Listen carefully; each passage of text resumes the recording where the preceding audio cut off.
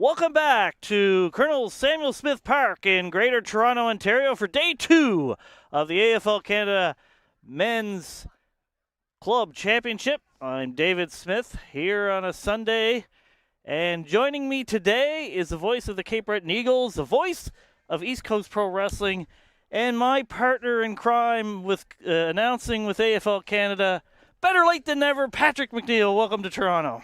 Thank you, David. Couldn't get a better introduction or a better broadcast partner for that matter, and it looks like we got a cracker of a day here. A little bit dewy today, as you were saying yesterday was as well, but it's a little bit warm, and it's only about to get warmer, and that's just on the sidelines, not to say for the action on the field. It's about to get underway right now. Absolutely. We had a 27-degree day yesterday, expecting to have it today. Today, this first game, the Eagles and the Gargoyles. Yeah, Eagles in blue, Gargoyles in red, or maybe a bit of a wine color, I guess we can say. We called it maroon yesterday. Fair enough. That works for me. As the Gargoyles in possession will battle in contest right now. Game goes to the ground for the first time early on as umpire letting the players sort it out, so to speak. Looks like we're going to get our first or our second ball up, I suppose we should say. I don't know if they'll be doing much bouncing. Obviously, they wouldn't do a bounce there anyway, but even the opening bounce might be a bit tricky given the weather here in Greater Toronto. As ball on the ground, Eagles in possession, but only briefly. Could be tough to establish any sort of ground game given the weather, I guess. As kicked through the corridor of the middle. Mark not quite complete. As kicked towards the forward 50. Ball on the ground. Perhaps first scoring opportunity of the game. As that was a Toronto Eagles player taken down there. It was Kevin Manacker, who I believe plays for Ottawa. As ball on the ground as Gargoyles take possession. Again, Gargoyles in red, Eagles in blue. These are two AFL Ontario teams going at it here in the game's first day. As Eagles in the forward 50, here's a kick for goal. And looks like that's going to be offline. No, the goal umpire says behind. It looks like that's our first score of the game. It's a one-pointer for the Eagles as they take the early lead. First game of the day here today, a Pool B matchup between the Toronto Eagles and the Grand River Gargoyles. Correction, my eyes are in morning form, David. It looks like that was a major score to start us off.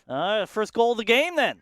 Between these two teams, they're both 0-2, so looking to get into the fifth place matchup. And the Eagles score first. They draw first blood here on Sunday. Early morning here at Colonel Samuel Smith Park near the campus of Humber College. Gargoyles off the bounce. Eagles take possession. Ball kicked towards the corridor as Gargoyles take possession here. As we get a whistle, and that will lead to a free for the Toronto Eagles. As Baptiste Pinthon taking the ball. It's kicked forward. That's going to be marked. Play on. Kick down the left line. And nice kick there, and that's going to be an opportunity, it looks like. Nice lead there by Mason Wilson. Not the easiest of angles here.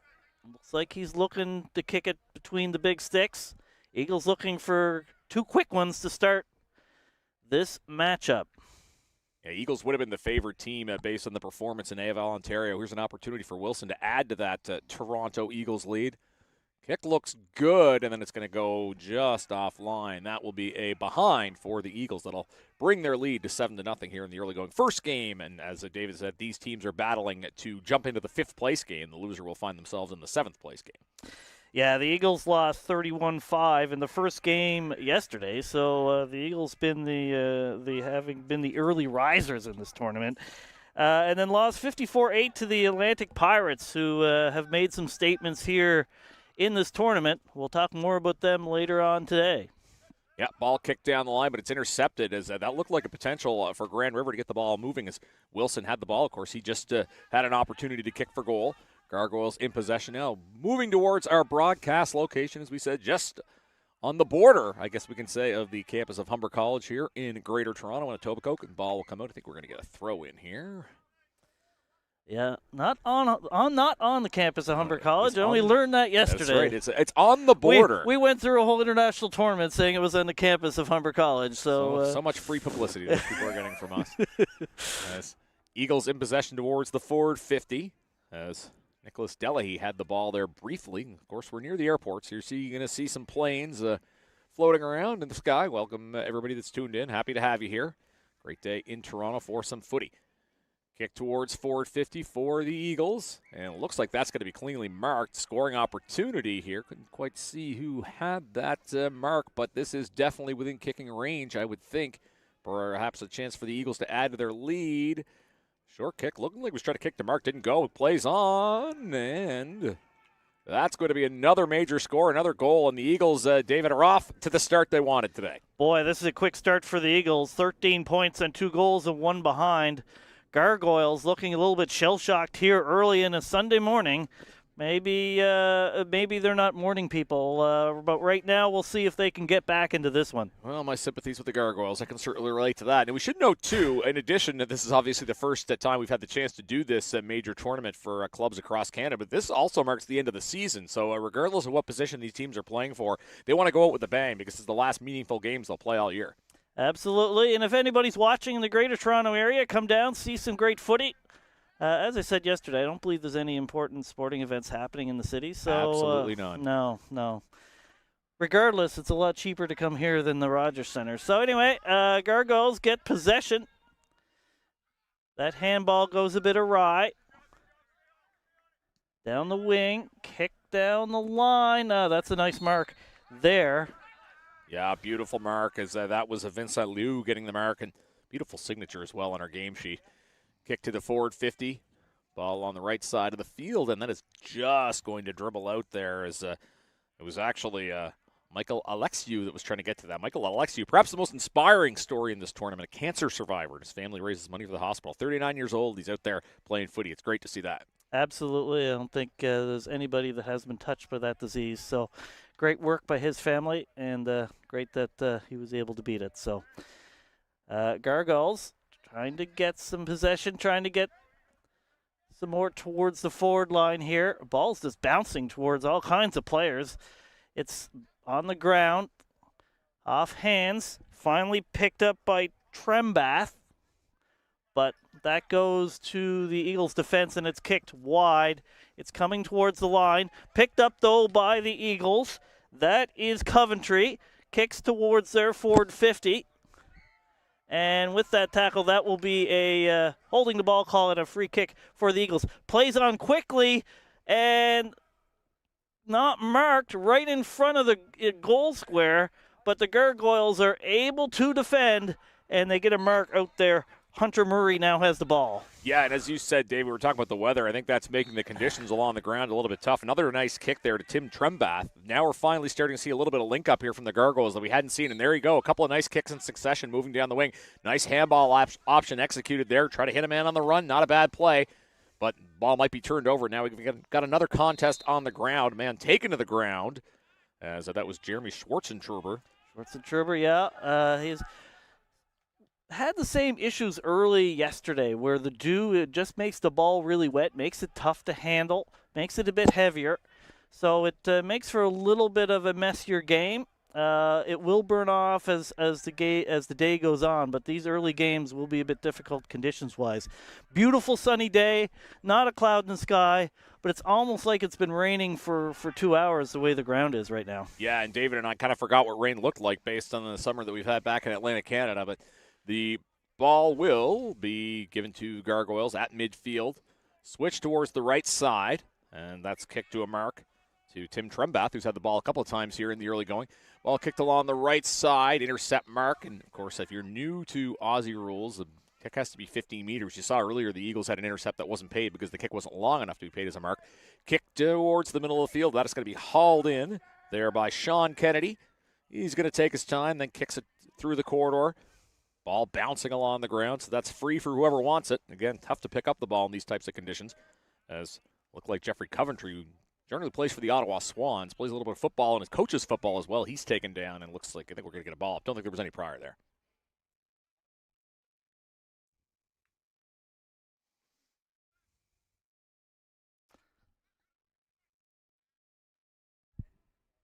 Ball in the middle of the ground as Gargoyles take possession. Comes now to... I see the player there is Tim Trembath again. He's everywhere around the ball, it seems, as we have a ball up as number one there. Ball comes up again. Ball up will come to the Gargoyles as goes on the ground. Comes out to Hunter Murray. Again, we've called his name a few times here. Moves along the left side. Ball will come up. Bouncing along the ground. It's going to come along the ground as in dispute again. And ball on the opposite side as Gargoyles try to move it towards the forward 50. They had a little bit more possession in that part of the field the last few minutes. Kind of trying to overcome that rough start. Contest along the ground, and the referee's whistle goes. The umpire's whistle goes. Certainly good for the Gargoyles to get some possession. Now they're going to have to get something on the scoreboard. We're approaching 9 minutes gone here in this first half. As we saw yesterday, that clock runs quickly. These are two 20-minute halves, so you fall behind in a game, and it can be tough to come back just because you don't have a lot of time to get points to recover a margin. So here comes the Eagles again. Nice handball down the wing. Kick to the pocket, and there's a nice mark. Eagles looking good here. Tries to center it, and they do. So that's a nice passage of play, and this will be number 11, Sean Fahey. Yeah, I got to back up and take his time with this one as the Eagles are going to try to add to that 13-0 lead here. And David said, too, two 20-minute halves here as Fahey backs up his kick. Goes up, and that looks pretty good from my eyes. And it is a major score. Goal for the Eagles. That'll change us to 3-1-19. No score for Grand River. And David had mentioned, too, the two 20-minute halves. Obviously, these teams, the Ontario teams, used to playing in the AFL Ontario competition with the 4 quarters. But because of the condensed schedule, trying to get everybody as many games as possible, they're just playing the 2 halves. So perhaps teams needing a little bit more urgency than they might be used to with the shorter games. Yeah, 4 games this weekend, 3 in the pool play, and then 1 final each for each of the teams in the tournament. So lots of footy being played, and we'll see if fitness is a factor here today for some of the teams. Yeah, could be a factor as it goes on. Ball up following that last Eagles goal. The Eagles with a 19-0 lead. Again, Eagles in blue, Gargoyles in red or wine or maroon, whatever you want to call it. Nice clear color contrast regardless. The ball goes to the ground. Eagles in possession. And again, you're seeing it tough to move it by hand given the conditions. It is sunny out, but the effects of the rain the last couple of days wearing is a nice mark there by Sean Kennedy of the Eagles. He's going to back the ball up. Not actually rain, just dew, Patrick. It reacts like rain, but there has been no rain. It's just a dew here early in the morning. Well, nobody called me a meteorologist. Eagles pressuring again here in their forward 50. Ball just rolling around in the wet grass. Gargoyles defense holding, but you can see it's tough to grab the ball sometimes, and that's again the conditions. But they do get a free kick here, and they're going to get a get out of jail free card. But that's not a great kick, so Gargoyles little bit of a problem there. Now the Eagles have it again, and they're pressuring again. Yeah, Eagles on the attack going forward. 50 long kick from outside the 50-meter arc. Thought he might even try to kick to mark. Contest still on the ground. Oh, and that's not going to be the bounce that the Gargoyles were looking for. Eagles remain on the attack out in front of the goal square. And not really enough space to create any sort of kick there. As that was Toronto Eagles player Brad Harding. He couldn't get any separation between he and his opponent. Get a ball up out in front in the forward 50 for the Eagles. As driving it forward, here's a kick to goal. Or not sure what the intention there was for Mason Wilson, but the ball ends up going out. So Eagles, though, still with the 3-1-19-0 lead. Tribal Sport, official tournament partner of the 2025 Men's Club Championships. With more than 20 years of experience and a deep understanding of the international footy market, Tribal Sport is your source for high-quality on- and off-field apparel. Visit tribalsport.com.au to order your club's merchandise today.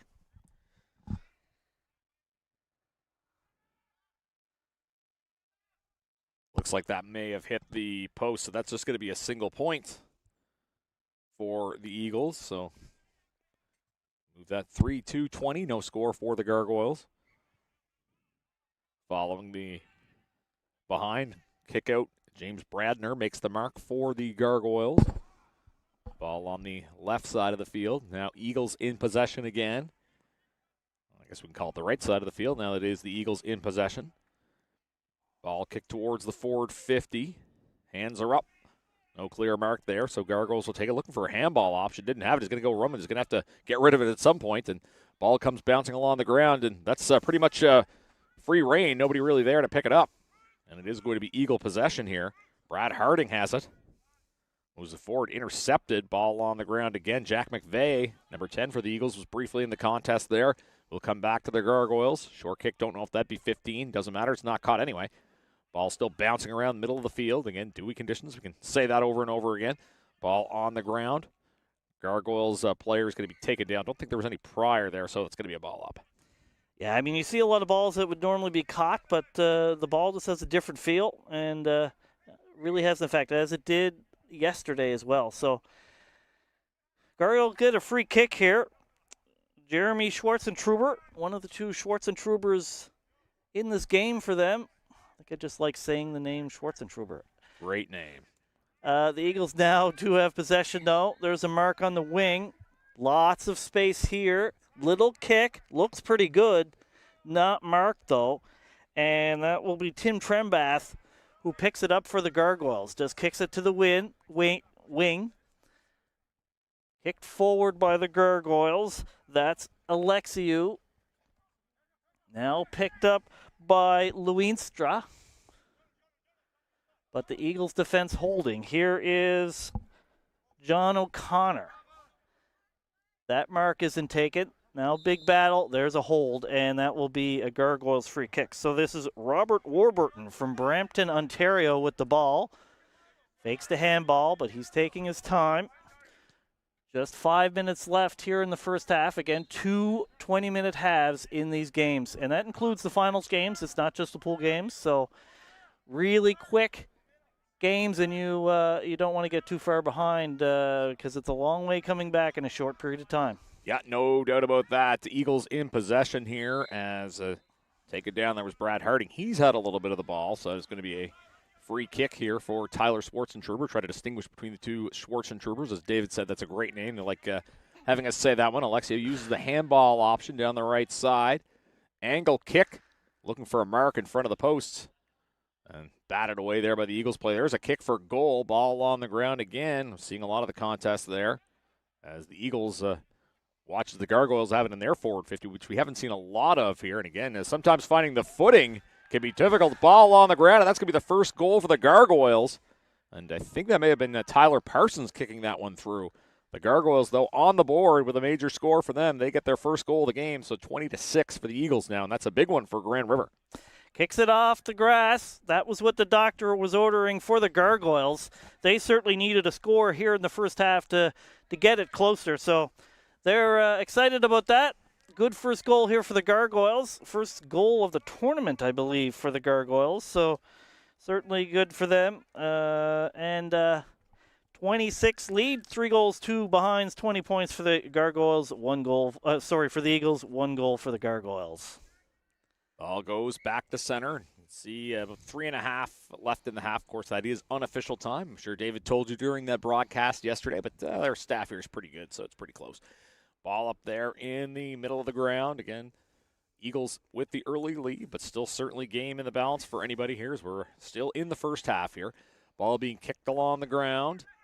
And nice skills there by the player Baptiste Pinthon. It could be 50, and it is.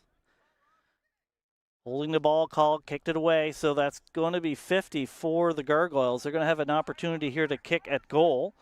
Just want to talk a little bit. We talked about what the Eagles did so far in this tournament. Grand River lost to the Atlantic Pirates 35-0 in their first game yesterday, and then had a 60-1 defeat against the Toronto Dingoes in their second game. So they're looking to get their first win. They do have their first goal of the tournament and are looking for their second here. Eagles defense still holding well. That's kicked out, but a mark by the Gargoyles, and they'll be back in going into their forward 50 again. Yeah, it's James Bradner with the mark, and he kicks, centers the ball, so to speak. Perhaps a bit of a better angle for Jeremy Schwartzentruber. Looks like he's outside the 50, but he might kick for a mark here. That looks like exactly what he's going to do and almost execute it. Again, reminder, it's going to be tougher for the players to mark the ball just because it is so wet. As Eagles on the defensive side of the ball, trying to prevent another Gargoyle score. And ball to the ground, kicked away by the Eagles player. And it will be Toronto possession. Ball kicked towards the middle of the field. Looks like that's Coventry that's after it. Kicks it off the ground. Got a pretty good distance on that kick going for Yarcia. Yarcia has the ball. Touches a little nifty touch of the ground. Finds a handball option behind. Was looking for Coventry, but good pressure there by Tyler Schwartzentruber to get that back. Ball kicked along the left side of the field. And goes bouncing along the ground again. Seeing a lot of that this morning. As towards the forward 50 go the Gargoyles. That's holding the ball. So that'll be a free kick to the Eagles. Waiting to see if we could actually hear the umpire on the pretty good enunciation over here. Plays on quickly. We're approaching the last minute here in the first half. And there's the siren again. Our clock is unofficial, so that ends the first half. The Toronto Eagles with 3 goals, 2 behinds, 20 points to the Grand River Gargoyles. 1 goal, 6 points, a 14-point lead for the Eagles. We're going to take a break here at the 2025 AFL Canada Men's Club Championships. We'll be back in approximately 3 minutes and 53 seconds. See you then.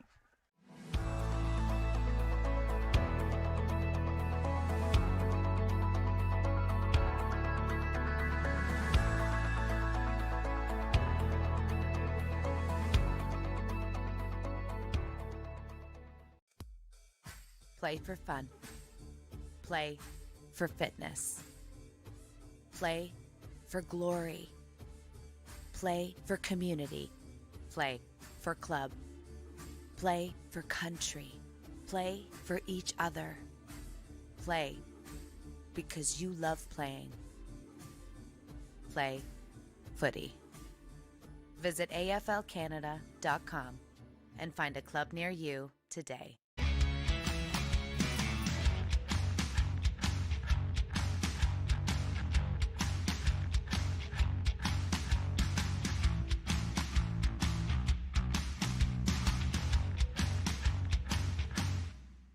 Google Forms now accepts payments.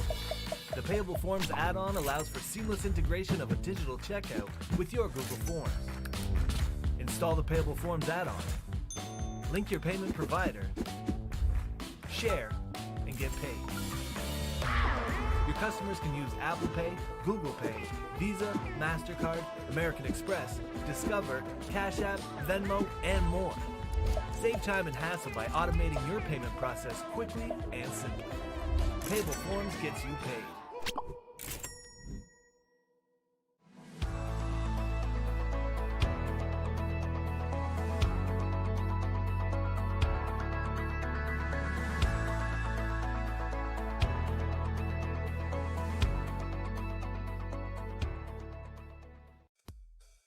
Play for fun. Play for fitness. Play for glory. Play for community. Play for club. Play for country. Play for each other. Play because you love playing. Play footy. Visit aflcanada.com and find a club near you today.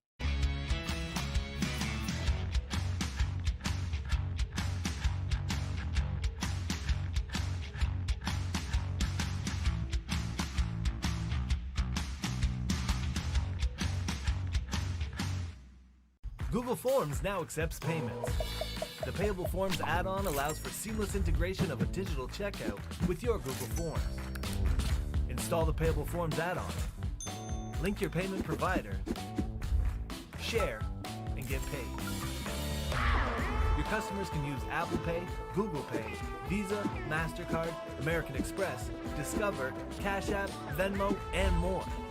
Save time and hassle by automating your payment process quickly and simply. Payable Forms gets you paid.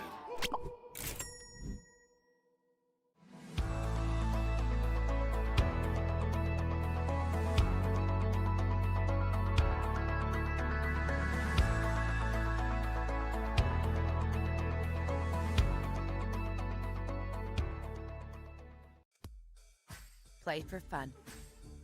Play for fitness. Play for glory. Play for community. Play for club. Play for country. Play for each other. Play because you love playing. Play footy.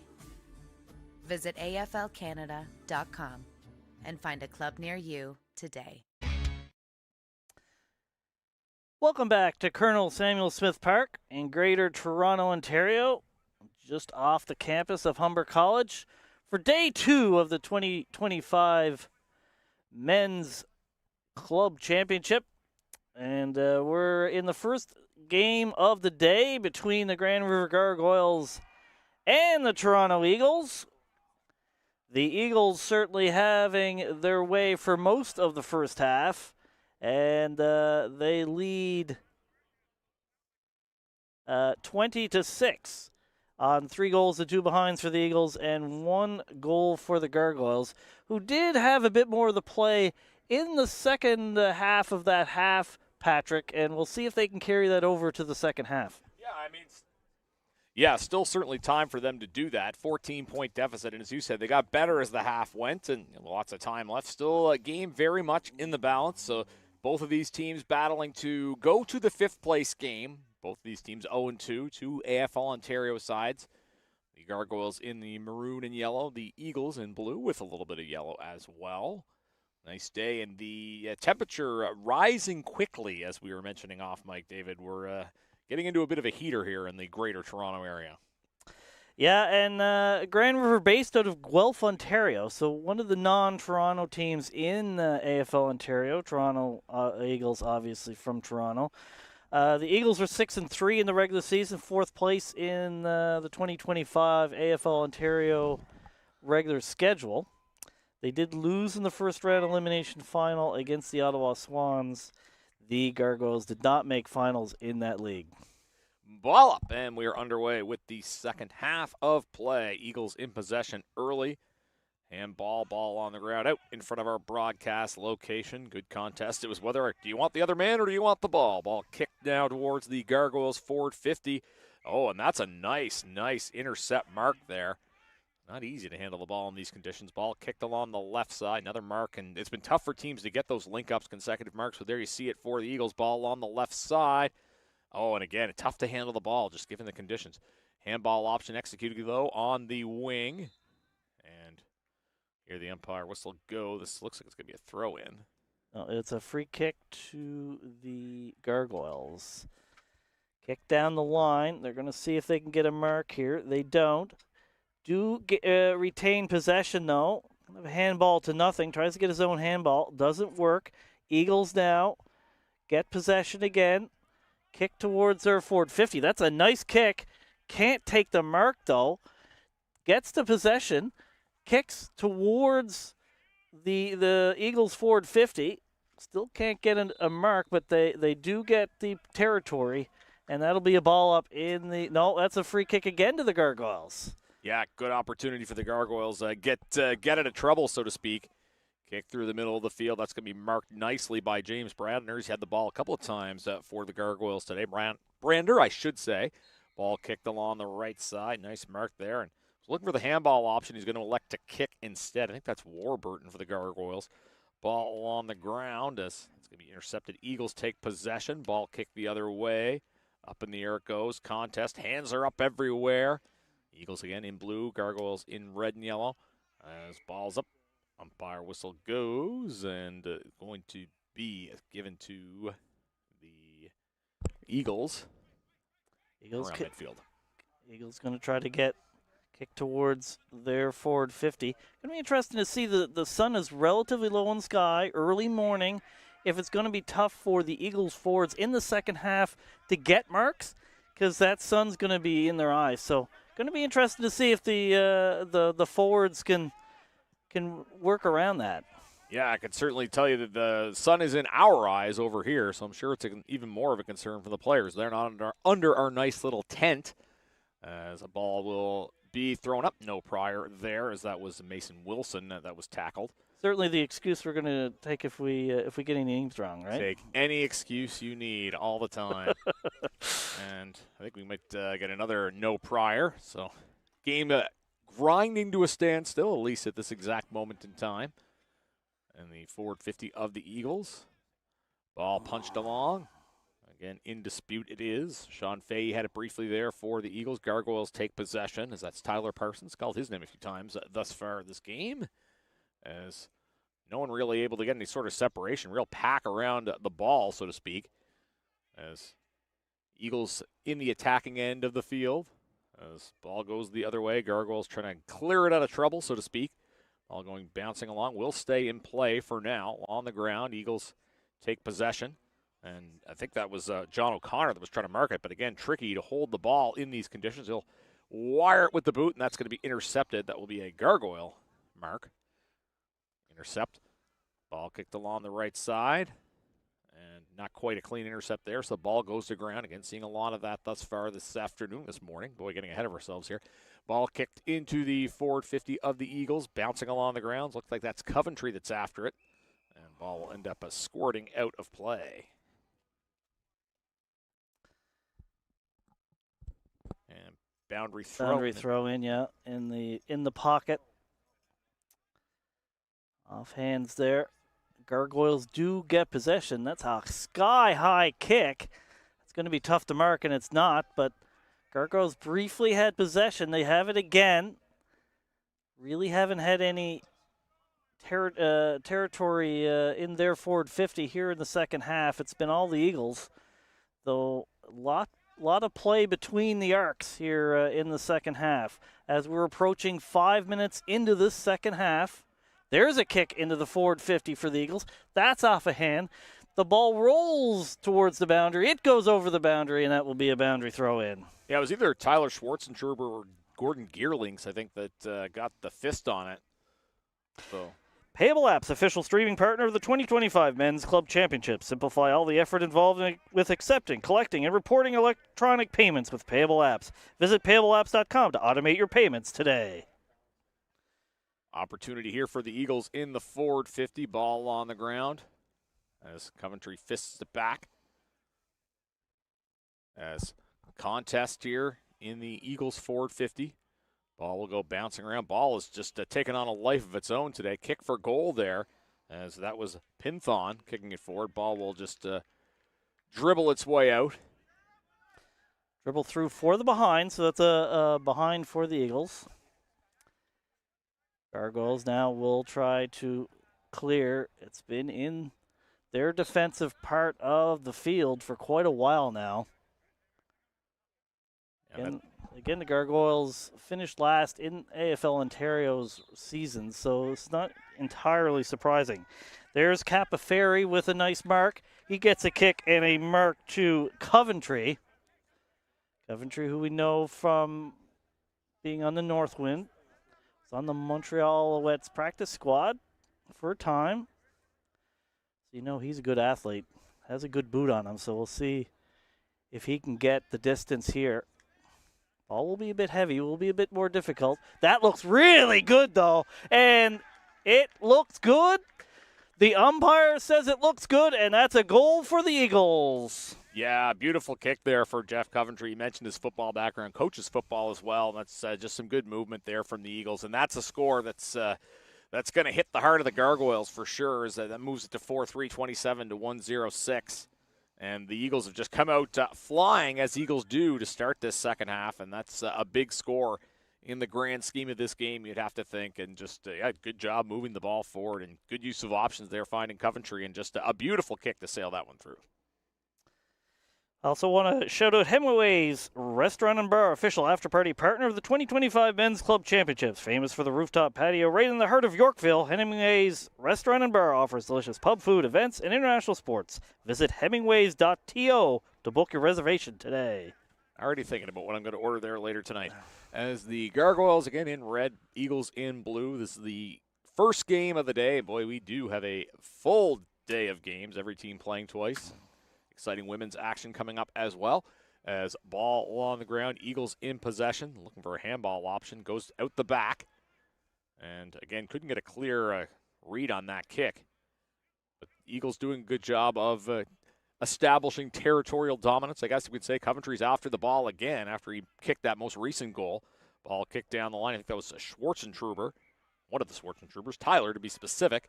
As ball intercept marked by the Eagles. Kick back towards the forward 54 Toronto. Hands were up as that was Fahey trying to mark the ball. Couldn't do so. But Eagles get it back.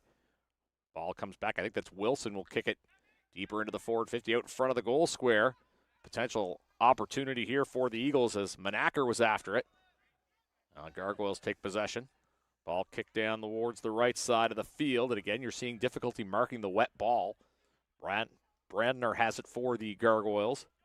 Eagles take possession. Handball out the back again. A little soul candy there. On the run it goes. Short kick for Mark. I don't know if that would have been the 15, but it's intercepted anyway by the Grand River player. Robert Warburton. There you go. Warburton. Kick right up the guts. Too far, though it does end up in Gargoyle hands. That handball, though, not great. Eagles now retain possession. A little bit of a squib kick there. Can the Gargoyles pick it up? They do. In the shade on that side of the field. There will be not much shade later today. Gargoyles streaming forward. Kick to the pocket. And what looks like to be the fog from here, there's a battle for the ball. It is tough to see that pocket from this broadcast position. These two teams very familiar with this ground. Of course, the Gargoyles did not make finals. The Eagles did. During finals, Andrew McGraw, Essendon Bomber, visited. First-round pick, still with the Bombers from nearby Mississauga, Ontario. A place I hear has a lot of must-see attractions and world-class restaurants, Patrick. I've been told this. I have heard this as well. We do have a Gargoyles score, it looks like, and that is going to be a behind. Yeah, so Grand River getting a much-needed point, although not the one that they're looking for. Eagles kick comes to Luis Gonzalez. Kicks it along the right side. That's marked nicely by Mason Wilson. Eagles have done a decent job moving the ball along the right side. Another kick to mark to Coventry. And there you go. That's some good sustained possession there by the Toronto Eagles moving it up that right side of the field. And, oh, beautiful smother there by Kyle Mundell, the former president of AFL Canada, making an impact on and off the field. And that is going to be a free kick for Hunter Murray of the Gargoyles. Yeah, before that smother, I liked what the Eagles were doing. A lot of short kicks, which is good in these sorts of conditions. Enough to get the mark, but you're not kicking them 30 meters down, which makes it difficult to mark. So here he is again, though he doesn't mark this. Eagles do have possession if they can pick it up. Was that a bump? It wasn't. Was deemed okay by the umpire. Gargoyles now have it. Mundell, that handball not great. Eagles now handball it just on their forward 50 line, and the whistle goes. And that is holding the ball, and the Grand River Gargoyles get possession. Oh, there's a nice interception. He can pick it. That's number 27, John O'Connor. Kicks it to the pocket. Going after it is Yarcia. Tries to kick it, but can't get a boot on it, and that's over the boundary line. Will be a boundary throw-in. Yeah, that's a great pressure there by John Lively. Was all over Garcia there, and that's the compete that the Gargoyles need here if they're going to try to claw back into this game as they trail 27-7 here in their first game of 8 men's games. Have women's action as well. Going to be a great day here on the border of the Humber College, we can say, in Greater Toronto. As in the Eagles forward 50, it's going to be kicked out by the Gargoyles, kicked to a contest, intercept mark. It's going to be hauled in by John O'Connor. Say his name, and he appears again. Kick towards Coventry. Coventry will pick it up. Coventry did mark that, but it doesn't matter. He's just going to play right on. Kicks for goal.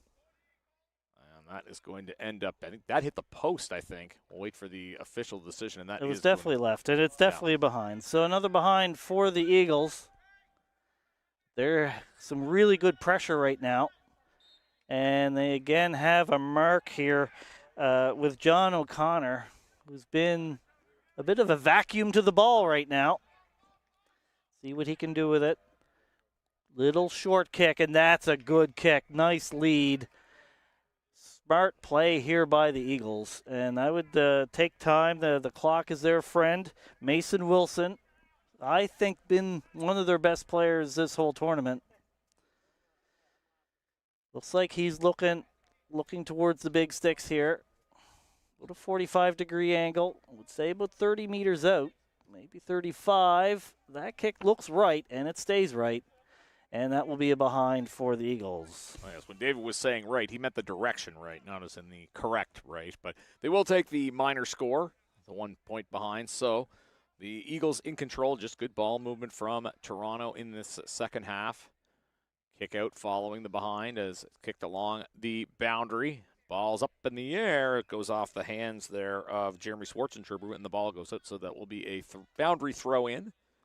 Gargoyles defense looking a little bit fatigued here. They're really not a lot of energy showing right now, and that was just a dropped ball by the Gargoyles. But they do get a ball up here. The fence is holding, but as I say, the energy level doesn't look great for them. They've had to defend a lot in this half. See if they can. Schwarzentrooper can't get a hand on it. Eagles now have it. Kicked by number 4, Luis Gonzalez. Picked up by the Gargoyles. That's smothered. And I believe that will be high contact, perhaps. Yeah, there'll be a free kick to the Eagles. So this will be another chance at goal for the Toronto Eagles, already with a 22-point lead. And as David said, just defending can be exhausting. So if the ball is in the wrong end of the field for your team, that can be stressing on defenders. And I think we're starting to see that here as Hugh Garcia has an opportunity to kick this through. See if he can add to this Eagles lead. Looks like a good angle. He'll boot it through. Looks not bad. Kicks to a contest. Eagles will have possession here. As looks like that was Manacker with it. Kick to goal, and that is going to go right through. It looked like the goal umpire was right there to catch it. That's a goal for the Toronto Eagles, and the Eagles continue to march on here against the Gargoyles, building up a healthy lead in the second half. And I'm really impressed with how the Eagles have come out in the second half, David. They just moved the ball extremely well. Absolutely smart plays, not kicking it too far, gaining possession, getting it in their end of the field. They have the chances at goal, and eventually you pound a defense too many times, eventually they'll bend and eventually they'll break, and that's what happened there. So Eagles, 5 goals, 5 behind, 35 points to the Gargoyles, 1 goal, 1 behind, 7 points. Ball up following the Eagles' goal, and the Eagles take possession again, albeit briefly. Gargoyles with it now as it comes to Trembath, kicking through the corridor. We haven't seen them been able to set up those short kicks that Dave was talking about that the Eagles have done so well in the second half. Handball option executed as well. That's also never a bad play. Well, maybe a bit trickier in the conditions. As ball goes to ground, and umpire will come to claim the ball. This is actually going to be a free kick to the Eagles. Backing it up a little bit as Toronto with the lead, 35-7. Ball kicked along the left side of the field. That is going to be intercepted, so that's a Grand River mark. Kick up to John Lively. Lively, another kick to the right side. Target wasn't as intended. And ball will be picked up there by Hunter Murray. Murray had it briefly, lost it. Eagles back in possession, kicked along the left side of the field. As the ball kind of yo-yoing from team to team here. Lively has it again, kicking up. And that is going to be intercepted. That will be an Eagle intercept mark. And ball goes the other way as quickly as it came. That's going to be marked by Gonzalez. Handball option executed there for the Eagles, and they're on the attack again. Ball goes bouncing into the Toronto forward 50. As contest along the ground. Gearlinks was involved there for Grand River. There's going to be a kick to goal, and that was Kevin Manacker booting it forward. And that's another one for the Eagles. Kicked right through the middle. Eagles with 6 goals, 5 behinds, 41 points to the Gargoyles. 1 goal, 1 behind, 7. Just about 3 minutes left. Again, our clock is unofficial to note. So just a note coming up next will be the 2-0 Calgary Kangaroos against the 0-2 Hamilton Wildcats in a Pool A matchup. This is an important one. Calgary can punch their ticket to the big match in this game, in this tournament, the grand final, with a win. So that's a big one coming up next here in the 2025 AFL Canada Men's Club Championship. Yeah, you know the Wildcats will be anxious to try to play spoiler there, though. It's, again, that's the last game before the playoff round, so to speak, so they're going to want to finish strong. Ball on the ground here. The umpire whistle go. That's a great job by our officiating crew here. Going to see a ball up. And important to note that every team has a finals game. Will be those games will be starting at approximately 1:40 this afternoon. So the 2 fourth-place teams in each pool will play in the first finals game, and then it goes to third-place teams in each pool, the second-place teams in each pool, and then the first-place teams in each pool will be playing for the trophy, and it's a big one. I've seen it. It's a nice-looking trophy, so looking forward to those games this afternoon. Should be lots of competitive contests this afternoon. No doubt about that. Garcia with a kick to Wilson, and again, you're really seeing those short, almost just enough to be 15 meters, and then Coventry gets his hands on the ball and just trying to well place it. He gets an opportunity to kick from just outside 50, whether he can go for goal or whether he'll find a marking target there out in front of the posts.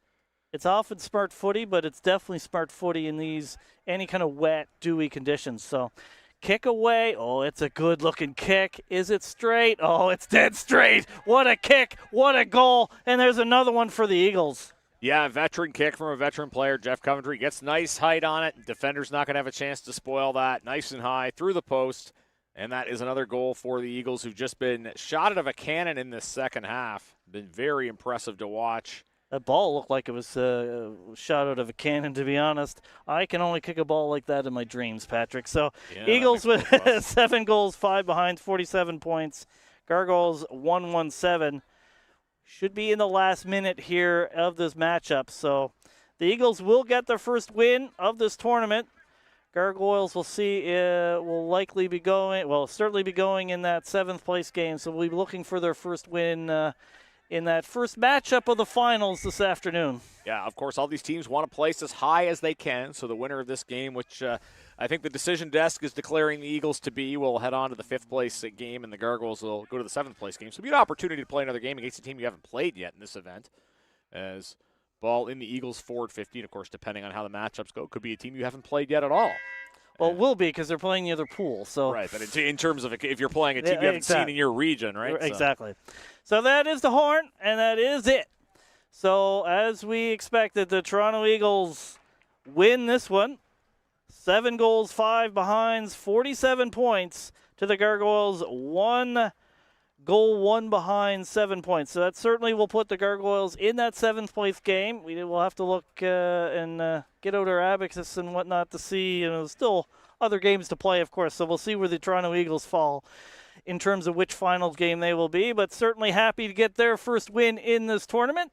So your thoughts on the day of your first seeing in person of the tournament here at Colonel Samuel Smith Park. On the campus of Humber College, or on the border of. Well, no, just great to be back on this ground again. And yeah, just the conditions challenging. I know we've been kind of harping upon that, but us commentators, we're going to look for that storyline and just kind of drill that into the ground. But the Toronto Eagles, certainly the story here in the early part of the game. I just loved the way they moved the ball. We talked about kind of those almost 20-meter marks, we'll call them, and just use just kind of textbook footy, move it along the wing, then cut to the corner in the middle, nice centering kicks for goal.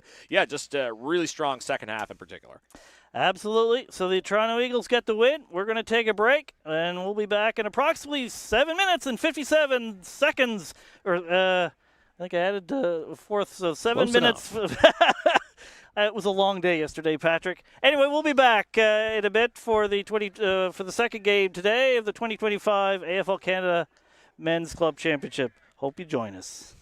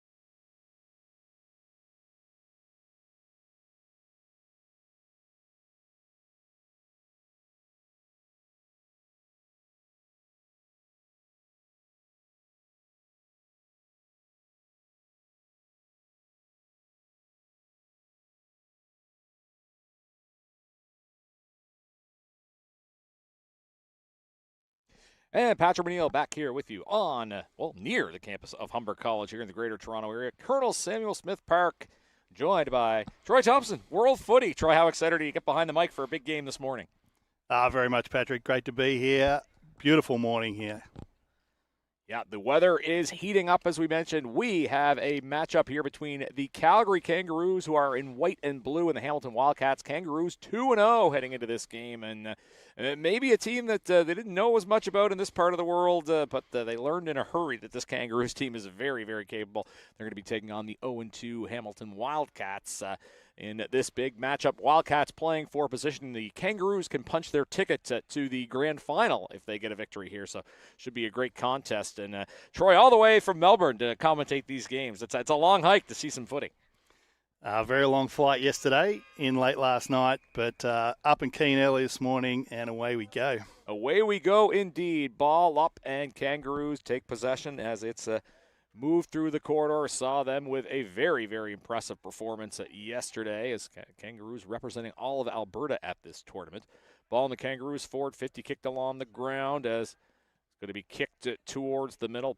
Opportunity there as it was Vorman trying to get it, but the Wildcats will take possession, try to move through the corridor themselves. Wildcats play in AFL Ontario as we get our first whistle of the game, and we are going to get a free kick to the Kangaroos just outside the forward 50 here. Handball option executed, and it's kicked along, punched along the ground. Holcomb had it for the Kangaroos. Roos kick along the ground. I think that might have been spoiled by a Wildcat player. As ball in the Roos forward 50. Wildcats trying to move it out. But hear the umpire's whistle again. Again, great job by the officiating crew. That is a free kick to Hamilton. Kicked along the left side of the field, should say, as the Wildcats try to get it out of trouble, so to speak. Ball goes bouncing around as Roos in possession. A couple of nice linked handballs. Didn't see as much of that in the first game. A little bit tricky, I guess, to handball the wet footy. And the ball will find its way out as just getting going here through the first minute. Again, that clock is unofficial, though, Troy. Yeah, ground's starting to dry out, particularly at that western end, but the eastern end's still quite wet and slippery. So that'll help the Hamilton Wildcats in their defence. Yeah, players are going to have to get used to those conditions for sure. And again, they were here for 2 games yesterday. All the teams are going to play 2 games today as they have the last of the group stage games, which we're seeing now, and then we'll have the finals games that Dave was talking about earlier. Kick into the forward 50 for the Roos. Attempt to punch the ball out. Didn't go as planned. Roos remain on the attack here. Potential for the game's first score. Handball option out the back. Kick for goal. That looks like it could be good. And it is our first score of the game. It is a goal for the Calgary Kangaroos. That's the start they were looking for. They jump out to a 6-0 lead. Yeah, good work there by Calgary to bring the ball inboard there from the throw-in. Not heading straight into the forward 50, looking to centre it up so they could centre the ball, get it in long to their forwards. It was high ball, caused the chaos, and really Hamilton failed to pick that off like they should have. Yeah, so that does give at Calgary the first score of the game, and it is a goal for the Roos. Again, they were 2-0 yesterday. Very impressive day for them coming from out west. And again, they can punch their ticket to the men's grand final, which will take place later today. This ball goes back to center, so we'll see a throw up as the Roos will try to see if they can add to that lead, and the Wildcats will look to strike back. Chris Moaning taking this throw up for the Wildcats, but it is going to be ultimately the Roos that take possession. As ball nicely smothered there by Hamilton. Ball on the ground, handball out the back. Roos keep possession. Again, a lot of congestion around the ball there. I was trying to make sure we hear the umpire's decision, but that will end up being a free kick for James Clock. Over the shoulder. And he'll kick to mark. As ball kicked towards forward 50 for the Roos, goes bouncing along the ground. As Calgary in possession. It's kicked along the right side. Another use handball option. It'll come, it's going to go offline there, so to speak. And actually, I think we saw a minor score, I believe. Just waiting to see the official decision from the umpire, and it is a behind for Calgary. Sun making things a bit difficult to see down there, Troy. Yeah, pretty glary, but Had a little bit more time than he thought there. Just tried to squeeze the kick through. Should have just taken a little bit more time. Could have probably centered the ball, but they'll take the minor score. Yeah, early morning jitters for the Kangaroos, perhaps, but they have established this early 7-0 lead as kick out goes to the Wildcats, following the behind. Kicked along the left side, goes bouncing along the ground, and that will be a fortunate bounce for the Roos. They'll have an opportunity in the forward 50 here. We'll get a boundary throw in that will be advantageous position for Calgary. Again, Calgary in white and blue, and Wildcats in black and yellow. Ball goes up, punch forward. Opportunity on the wing here. Looks like a decent kick. Beautiful angle, and that's going to be a beautiful goal. Kick by Calgary. A sharp angle, not deterring the Roos, and I guess don't overcomplicate things. Just you have a chance to kick it, just kick it for goal. No, great goal from stoppage there from Hyde. Just roved that beautifully. No real breeze, in fact, no breeze at all here to speak of. So there's not really a defensive pocket other than that's probably the wetter pocket. So Hamilton kicking out that side. Got the throw in they wanted, but really well roved there by Calgary. Yeah, great execution as well, and they've not wasted any time building an early lead here. 2-1-13 for the Roos. No score on the board for the Wildcats. Ball will come back to the middle. I mentioned earlier, Chris Moaning will take the ball up for Hamilton. He has experience playing for the North Wind. Maybe a size advantage here. Tough to see the Calgary player in the ball up, and it is going to be won by Hamilton. They're trying to work through the corridor, but not really able to do anything, winning that opening tap. So Roos take possession. Ball going to be kicked down by Zanuski. Hopefully I'm pronouncing that right. That's a great name. As ball will come back to the Roos as they work towards the forward 50 on the right side of the field. Kicked along the wing. Nicely marked as that'll be an opportunity centering kick. Ball goes along the ground. And once again, it hits the deck. The ball does. It worked there by Adam McGraw on the ball. And it's going to end up being a free kick to McGraw again. Looks like he's just outside the 50. So here's an opportunity for Adam McGraw. And the Roos going to size this kick up, see what kind of options he has there in the goal square. All the traffic migrating there, as you would expect. McGraw is looking at the angle, probably can see a little bit better than we can over here. It looks pretty good. And that is going to go through clear and easy. Nice goal kick there for McGraw. And the Roos are off to a flying start here, Troy. Yeah, big danger signs for Hamilton here. The big forwards, when they're getting the ball, that's when you're in real trouble. So early on, you've had the likes of Finch and Zanuski coming out of the middle, getting down support, providing plenty of numbers around the contest. And that's where those first couple of goals come from. Now you're seeing their big men come into play. Yeah, no doubt about that. Calgary just showing advantage on all sides of the ball right now as it'll come back to center for the restart of the game as Calgary up 19-0 again. Calgary, if they win, go on to the grand final. A loss here would send Hamilton into the 7th place game, which they would play Grand River. Of course, Hamilton and Grand River are two of the non-Toronto teams in AFL Ontario. Moaning wins the tap, but again, the numbers there are for the Kangaroos. It was Kevin Werner, who hails from Adelaide, with the ball. Working it down the right side. Ball kicked into the forward 50. Marking contest there. Somebody just hit the deck for Hamilton, and they are able to get the ball out of trouble, so to speak, along the left side of the field. And again, clean mark's tough to come by, but for Borslusk, hopefully I'm pronouncing that correctly, with the ball for Hamilton. Kicks it down the wing, and now we're finally seeing a little bit of good ball movement here from the Wildcats. It's tough to do against a strong Roos team as Yamada will kick it into the forward 50. Hands are up. Tough to mark, though. As ball on the ground again. Hamilton in possession, at least briefly. Kick along the ground. Ball will come squirting outside of that forward 50 towards the middle of the ground. As Wildcats in possession. Handball out the back. Tough to pick up the ball, though. Again, I know we've said that a lot, but definitely the case the way the weather is today. As Roos now with an opportunity to move it through the corridor. Switch to the left side of the field. Ball will come bouncing through the hands. It almost looked like Holcomb was trying to handball the ball before he had it. But Roos get it back, though. That's a nice mark. And play on. Smart decision to play on. Looks for a kick for goal from quite a distance. Or actually, looked like he was trying to find McGraw. Almost worked to execution, but instead the ball will go through here as we will get 1 point on the board for Calgary.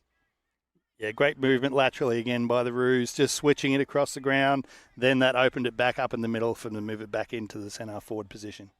Yeah, a lot of veteran experience on this Calgary team. They actually have 3 players born in the 70s, but I'll tell you, smart legs on some of these guys.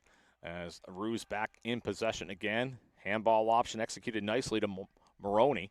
Ball kicked into deep part of the forward 50, will go dribbling through, and that will go through for a behind. It looks like that hit the post, so that's just a 1 point on the board for Calgary. But again, just territorially, Calgary's all over Hamilton. Yeah, great work in defence by the goalpost pad there. Well, sometimes that can be your best defender, and you certainly will not complain if it comes through with a timely contribution, as was the case there for the Wildcats as they move the ball up. Jordan Garwood marks it. He assesses his options here in the middle of the field. He'll take a couple of steps, plays on, kicks through the corridor. Ball will come up, and it will come into Roos' hands again. The Roos just not giving the Wildcats a lot of options here. Switch of the field to the left side. Not cleanly marked, but no matter. No opposition there as Holcomb will go chasing after it. Has a nice handball option. With a little bit of pressure there, was still able to execute. Again, now the Wildcats getting numbers to the ball. As contest along the ground. And that will end up in the hands of the Wildcats. They'll have an opportunity to kick out of the Roos forward 50. Handball option to the right. Little soul candy there. Kick towards the middle. Ball comes up. No clean mark. It'll come back to Roos player. And it is going to be Hamilton ball here. As the Wildcats will have an opportunity. A little bit better from the Hamilton, the last little sequence there. Ball kicked towards forward 50. Oh, an attempt to cleanly mark. Tough to handle the ball there, though, as Yamada couldn't quite get his hands gripped on it. Again, tough to pick up the wet footing on a day like today, even if it is sunny outside because of the dewy conditions. Here's an opportunity into the forward 50 for the Wildcats. Looked like that might have been attempted to out the ball, handball, but it is going to be the Roos picking it up. Again, tough to gain any sustained possession here as the conditions playing havoc, but a little bit better from the Hamilton the last minute or so, I think. Yeah, it's been really good to see Yamada giving him a good option leading out of there a couple of times so far this quarter, really giving him a way to transition the ball. Unfortunately, Calgary's halfbacks then have taken over. Yeah, Calgary with a lot of talent throughout the field. We've been talking about them using options when they're marching up the offense. We're seeing defense on showcase here the last minute or so as well. Kick through the corridor, has an opportunity to mark it as Holcomb. He's seen a lot of the ball here in the early goings. Played for 35 years. Veteran player for sure. Has played since he was 9 years old. Tap of the ball as the Roos looking to push forward. Looks like that's Paul Barron with it. Comes back, runs it back. That's an option you can use. Kicks it to the right side of the field. Not really much there, although as I say that, McGraw appears, and he does so, but the ball will squirt out. Again, Roos 3-3-21, no score for the Wildcats. Roos in white and blue, Wildcats in black and gold. Yeah, just looking to optimize that space out in front of them there, but couldn't quite get to the ball in time. So, boundary throw in towards the Roos forward 50. Moaning at his hands up, but it is going to be Roo possession again, and the ball will go out just as quickly as it came in. So varying weather conditions here in Toronto, the greater Toronto area, I should say. The fog lifting at least, so that's beneficial for players and umpires alike. Boundary throw in here in the forward 50 for the Roos. As ball will not be cleanly picked up off that boundary throw in, and it's going to be a Roos free kick. Big opportunity here. Similar angle to where we saw one of the goals scored earlier. As kick into the pocket. As McGraw's after it, calling his name a lot. Kick through, and that is going to be just a behind for Calgary. Yeah, unfortunately that kick just falling short. Really need to be able to hit up that target, give them the chance to hit the ball in the full. So, kick out for the Wildcats. Ball goes up the field, but quickly intercepted as back in as quickly as it came out. Kick for goal. Ball's along the ground, and it's just going to be knocked through. A conceded behind there for the Wildcats. So, no harm, no foul there. So, another minor point scored by the Roos, but Hamilton going to have to try to find their footing. Still lots of time left, though. 23-0. We're just getting going here. Kick out from goal square for the Wildcats along the left side of the field. Just going to patiently assess the options here from the defensive end. Kick to a contest. That's going to be won by the Roos. Good handball option executed there. And it is going to actually be turned over back to Hamilton. So Hamilton looking to create something here. Free kick from their defensive 50. Booted on the left side. Ball goes bouncing along the ground. Just not able to get those clean marks. Again, that's tough to do against a strong team like Calgary. Nice handball option on the run on the right side. Kick down the right wing, and it goes bouncing and trying to mark that there. That might have been O'Kane as the ball's bouncing along the ground. Quickly running up the right side. Center and kick to goal square. Oh, a nice attempt to mark that by McGraw. His ball's just bouncing along the ground. And it's going to be picked up by Hamilton hands. Kick through the middle. Is there a marking target? Yes, and actually a beautifully executed mark. And going on the run, play on, smart move. Wildcats with some momentum here. Ball will go kicked into the Hamilton forward 50. Haven't seen a lot of that thus far. Nice kick for goal, and that's going to go bouncing as that was Visser that had an opportunity to kick for goal for Hamilton, but Roos will take possession. Oh, I don't think he got what he wanted off that kick. Was trying to kick along the wing, went more to the center, but might end up in Roos' hands anyway as Barron picks it up for the Roos. Ball's bouncing along the ground. Kick along the left side of the field. Right in front of our broadcast location. Very convenient for us as Finch will pick it up. It's another Victorian on this Roos side. Nice handball over the top. Finds a nice option there in Werner. Kicks it into the forward 50. Almost punched out. Ball will go dribbling now. Ball on the ground, and that is going to go over for a behind for Calgary. Yeah, I've liked the way Calgary have been looking for that kick, sort of that 20, 25 metres out from goal, instead of going for that shot and getting the easy behind, which is not very much use to them. They've been working that well the last couple of times. Hasn't quite come off, but when it's dry next quarter, look out for that. Yeah, and you talk about that. You could see just now the ball bouncing along the ground. You can really see when the ball bounces, the water's just coming off of it with great degree. There might have been some concern there with the Hamilton player going down, but no, he's going to be okay and take this free kick, so that's very good news. I'll try to keep it along the right side, and it is going to be not marked by Moaning. Great job there by Holcomb to get into the play. But it is going to end up being paid for Hamilton. I think there might have been early contact there. No, pardon me, it's going to be a boundary throw-in. Oh, ball thrown into the field as the Roos try to go after it again. You're just seeing the water just bouncing up as the conditions get a little drier. Going to be ball given to the Kangaroos player, Kevin Werner, 20-year-old from Adelaide. Short kick, didn't go as planned into the forward 50. Moaning's in the contest there for the Wildcats. As things starting to heat up here, it's going to be a warm day here in Toronto, a greater Toronto area, I should say. Here is ball thrown up in the forward 50 for the Roos. Tapped. Hamilton in possession only briefly. Ball handballed along. Roos trying to create something, going to be cleared out of trouble here by Batchelor. And on the right side, looking for a marking target.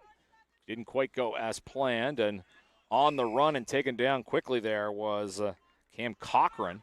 Maybe a free kick for the Roos. O'Kane will kick it. Nice option. Finds Finch, who's been very good in the early part of this game.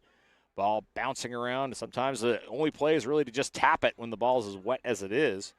As Hyde had it briefly there for the Roos.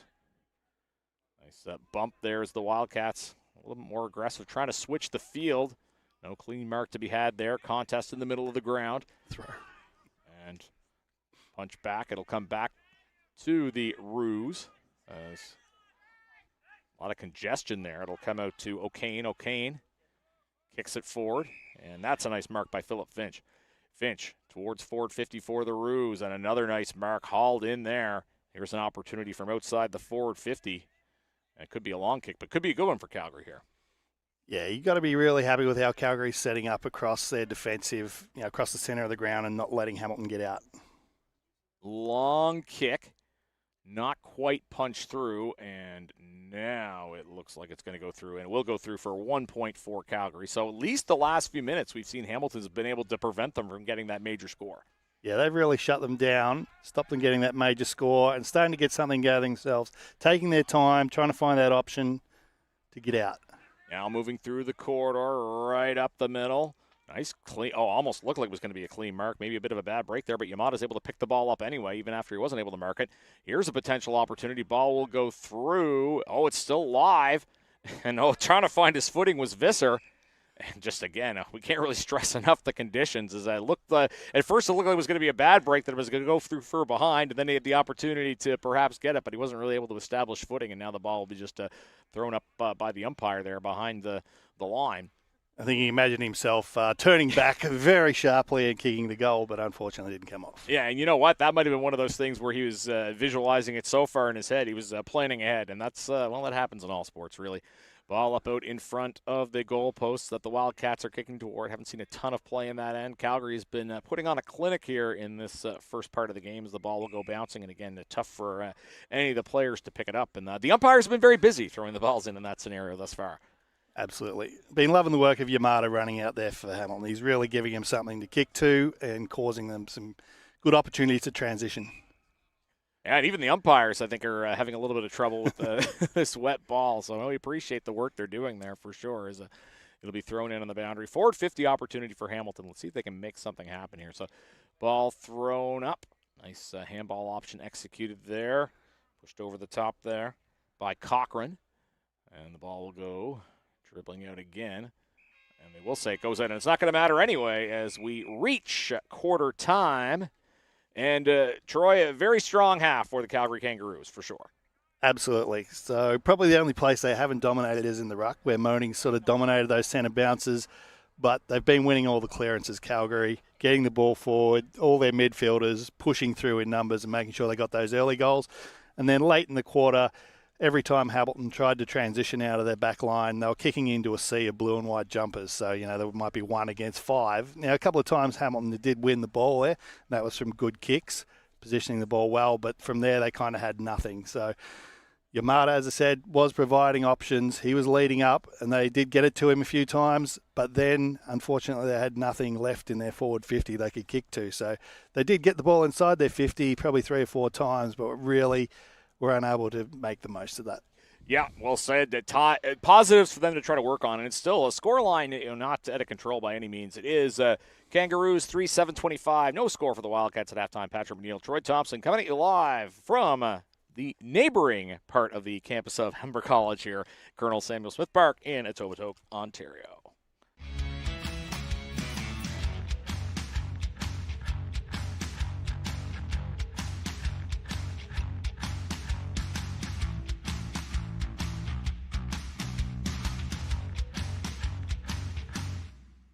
Google Forms now accepts payments.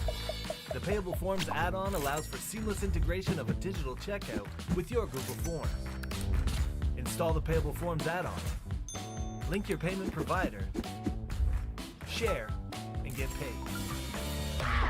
Your customers can use Apple Pay, Google Pay, Visa, MasterCard, American Express, Discover, Cash App, Venmo, and more. Save time and hassle by automating your payment process quickly and simply. Payable Forms gets you paid.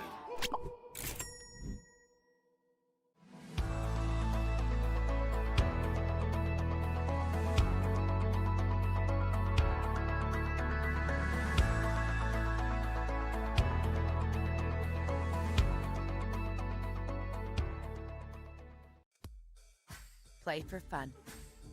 Play for fitness. Play for glory. Play for community. Play for club. Play for country. Play for each other.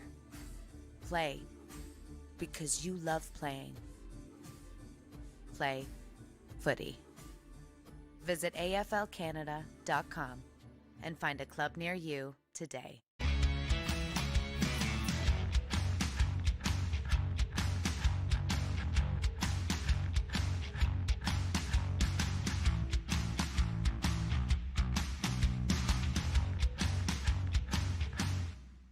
Google Forms now accepts payments. The Payable Forms add-on allows for seamless integration of a digital checkout with your Google Forms. Install the Payable Forms add-on. Link your payment provider. Share and get paid.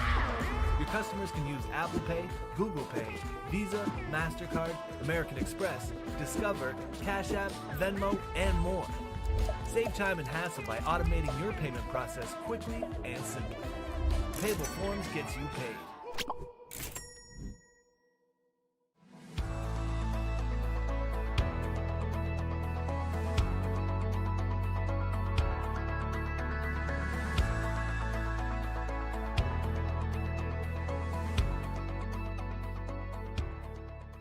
Patrick McNeil back here with you on near the campus of Humber College at Colonel Samuel Smith Park in Greater Toronto, Ontario, joined by Troy Thompson. It is their second match of the day, 2-0 Calgary Kangaroos taking on the Hamilton Wildcats, who are 0-2. I want to remind you that Tribal Sport is the official tournament partner of the 2025 Men's Club Championships. With more than 20 years of experience and a deep understanding of the international footy market, Tribal Sport is your source for high-quality on- and off-field apparel, easy for me to say. Visit tribalsport.com to order your club's merchandise today. And Troy, as we were saying before break, a very impressive first half of footy from the Calgary Kangaroos. Yeah, continuing on from where they left off yesterday, dominated both their games yesterday and looking like they're going to have a very big second half in the dry half of the ground. Yeah, that's a good point, too. They might have been fighting against the conditions, but we're still able to push the ball into that forward 50 quite a bit, and might be a bit more advantageous. Of course, both teams get an opportunity, 2 20-minute halves, and as we said, a lot of these teams, Hamilton plays in the AFL Ontario competition. They're used to the 4 20-minute quarters, but because of the schedule here, you want to give as many games as possible, as many opponents as possible, a little bit more urgency with these 2 20-minute halves. Yeah, and don't underestimate 2 days of footy. They're not used to doing that, whereas Calgary played a lot of tournament footy over the years, particularly down at the US AFL Nationals, and really right across tournament play footy. So 2 days, they set themselves up well for that. Hamilton very rarely have had to do that before. Yeah, that's certainly a good point, and it is a different type of conditioning. You're playing in the morning right after you're playing all day yesterday, so it definitely can take a toll on the body for sure, but we look forward to the second half. Again, the Roos are in white and blue, Hamilton in black and yellow. Also want to shout out our official streaming partner of the 2025 Men's Club Championships, Payable Apps. Simplify all the effort involved with accepting, collecting, and reporting electronic payments with Payable Apps. Visit payableapps.com to automate your payments today. What are you looking for, I guess, from Hamilton in this first half after what was a tough first half for them? Well, as I said, Manning's been winning the ruck, right? So I would love to see him get a centre clearance out of here and give themselves a good shot at a goal first up when they've got numbers in their forward half. Most of that quarter, they're having to push back because Calgary is so dominant. But early in the quarter, this is their real opportunity when they've got all their forwards in their forward line to win a clearance and get a goal. Yeah, as you mentioned, Moaning has been very good in the ruck, and he's someone who's played for the North Wind, so they know what he's capable of. He's going to be a key player for them and any success they're going to have here. And they would love to get that early score here to really kind of send a message to the Roos and kind of give themselves any chance to try to win this game. Again, if the Wildcats lose, they will go down to the 7th place game. Now, things get a little bit more complicated if they win. We can get into the math later if we need to. But we have the opening bounce for this second half of footy. And again, we talked about the Wildcats doing something off that opening tap, and they do, at least in the short term.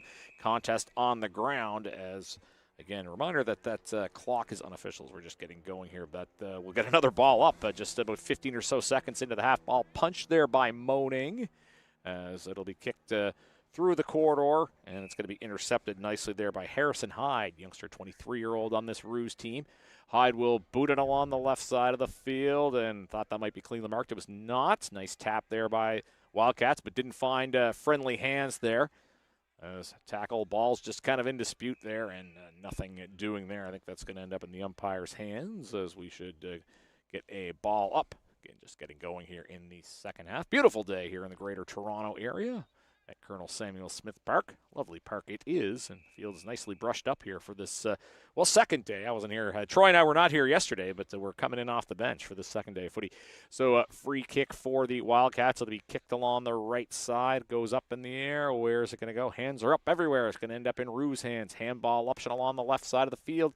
Kick goes way sky high, higher than long, but it'll be long enough for a mark, but it's going to be an intercept mark, and that is going to be hauled in by Martin Brown of the Hamilton Wildcats.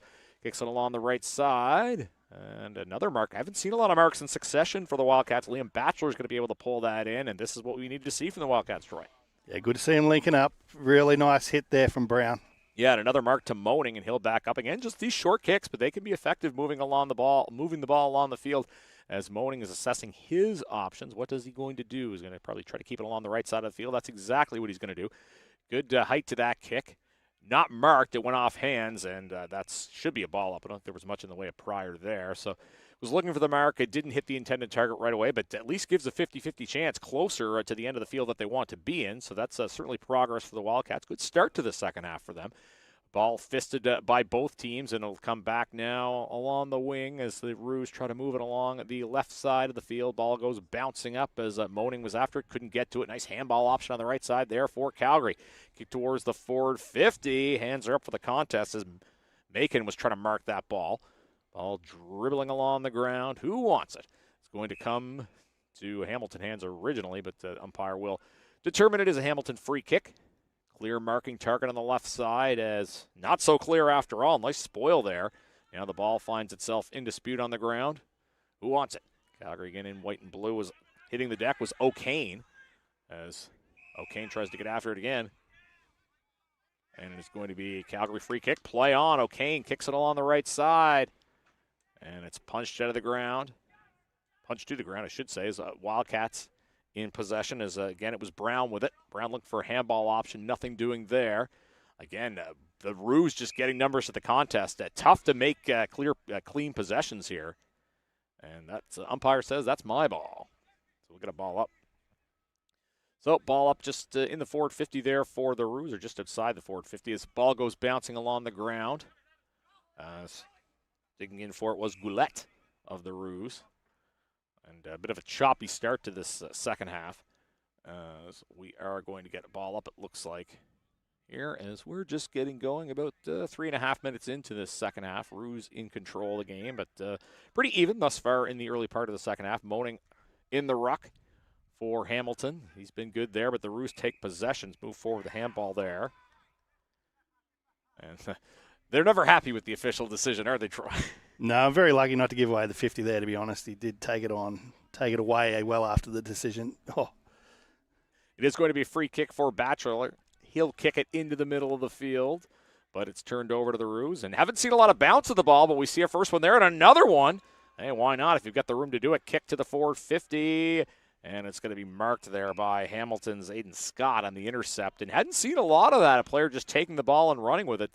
But the space opened up, and if you're confident in the bounce, then I'll tell you, the good players make that look easy. I can tell you as a not good player, it's not very easy. Ball bouncing along the right side as the Roos take possession. Handball option to the right side as it's kicked forward for Calgary. Intercepted, and Hamilton a bit more aggressive on the defensive side of the ball, which good to see some pushback from them. Kick along the right side, and that is going to be cleanly marked. Seeing a stronger kicking game here for the Wildcats in this second half thus far. And, oh, no, that was an attempted mark. Not quite. Ball now on the ground. As both teams getting numbers to the ground will be picked up there by Finch. Seen a lot of him today for the Roos. As Moaning takes it for Hamilton. He's being forced back, so he'll kick it to the right side. That is going to be intercepted there by Paul Barron. Yeah, and the Roos subsiding the danger there, I guess we could say. Yeah, Wildcats really just need to look inside then and go lateral because they had nothing forward.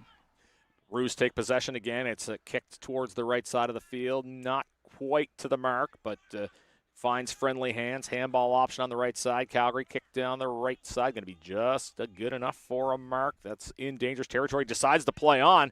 He might be regretting that, but he does, in fact, kick to mark. And that was kicked out there by O'Kane. He finds a friendly target in McGraw.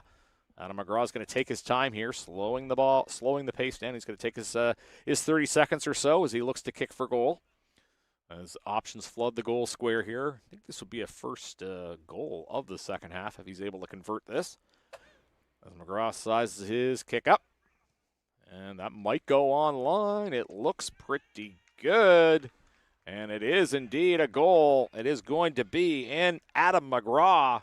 And the Calgary Kangaroos with a major goal to start off this second half. They go to 4-7-31. Hamilton is scoreless. And you talked about they had a bit of a drier field to work with, and now they're happy with that. Yeah, we saw that when Hyde ran through the middle before. Now it's dried up. He's actually able to get those bounces. And he's been playing a great game off half-back, really scything kicks coming out of there. This time, though, we saw Calgary come out to this side of the ground. They've gone on the other side. It hasn't been working for them. This time they found the space out in front of McGrath there, went back and made no mistake. Yeah, good teams adapt, no doubt about that. And this Roos team has proven to be very strong over the first 2 days. Of course, if you are just tuning in for the Sunday action, Calgary going 2-0 on the opening day, and they're looking to punch their ticket to the first place game here. As Hamilton trying to avoid dropping into the 7th place game. As battle in the Hamilton forward 50. As Roos take possession. Punched along the left side as Roos working their way up the field. Kicked along the wing. Looking for a marking option. Ball on the ground. And it's kicked into the forward 50 again. As goes bouncing as Brown will try to pick it up for Hamilton. Called his name a few times today. He's trying to protect the ball before he gets it. Then he punches it out the back. Wildcats try to hold off this Roos attack here in the Calgary forward 50. Ball kicked out towards the 50-meter arc, and that is going to be nicely marked there by Marco Kane. Seen a little bit of him. Sky-high kick, short one, and once again finding Finch. Kicks towards the front of the goal square, and it's going to be nicely marked here by McGraw. Familiar targets we're seeing for the Roos here. Yeah, and again, that transition, they had no one really in front of them on that other side of the ground. That quick little transition kick, and suddenly it's an easy pass out to McGrath. Yeah, McGraw looking for what would be his second goal of this early part of the second half. He's going to take his time here. He's got his 30 seconds he can work with. Looks like a clear angle. So he'll give this a boot. Looks good off the boot. That is going to go straight through. That's a no-doubter.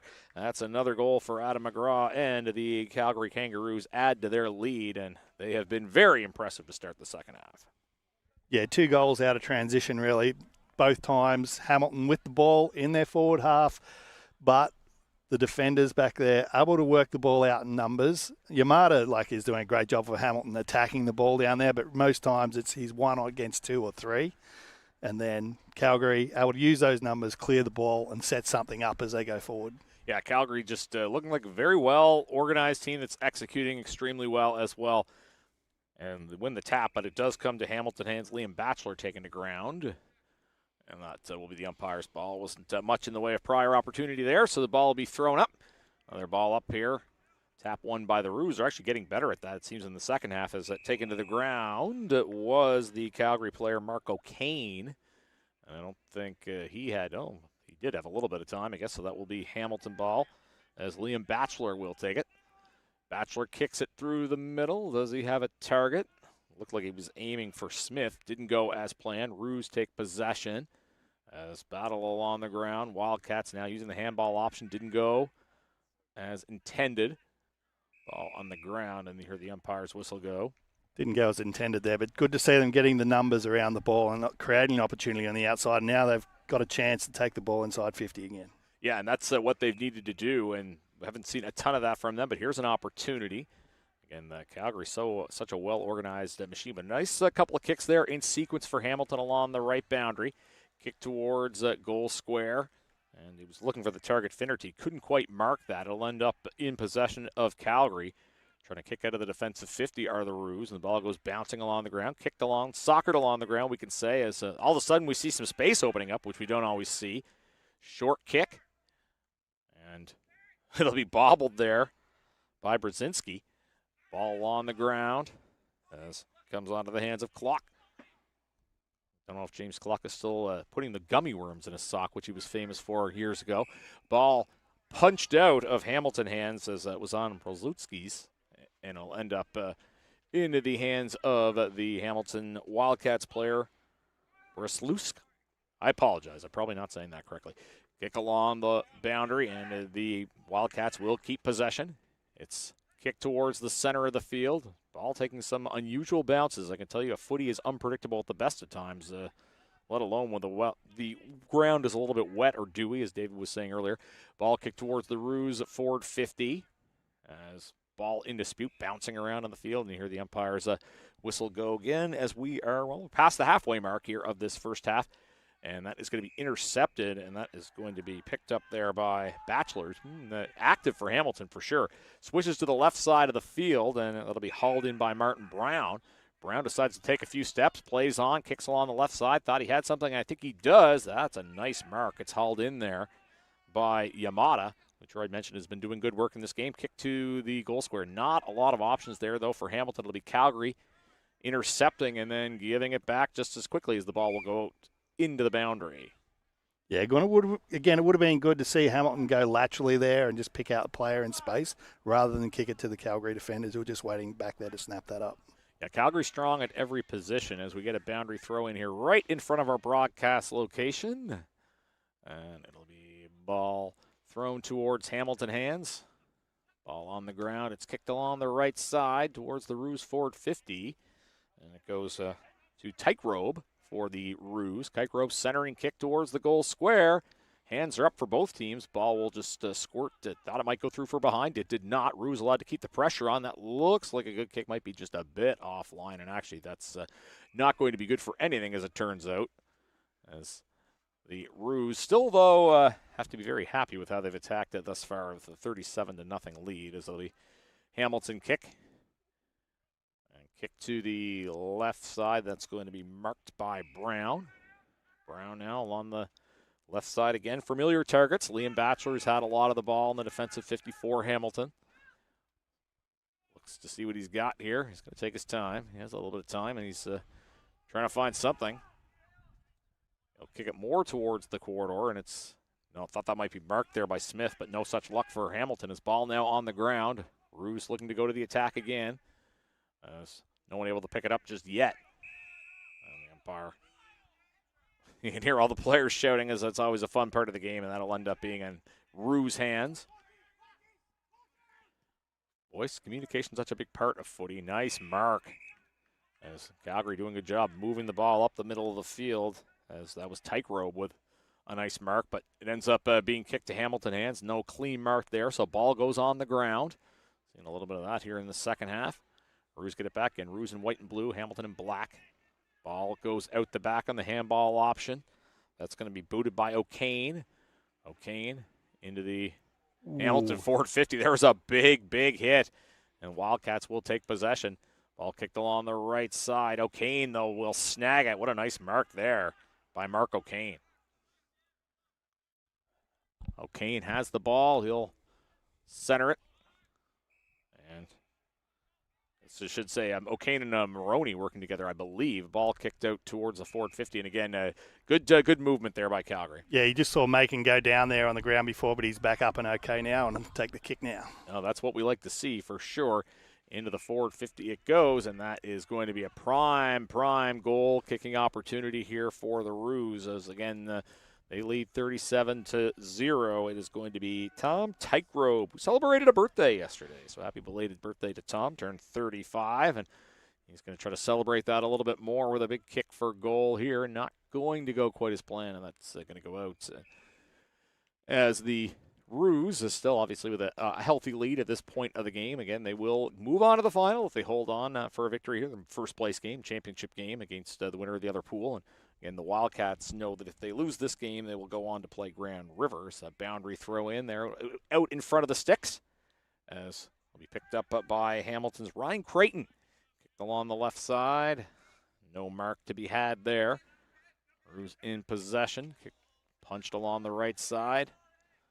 Good contest here along the ground. As that might have been a throw, but the ball is punched out. As go forward the Roos do. Kicked along the right side. Goes bouncing. Bouncing is not able to reel in the ball. The ball will end up squirting out there. And the umpire will do another boundary throw in. Is a bit of I don't want to say sloppy, a bit of a disjointed sequence there, I guess we can call it. And boundary throwing in prime opportunity for the Roos, should they be able to get a tap here.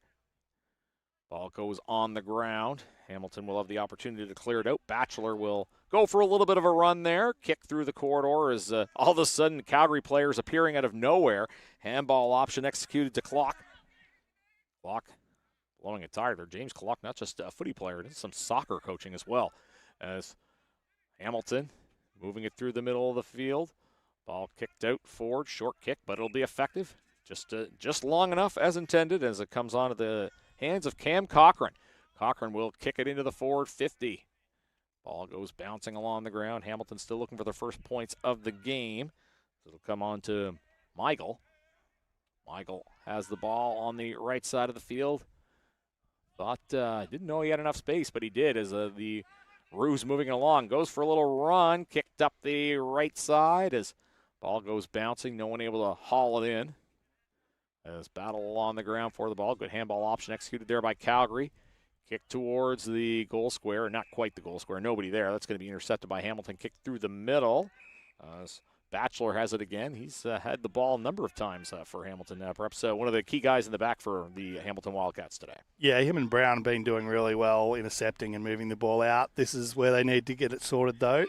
Out on the wing, they need to find an option marking up forward. Now, in this particular case, Moaning is the option, as he'll look to see what he has. As he'll boot it through the middle. Hands are up for both teams. It'll be hauled in by Hamilton. There's a kick towards forward 50. Wildcats might have something on here. Ball goes bouncing around. It's on the ground, and again, we'll hear the umpire whistle. Incorrect disposal is the call. Yamada down. He could have got the free kick there, I thought, but play went on. But Hamilton have got the kick now and a chance at goal. Yeah, it's Ryan Creighton, as Troy mentioned, Yamada going to ground. Hopefully he's going to be okay, as he's had a pretty good game for the Wildcats there. So Ryan Creighton has an opportunity to put Hamilton on the board. Good angle for this goal, I would think.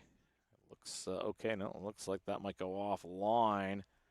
And that's he didn't want the Hamilton player. I think he was instinctively trying to kick it through, and then he realized, well, I don't want it behind. I want to get a goal, but it's going to be cleared into trouble there for the Roos.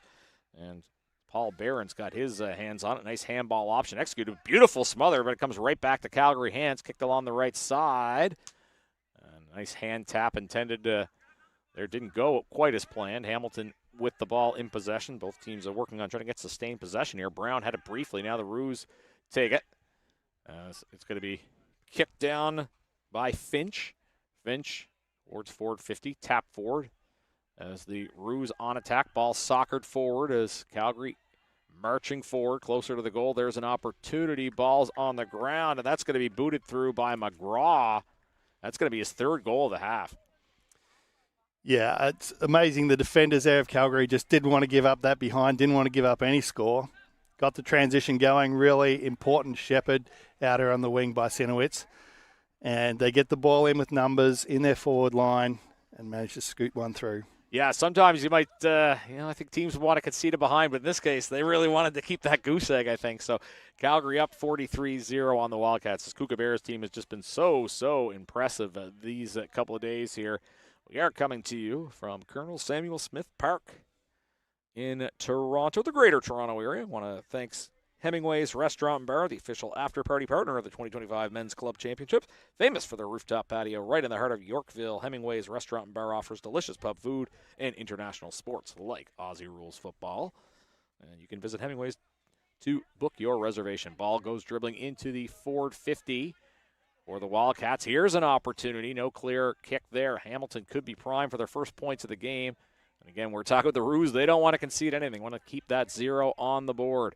Well, handball on the right side, and they're going to succeed in doing so. The Calgary Kangaroos conclude a perfect 3-0 round robin. And Troy, what can you say? We've been throwing out the superlatives, but well-deserved for the Roos based on their performance.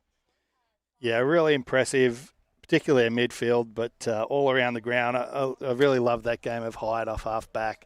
And when they got the ball forward, they had many options and got the job done. Yeah, no doubt about it. More of the same for them after their 2-0 showing in day one. They are through to the men's grand final. Hamilton will play Grand River in the 7th place game. Of course, we're going to have all those great games for you and more. Still lots of footy to come here from Colonel Samuel Smith Park of the Greater Toronto Area. You are watching live via AFL Canada on YouTube.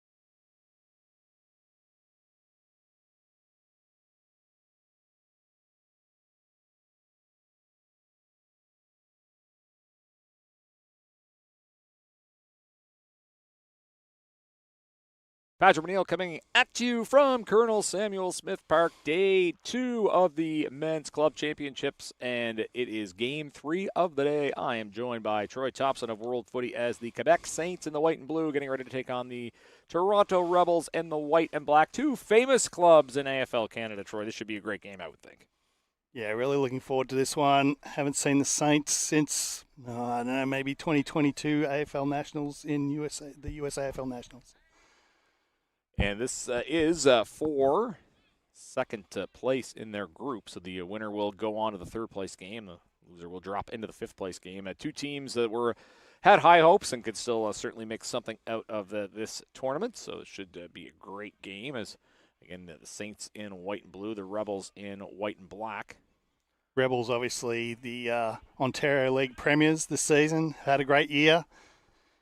They'll be looking to finish off this tournament well, trying to win that third place, I would say. Absolutely. Quebec Saints, they have the little Metro League going in Montreal. They also draw some players from Quebec and Sherbrooke. So footy has grown in the province of Quebec in the last number of years, which is, of course, great to see. That's the more places you're playing footy, the better here in this great country of ours. And it's great sport as we will get the ball up. And we are underway with the third game of the day, Saints and Rebels. Ball on the ground. We get our first umpire whistle here. As a reminder, that clock unofficial as we get things going. As ball kicked through the middle and almost at our first mark of the game, but it is going to come off Saints' hands as ball goes bouncing around the ground. The ground should be getting a little bit drier, as Troy was talking about there in that last game. Kick to mark, and the Rebels will have an opportunity here as that's kicked into the 450. Hands are up. No clean mark, but Rebels keep possession. Ball goes skyward, way up. Look up, and I'll call Rusty Ball batted through. Everybody's getting their hands up there. And it's going to be Baker was trying to get it for the Saints. Kick for goal goes up, and that was off the boot of William Hack. And he's got the first goal of the game. Great start for the Rebels, Troy. Less than a minute in, they had their first goal.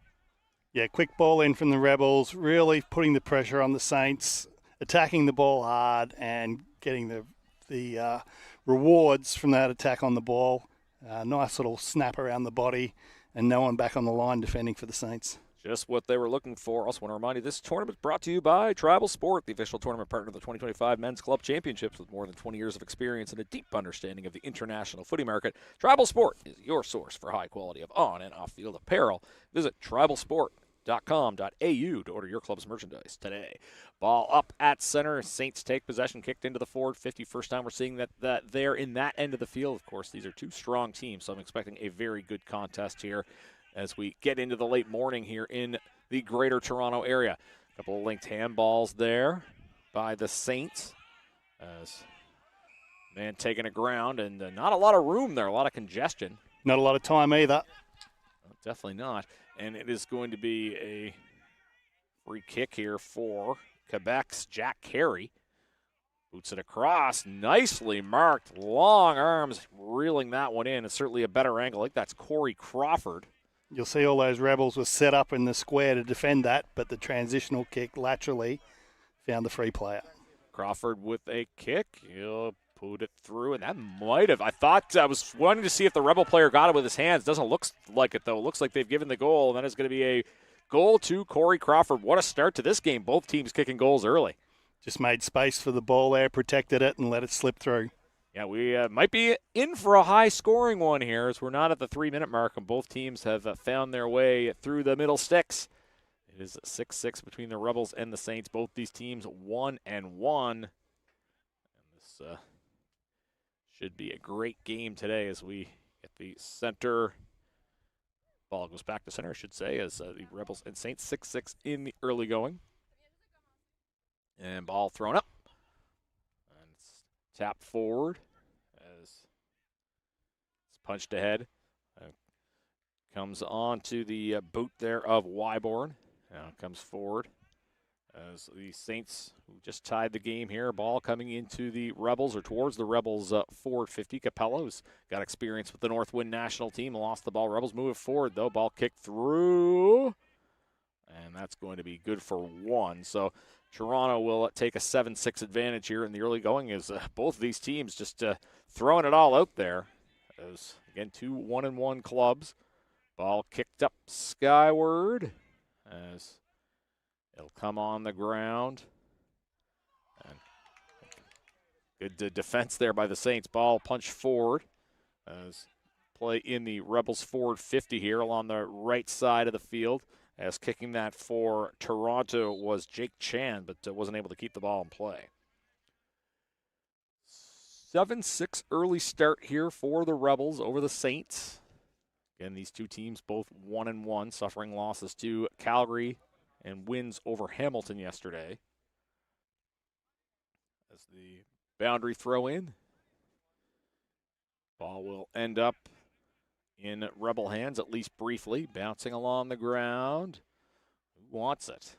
As Saints going to try to clear it out of trouble out of their defensive 50. Ball will come up and not quite intercepted. The Rebels get possession back.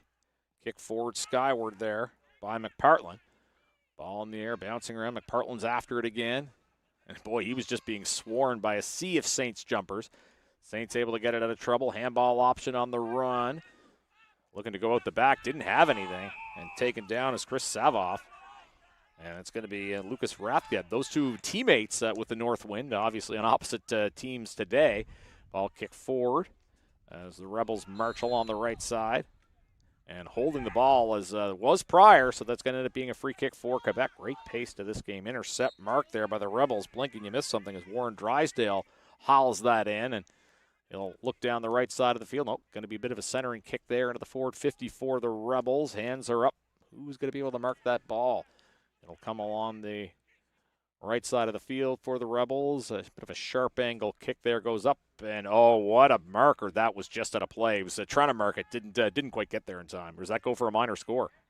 Yeah, minor score. Yeah, it is a behind. As I think he was looking for that mark out in front of the goal square, but didn't quite go as planned. But the Rebels will take those points, as those could end up being valuable here, as Toronto had 8-6 on Quebec in the early going. As goal square kick for the Saints, kicked along the right side. Skyward it goes. Capella was looking for the intercept. Ball goes on the ground. It's in dispute. They're in the Rebels forward 50. As action opposite our broadcast end here. Rathgeb trying to pick it up there for the Rebels.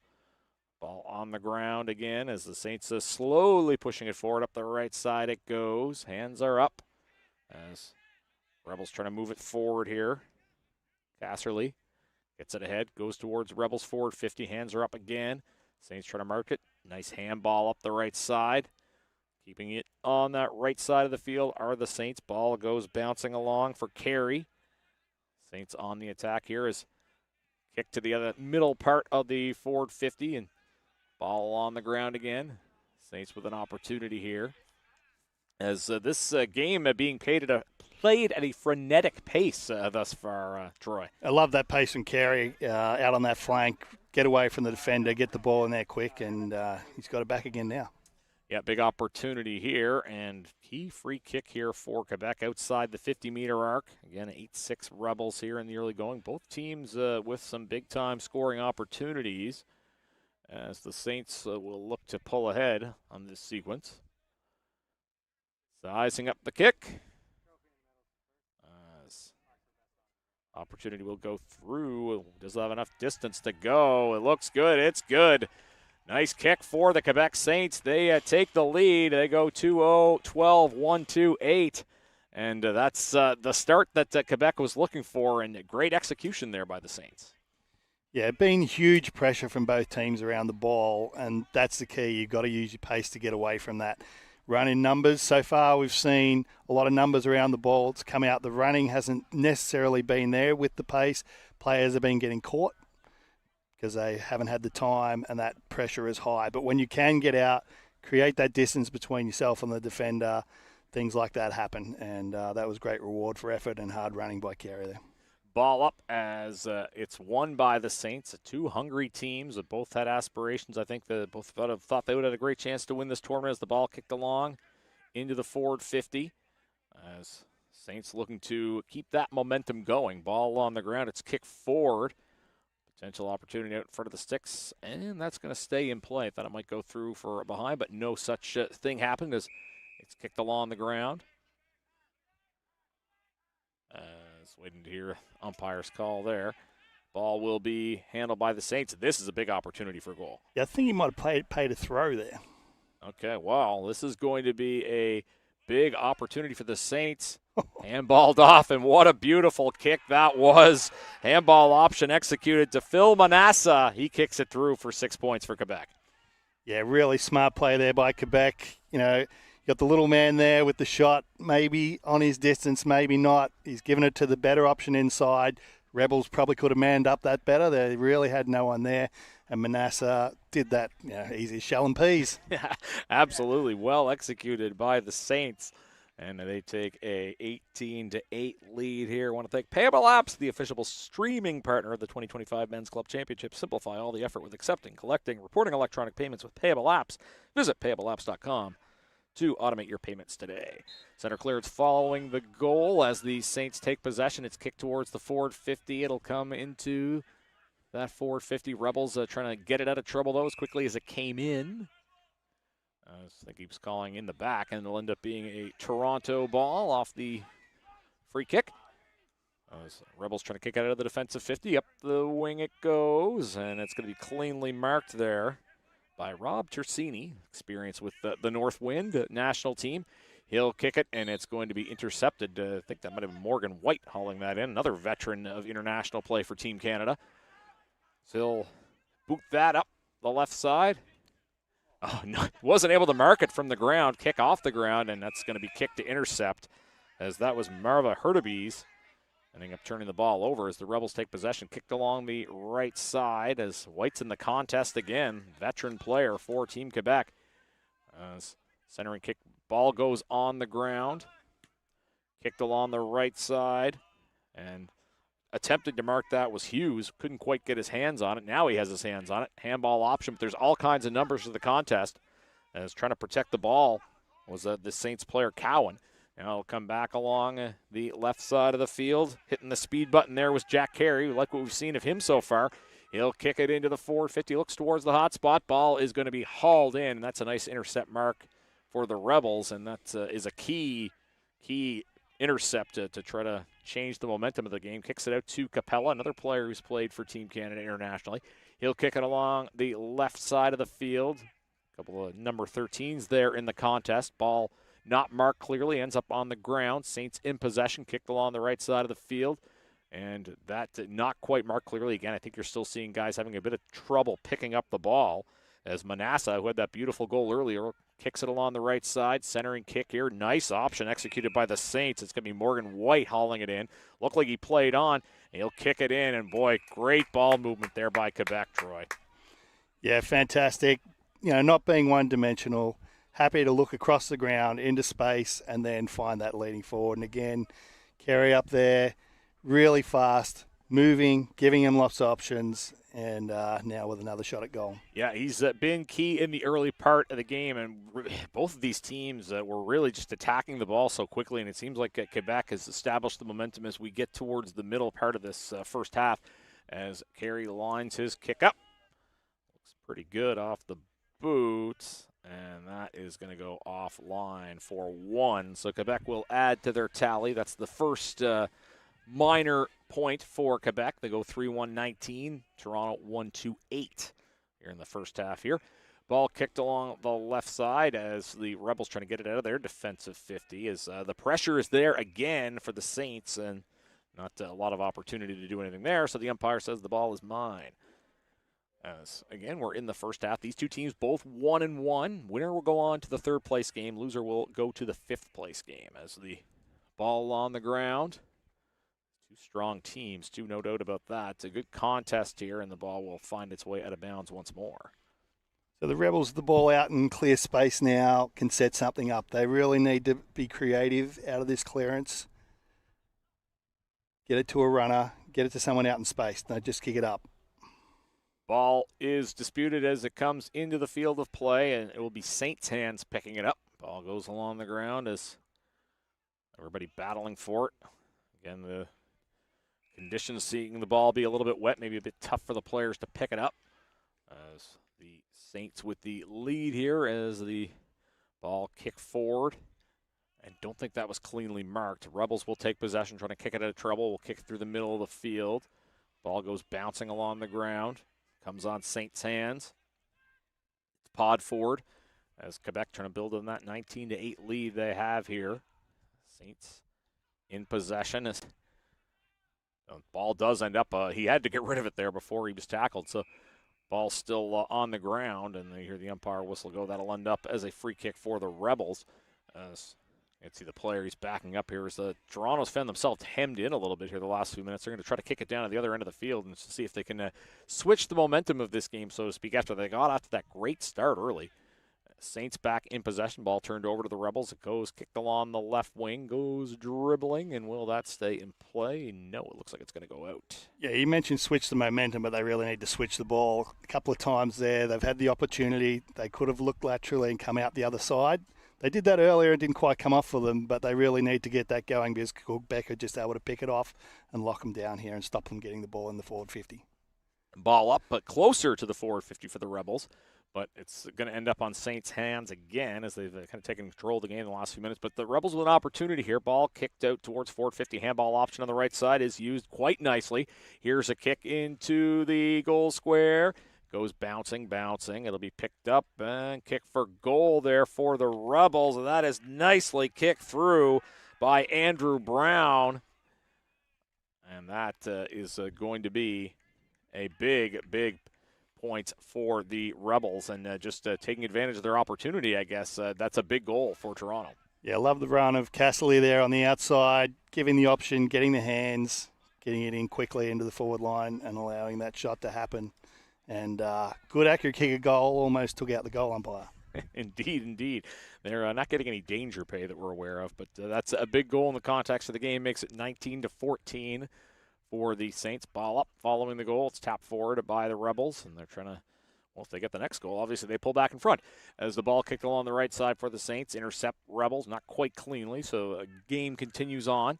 Handball option used there by Quebec. Ball kicked deeper into the forward 50. Ball's loose along the ground as taken to the ground. I don't know if it was that high. I'm trying to see the call there. Yeah, around his neck, pulled him to ground, and deserved the free kick there. Yeah, well drawn free kick for Rowan Shaughnessy, who's played for the North Wind as well. He has an opportunity here to add to that Quebec lead. Again, high contact, the call there. So, free kick goes the way of the Saints. And a kick, and that's just going to go dinging right off the post. We could hear that from all the way over here, so that's going to end up being a single point for Quebec. That'll make it 3-2-20, 2-2-14. So the clean 6-point difference now. Rebels kicking along the left side as ball goes up in the air, not cleanly marked. Turned back over to the Saints. Big opportunity here as ball will go off hands and out of play. Yeah, lots of numbers out there for the Saints. On the outside of the 50, just waiting for that to come out. They're well set up. So the Rebels and Saints, again, winner will go to 2-1, loser goes to 1-2. Boundary throw in there. Ball is tapped forward by Rebels' hands, so they're trying to work it out of the defensive 50, doing so on the run, up the left wing. Ball goes bouncing along the ground. Who is going to pick it up? By the umpires trying to stay out of dodge here as the ball's in game is moving quickly as the Saints tapping it forward. Ball in the center of the field here. No one's really able to kind of clearly pick that ball up. No prior there. Ball just bouncing along the ground, and that will end up in the umpire's hands. So, again, good pace to this contest. About 2.5 left here. Again, that clock you're seeing on the scoreboard is unofficial, but they usually do a pretty good job of keeping that accurate. Ball up, ends up on the Rebel hands, and he was feeling the pressure, so he'll boot it towards the forward 50. Oh, nice. Is that going to be marked? Yes, they are going to pay that. And this is a big opportunity here for the Rebels to tie the game. Not sure which player it was, but a nice mark and just good movement through the corridor by the Rebels. Yeah, probably Quebec are a little bit upset about that being paid because it probably did go to the ground as he came to the ground, but I thought he did enough to be paid the mark. And he's got an opportunity to score or tie the game or perhaps kick to a better mark here, a better scoring position instead. It is going to be a score, but it is going to be just the 1 point. That is going to make it a 20-15 lead for the Saints. Goal square kick following the behind. And it'll be kicked on the right side. Ball goes up in the air. You can hear the drones buzzing around here. Colonel Samuel Smith Park. Beautiful day for footy in the greater Toronto area. Again, winner of this game will go to 2-1. Loser drops to 1-2. Winner goes to the third place game. Loser goes to the fifth place game. As we'll get another boundary throw in here into the forward 50 for the Rebels. Ball punched forward. Ball on the ground. As Saints trying to kick it out of trouble. Capella was looking for the intercept. Couldn't quite reel it in, but the Rebels do get it after all. Kicked out. I was looking for a mark out closer to the goal. Ball's on the ground. Now Quebec trying to clear it out. Yeah, kicking in danger, free kick there against the Rebels. So that will lead to the Saints getting a kick in the defensive 50. I was wanting to see if we can hear the umpire's call from over here. Not always easy, but they're doing a good job of keeping the game moving along as it will be kicked along the right side of the field. Up in the air it goes. Ball goes bouncing along the ground. It's in dispute, so to speak, and that'll be picked up by Baker as the Saints and the Rebels here in this first half. Saints ahead by 5 points. Quebec leading Toronto. Again, these are two teams that definitely had high expectations. Were probably both disappointed to lose their games against Calgary, but now want to finish the tournament as strong as they can. Boundary throw in as ball's up in the air and now finds its way on the ground, where we've seen a little bit of the action as of late out the back handball. And the free kick will go the way of the Rebels. Rebels moving towards their forward 50, kick to the deeper part, or just actually right to the arc, as the Saints will take possession. And that is going to do it for our first half. A very, very good first half of footy, Troy. Two fun teams to watch. Absolutely, and that was an important free kick there that they gave away just to eat up those last few seconds and make sure that the Rebels couldn't get the ball in to potentially take the lead there on halftime. It is Saints 3-2-20, Rebels 2-3-15. So just that one kick, the difference. A really strong first half. Look forward to a good second half as well. You're watching the 2025 AFL Canada Men's Club Championships from Colonel Samuel Smith Park in the Greater Toronto Area on AFL Canada YouTube. Play for fun. Play for fitness. Play for glory. Play for community. Play for club. Play for country. Play for each other. Play because you love playing. Play footy. Visit AFLCanada.com and find a club near you today.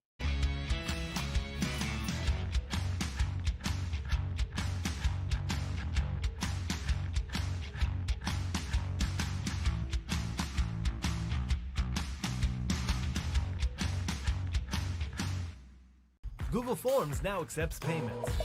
The Payable Forms add-on allows for seamless integration of a digital checkout with your Google Forms. Install the Payable Forms add-on. Link your payment provider. Share and get paid. Your customers can use Apple Pay, Google Pay, Visa, MasterCard, American Express, Discover, Cash App, Venmo, and more. Save time and hassle by automating your payment process quickly and simply. Payable Forms gets you paid.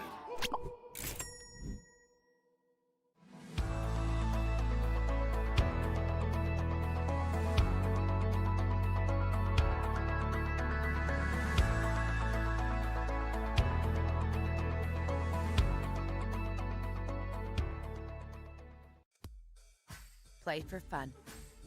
Play for fitness.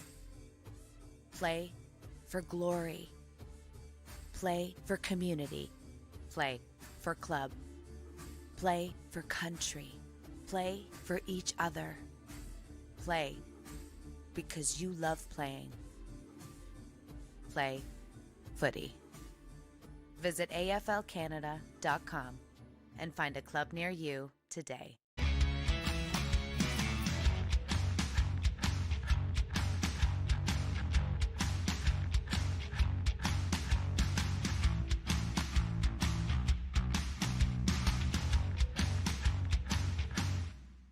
Google Forms now accepts payments.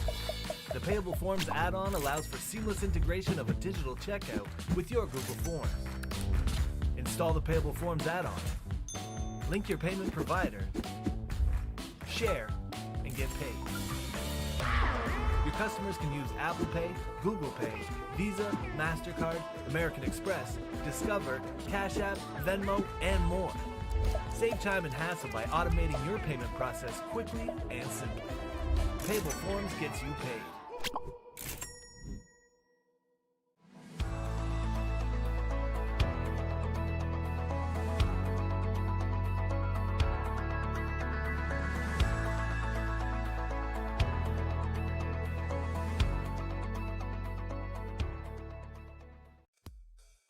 Play for fun.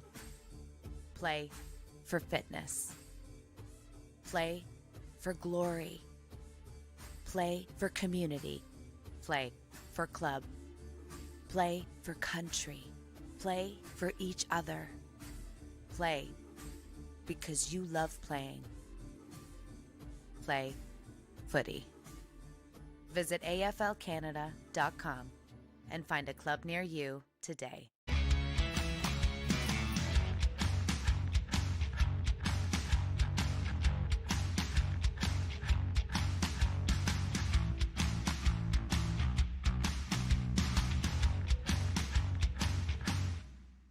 Google Forms now accepts payments. The Payable Forms add-on allows for seamless integration of a digital checkout with your Google Forms. Install the Payable Forms add-on, link your payment provider, share, and get paid. Your customers can use Apple Pay, Google Pay, Visa, MasterCard, American Express, Discover, Cash App, Venmo, and more. Save time and hassle by automating your payment process quickly and simply. Payable Forms gets you paid.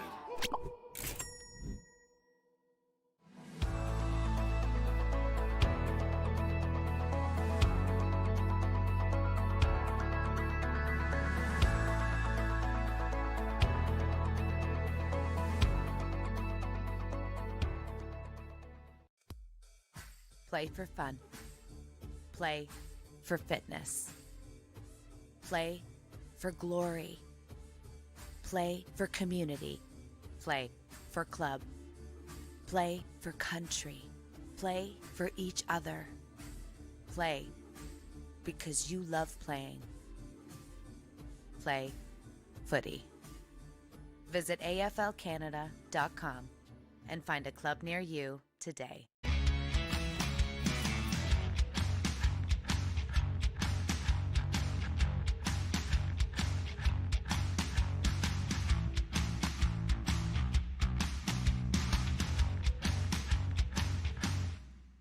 Google Forms now accepts payments. The Payable Forms add-on allows for seamless integration of a digital checkout with your Google Forms. Install the Payable Forms add-on, link your payment provider, share, and get paid. Your customers can use Apple Pay, Google Pay, Visa, MasterCard, American Express, Discover, Cash App, Venmo, and more. Save time and hassle by automating your payment process quickly and simply. Payable Forms gets you paid. Patrick O'Neill back here with you with Troy Thompson from Colonel Samuel Smith Park. It's day 2 of the 2025 AFL Canada Men's Club Championships, third game of the second day as the Toronto Rebels in white and black against the Quebec Saints in white and blue. Great first half, Troy. What do you expect from the second half? Yeah, it's going to be interesting. Again, we probably talk a little bit about tournament play, and the Saints probably more used to the tournament play. The Rebels used to sort of four-quarter footy. So they're really going to have to make sure that they get it done here in a short amount of time that's left in the match. So down 5 points, going to have to be quick, getting the score on the board. I'm looking at Hughes in the middle. He's been really good for them. Yeah, it's certainly going to be a great 20 minutes, as you said. Score very much in the balance as the opening tap won originally by the Saints. Rebels take possession, though, as they work through the middle of the field. Again, Rebels in white and black, Saints in white and blue. Ball kicked along the left side, and Saints with that 20-15 margin. 2 20-minute halves, quick games, and that should be a good, intense contest here as the ball on the ground. Saints marching towards the forward 50, has a chance to take a run. He's taking it, ball kicked right through. What a start to this second half for the Saints. If you've got space, just run and take it, and that's what Quebec does early on, similar to how we saw the Rebels start in the first half. Absolutely, and that's on the flip side to what we just talked about. The Saints, they've got to put that gap and make sure they get this victory, take it all the way to the end. So they've done that as perfectly as they can. Again, Carey, dominant for him up forward, quick movement, quick ball movement, and getting the job done in front of goals. Yeah, he's been outstanding for Quebec. And again, the winner of this team will capture second place in the group. Tapped by the Saints off that center clearance. Ball goes, kicked towards the Saints forward 50, but it's taken by Rebel hands. Capella will reel in that mark. Capella, known biker. I think he cycled across Canada. I think that was cited last time when we were on commentary. He'll kick the ball along the left side. Saints will take possession. Goes dribbling on the ground. Rathgeb's after it. It'll come now to more Rebel hands. Rebels trying to attack. They're going to try to get some points on the ground here on the board pretty early here as they trail now by 11. Saints in possession. A lot of congestion there towards the middle of the field. Ball punched towards the left side. It'll come back through the corridor onto Rebel hands. A little bit of soul candy there as the ball kicked out towards the middle of the field. There's no clear marking target there. Ball remains in dispute along the ground as Quebec takes possession, kicked along the left side. And not a clean mark to be had there, but again, great pace to start this second half. Saints in possession, ball kicked through the middle. It'll go bouncing. Who wants it? Carries on it again. He's seen it, called his name quite a bit here in this game. He'll kick it out towards the middle of the forward 50 for the Saints. And are they going to pay the mark? Yes, they will. Phil Manassa, who's been impactful in this game for Quebec. Yeah, Phil's been important for them up there. So Carey's been the man on the move, but Phil's been a good target. Very reliable mark, just protecting the space there, making sure he got the mark, and hopefully he'll put it away here. Bit of a longer kick than we saw him put through in the first half, but certainly kicking distance. Has a couple options in the goal square as well, should he choose to go that route. Going to kick for goal. Looks like it's going to fall just short, and thought it might find St. hands. It does not. Kick to not quite out of the 50s. Capella's on the ball there for the Rebels. He was feeling the pressure. He was able to get rid of it in time, but the Saints get the ball back. Punch forward. Saints keeping that momentum going. Clear opportunity in front of goal, but that's going to go across the face. That will go dribbling. Well, he's going to stay in play. Rebels now trying to make sure this gets out of trouble. Kicked along the right side. As ball just bouncing around. Who wants it? As numbers finally start to make their way to the contest. We've played about 3 minutes here of this second half. The Saints with an 11-point lead here in second half action. That's going to be brought back a long way, right back down to the pocket. Yeah, I was going to say it was out of bounds. The ball's getting a workout here, and I'd speculated whether it gone out, and the play kept going. And there you go. Never doubt your first instincts, I guess. So the boundary throw-in will come in next to the forward 50 for the Saints, who are leading this game. And again, they will finish second in their group if they win. Whoever wins this game will finish second. As the Rebels try to kick the ball forward, it'll come into the middle of the field, and booted through the corridor. It'll come punched forward by Quebec and ends up coming right back to the Rebels. Ball kicked off the ground and no real clean possession that last sequence. And then we get a nice clean mark there by Corey Crawford of the Quebec Saints. He'll boot that along the left side. As it'll come on to Rebel hands there of Stan Temming. As the Rebels, again, trail 11 here against the Saints. A good start to the second half. Quebec getting that early goal as they get a boundary throw-in opportunity here, perhaps for the Saints, closer to their forward 50 to try to build to that lead. Next goal will be huge, regardless of who gets it. Ball punched forward. Here's an opportunity for the Saints. Ball will go on the ground, and that looks like it's going to go for a behind. So that will... Did that go through for a behind? No, it's out of bounds. Next to the post. Yeah, a little bit far away from us here. I'm going to blame the sun. That's, playing tricks on us here. So score remains the same, 26-15 in favor of the Saints. Again, boundary throw in here. Another big opportunity here for the Saints. They've done a good job making sure most of the game has been played in their forward 50 in the second half. Ball up, and that was Manassa that was after it again, and quickly taken to the ground. Don't think there was much prior there, so let's see if that, in fact, will be a ball up. So, ball up here in the Saints forward 50. Thrown up. And contest there. Ball punched towards Rebel player. And high contact paid there is a bit of a no-brainer, I would say. Rebels will get a free kick kicked along the right side. Ball bouncing along the ground. It'll come to Quebec hands, though. As the Saints, again, in control with the lead here. As trying to see the player, I think that's Aaron Stone with the kick for Quebec. Kicks towards the hot spot. Ball goes bouncing along. Rebels take possession, trying to kick it out of the defensive 50. It'll come bouncing along the ground. Good foot race here. Somehow nobody is near the footy, but it's finally picked up. Rebels on attack, turned over. Saints on attack, but it's turned over to the Rebels. Ball will go dribbling on the ground. Quebec hands are after it. Saints take possession. Crawford's on it again. He'll kick it through the middle. And that is going to be reeled in. That ends up being a real nice mark off the Corey Crawford kick. Yeah, Crawford's been really good across half-back. He's kicked some really nice kicks out, found his teammates down the field, and really helped that transition for them. Absolutely. Nice kick to Ronan Shaughnessy, who made a beautiful mark there as well. So good links there by the Quebec Saints. Shaughnessy's got an opportunity to add to that lead, booting it through. And he likes that a lot. Goes right through, close to the right post. Nice big goal there for Ronan Shaughnessy. And the Quebec Saints move to 5-2-32. Rebels 2-3-15. This has gone about as good as it could in the second half for Quebec, Troy. Yeah, and Quebec just looking really good when they go straight down the middle. When it's gone wide, Toronto have been able to get those stoppages, and they're actually very good out of those stoppages in the back pocket. But once it's out in the middle and in space, Quebec really dominating with their speed and their marking in the air. Yeah, Quebec Saints out to 32-15 lead. Again, want to thank Payable Apps, the official streaming partner of the 2025 Men's Club Championships. Simplify all the effort involved with accepting, collecting, and reporting electronic payments with Payable Apps. You can visit payableapps.com to automate your payments today. Ball will come to the middle following the Saints' 6-point score. I think we're just retrieving it from the creek out the back. Oh, there you go. It's, if the ball wasn't wet enough, then it's going for a drink. Look for number 8. I think it's Wyborn here for Quebec. He's won a number of their key clearances here in the middle. Always easier if you start with the ball, so he'll have the opportunity to do that against Welsh for the Rebels. Ball ends up on Saints' hands, and no time and space found in the middle of the field there, as the umpire says, my ball. So no prior, we'll get another ball up. Ball thrown up, batted forward. Rebels take possession.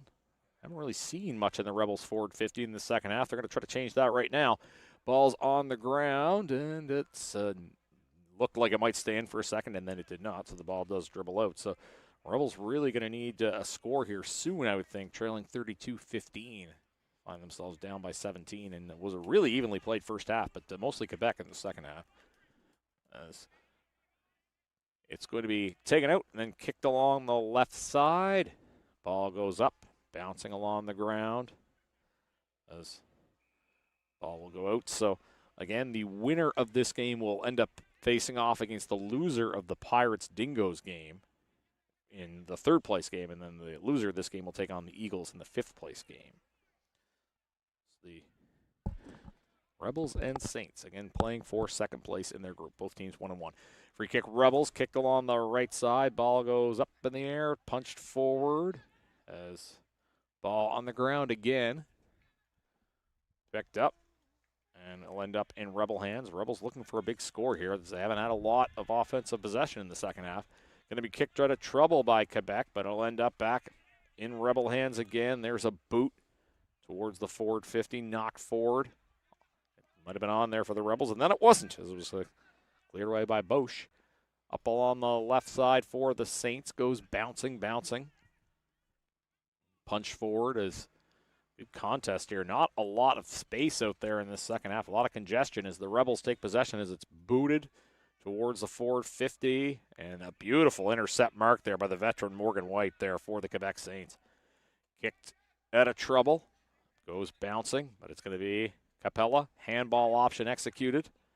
As to the ground went McCormick. McCormick gets it back to Capel. Trying to use those handball links of the Rebels. Was working temporarily there, but the Saints get it back. Ball goes bouncing along. Short kick. Intercepted. Rebels now another short kick. Moving the ball. That was just 15. Just good enough. Another short kick.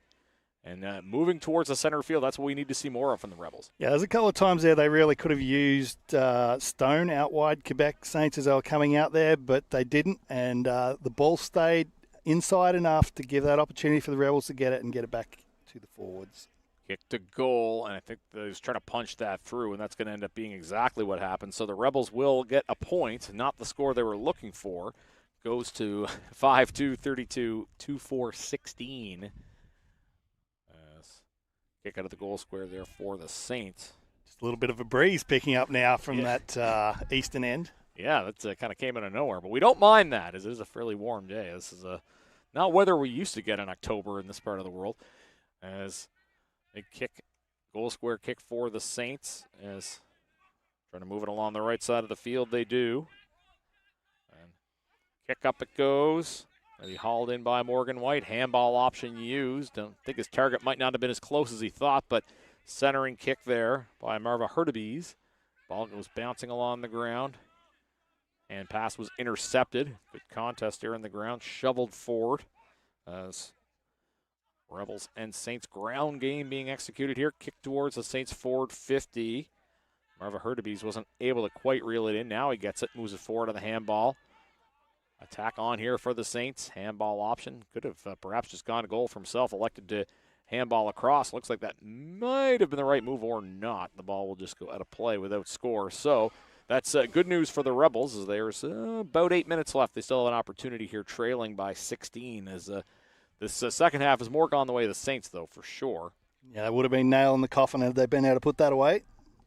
But Rebels still with an opportunity, although the ball is in the Saints forward 50, as the ball ends up in Saints' hands, and Manassa had a golden opportunity there, and he'll kick the ball, goes dribbling along.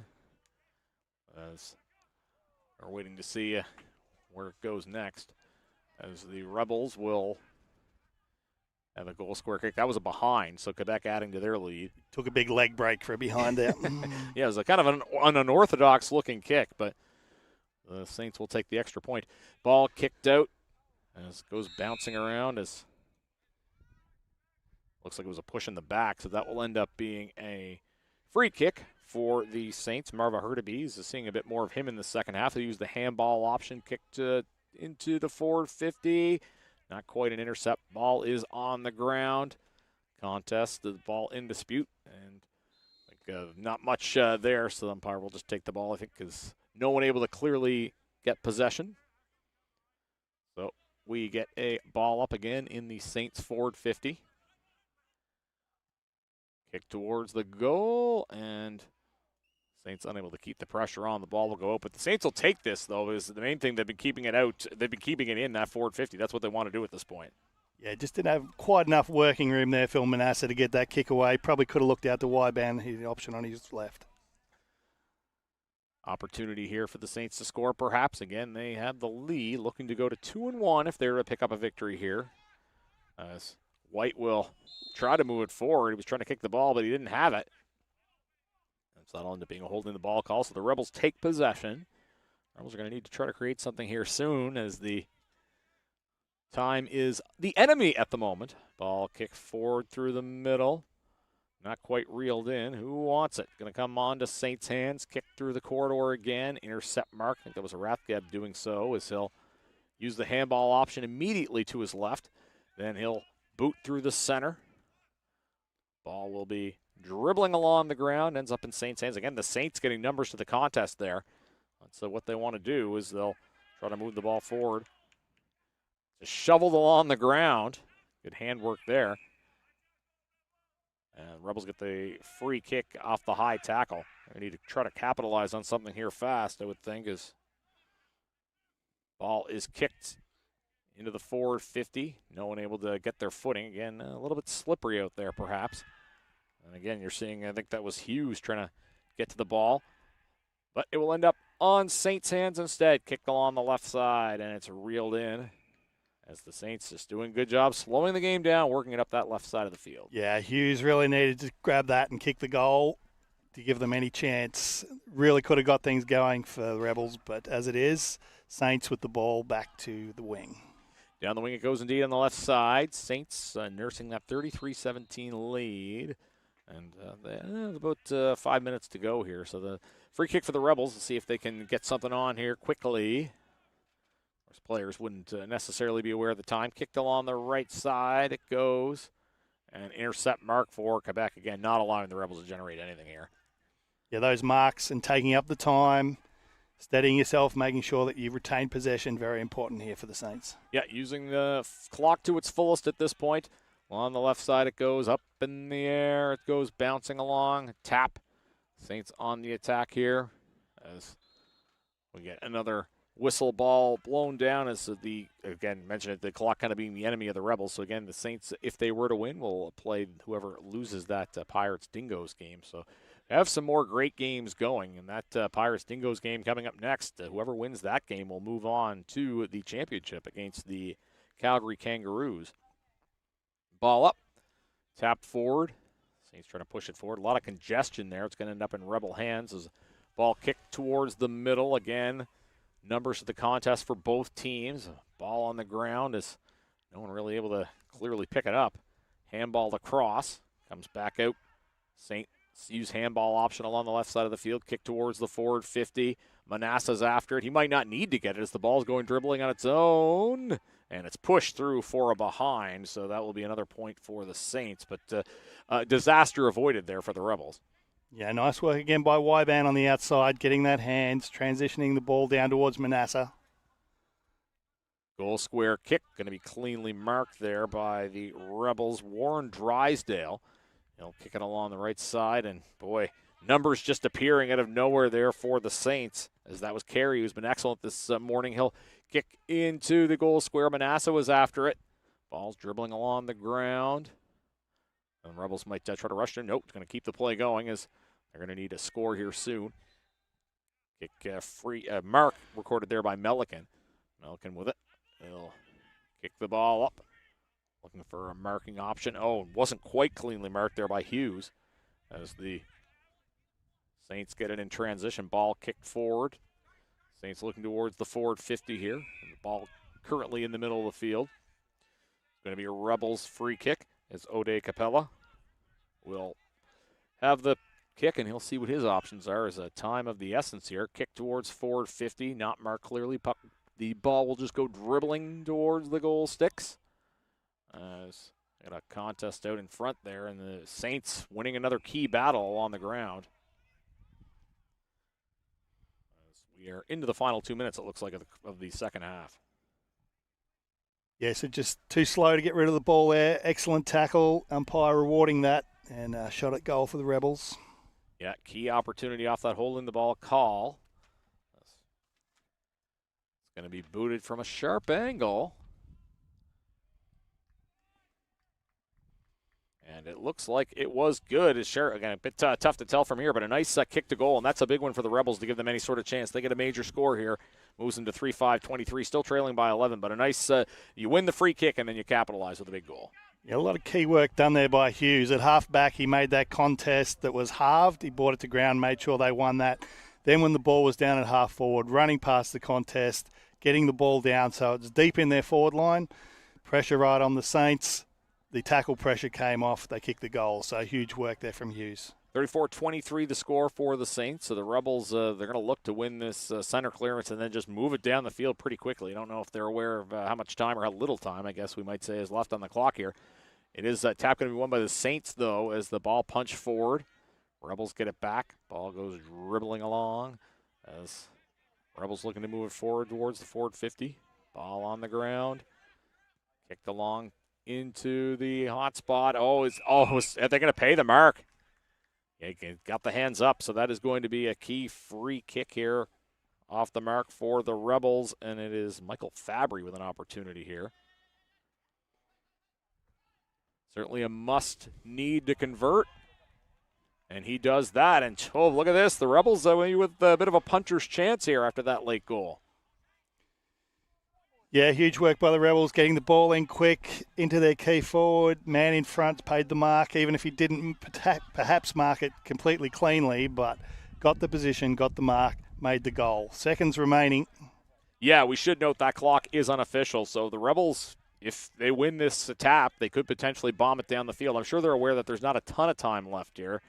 Suffice to say, a must-win clearance. Here it is a 5-point game, and going to be redone, it looks like. That is a free kick to the Rebels. Well, that's what they needed. Kick to the forward 50, and that is going to be a crucial intercept mark. That could end up sealing the game for the Quebec Saints, as that was Jack Baker. And as soon as he picked that up, he was going to take his time They'll kick along the left side as, again, we're in the dying seconds, as Troy was just saying here. Rebels need to get the ball quickly, and it's not going to be in the cards for them. An excellent game here between two strong teams, and ultimately it is a 5-point victory for the Quebec Saints. We thought this was going to be an excellent game, and it turned out to be just that as Quebec gets the win, 34-29.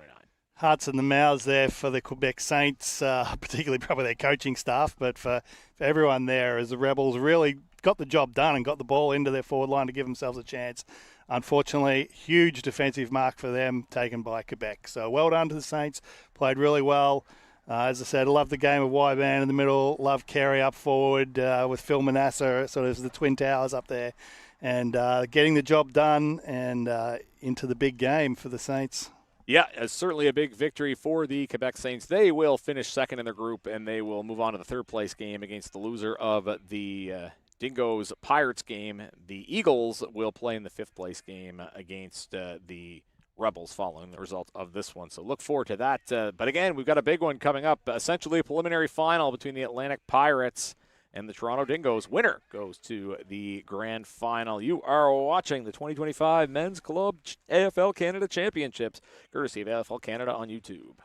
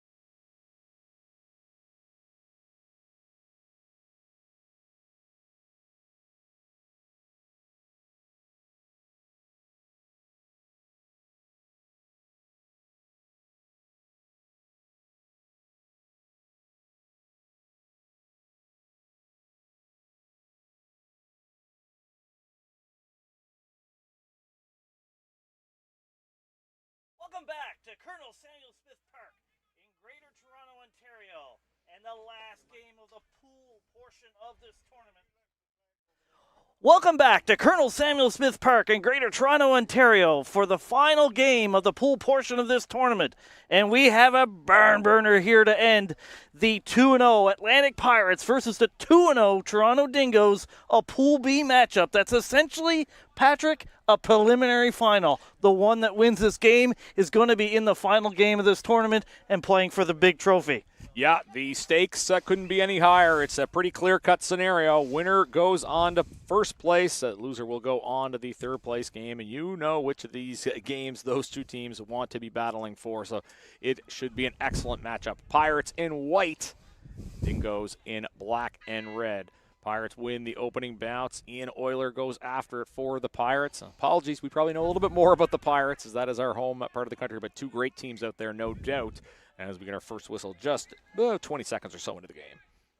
Yeah, kind of an upset, I think, for the Toronto area teams. It just happened with the Quebec Saints defeating the Rebels. So we'll see if the Pirates can do the back-to-back upsets here for the Toronto teams. Yeah, certainly the Dingoes still have an opportunity, though, to win the championship again. As David said, winner of this game wins the group. Pretty clear stakes. And again, Pirates in white, the Dingoes in black and red, as we're going to get a ball up here in forward 50. Ball goes up, tapped by Dingoes. It's punch forward, and again, quick to ground. So a bit of a congested start here in the very early going. There's a free kick for the Atlantic Pirates. For those who don't know, the Atlantic Pirates are a combination of four teams in the Maritime provinces: the Sydney Giants, the Halifax Dockers, St. John Bulldogs, I should say, and the Cornwall Tigers out of just outside Charlottetown, PEI.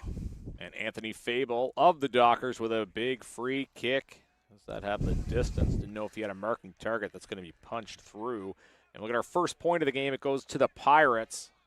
Pirates take a 1-0 lead. That went off the behind post. That should be a boundary throw-in. Okay, yeah, he originally had the boundary, the goal umpire. That won't be a behind. That is no behind. Yeah, goal umpire had the flag out and then took it away. So, no score. We remain 0-0. Off hands and off the behind post. The behind post is essentially out of bounds. So, no score still in this one. Pirates challenging, but nice defense there by the Dingoes, and they get it to midfield.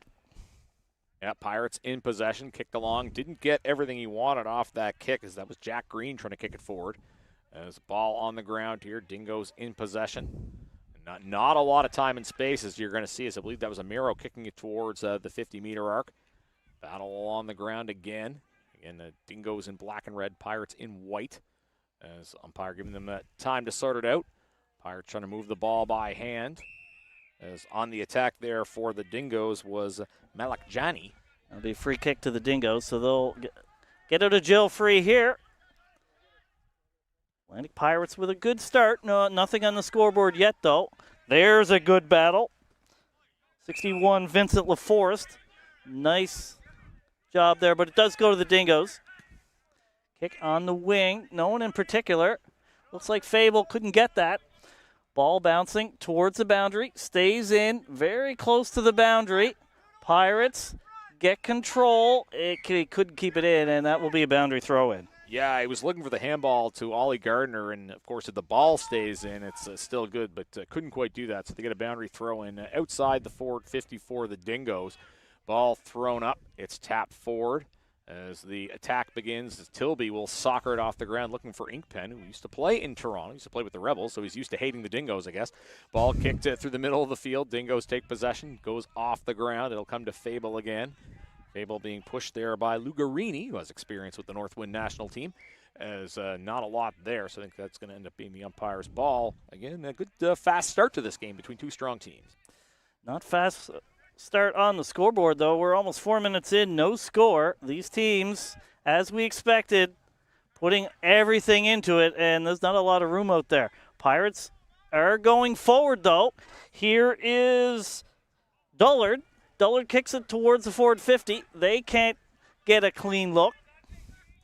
Kick towards midfield picked up by Euler for the Pirates. Nice handball there. Long kick towards forward 50 for the Pirates. And wow, Stephen Weaver Crawford again. He's been just lots of marks here in this tournament. And there's another one, and he knows how to kick it between the big sticks. So if you're a Vegas odds, you're not betting against him here. Yeah, strong kick for sure. President, founder of the St. John Bulldogs, a great player as well. Completes the mark off the kick from Matthew Woods. The Pirates have an opportunity to go out in front here. And Weaver Crawford, as David mentioned, is a strong kick. He's got a pretty favorable angle here. Let's see if he can punch through for the first score of the game. That looks absolutely good. Never in doubt. As you would expect from Weaver Crawford, he is a gun and forward for the Atlantic Pirates, and they strike first. Yeah, big first strike for the Pirates, and I would say the Pirates have probably had a little bit more forward 50 times, so based on that statistic, deserve. But again, these are two great teams, so you know the Dingoes are going to be pushing back hard, and certainly expect a great cracking quarter and great half, I should say, 2 20-minute halves. And it is the Pirates getting that all-important first score. And as we've talked about, 2 20-minute halves in these games, so you really like to get to a good start in these games because you get a bit of a lead, and that clock begins to be dangerous for you. But the Dingoes do have the ball here in midfield. There's a one-hopper, so no mark. And it looks like they could be a free kick awarded to the Pirates. Yeah, free kick Pirates. Looks like that's Anthony Fable of the Halifax Dockers. You're going to see a lot of him today. Played high level back home in Australia. He'll kick the ball, but it's intercepted. And going on the run, decision to play on, keep the flow going for the Dingoes. Kick along the right side of the field. Good contest there in the forward 50 for the Dingoes. Ball picked up off the ground. It'll be kicked out. And reeling that in was Everett Kammer to the St. John Bulldogs. He'll back that up. Kicks it along the left side. A nice contest there between LaForest and Daniel Gunn. Dingoes take possession. Centering kick, nicely marked, and a potential opportunity here as that was Justin Moore reeling that in for the Dingoes. We'll back up a little bit. He's going to assess his options. And he'll kick a bit to the left side and intercept marked there. Big one. I think that was Ollie Gardner for the Pirates. And the counterattack on. Nice bounce there. Pirates on the run. There's another bounce. Doesn't do as well there. Sheehan with the ball. Kicks towards Pirates forward 50. Chris Bork after it there. In the pocket. Can they gain control? Tackle there goes over the line. So I believe this will be a boundary throw-in. Pirates with a beautiful end-to-end passage of play there. And they get it in their forward 50 again. See what they can do with it here. Boundary throw-in. Off hands. Batted towards the pocket. In the shade there. Not a lot of shade on the field right now, but they are in one of the spots that actually has some shade right now as the hot summer. Oh, it's not really summer. Feels like summer here. Hot October sun here in Toronto today. It didn't used to be like this in October. Here's an opportunity for the Pirates. Ball dribbling along the ground. I think that was Bork trying to kick it off the ground. That is going to go through for one. So single point for the Pirates. They'll add to the lead 7-0. Chris Bork along with Eric Martin, players who've played for both the Giants and the Dockers. As that's going to be marked there by Ludovic Barvat. Ball kicked along as Daniel Gunn. Seen his name called a few times here already. He has the ball for the Dingoes. Been a bit of a gun for the Dingoes in this tournament for sure. So this is Matteo Lagarni. He's been a big factor for the Dingoes in this one. Here's Ollie Gardner. Long kick. Can't get a mark there. They do get a kick going forward. After it is Jake Isaacs. Now it's Ian Euler. Ian Euler, he knows what to do with it. Doesn't get a mark, but gets a nice bounce there for Connor Sheehan. But he gets tackled, and the free kick is given to the Dingoes. Yeah, Dingoes getting it, moving it along the left side of the field. That's going to be marked nicely by Brad Wooten. He decides to play on. Along the left side of the field it goes for the Dingoes. Hand pass executed there towards the corner. Dingoes backing up and then trying to move forward. Short kick. And that was probably just the required 15 as Barvat will pull in another mark. He'll switch the field to the right side. Goes to Gunn again. Again, calling his name quite a bit. Daniel Gunn will boot just towards the 50-meter arc. It's going to be intercepted by Anthony Fable of the Halifax Dockers, who not surprisingly has had a fair bit of the ball already today. As you mentioned, played pretty high-level footy in Australia. We know ourselves how good Anthony Fable can be when he's on his game. So we'll see what he can do in this one. It's a short kick. Doesn't go where you want it, but Ollie Gardner's there for the Pirates, but there is a free kick given here. Holding for the Dingoes to Ludovic Barat. Short kick and a mark. Kick towards the Dingoes forward 50. Through hands, though. See if the Pirates can defend. There's a handball, but goes to the Dingoes. That's kicked, and it's going to go over the line and will be a boundary throw. And in the pocket, in the Dingoes forward 50. Yeah, big opportunity here for the Dingoes, who find themselves down 7-0 here, but pretty well played first half of the first half. And one of the Dingoes players, can't sure, was a little bit slow to get up. Hopefully, whomever that is going to be able to walk that off as the ball thrown up in the goal square and tap forward. Fable again trying to play that out of trouble for the Pirates. Ball loose along the ground. A good contest as both teams getting numbers to the ball. As looks like Miles Amiro's in the contest there for the Pirates. Ball loose along the ground again as no one's really able to pick it up, although that should get easier than it was earlier in the day as the sun is kind of drying the ball and the conditions out as we hear the umpire's whistle go. Again, neither team really able to get much clarity there, and it looks like we'll get the ball thrown up. But, yeah, not as much dew on the ground as there was in the first three games here today. It was similar conditions yesterday where the ground certainly dried as it went. We are not 9 minutes left here in the first half, so we're 11 minutes into this first half. The Pirates lead 7-0. There's a free kick, though, for the Dingoes. Have to think there's going to be a forward 50 entry here. Looking for their first points in this one. Kick towards the pocket. Good defending there by Fable. Certainly been, and that's a free kick to the Pirates, so that should get them out of danger here. To say they lead 7-0. Not a lot of space being given by either team in this one. No, definitely not. As a kick along the right side of the field for the Pirates, it'll go dribbling along the ground. Who wants it? Easier said than done picking the ball up, especially with all the numbers of the contest from both teams. Dingoes try to move it along the corridor again. Dingoes in black and red, Pirates in white. As ball kick forward, intercept mark there for Atlantic. It's kicked over to Miles Amiro, veteran of the Halifax Dockers. He's feeling the heat from behind. He'll kick it along the left side and kicks to an open patch of field. I think that's Costa Colivas of the St. John Bulldogs that's after it. I didn't see him yesterday, but he's in action today for St. John. As well, I think we're going to get a ball up here. As we have about 8 minutes or so to go in this first half of play. Again, it is all Pirates, but low scoring, 7-0, but it's been a good contest for both teams. Ball kicked along the right side.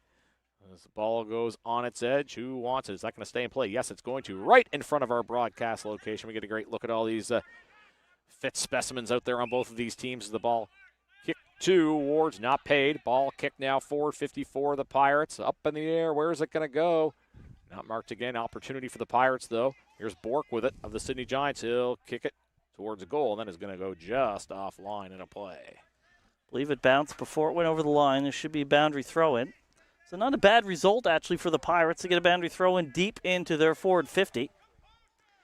See if they can gain control, get a boot on it, get the ball through the big sticks. Less than 7 minutes left here in the first half. That ball off of hands. Who can get it? Lots of players around the ball, as you would expect, and that will be a ball up. That ball up indeed, again, still in that Pirates forward 50. Pirates with a goal in a behind, no score yet for the Dingoes. Tap forward is going to be the Dingoes getting possession only briefly and just absolutely no time and space there for Anthony Fable. He was wrapped up just milliseconds after he had the ball. Well, a free kick here for the Pirates. This is going to be a real good opportunity to lengthen their lead. And he's got a big opportunity now for sure. We're talking about the importance of Anthony Fable, and this could be a key goal if he's able to strike this through for the Pirates. I wouldn't bet against him from this distance.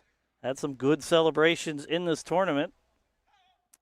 A nod to his wife and child at home. Here's the kick. It looks pretty good. Oh, it's a dead center. And there's another one for the Pirates. That's 2 goals, 1 behind, 13 points to the Dingoes, no score. And the Pirates really sending a message here early in this one. Yeah, no doubt about that kick from Anthony Fable. And a fairly well-played first half, but Pirates ultimately executing their free kick given, and that's, you got to take advantage of those opportunities if you're Atlantic, and that is what they did. Tribal Sport, official tournament partner of the 2025 Men's Club Championships. With more than 20 years of experience and a deep understanding of the international footy market, Tribal Sport is your source for high-quality on- and off-field apparel.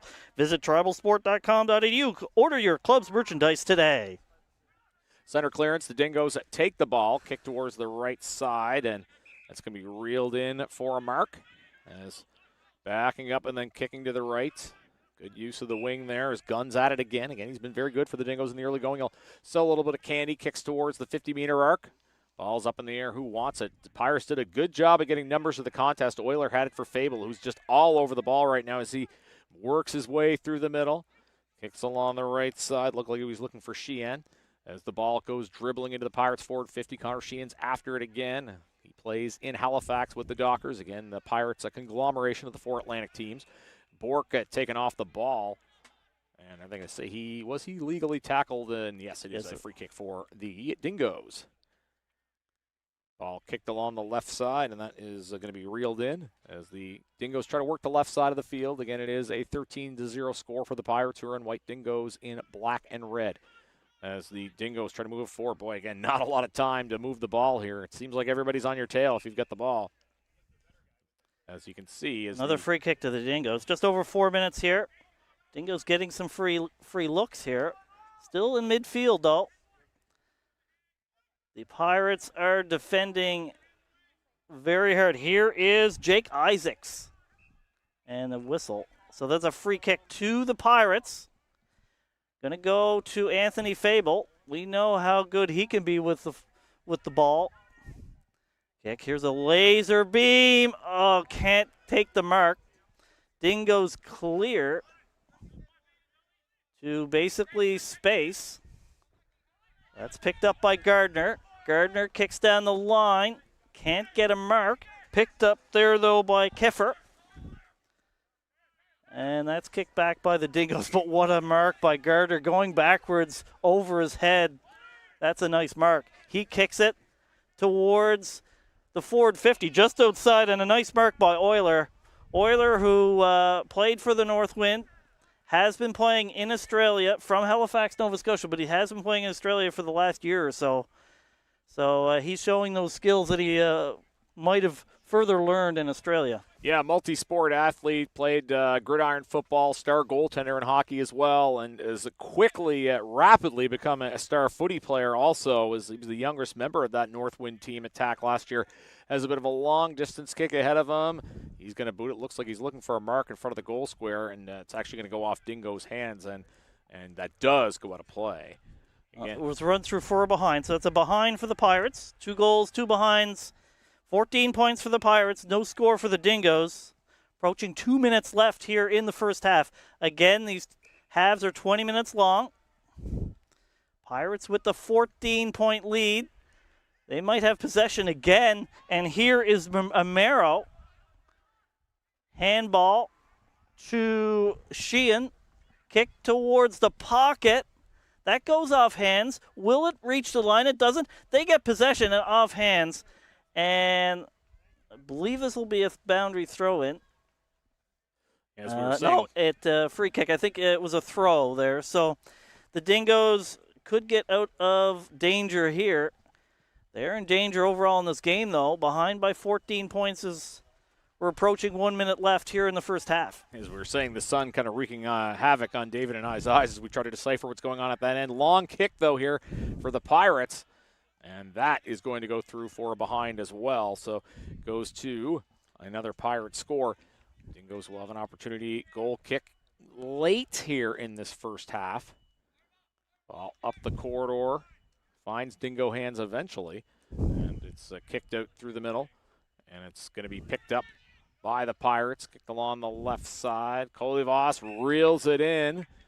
Kolivas, a key player for the St. John Bulldogs. He's got the ball. He'll boot it towards goal square, looking for a St. John teammate, Weaver Crawford, who gets hands on it.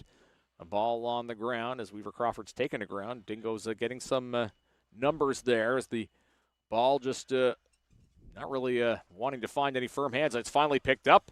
I think that was Jake Isaacs that was kicking it forward. Couldn't get it to goal. Dingoes will clear it out of trouble as time ticking down here in this first half. Far side of the field, though, still in the forward end of the ground for the Pirates, and they have the ball again. That is McMillan. Ball hits ground again. Less than 30 seconds left by our clock. Again, our clock is unofficial, so there can be differences. Handball here to Amaro. He knows what to do with the ball. Here's a kick towards forward 50. Can they get their mark? They do. Yeah, Angus Dullard, I believe, if I can, 32, yes, Angus Dullard. This might be a kick after the siren. It is. For those who don't know Australian rules football, they can kick after the siren. The points will count. And I would say this is a really important kick. If he can get a goal here, this will be a nice difference for the Pirates. And he kicks it dead straight, and another one for the Pirates. Their third goal. Their 3 goals, 3 behinds, 21 points. The Dingoes, no score. They have made a statement here in this first half. Yeah, exclamation point on a great first half, and I guess I don't feel so bad for failing to defend Angus Dullard at the Halifax Cup back in August. But yeah, very strong showing for the Pirates. And the Dingoes came out playing well, but this Pirates team executing and to the very, very buzzer. That's a big, big goal kick for Angus Dullard and his Pirates off to a cracking start here, 3-3-21 to no score for the Dingoes. Absolutely. We're going to take a break. So the Pirates lead by 21 here in the last pool game of the 2025 AFL Canada Men's Club Championships. We'll see you in 3 minutes and 53 seconds. Google Forms now accepts payments. The Payable Forms add-on allows for seamless integration of a digital checkout with your Google Forms. Install the Payable Forms add-on. Link your payment provider. Share and get paid.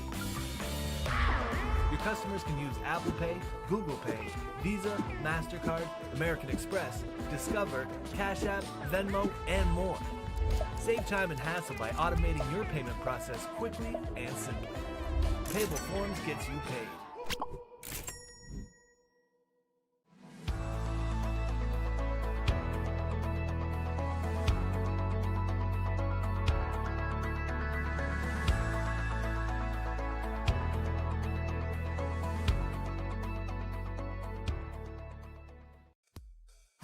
Play for fun. Play for fitness.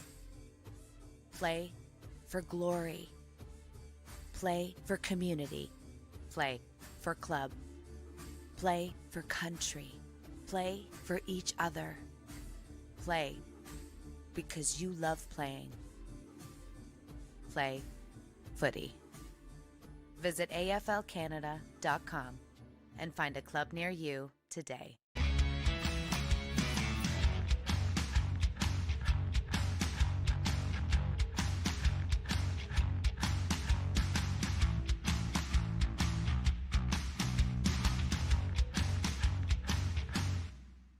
Google Forms now accepts payments. The Payable Forms add-on allows for seamless integration of a digital checkout with your Google Forms. Install the Payable Forms add-on. Link your payment provider.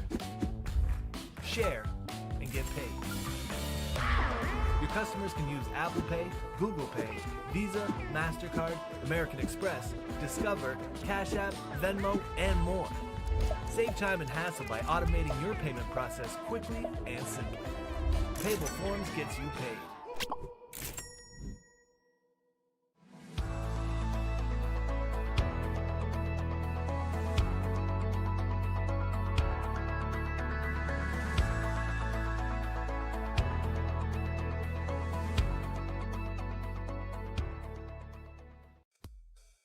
Play for fun.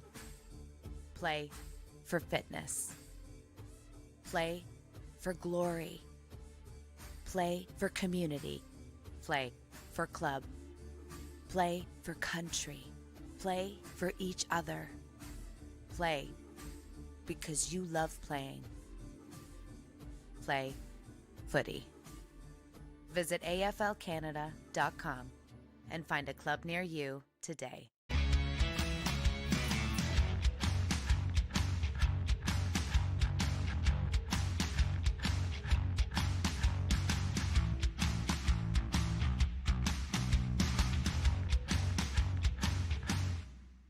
Google Forms now accepts payments. The Payable Forms add-on allows for seamless integration of a digital checkout with your Google Forms. Install the Payable Forms add-on, link your payment provider, share, and get paid. Your customers can use Apple Pay, Google Pay, Visa, MasterCard, American Express, Discover, Cash App, Venmo, and more. Save time and hassle by automating your payment process quickly and simply. Payable Forms gets you paid.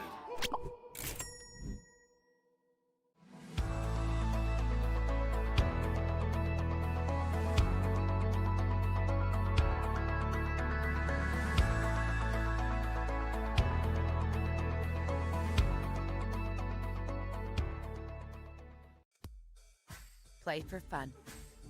Play for fitness. Play for glory. Play for community. Play for club. Play for country. Play for each other. Play because you love playing. Play footy. Visit AFLCanada.com and find a club near you today. Welcome back to Colonel Samuel Smith Park for the final game in the pool stage of the 2025 AFL Canada Men's Club Championship. We have the Atlantic Pirates and the Toronto Dingoes in what is essentially a preliminary final in Pool B. I have to remember if it is Pool B. It's one of the two pools. Yeah. It is Pool B. And the Pirates certainly with a great first half. 3 goals, 3 behinds, 21 points to the Dingoes, no score. Dingoes certainly wouldn't be familiar with that sort of play. The Dingoes were 10-0 in the AFL Ontario regular season, did lose the grand final, but I don't think they would have expected that first half. Yeah, the Atlantic Pirates coming in, I think, well, obviously David and I are from the East Coast, so we know very well what these guys can bring, but a bit of a wild card, I think, coming into this tournament, and maybe you could say this to a lesser extent with Calgary as well. People in Ontario knew that these quote-unquote out-of-region teams were going to bring some strong talent, but they didn't know how strong, and through their first 2.5 games, the Pirates are giving that showcase so far. And the challenge for the Pirates was always, these are 4 teams, players from 4 teams don't often play together in one team, don't often play large field footy too. The league there is small on soccer pitches or rugby pitches, 11-a-side, but they've adjusted very well, let's say, so far in this tournament. Yeah, no doubt about that, and they get the bounce. They get the ball off the center bounce. Quick holding the ball call, though, against the Pirates, so the Dingoes, will have a chance as Barassa has the ball. He'll kick it through the middle, but it's intercepted. They lose the ball as quickly as they had it, and Anthony Fable, whose name we were calling a lot in that first half, gets the ball again.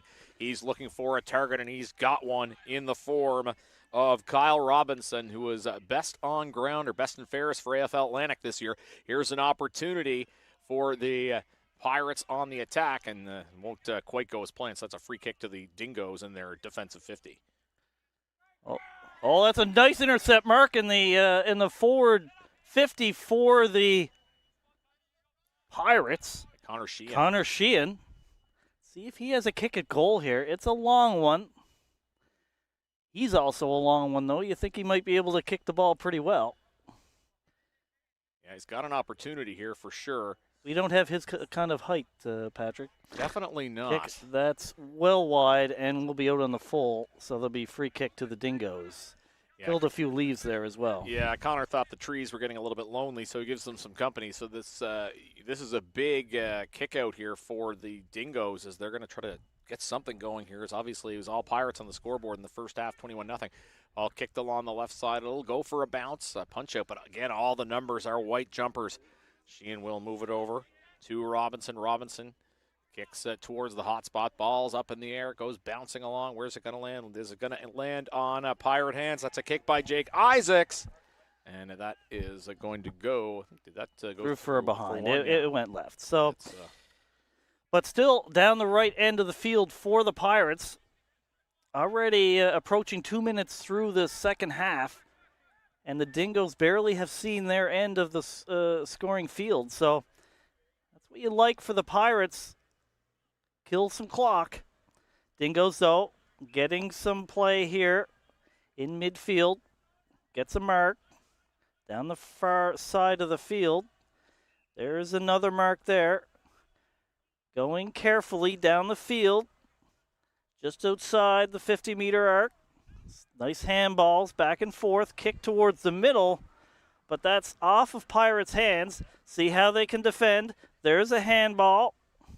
Ball on the ground, picked up by the Dingoes. That's Daniel Gunn. Kick towards the forward 50. It's going towards goal. It rolls, and it's over 4 behind. So that, or no, it did not go through. Again, the sun playing tricks on us. Tough to see down at that end, and it looked like it was going to go through for a behind, but the fact did stay alive. So the ball goes back to the mid part of the field as Euler with a short kick, and that is going to be marked by Chris Bork. Plays on to Euler on the handball. Nice use of the option there. Kick to space as looks like Weaver Crawford's going to go after it. Weaver Crawford now will try to handball out the back to Euler. And as David said, you get the different teams working together there as Euler, Weaver Crawford, and Bork all play for 3 different clubs teams back in Atlantic, Canada. As the Dingoes trying to get it to the defensive 50 here. Kick the ball on the ground as it's... it's going to be blown down. Again, you see a couple of nice handball links by the Dingoes, but they aren't able to get that last play to really get into scoring territory. But they're going to start from inside the Pirates forward 50. They get a free kick here. Get a mark on the far side. Dingoes looking for the first points. Pirates with a 22-point lead. Short option. Nice mark there. Justin Moore. Another short option here to Talbot. Another mark there. That is Harry Moore. Dingoes taking their time, which is interesting because the clock is dangerous for them. But they are getting territory at this point, which they didn't have much in the first half. So that's off of hands. Will be a boundary throw-in. Believe it's just inside the 50-meter arc for the Dingoes forward line. Yeah, you had those 3 successive marks there. We didn't see a lot of that for the Dingoes in the first half, so they're just trying to put together some consistent possession here. Ball on the ground as it looks like it's going to end up back in Pirates' hands. As we hear the whistle go again. Not a lot of time and space out there. A lot of numbers to the contest. The Pirates have specialized in that, and it's part of the reason they've been able to jump out to this lead. They do get the free kick here, which is going to Fable. Certainly will be no rush here. The clock is the friend of the Atlantic Pirates. Just want to keep control, keep possession. Give the Dingoes as little as possible. Nice handoff there. Pirates keeping possession. High kick. Doesn't really go too far. Just batted away there by, believe that was Costa. Kicked high. To the advantage of Amero. Can't make the mark, but does make a nice contest. That's a nice tackle. That's holding the ball. Will be a free kick to the Pirates. And already more than 5 minutes gone in this second half. Yeah, it was good work by Miles Amero, their original Halifax Docker. Still playing at just such a high level as he was when he started. But counterattack now for the Dingoes. I think that was a high contact call against the Pirates, I believe. So that will be a free kick to Tom Mead of the Dingoes. Mead with a short kick. Didn't have any options there, so it's going to end up in Pirates' hands now as a ball goes the other way. Jacob McMillan was taken down. McMillan, the representative from the Cornwall Tigers. Nice to see them represented on this Atlantic team. They're the newest team in Atlantic Canada, but that's going to end up being a free kick for the Dingoes outside. Didn't get rid of the ball properly, right. So here's a chance for the Dingoes. Long kick towards the sticks. Will they get a mark? They don't. Nice defense there. Tries the big turnaround kick. It doesn't work. And it actually goes through, will be their first point. Not with the 6 they're looking for, but they get something on the scoreboard. Pirates leading 3 goals, 4 behinds, 22 points to the Dingoes. No goals, 1 behind, 1 point. Yeah, goal square kick for the Pirates coming off of that first Dingo score. But as David said, not the score the Dingoes were looking for. And Fable knows he has all kinds of time as clock is in the favor of the Pirates. As the ball goes to the middle of the field, as that's Lyndon Tilby with the ball. Native of Western Australia, playing in Halifax with the Dockers. He'll kick it through as the ball will come to Isaacs. Nice handball option. Here's a chance here. Here's some space. It looks good, and it's dead straight, and another goal for the Pirates. I believe that was Connor Sheehan. Wow, Patrick, that is a big one for the Pirates. Yeah, absolutely. And just great ball movement there through the corridor. They weren't using the wings, just straight up the middle, and Sheehan ends up being the finisher. It seemed like the seas parted there for the Pirates and just doing a good job creating space. Now 4-4, 28 to 0-1-1. So it's very much game on for Atlantic here. You could see there was clear sailing for him in front of the goal there. He had a clear shot. You don't want to be giving guys like him those sorts of shots. And the Pirates with a bit of a commanding lead right now. Dingoes will try to get it back into this. They do have a free kick here in midfield. Hold the play on. Here's a kick off hands. Nice pickup there. Kick towards a near open forward line for them. Nice pickup defensively. Kick towards the line. It does bounce before, so that's going to be a boundary throw-in. Yeah, definitely advantageous for the Pirates that didn't go straight out, so it becomes a 50-50 proposition instead of being out on the full. So we'll get that boundary throw in, although it is obviously positioning closer for the Dingoes as they look to go to the forward 50. Ball is won by Toronto. It is kicked out to Bergman. Bergman kicks towards the hot spot. Contest there, no clear winner. Ball comes back now, and that was a player quickly taken down was Jack Green. I don't think there was much in the way of prior there. Oh, I spoke too soon, so it's going to be a free kick for the Ding. No, I was correct the first time. Never doubt your instincts, Dave. It's going to be a ball up. As a ball thrown up as it's tapped by both hands. And Tilby's out there for the Pirates, and it's going to come onto the hands of Fable. Ball goes skyward. Way up in the air it goes. Goes bouncing up and down as it'll be Dingo's possession here, but only briefly.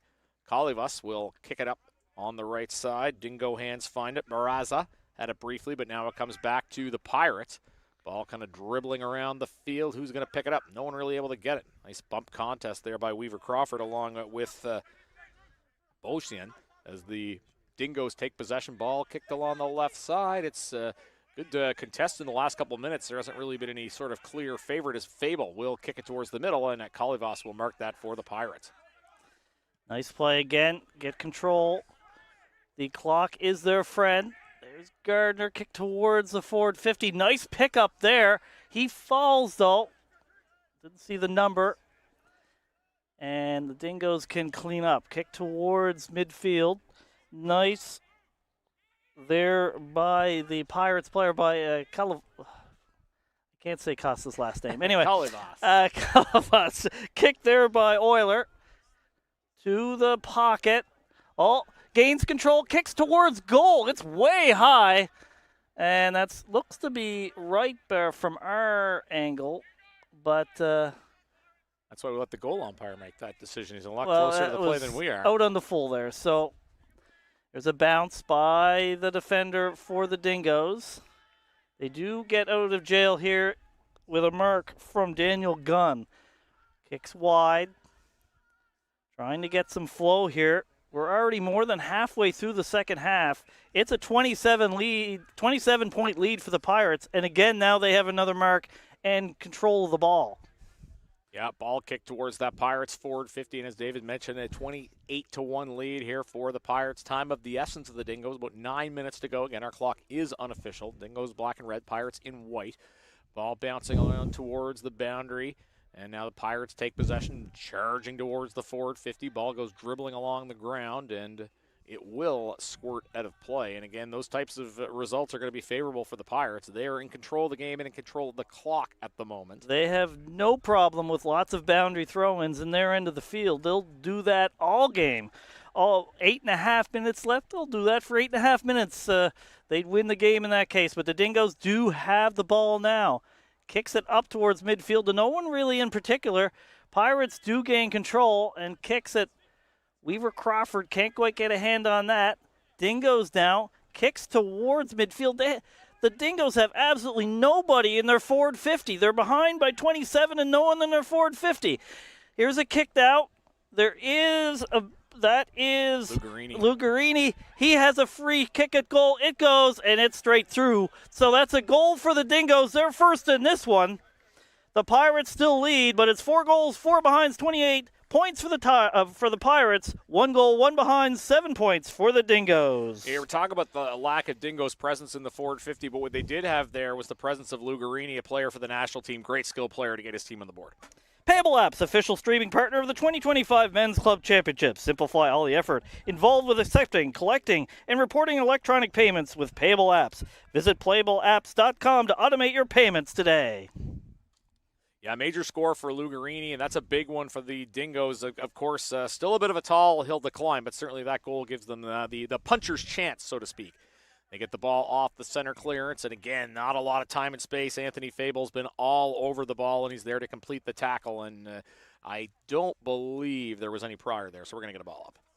Of note, the first goal the Pirates have allowed so far in this tournament. So they have had really good defense. They've had the ball a lot in this tournament so far. But it is the Dingoes with it now. Bergman kicks towards the forward 50. Nicely defended here. Trying to pick it up. They do. Little handball. Umpire didn't see it as a handball by Fable, and this will be a free kick to the Dingoes. Yeah, Dingoes coming with some pressure. They're going to try to hope it's not too little too late. Handball option out the back to Moore. Kick through. That looks pretty good. Does he have a marking option there?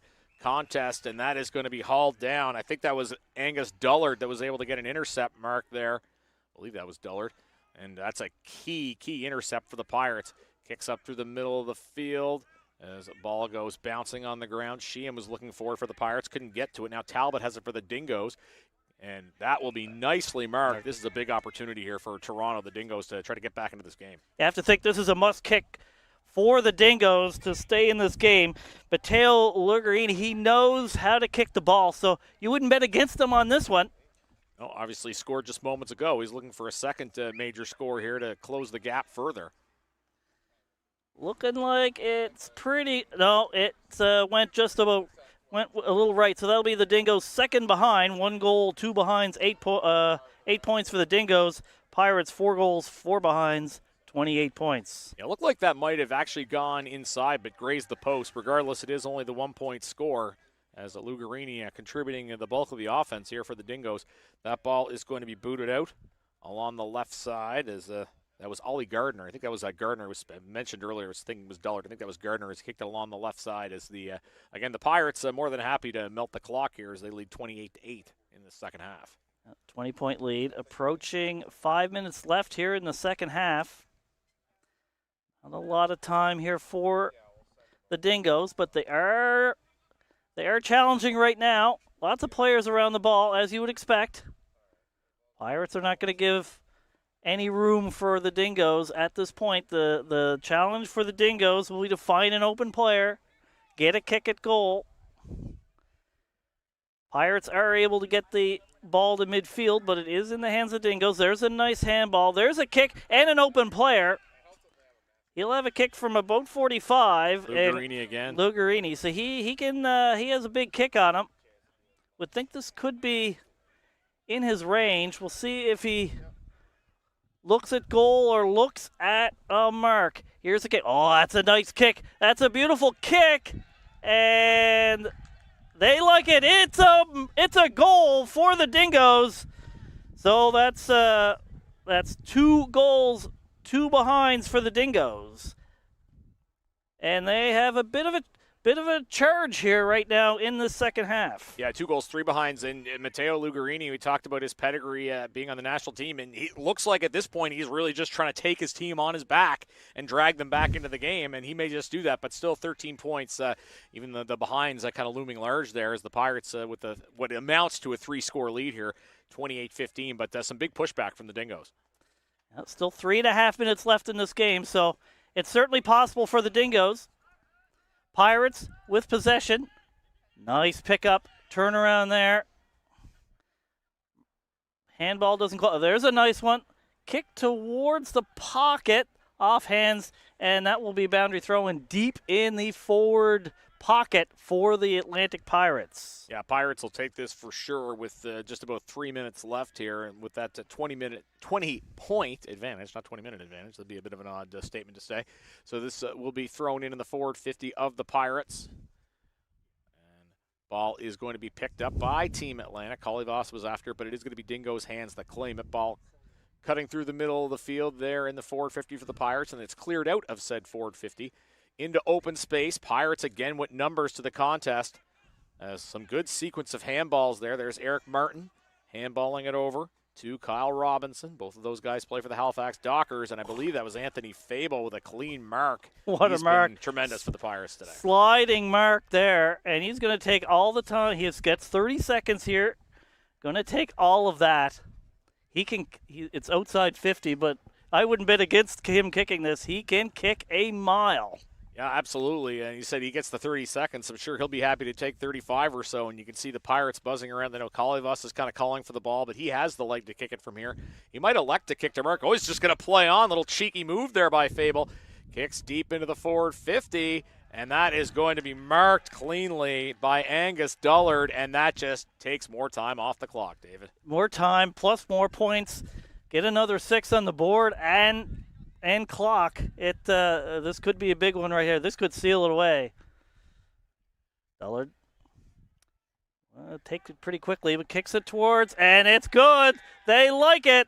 They love it, and so does the goal umpire. The Pirates with 5 goals, 4 behinds, 34 points. Dingoes, 2 goals, 2 behinds, 14 points. They get it back to a 20-point lead, and we're less than a minute and a half left in this one. Yeah, great work from the Pirates, and you said it's really impressive. And you do look at the roster composition. Halifax would certainly have more players than the rest of the Atlantic teams, but bringing in all these guys from different places, certainly looking pretty cohesive this weekend thus far. Hard to argue the results. Yeah, tough to see the Dingoes getting 4 goals here in just over a minute. Again, our clock is unofficial, so there could be a difference between when our clock goes to 0 and when the siren goes. Oh, we look like we have an injured Pirate here. Yeah, you never want to see this. Hopefully whichever player it was that goes down is going to be okay, and both teams kind of gathering around with concern as couldn't quite see the player.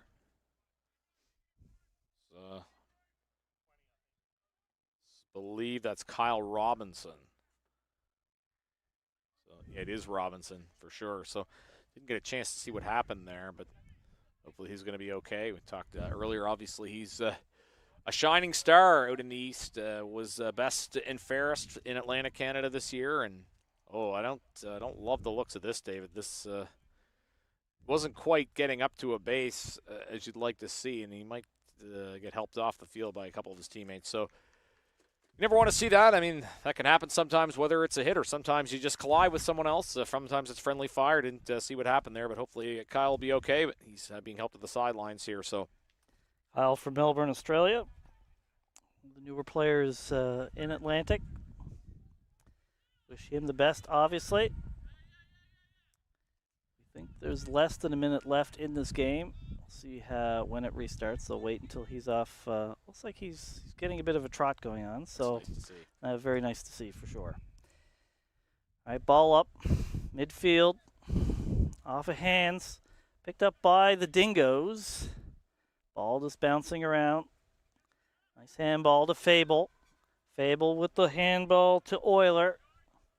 There's 2 good players with the ball in hand.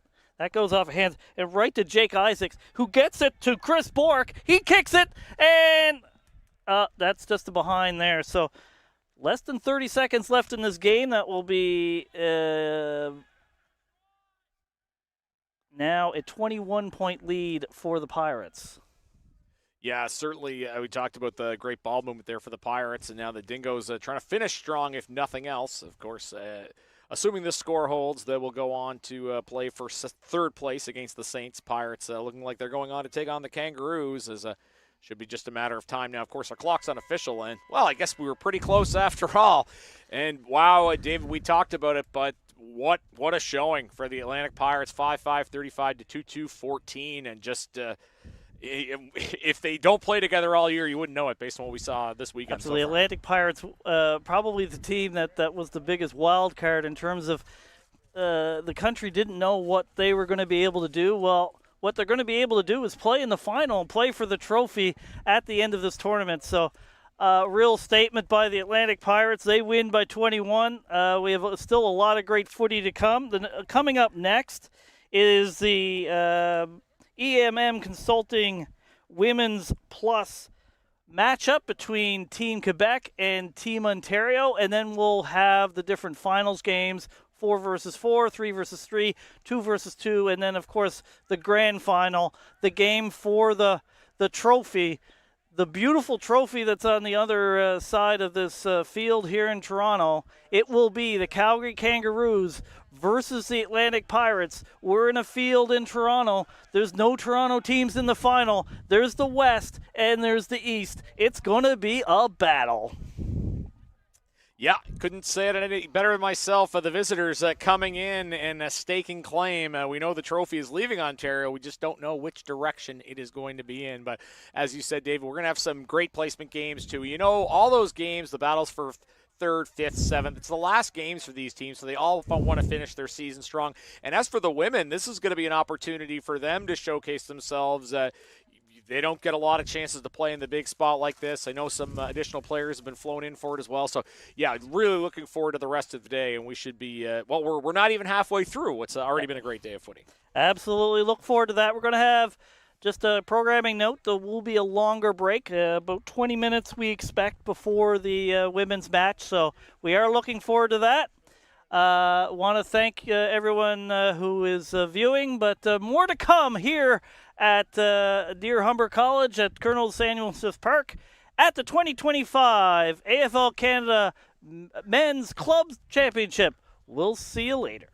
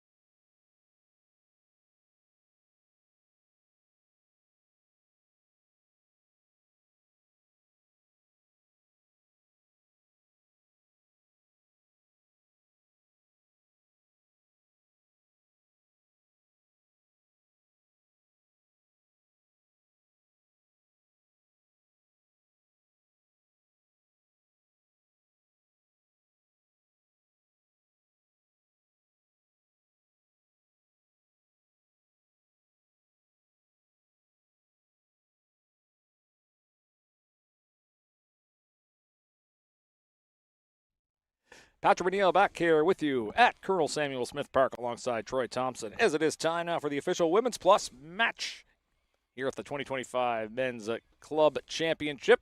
Nice to see the women in action, joined by Troy Thompson. Troy, should be an exciting matchup between two rival provinces here in Ontario and Quebec. Yeah, really look forward to this one. The Loons from Ontario, the Saints from Quebec. Thanks to EMM Consulting sponsoring this game. Look, lots of great women's footy played all across Canada over the years. They've got a really great reputation in international women's footy, and we're going to see more of it here today. I'm told we've got a few pretty new players, but also some very experienced players on both sides. So looking forward to a great matchup. Yeah, and for those new women's players, just an opportunity to prove themselves. We'll get a ball up. It is Quebec in white and blue, Ontario in yellow and green, and the Loons of Ontario win at the opening bounce as the ball moves forward. Again, Ontario, yellow and green, kicked along the right side. Ball goes dribbling it does. As Ontario, Jacqueline Halliday, star for the Hamilton Wildcats, will kick the ball forward as getting players from different club teams in Ontario on this Ontario club. Kick forward by Hussein as the ball goes bouncing out. And you'll notice the posts look a little pushed in. There's not as many players on the field, so the field is on a reduced size. So still an opportunity for all these women to get the limelight, so to speak, in this. As Troy mentioned, the official Women's Plus match partner of the 2025 Men's Club Championships is EMM Consulting, so we thank them for their support.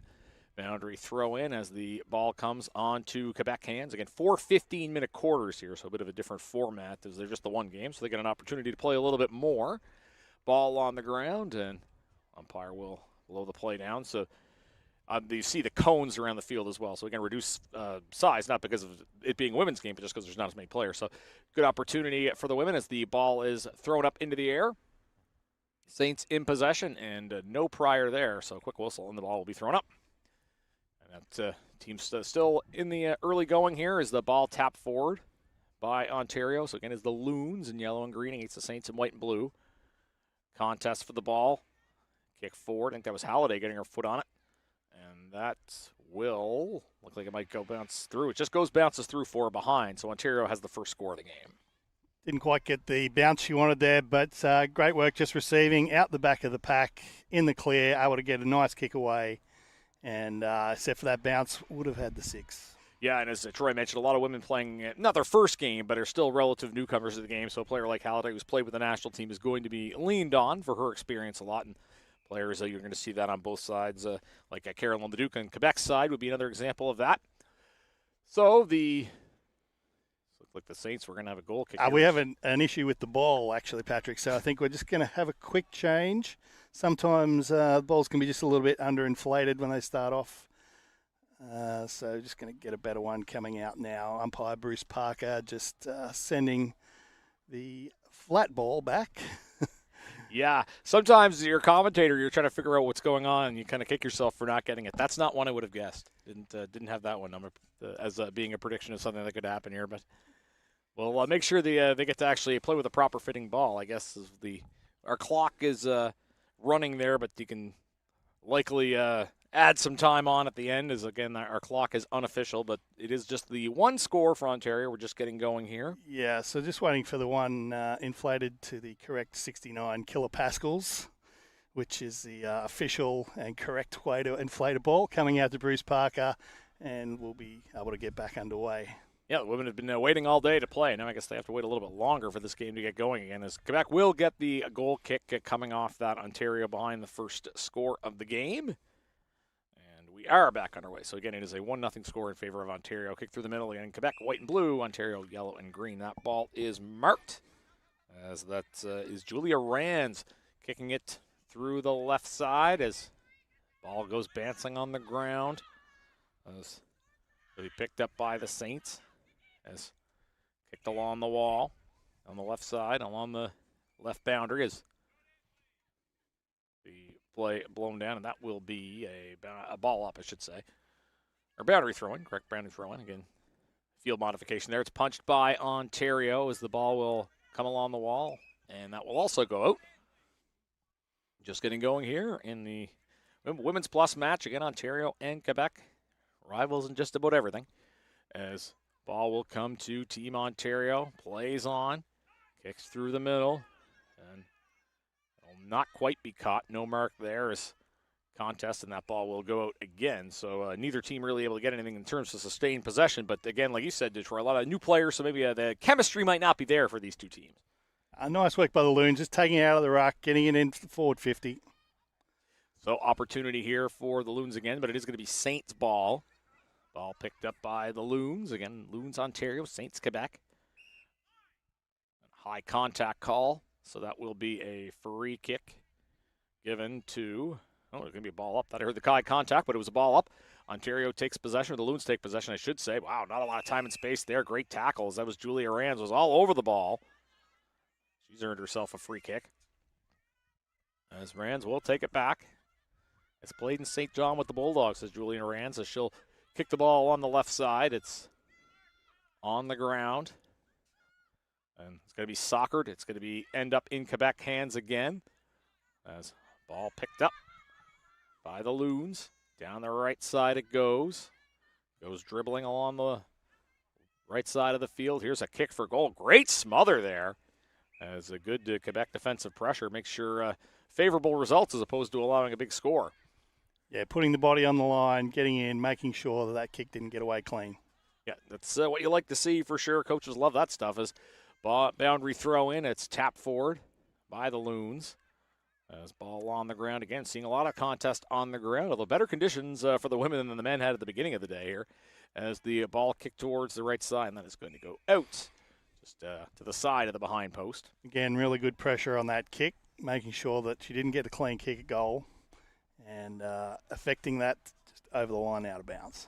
Boundary throw in and ball wired up in the air. And I think that's Julia Rands, whose name we're calling a lot today, was able to get her hands on it, but that's going to end up being a free kick for the Loons. So an opportunity. Halliday's got a pretty good chance to score. I would say this is within her range. She will back up to take the free kick. Goes, and that could have the distance.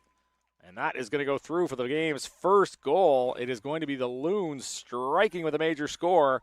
And Ontario will add to their lead 7-0, 1-1-0. So a good execution there by the Loons to get the game's first major score. Yeah, and Halliday not just showing her experience, but her skill, making sure that when she's got the shot, she gets it done, they get the major score, and they take a nice early lead.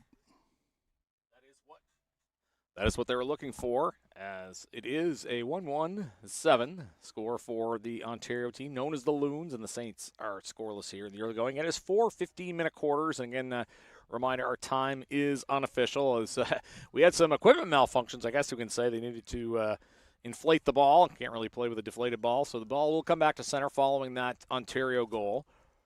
Tap forward, Loons on the attack, but it's quickly turned back over to Quebec. Rands. The Saints, I should say, Rands along the right side. Ball will go bouncing along the right side here. Is going to be Loons' ball. Nice handball option out the back. Kick towards the middle of the field. As who wants it? It's going to come to Saints' hands, it looks like.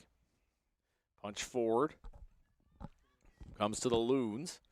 And you hear the umpire's call. I think I might have heard a high call there, so we'll see which player gets the ball. It is going to be... I think mine and high sound very similar from here. Yes, the mystery is solved.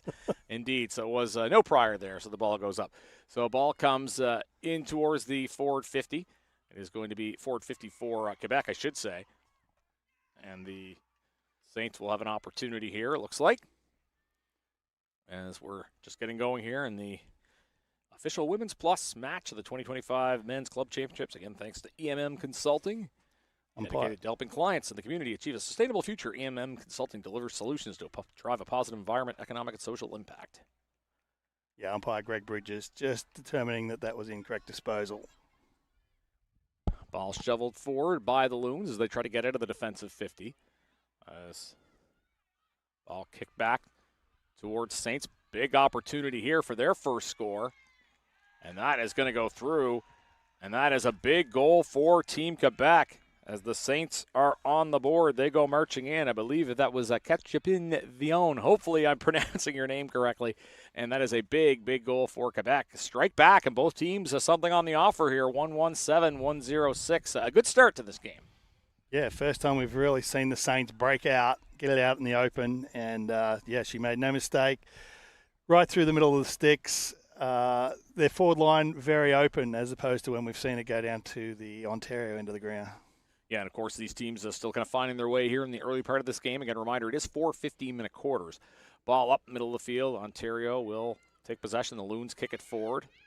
Ball on the ground will come to Saints players as it's booted forward there by Rand. Seeing a lot of the ball thus far is Julia Rand as it's along the forward 50 there for the Saints.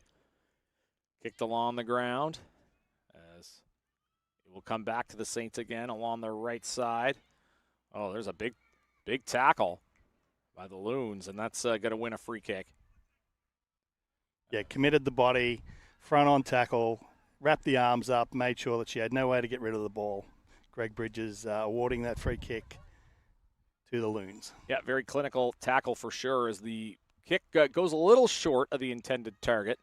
As on the left side it goes, but it will come on to Saints' hands. Now we have a contest along the ground, and not much to choose from there. That will end up in the Saints' possession as they have an opportunity to move towards their forward 50. Kick along the right side, goes bouncing. As contest on the ground again. And Saints and Loons, Saints white and blue, Loons in green and yellow. As contest on the ground, the ball goes bouncing, and that will just go out. In a 1-point game, both teams striking fairly early here. Again, a 4 15-minute quarter. It's a different format than what we've seen. So the ball thrown up from the boundary as it'll come along to Saints' hands, at least initially, as they're trying to work their way down the field. Beautiful warm day in Toronto, so the players are going to be sweating it out there today, which you wouldn't expect from October weather, but here we are. Boundary throw-in ends up in Loon's hands, then punched forward on the left side. Ontario marching up the field. The home ground, I guess you could say. A lot of the players will be used to playing in this park. Down the left side they go. Using every one of those 15-meters, kick to goal square, no target there. As it didn't go quite as intended for the Loons. Yeah, it would have been nice to have looked inside there. She had open teammate coming out of the square, but out wide, and Quebec will bring it back in. Yeah, opportunity for the Quebec Saints. Again, Quebec trailing by 1 point here in this first quarter of play. You see players from around the province for both teams, so kind of an amalgamation of sorts, as we saw with some of the men's teams as well, actually. Some representing regions, some representing individual clubs. As the ball kicked along the right side. Comes into Loon's hands. Handball to the right. Loose on the ground. And a good job by both teams getting numbers to the contest there. No clean possession to be had. Ball ends up in the air as Rands was trying to get it for the Saints. Digging in. As the ball on the ground, it'll end up in Loon's hands. Short kick forward, not enough for a mark, but enough to keep the progress going. Ball kicked towards the forward 50. They actually went backwards and then forwards. Now the Loons moving it forward again. Loons with a 1 point lead and with the ball as well. Nice kick towards goal square. It's not going to hit the intended target. No, I guess I spoke too soon. Kick was not as effective as it looked to be coming off the boot. Yeah, she made good ground getting around the pack there, but that forced her kick wide, unfortunately. So Saints will kick here as they trail by a single point. Nice kick out towards the middle of the field. As opportunity, it's kicked low along the ground as Saints try to move it through the corridor here. Good job getting rid of it under pressure. Wasn't long enough for a mark, but it was long enough to get the kick out, which was the main objective. As the Saints pushing forward. Again, a lot of time and space there. Loon's able to get possession. As Halliday has it, she'll kick it along the left side. And it's going to be cleanly marked, a nice mark. And that will give the Loons a free kick. Off the mark, kick goes bouncing in. There's an opportunity for the Loons. Kick that looks like it could be pretty good, and it is. Clean goal for Team Ontario. I think that was Jacqueline Halliday again. They moved to 2-1-13, 1-0-6. So the experience coming through for Team Ontario in the early going. Yeah, she looked like she's done that many, many times before, and that's because she has. Yeah, veterans coming to play here today, so good start to this game. Both teams hitting the score sheet early. Again, it is the official Women's Plus match partner of the 2025 Men's Club Championships. EMM Consulting. They're dedicated to helping clients and the community achieve a sustainable future. EMM Consulting delivers solutions to drive positive environmental, economic, and social impact. Visit emmconsulting.ca to create opportunities. Don't add an extra M, just EMM. So I'm thankful for having their support.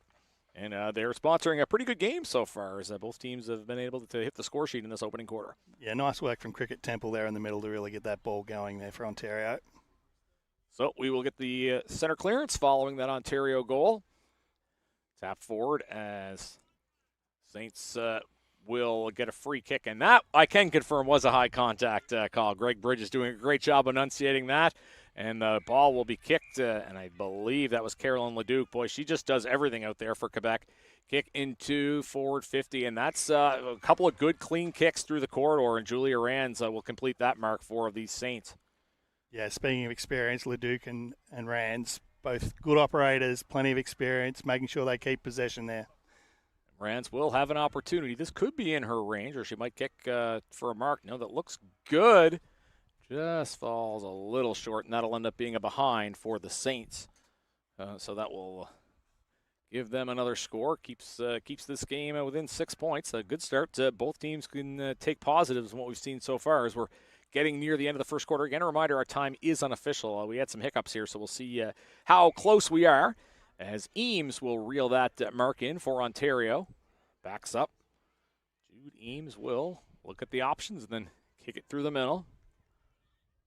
Ball goes bouncing along. Wait for the call there. Is that the time whistle? Did we have quarter time? It looks to be the case. So we have played the first 15 minutes and a pretty good opening quarter, I would say. I said both teams can take some positives. Ontario 2-1-13 to Quebec 1-1-7. Again, we talked about a lot of people kind of new to the spotlight, but I think probably both pretty happy with how that first quarter played out. Yeah, Ontario looked very much at home here at the start of that quarter. They got the ball forward a lot. But as it wore on, Quebec really came into the game. They used the ball very efficiently up forward, and that's all you can ask for from your forwards. As Patrick McNeil and Troy Thompson near the campus of Humber College in Greater Toronto, Ontario, you're watching the AFL 2025 Men's Club Championships, courtesy of AFL Canada on YouTube.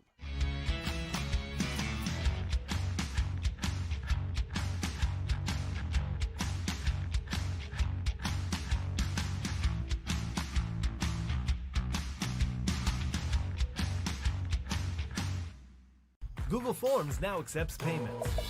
The Payable Forms add-on allows for seamless integration of a digital checkout with your Google Forms. Install the Payable Forms add-on. Link your payment provider. Share and get paid. Your customers can use Apple Pay, Google Pay, Visa, MasterCard, American Express, Discover, Cash App, Venmo, and more. Save time and hassle by automating your payment process quickly and simply. Payable Forms gets you paid.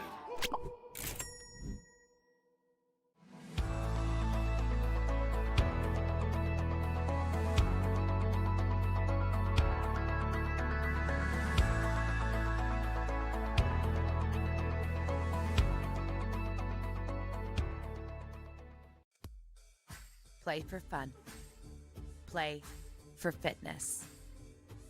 Play for glory. Play for community. Play for club. Play for country. Play for each other. Play because you love playing. Play footy. Visit aflcanada.com and find a club near you today.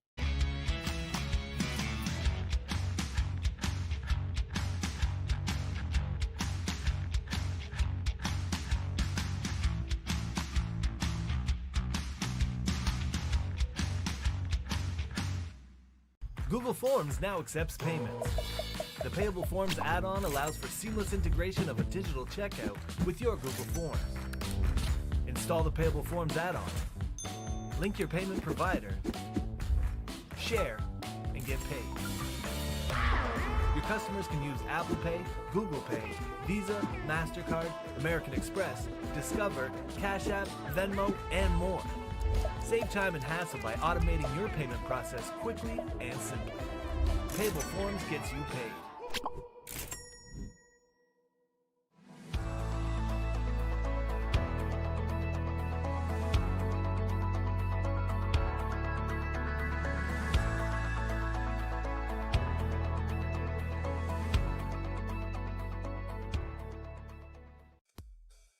Play for fun.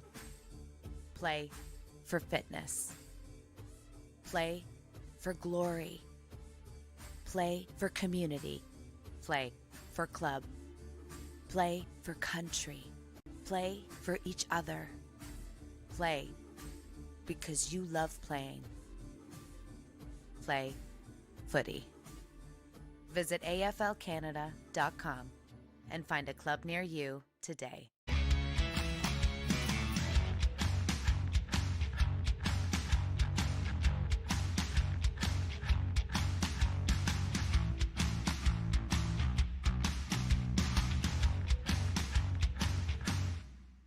Google Forms now accepts payments. The Payable Forms add-on allows for seamless integration of a digital checkout with your Google Forms. Install the Payable Forms add-on, link your payment provider, share, and get paid. Your customers can use Apple Pay, Google Pay, Visa, MasterCard, American Express, Discover, Cash App, Venmo, and more. Save time and hassle by automating your payment process quickly and simply.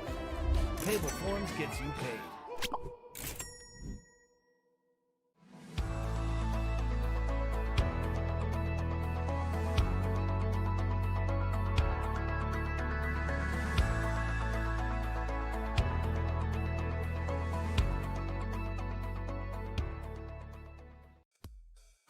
Play for fun. Play for fitness. Play for glory. Play for community. Play for club. Play for country. Play for each other. Play because you love playing. Play footy. Visit aflcanada.com and find a club near you today.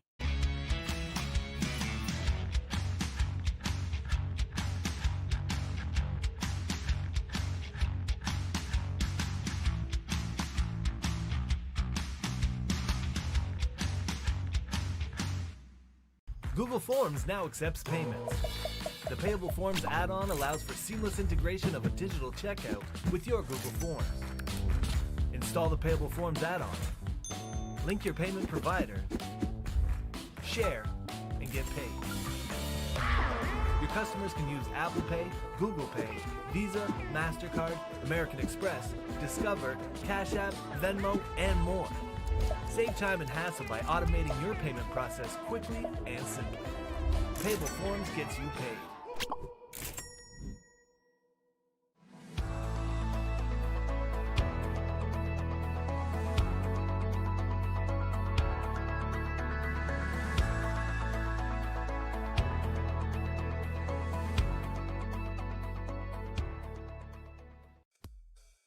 Play for fun.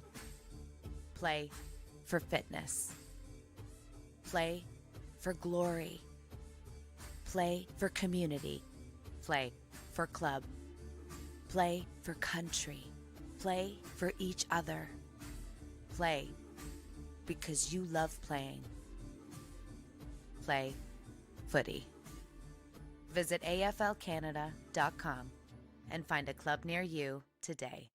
And welcome back to Colonel Samuel Smith Park here in Greater Ontario on the border of the campus of Humber College. Patrick McNeil joined by Troy Thompson of World Footy as it is the Women's Plus match brought to you by EMM Consulting is the Ontario Loons against the Quebec Saints. Ontario in yellow and green, Quebec in white and blue. We're getting ready for the second of our 4:50-minute quarters. A pretty good first quarter of footy, I thought, Troy.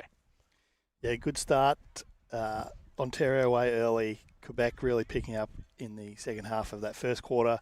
Now Quebec are going to have a little bit of a breeze behind them, and it doesn't matter. Just any breeze that's in your direction can really just give you that push and that edge to really push on. So see if Quebec can get away at a good start here. Yeah, it will be interesting to see as we get the ball up to start our second quarter. So, again, if you've been watching all day, the men's games have been 2 20-minute halves. This is 4 15-minute quarters.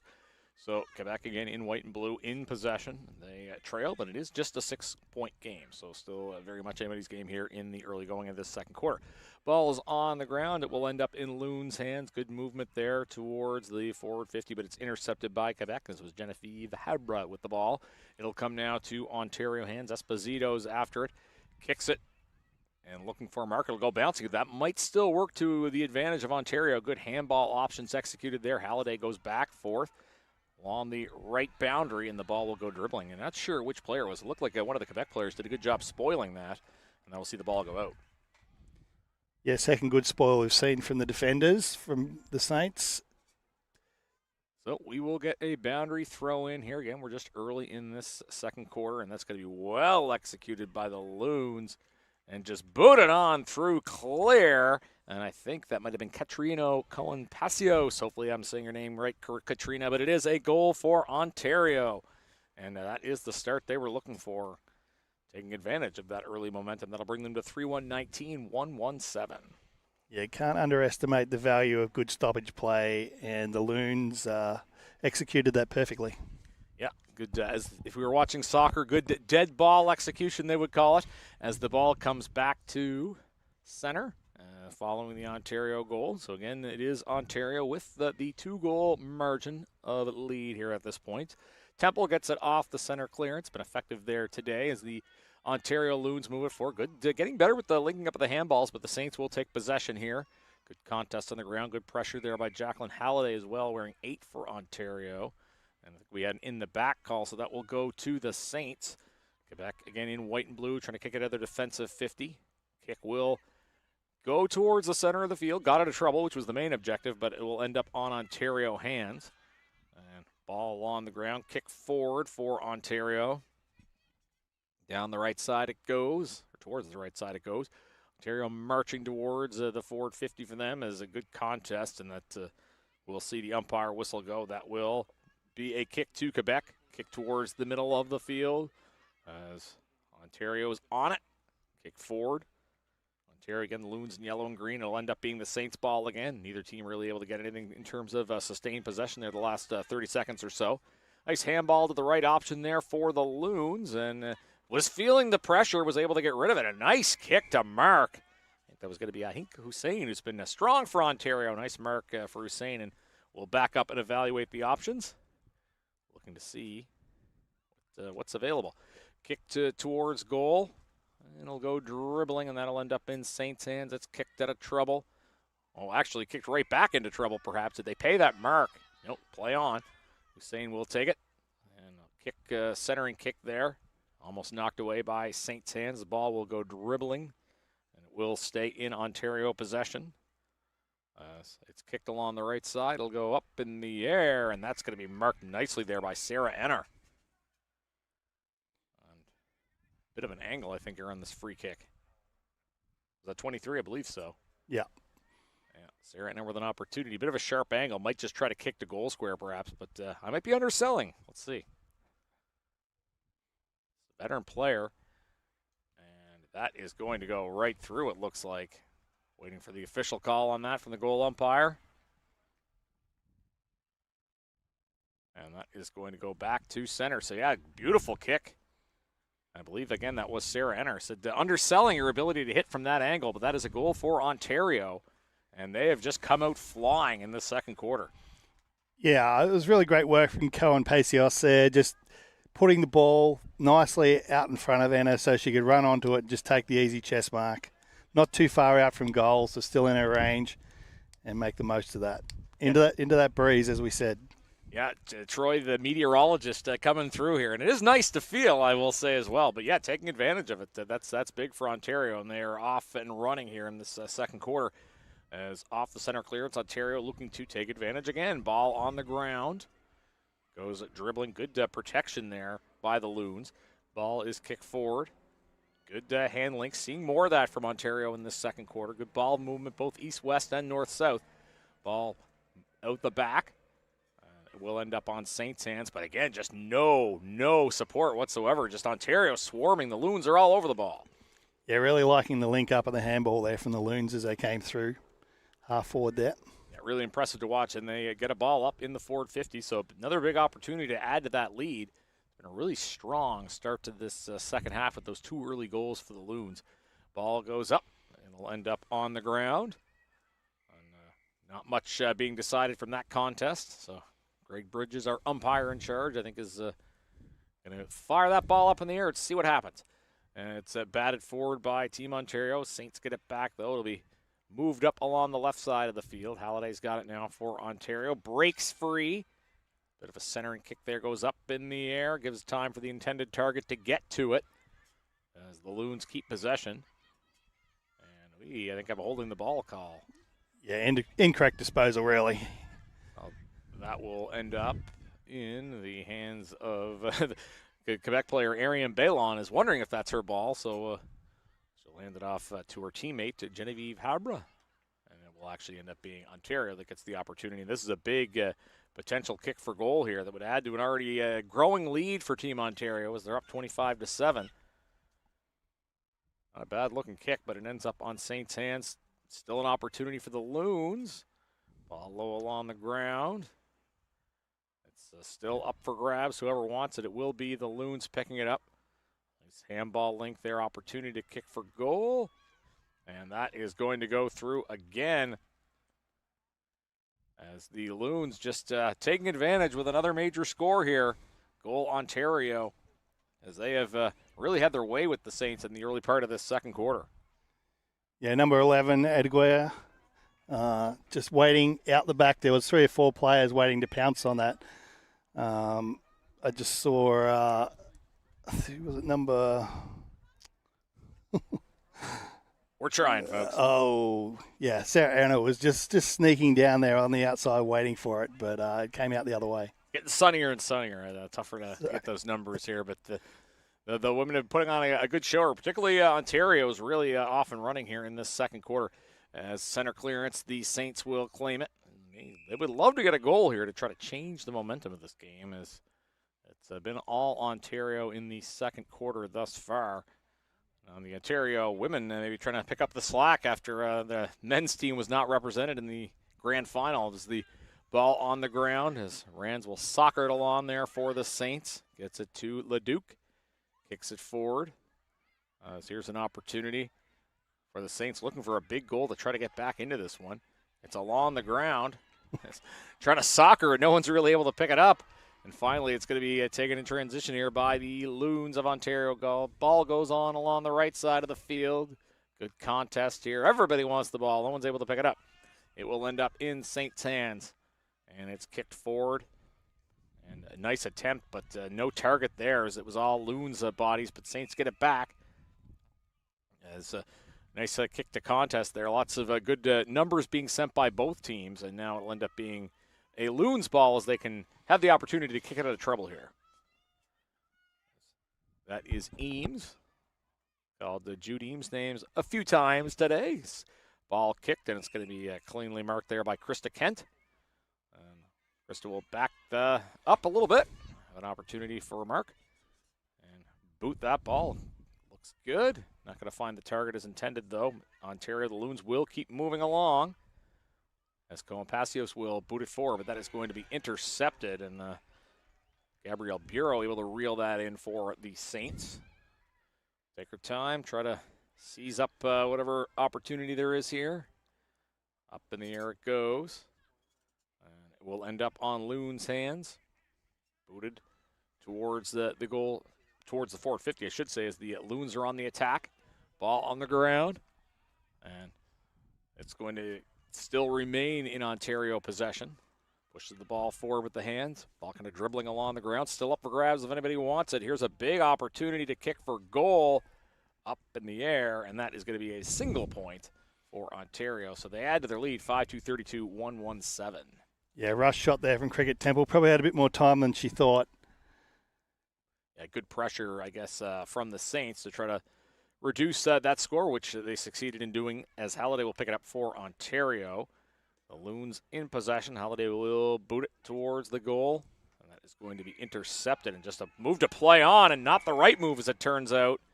As pressure was coming from behind, the veteran Sarah Enner with a big tackle for the Loons, and that's a huge free kick.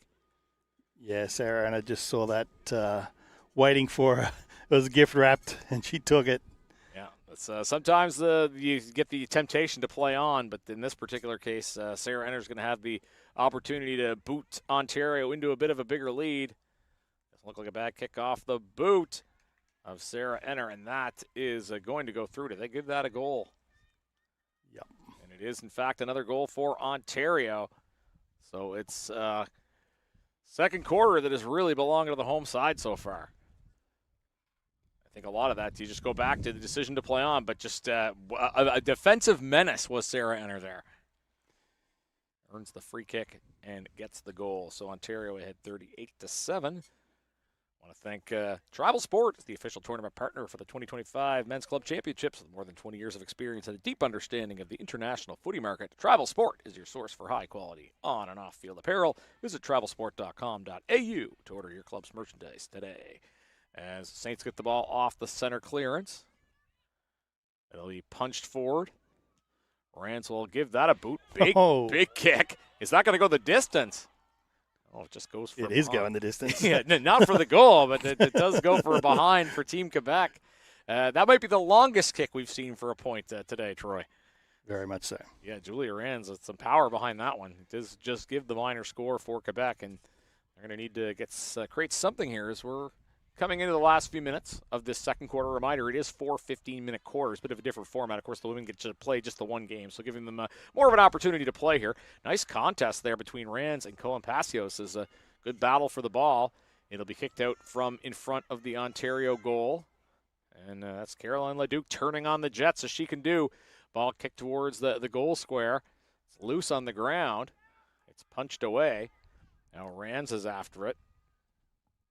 As the Saints trying to create something here, is ball on the ground, and we do get a whistle with 38-8 the score in favor of Ontario, and that will be a ball up right in front. Rans was thinking about giving that the full boot, but then thought better of it. She might have taken someone's head off. Yeah, she's got the power to do that, as we saw earlier with that long behind that was scored. So the ball ends up on the ground as the Ontario women are after it. Ball dribbling along the ground as Rans was taken down. Good contest for the ball. Umpire's just letting the players sort out. Boy, there's all kinds of the players in all kinds of colors there. It's a good battle along the ground. And the umpire calls for it as the players were not able to sort it out, so we'll see if a restart can establish some sort of possession. But you like to see that. Good numbers of the contest for both teams. As ball is won by Ontario. The Loons, it's a kick forward. No green and yellow jumpers there, so it'll end up on the foot of Bureau, which she ends up kicking it into opposition hands. Ball punched forward as Ontario on counterattack now, kicked into the forward 50. And will that have the strength to go out? Yes, the ball will go bouncing out of play. So the umpire will get ready to throw that in. It did hit the grass a number of times, so boundary throw in as the umpire rips the ball in, and it'll be an opportunity for Ontario perhaps to add to their lead. Kick will go bouncing, and it stays in play. Saints take possession. Up the left side of the field it goes. Goes dribbling. Saints still with it. Ball goes along the ground. As Quebec trying to generate something here. This has very much been Ontario's second quarter. Ball turned over back to the Loons again. And kick will end up in Loons' hands as they push forward. Saints trying to see if they can change the tide here.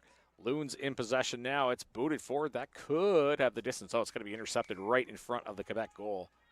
The Saints kick along the right side, and that's going to be intercepted by Esposito. We'll back up and take a mark here. Free kick, and has 50-meter penalty been paid here? Yep. Esposito has really come into this game in the second half of this quarter. A couple of nice possessions.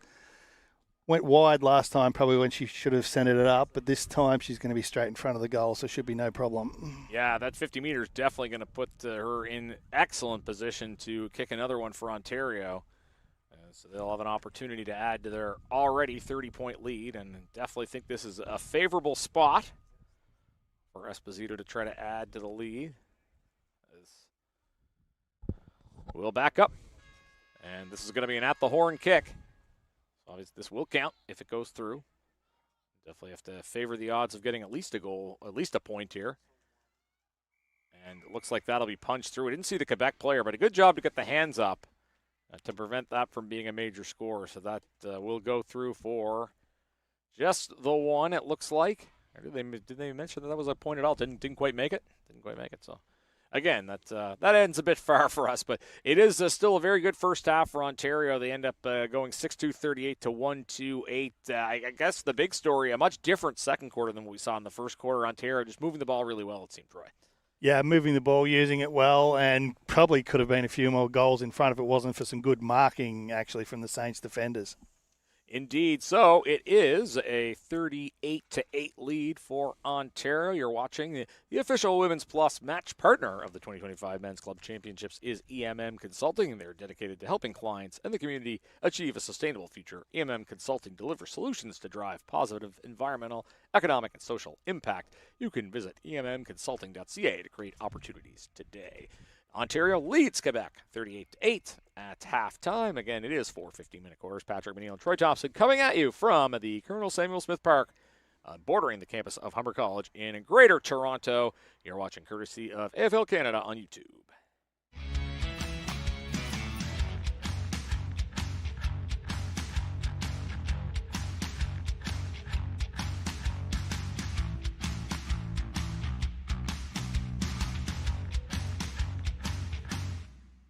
Google Forms now accepts payments. The Payable Forms add-on allows for seamless integration of a digital checkout with your Google Forms. Install the Payable Forms add-on. Link your payment provider. Share and get paid. Your customers can use Apple Pay, Google Pay, Visa, MasterCard, American Express, Discover, Cash App, Venmo, and more. Save time and hassle by automating your payment process quickly and simply. Payable Forms gets you paid.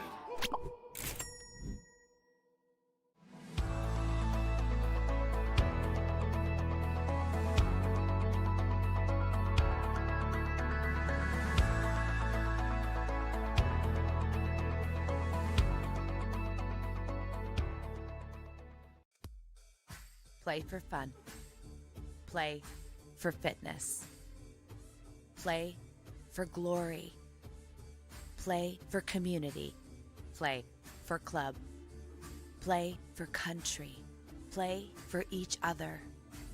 Play because you love playing. Play footy. Visit aflcanada.com and find a club near you today.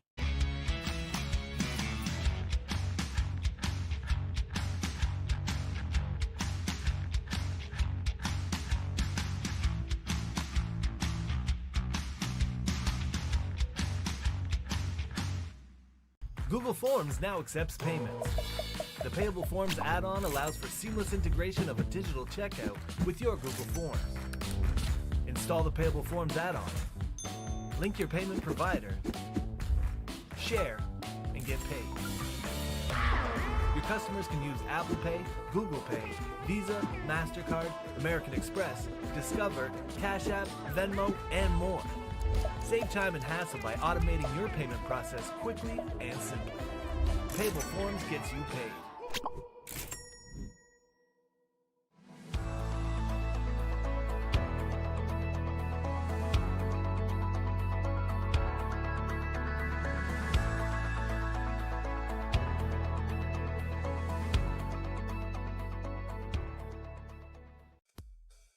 Play for fun.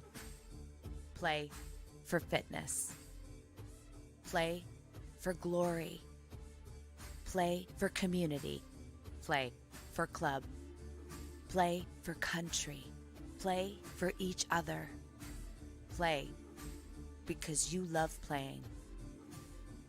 Play footy.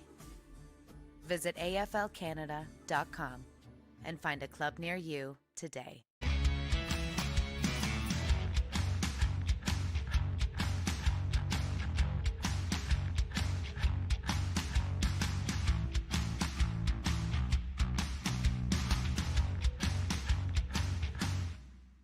Google Forms now accepts payments. The Payable Forms add-on allows for seamless integration of a digital checkout with your Google Forms. Install the Payable Forms add-on. Link your payment provider. Share and get paid. Your customers can use Apple Pay, Google Pay, Visa, MasterCard, American Express, Discover, Cash App, Venmo, and more. Save time and hassle by automating your payment process quickly and simply. Payable Forms gets you paid.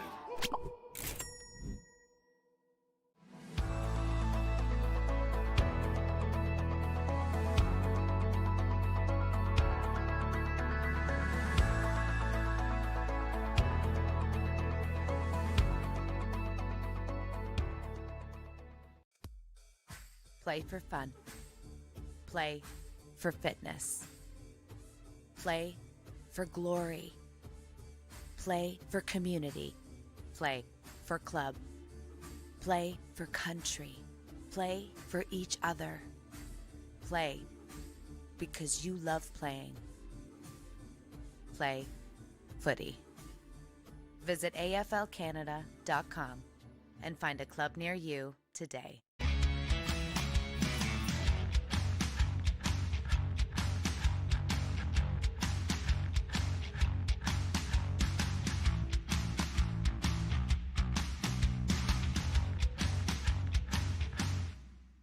Google Forms now accepts payments.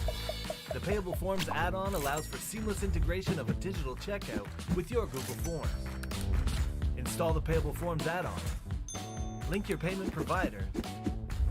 Share and get paid. Your customers can use Apple Pay, Google Pay, Visa, MasterCard, American Express, Discover, Cash App, Venmo, and more. Save time and hassle by automating your payment process quickly and simply. Payable Forms gets you paid.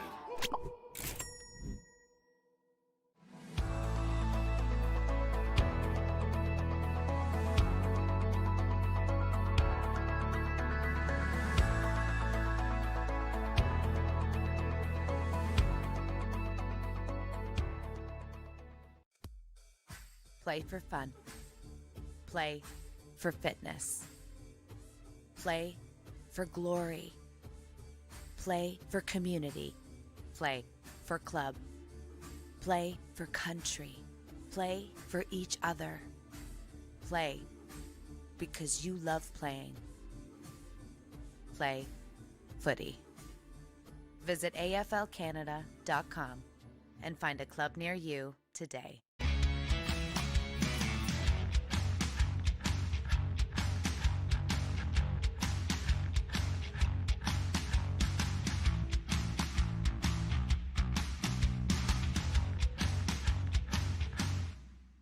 Google Forms now accepts payments. The Payable Forms add-on allows for seamless integration of a digital checkout with your Google Forms. Install the Payable Forms add-on.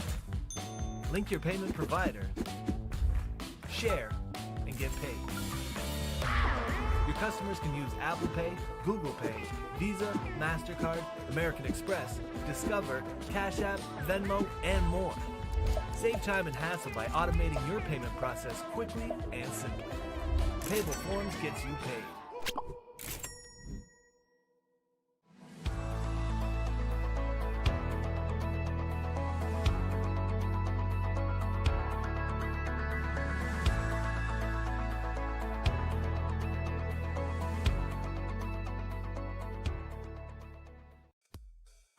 Play for fun.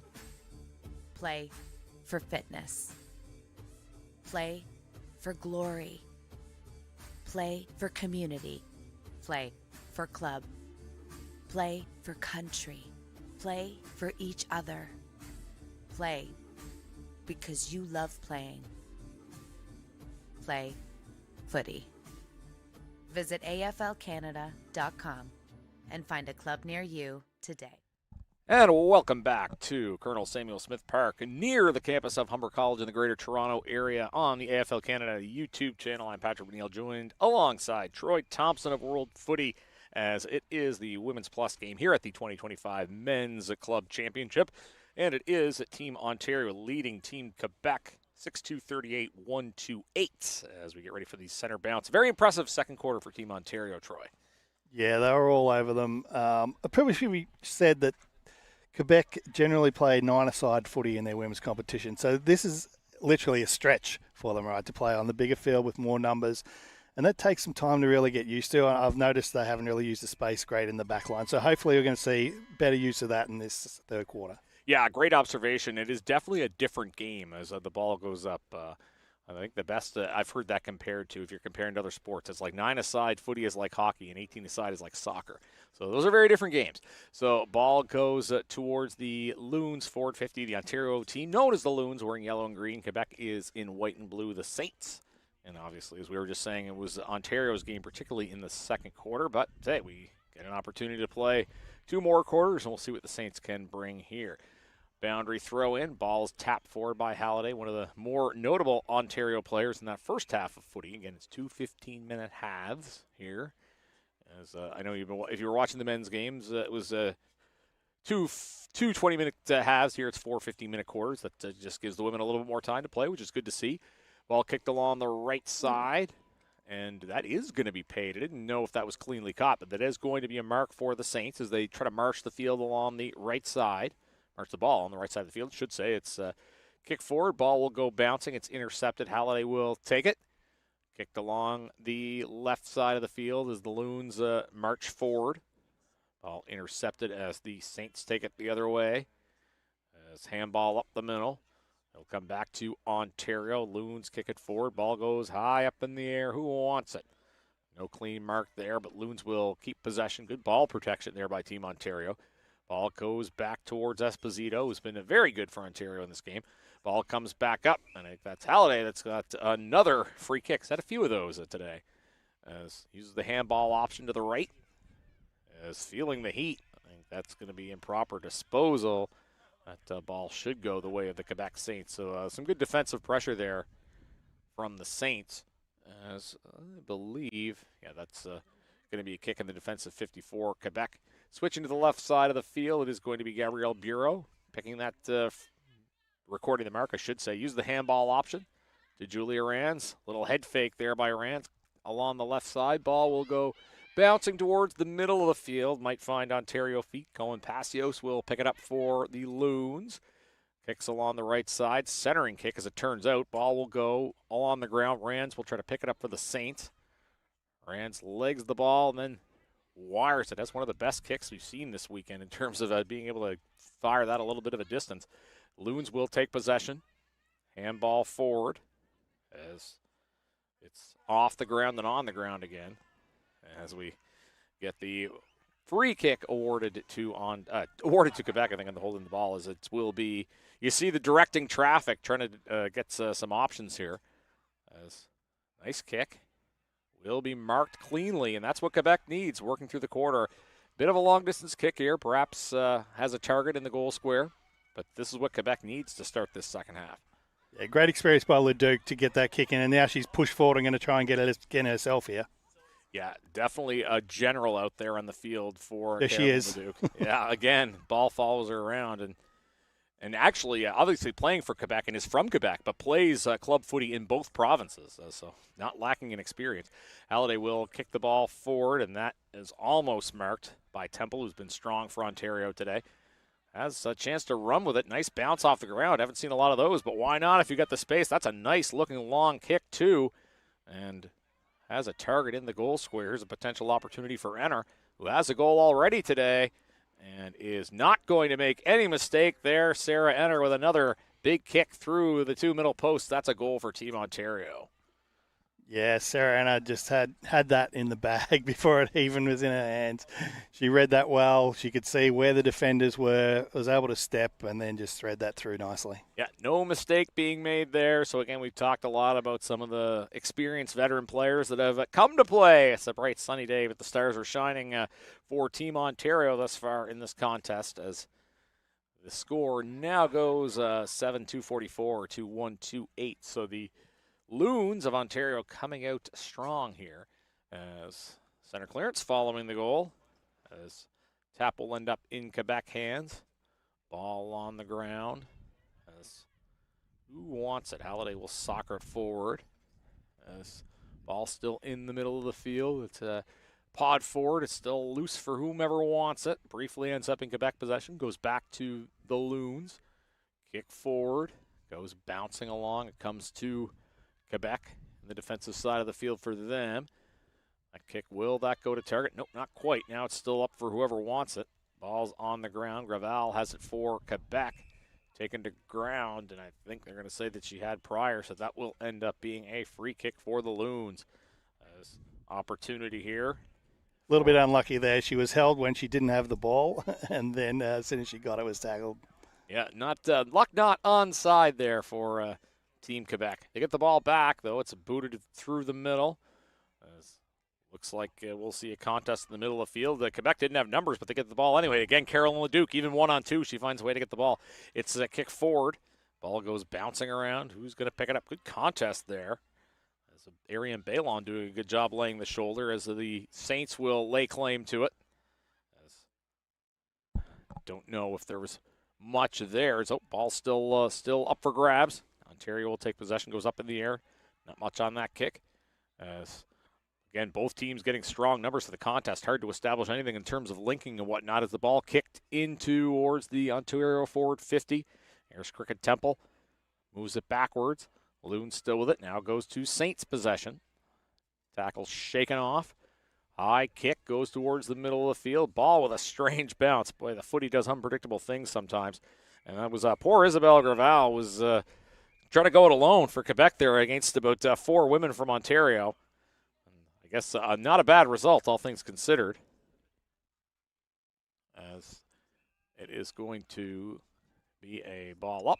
Yeah, I think we've got a blood rule happening here. A little bit of a cut on the head, I would say. Yeah, just similar, I guess, to you would say basketball rules in terms of the blood in Australian football. And that is Isabelle Graval, who I just mentioned, was kind of gamely fighting the odds there. The one Quebec player against 4 Ontarians, and ends up hitting the deck, so to speak. So hopefully she's going to be okay. Yeah, so trainer's out on the ground looking after her, and they're going to carry her off now. So both teams just helping out each other there. Yeah, nice show of respect there, and everybody kind of coming together when needed. And it's you will see that, unfortunately, as I said, sometimes whether it's a tackle or whether it's just just run into somebody or whatnot. We saw Kyle Robinson go down in the last game of the group stage for the men. So hopefully Isabelle Graval will be okay, but being taken off the field, as Troy just mentioned. As Quebec and Ontario, we're in the second quarter. And again, reminder, time is unofficial, but we're about, not quite halfway through, but getting halfway through the third quarter, I should say. Ontario 7-2-44, Quebec 1-2-8. As again, want to remind you, the EMM Consulting is the official Women's Plus match partner for the 2025 Men's Club Championship. They're dedicated to helping clients in the community achieve a sustainable future. EMM Consulting delivers solutions to drive positive environmental, economic, and social impact. Visit emnconsulting.ca to create opportunities today. Also want to thank Payable Apps, the official streaming partner of the Men's Club Championships. Simplify all the effort involved with accepting, collecting, and reporting electronic payments with Payable Apps. Visit payableapps.com to automate your payments today. And I think a lot of the Payable Apps was used on beer yesterday, from what I've been told. Yeah, I might be using it myself later this afternoon. There you go. Troy's doing some great job on color. He's earned himself a drink or 5. As the ball bouncing along the ground here, as Team Ontario will pick it up. As ball still in dispute. Saints players try to pick that up. Ball's up in the air. And again, both teams just getting numbers to the ball. So when that happens, it's tough for anybody to really establish clear possession. And that ball will go out for a little jaunt as it goes bouncing along the ground. So the boundary throw in incoming here. And yeah, we're about halfway through the third quarter. Team Ontario and Team Quebec. Again, Ontario, the Loons in green and yellow. The Saints in white and blue. As ball thrown up, and it's going to be a clean win for the Ontario Loons. And holding the ball call. Didn't know if there was a lot of prior there, but the umpire says so. Yeah, it was really good work by Intermission. It was almost odds on that Cricket Temple was going to try and take that out of the ruck and kick the goal, but Saints onto that this time, so it was good to see. Yeah, well-earned free kick. Julia Rands has it now for the Saints. And looking for Leduc along the right side. Leduc did a really good job of protecting that ball without actually holding it. We'll move the puck move the ball, sorry. There's my instincts. I was waiting when that was going to happen today. Moves it for Rubiano as the Saints move the ball into the forward 50. And another contest along the ground. And we get a whistle. So the Saints, this is what they're looking for, looking to get more of the ball, as it has obviously been a game dominated by Ontario. But we've seen those bright spots for Quebec, and they would love to get a score here. As ball up, tapped by Rands, I do believe, as the Saints trying to push it forward.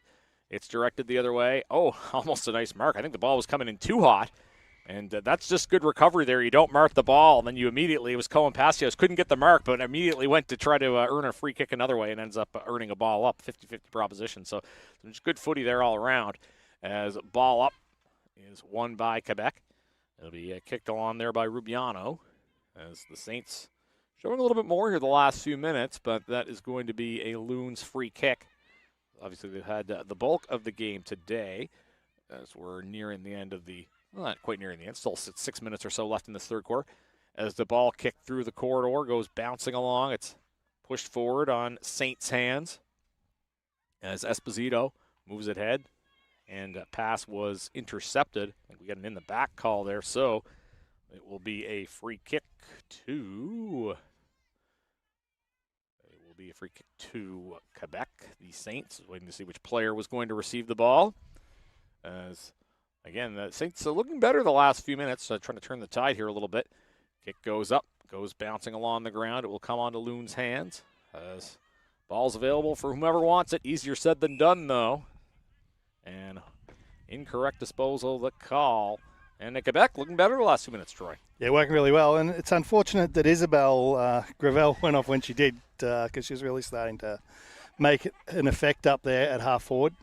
And Carolyn Leduc kicks it forward. Opportunity here for Justine Robitaille. There's a boot, and that is going to go just a little offline. It'll go out. So we'll get a throw in from behind the goals. But the intent from Quebec's been really good, and now you see them with a stoppage next to their behind post. Andrusian be looking to get a nice little tap down to a runner here. And let's see what happens. It's going to be a tap won by Ontario, and they're going to be able to get it out of trouble. That was a key disposal there, as the ball will go dribbling towards the middle of the pitch. As Ontario, the Loons marching it forward, kick up the middle, and not quite marked, but it got enough of the ball, did Bureau to kick it, and then ends up kicking it right back into Loon hands. So Quebec, I guess, getting everything done except for that last part of the field. And it'll go bouncing along the ground as after it again is Bureau. Ball still dribbling along. Assume whoever wants it. The Loons take possession. Comes back now to Saints' hands. As Rubiano will kick it on to the right side for the Saints. Ball goes bouncing up in the air. And it's going to be intercepted by Esposito, who's been a bright light for Ontario. Kicking along the right side for Eames. Eames will make a centering kick. Hands were out there for Hussein. Couldn't quite reel it in, but gets back to it anyway. Kick up, trying to find some friendly hands, but instead it's intercepted by the Saints. As kick from in front of the goal square as Quebec tries to kick it out of trouble. Ball doesn't hit the intended target. Halliday will pick it up for the Loons. Kick towards the goal, and that hit Quebec hands instead, so ball kind of bouncing all over the place. The post's looking a little wobbly there as well. Will end up being a big opportunity here, it looks like, for Ontario. You see the spot. This looks pretty favorable, I would think, for the Loons. Yeah, she'll hopefully be looking to just step inside a little bit if she can. Yeah. Angle might be a little bit off. So let's see what they have to offer. Handball option executed at the back to Eames. Eames has to reach back to get it. And ball goes bouncing way up. Halliday tries to reel it in. Ball still loose on the ground. It's finally picked up by the Loons, booted towards the goal. And that goes through unexpectedly.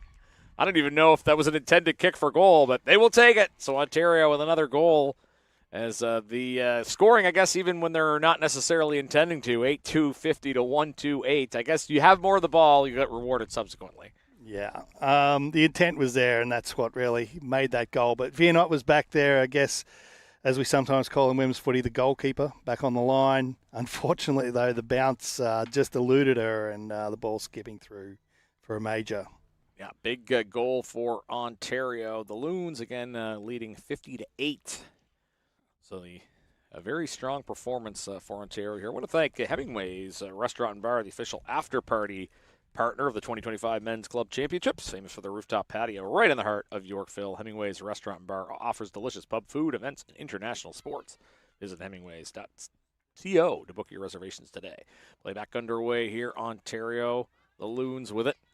Ball bouncing along the right side of the field. It'll come up the right wing, so to speak, but it'll come on to Quebec Saints' hands, and that will just square it into play as the boundary umpire on top of that to deliver a throw in. Great clearance from Rands there, but unfortunately didn't have a good target up forward. No one was really looking to link up with her, unfortunately. Yeah, we talked about that earlier. One of the differences in this game as to why Ontario has been able to establish the advantage that they have. Nice bounce of the ball there, and a bit of a centering kick there. Rands is in the middle of things again for Quebec, throwing her shoulder into things, reaching up for the ball, trying to go over the top, no go. As it'll be a free kick for Rands of the Saints. As opportunity here for Quebec to take the ball down the other side. Boot along the left boundary as Leduc's in the middle of everything. A lot of Quebec's production is run through Leduc and Rands. Leduc, not a lot of help, though. Nobody really near the barrel.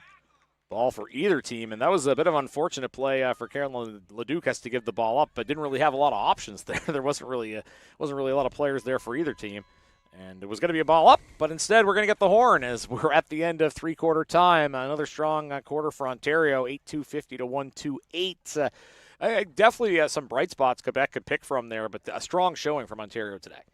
Yeah, Ontario is still too good, but as you said, some bright spots. Quebec working their way back into it, but just really struggling to find that connection with their forwards at the moment. Yeah, no doubt about that. Again, a strong showing for Ontario thus far. We're at three-quarter time, still have 15 minutes of this Women's Plus game here at Colonel Samuel Smith Park in Greater Toronto. You're watching the 2025 AFL Canada Men's Club Championships on AFL Canada YouTube. Play for fun. Play for fitness. Play for glory.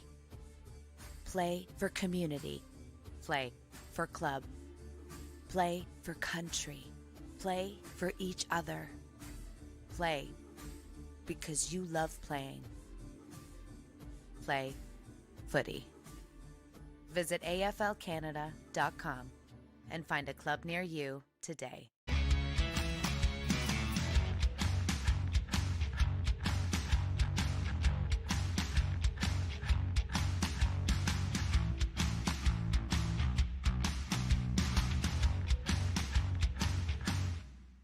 Google Forms now accepts payments. The Payable Forms add-on allows for seamless integration of a digital checkout with your Google Forms. Install the Payable Forms add-on. Link your payment provider. Share and get paid. Your customers can use Apple Pay, Google Pay, Visa, MasterCard, American Express, Discover, Cash App, Venmo, and more. Save time and hassle by automating your payment process quickly and simply. Payable Forms gets you paid.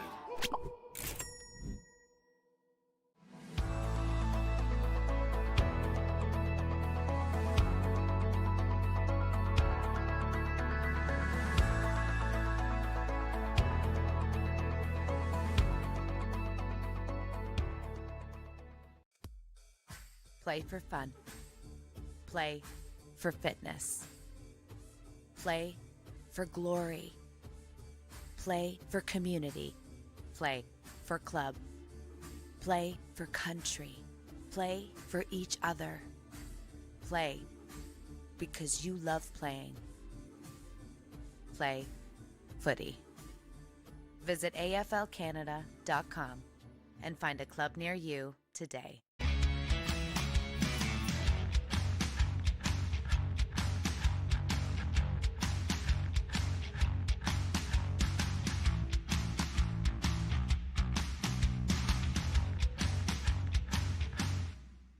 Google Forms now accepts payments.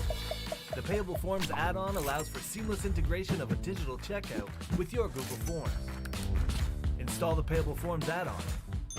Link your payment provider, share, and get paid.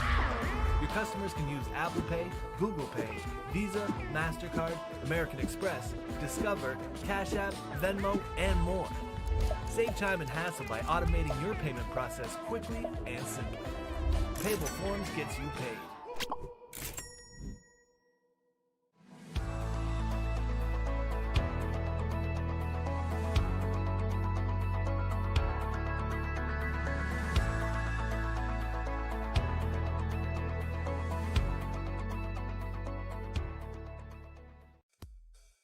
Play for fun. Play for fitness. Play for glory. Play for community. Play for club. Play for country. Play for each other. Play because you love playing. Play footy. Visit AFLCanada.com and find a club near you today.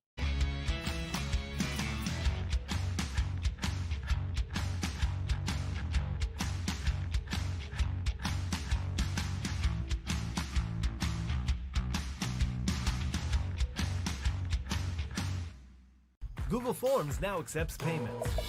The Payable Forms add-on allows for seamless integration of a digital checkout with your Google Forms. Install the Payable Forms add-on. Link your payment provider. Share and get paid. Your customers can use Apple Pay, Google Pay, Visa, MasterCard, American Express, Discover, Cash App, Venmo, and more. Save time and hassle by automating your payment process quickly and simply. Payable Forms gets you paid. Patrick McNeil and Troy Thompson back with you here at Colonel Samuel Smith Park in Greater Toronto next to the campus of Humber College as we're at the three-quarter time of the Women's Plus match. Team Quebec and Team Ontario. It has been Team Ontario carrying the play thus far. The Ontario Loons in green and yellow. Quebec is in white and blue as we're getting ready for the opening bounce of this fourth quarter. Not really a bounce. As ball up it goes. The Team Ontario Loons kick it forward. Ball will go dribbling along the ground as the Loons on the attack. And again, it is a 50-8 lead in favor of Team Ontario in yellow and green. Quebec is in white and blue. As ball on the ground. As it's loose. Who wants it? As Ontario will take possession. It's Eames looking for a kick. And that's an opportunity out front. Went off of hands, so that's going to end up being a rush behind. So a single point for Ontario to start this fourth quarter. And 4 15-minute quarters as opposed to the 2 20-minute halves. Gives the women a little bit more time to play, which is good. They get the one game, so give them a little bit more time to get out there. As goal square kick for the Saints. They're going to run it out a little bit and then kick to mark as Carolyn Leduc, generally reliable, but was feeling the pressure there, so it's going to lead to a battle on the ground. Saints now kicking along the right side. Looks like might be maybe the arm of Cohen Passios. Not sure what happened there, but was kind of vocal of favoring that she may have been hurt, so hopefully there's no injury there. I think just held without the ball. Well, looks like she'll try to tough it out. As free kick for Ontario, the Loons, as ball will come on to Quebec hands. Arian Bailon with it briefly. Quebec trying to get it out of the defensive end of the field for them as kick forward for the Loons. Ball's on the ground. Contest here is that unpredictable breeze rears its ugly head as the ball will come back to more Ontario hands as potential kick for goal. Is going to go through for a single score, so another behind for Ontario here. They're territorially carrying the early part of this fourth quarter, as they've done to do most of this game. Well, I guess, Troy, what are you looking for Quebec, given that it's been a rough first three quarters for them? Yeah, just really trying to maximise possession, so mark to mark and get the numbers moving. Really, they've started to look wider, but, well, here they go again up the middle, so maybe you know what I'm talking about.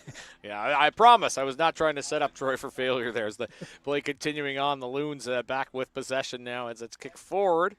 And nice intercept there in front of the goal. So Quebec getting that going for them at least. Kicked along the left side as that is going to be marked. So there you go. That's what I was looking for. There you go. That's the ball move we wanted from Quebec as the Saints trying to salvage what they can out of this fourth quarter. See if they can make this interesting. Ball kicked up the middle and not marked by Leduc, who's been very involved, engaged for the Saints, as she usually is. Ball kicked towards forward 50. It'll go bouncing. Could be an opportunity here for the Loons. Good pressure, defensive pressure there by the Saints. Ball will go bouncing along as Jude Eames is after it again. Been active for Ontario for sure.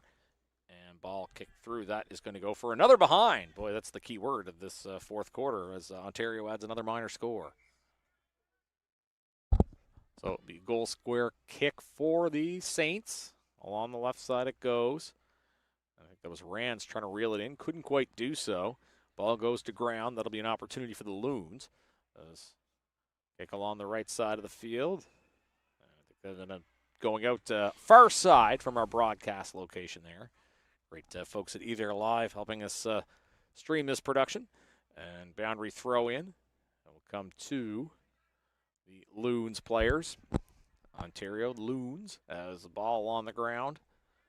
Some pressure there from the Saints, but Loons keeping possession, at least for now. As we hear the whistling, you always hear protests, regardless of what the call is, I guess. But we are going to get a boundary throw in here, as that will be won by the Loons. Taking it ground, Loons able to keep the ball moving, though. There's a kick forward. That's going to be a nice, clean mark. There's a big opportunity for the Loons to add to that lead. Backing up. Opportunity, looking for the first goal of this fourth quarter. They've been held to just behind since the clock turned over. There's a kick, and looks like that could be marked in the goal square. Nope. Battle along the ground for it. As Saints trying to run this out of trouble. Good Loons pressure. As we get a whistle there out in front of the goal that is Quebec is defending. As we're still in the first 5 minutes here of this fourth and final quarter. We're going to get the ball thrown up. So advantageous positioning for the Loons here. And the ball will go out as quickly as it came in. Yeah, Quebec just working along the boundary line. That's as I would like to see it. If in defence, taking that ball wide, not giving easy opportunities for Ontario if they get the ball to kick goals. Yeah, don't want to give up easy points. Ontario with an opportunity here regardless. Punch the ball towards the goal square. Opportunity for the Loons to get the first major score. It's on the ground. Who wants it? Could be a goal if any of the Loons players can get to it. But easier said than done. Protecting the house the Saints are doing at the moment. And doing a good job. Here's an opportunity to push the ball back towards the other side. And it is going to be cleared somewhat out of trouble here for the Saints. Oh, but it's given away to Eames. Eames with an opportunity to kick it forward. And that is going to see the ball go dribbling out. And that'll lead to another boundary throw-in. So the Saints bending but not breaking on that exact possession. But we'll get a boundary throw in here as we're through 6 minutes or so of this fourth quarter. 4 15-minute quarters in this game. Is ball thrown up. It's punched. I think it almost looked like it might have been an attempt to concede or at least move it to another teammate. No go there, but the Saints will have an attempt to move it up the right side of the field, but not going as intended there. I think we'll get another boundary throw in. So it's kind of like Groundhog Day here the last minute or so. Ball up in the air, and Saints trying to get it out of trouble. And it's going to be a free kick to Ontario, and that's going to be Anika Hussein, who's had looks at the ball today with a big opportunity to add to the lead here. Yeah, unfortunately, only the nominated rucks can touch the ball from that throw in. So that's why the free kick was paid to Ontario. So the free kick doesn't go as intended for the Ontario Loons. They do get a single point, though, so that adds to their margin. It's been all singles in this fourth quarter thus far.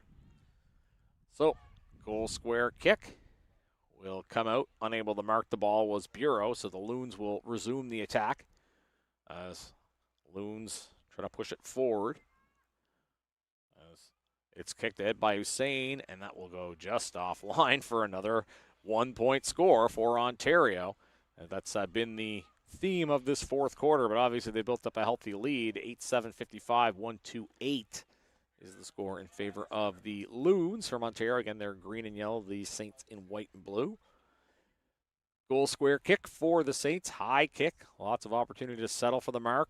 A couple of different sets of hands are after it. No one's able to get it. Now Halliday will reach out and grab it. Kicks towards goal. Ball will go bouncing along, kick along the ground, and that's going to be Hussein, who's going to have an opportunity and will not make any mistake, and that's Ontario's first major score of the fourth quarter. I guess you had to think that was coming based on the way the play we've seen the last few minutes. Yeah, you knock on the door enough times, eventually you get let in. And that's exactly what happened there. Ontario came and came and came. A lot of behinds, but finally they broke through.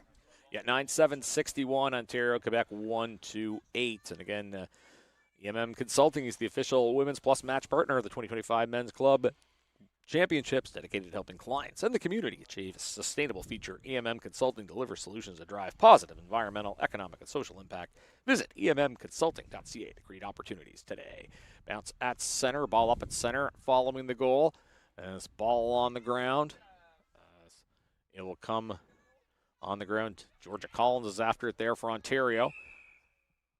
As we get a hold in the ball call, so that is going to lead to a free kick for Team Ontario's. Looks like Josephine Adjuar will take the ball.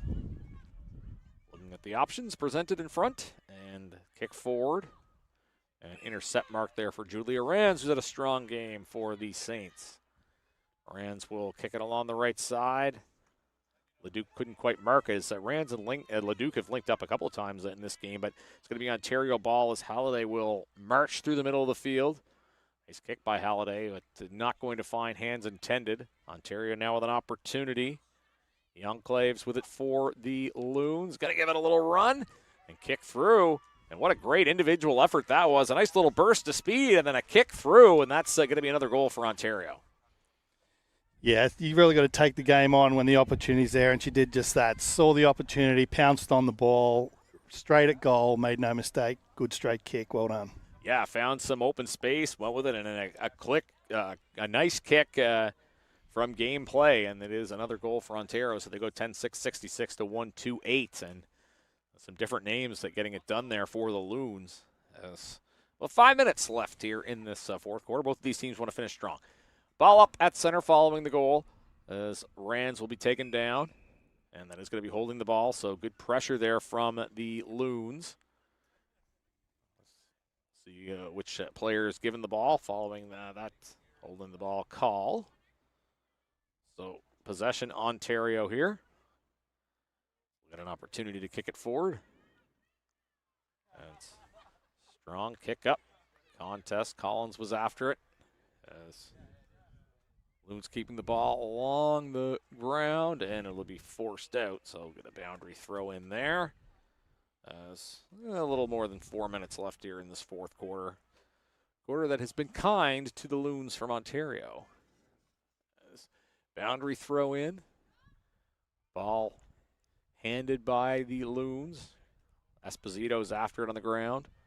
Being swarmed by Rands. Esposito tries to kick that through the maze of players. It'll come to Eames at the right side of the field. Did a good job protecting the ball, did Jude Eames there. Kicks it along the right side. It'll go bouncing out in front of the post. Opportunity perhaps, and at it again was Youngclaves, was looking to do what happened before, but not as successful this time around. On the back foot that time, unfortunately, they just didn't have the momentum to get that ball through the goal. It had the highlight reel goal earlier in the quarter, so we'll settle for that for the time being. As opportunity here for Team Ontario, it's Esposito with it. Sizing up a pretty good looking kick here, I would say. Good distance to either go for goal or perhaps find a target there in the goal square. Looks good for goal, and that's going to go offline, and that will end up being pushed for a single point. So Ontario adds to their lead with 1 point. We have under 3 minutes to go, according to our unofficial game clock, in the fourth quarter of this contest. Ontario and Quebec.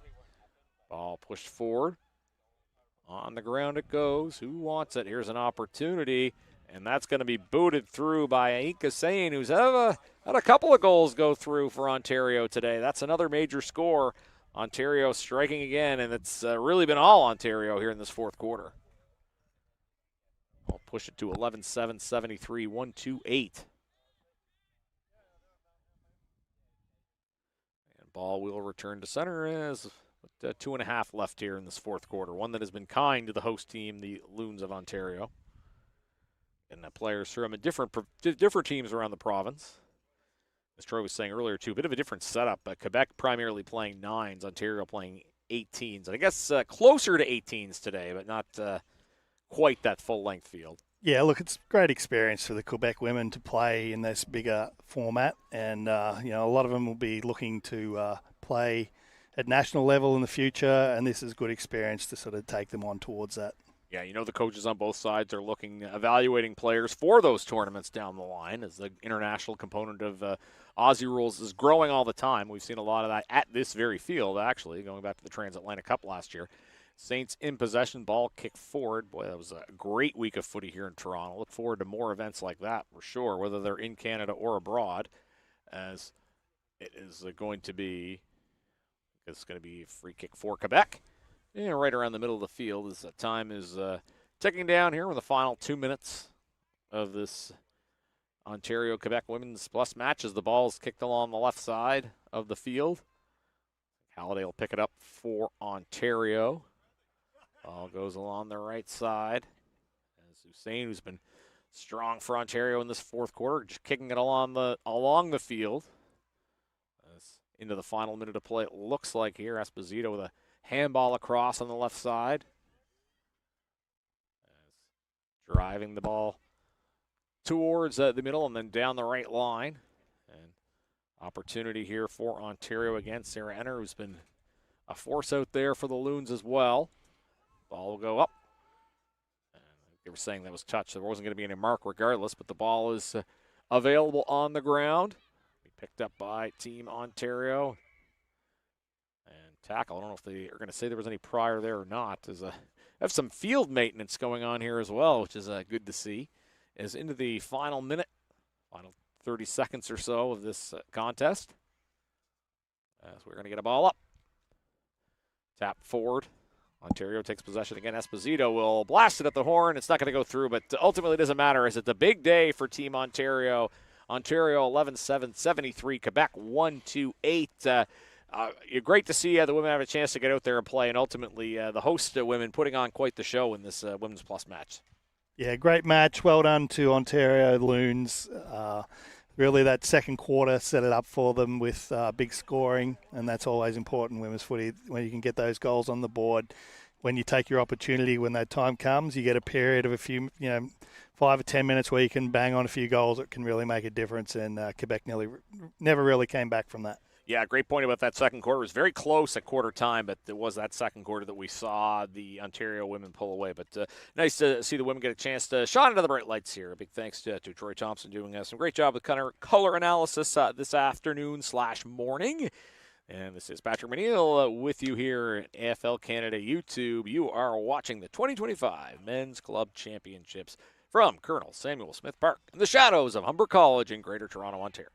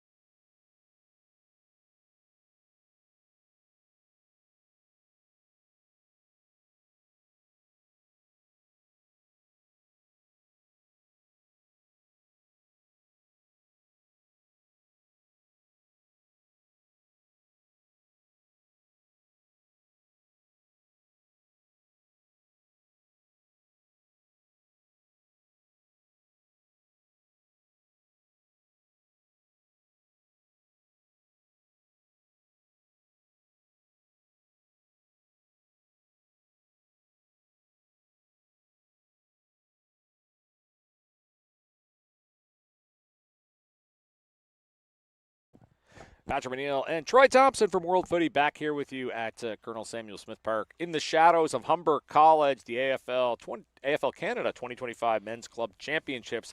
We are getting ready for our first finals game. It is the 7th place matchup between the Grand River Gargoyles and the Hamilton Wildcats. The Grand River in the maroon and gold, Hamilton and black and gold. 7th place on the line, and Troy, this is not where these teams want to be, but they want to finish strong. They want to get their first win of the tournament. They do, and they'll know each other very well. The All-Ontario League clash. So looking forward to this one. Should be a pretty even game, I reckon.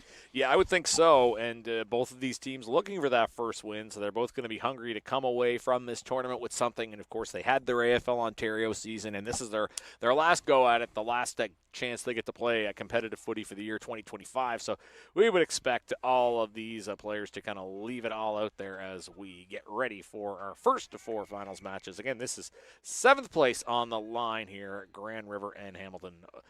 Opening center clearance as the Hamilton Wildcats will take possession. Again, Hamilton in black, and already a physical start to this game. You can tell these teams are not in the mood to play around as the ball will come to Hamilton hands. Kicked out towards that inside 50 for the Wildcats. Perhaps a favorable bounce. Moaning's coming out. Oh, maybe took a little bit too much time. And we're used to seeing Moaning in the center clearance. In that case, he had somebody hot on his tail. That was Jimmy Smith. Oh, sorry, pardon me. That was Gordon Geerlings putting on the pressure. Yeah, late call there from Greg Bridges, and I thought he was going to let Manning run on with it, but he did not, and that was the right call. Yeah, Gordon Geerlings, 3-year playing legally blind in his right eye. Wouldn't have known it based on that play. He'll kick along the left side as the Gargoyles hoping to win the 7th place game, as are the Wildcats, of course. Ball out the back for Hamilton. And the inside 50 for the Wildcats. Kick forward. Hands are out for the mark. No mark to be had. Both teams getting great numbers to the context here in the early going. Handball will get it out of the defensive 50. Hamilton trying to bring it back in just as quickly as it came out. Long distance kick could have the legs. Bounces and bounces. And that's going to go through for a goal. I'm not sure which Gargoyle player was trying to spoil it, but the unpredictable bounce goes the way of the Wildcats. Hamilton strikes first. 1-0, no score, as we have our first goal of the game. Yeah, Batchelor just stepping through 2 defenders there and just sending that one high and long and got the great bounce on the line. So absolutely did. Great result. Yeah, it was the one that he was looking for, so Hamilton will strike first. Hamilton would have placed ahead of the Gargoyles in AFL Ontario this year, but they're both looking to capture 7th place here. Center clearance following that Hamilton goal, the first one of the game, first points of the game, as the Wildcats march it through, as Cam Cochran was charging through the middle of the field. As ball in dispute here on the ground. It'll be kicked forward by the Gargoyles to try to move it towards the center of the field. As ball goes bouncing around. As kicked. Nice kick. And that didn't go as intended, as it fell just short of the recipient, and then it went bouncing off of knees, and that will go out for a boundary throw-in. So just getting going here, 7th place match. Hamilton and Grand River, 2 AFL Ontario sides. As boundary throw-in will end up originally in Hamilton hands, then no go. Gargoyles will take possession. As here, the players screaming instructions there as we get another boundary throw-in the same spot, so not a lot of space available for either side in the early going. Get a boundary throw-in, and it will come off Hamilton hands. Hamilton looking to get an inside 50 here. Handball out the back for the Gargoyles, but again, that Wildcat pressure is just tremendous, and the pressure goes back the other way. And that was a holding the ball call against Hamilton, so Grand River will get a free kick to try to kick it out of trouble here. As kick along the left side, right side of the field. That is marked by Michael Alexiou. We talked earlier, he's a very inspiring story, a cancer survivor, just started playing footy, and he's been pretty good for the Gargoyles. He kicks that one away, though, as that was Martin Brown with it for the Wildcats. Centering kick towards the 50-meter arc, and a beautiful mark there. As that was Liam Batchelor, who's had a little bit of the ball already for the Wildcats. He'll kick it towards the 50-meter arc. Big opportunity here for Hamilton, and good ball movement there by the Wildcats. Yeah, just using the space much better, Wildcats at this time. And they have an opportunity to be rewarded for it, already leading by a margin of 6-0, perhaps so they can add to that lead. Powerful boot. And that is going to be marked. Wow, what a nice mark that was right in front of the goal. I think that might have been Moaning again. So we saw him in the center clearances, now just being used as a full forward and very effectively here in the early going. It's an opportunity to add to the lead for the Hamilton Wildcats. Have to like his odds here in this angle. As the Wildcats with the one major score looking for a second. He'll take his time. Defender doing a little dance here to see if he can distract Moaning, but Moaning, a veteran of the international game, he's not going to miss from there. Kick through, and Hamilton bringing the pressure early, and they've been rewarded. 2-0-12, no score for the Gargoyles. Great start here for Hamilton. Yeah, not a lot the fullback could do there when the ball's delivered well to a big player like that. He managed to maybe give him a bit of a tap on the head on the way through, but that didn't distract Manning taking the mark and making no mistake from the set shot. Yeah, I play defender at a very low level myself, and seeing a guy like Chris Moaning out there, I'm not envying those that are tasked with having to defend against him. As the ball comes back to center, as the Wildcats establishing that early lead, 2-0-12, no score for the Gargoyles. As Gargoyles looking for more of the ball, kick towards the forward 50 for Grand River, but not finding friendly faces there. Instead, it's an intercept mark for Hamilton. As ball kicked towards the middle of the field. Chasing after it's Jimmy Smith. Nice lay of the shoulder there. Way to open up space for the teammate there. So some good shepherding there by Jordan Garwood. As the Wildcats on the attack here. Turn and fire for Moaning again. And that one might go through for a behind. It looks like it will. So Moaning almost try to take the game into his own hands there. That's a 1-point score for Hamilton. They go 2-1-13. No score for the Grand River Gargoyles. Grand River based out of Guelph, Ontario. As kick along the left side. Gargoyles trying to see if they can spend some time on the other side of the field where they haven't had the luck to do that in the early part of this contest. And Gargoyles in the red and gold, we'll call it. Hamilton in the black and gold. Ball kicked along the left side. And intercept mark again. Hamilton doing a good job of just cutting off those pathways. And ball will be kicked along the right side for the Wildcats. Hands are up for the Gargoyles. Nice spoil there. As move forward. Battle along the boundary line there. And handball for the Wildcats trying to link up. No success there. Kick right back along the left boundary. Battle along the ground here. Good pace to start this contest. As Gargoyles in control. Handball option well executed on the left side. Goes for a bounce.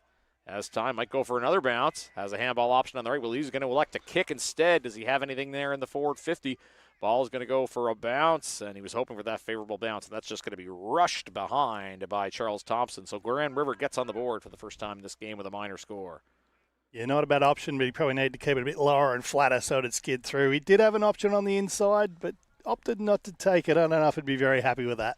Yeah, it's maybe a little bit curious, but I guess it's easier for us to evaluate on the sidelines maybe than anything else. But it is a 1-point score for Grand River, so 13-1 is the score in the early juncture of this game. But fun start to this one. Again, these teams both 0-3, so neither one wants to go home 0-4.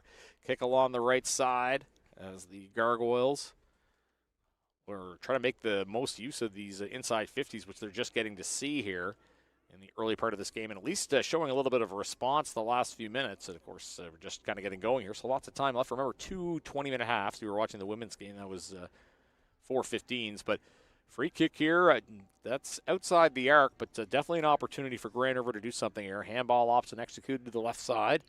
And short kick to a mark. And Grand River an opportunity here as I believe it was Jeremy Schwartzentruber getting the ball. Oh, and a nice lead, and that's a beautiful mark there. Just inching closer to the goal for the Gargoyles. Didn't have much room to work with, but he just slotted into that space nicely. Yeah, running into space key for the Gargoyles forwards, and now they have an opportunity here. And this would bring them within a goal, or actually more so than that is opportunity. It's kicked through. And that is going to go clear through. That is a goal, first goal of the game for Grand River. They are on the board. And that's a big goal, and I think Grand River deservedly so after some strong pushback. And they get themselves a goal, and I think I said well merited, 2-0, 12, 1-1-7. Anybody's game here in the early going. Yeah, it was a really nice build-up there for the Gargoyles. They gave the handoff kick from outside the 50, which looked like they were going to go long. Turned out to be a fake. They went short, got the mark, kept possession, and then were able to work it to that ultimate kick for goal. So really good build-up for the Gargoyles. Let's see if they can do that again. Yeah, nice response after a bit of a rough start, and they win the center clearance as well. Trying to work through the corridor here. As after it was Hunter Murray, one of the more active Gargoyles in this tournament, kicked there towards goal square, and again, good job moving the ball through the middle. Jordan Grande with the ball now. He's got an opportunity to kick for goal. Looks like he's got to try to kick for a mark instead. That doesn't work as intended, or maybe it does roundabout way. Comes off of the foot of Kylan Lundstra. The Aussie, who's just 19 years old, making an impact. As he's been playing footy for 11 years at his young age, and he has a key goal, looks like, to get the Gargoyles ahead. I'm sure his junior coaches would be very happy to see that. It's classic front and centre there at the contest. Just read the ball off the hands and stepped around and kicked the goal. So really good, and great to see the Gargoyles forwards getting in front early in the game. A couple of times the ball came forward there. They were behind and let their defenders lead them to the ball, but now getting in front. Yeah, dictating the pace, and it's good to see for the Gargoyles. Obviously, had a rough season in AFL Ontario. They go 0-3 in the group stage, and they fall behind 12-0 here early, but a very strong pushback here in this first quarter. We're about halfway through, first half, about halfway through, and we've got a good one on our hands here. Gargoyles leading by just the 1 point. Had been down 12-0, but have marched back, and we have a very good contest here. Center clearance following the goal. Tapped by Hamilton as the Wildcats try to push forward. Ball will come forward now as Gargoyles get it back. Seems like it's been all maroon and gold the last few minutes. And again, a nice mark. Well, it decides to play on. A little short kick, no real option there. But again, it might work out for them. Just getting numbers to the ball are the Gargoyles. Handball option well executed. I think that's Alexiou that's after it again. He's been a factor for the Gargoyles. Try to find an option. He's just going to go it alone and try to kick at a sharp angle, and he does it. Oh, hands are up.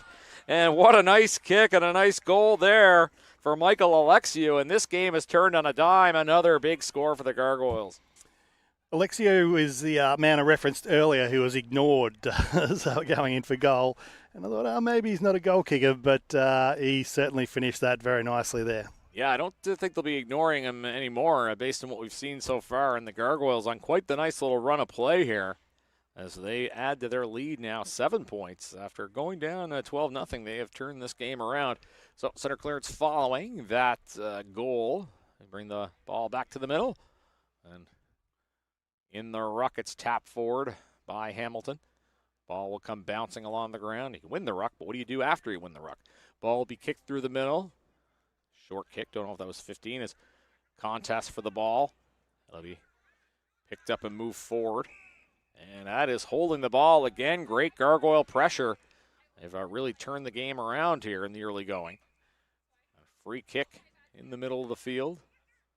And that is going to end up being Robert Warburton. New Aussie rules player from Brampton. Use the handball option along the right side. Short kick. Won't mark, but it will keep possession for the Gargoyles. Handball back. And no real option there. That's holding the ball. So Hamilton will get some possession, which they've been lacking the last few minutes. Kick through the middle. Battle for the ball on the right side of the field. Kick towards the Gargoyle forward 50. Handball option used there. Liam Batchelor, one of the more engaged Wildcats, will boot the ball forward for Miles Knight. As the Gargoyles get the ball back, as inside that, nearing towards the forward 50 here for the Gargoyles. Ball bouncing along the ground. It's up in the air. As who wants it? Gargoyle kick along the left side. As Wildcats in possession. That's Batchelor who was taken down. Here's we are just about to 6.5 left here in this opening half. And it's going to be a Wildcats ball. And that will come on into the hands there of Martin Brown. As ball kicked through the middle. As Wildcats, Gargoyles, as the ball pushed to the right side. And Here, Greg, I believe that's still Greg Bridges doing the umpire in there. As that will end up in Gargoyle hands. The Gargoyles, again, are really shaking off that slow start. Looking to earn a win in this 7th place game. Kick looks to the mark, falls a little short. Wildcats, though, just not able to get any sort of relief from this Gargoyle pressure. Ball comes way up in the air. Alexiou trying to mark that. He had a goal earlier in this quarter. He's almost taken to ground, but he's able to get rid of the ball first. Ball on the ground. Gargoyle pressure here. And there is the Wildcats drawing a free kick. I believe that's going to be holding the ball, so that will be a free kick for Hamilton. A much-needed free kick for Hamilton. As that is Jason Kobaldick with it. Use the handball option. He'll kick along the right side. Wildcats will. Ball goes up in the air, but again, the Gargoyles getting numbers there. Handball across to the right side. As ball loose on the ground, Moaning will pick it up for Hamilton.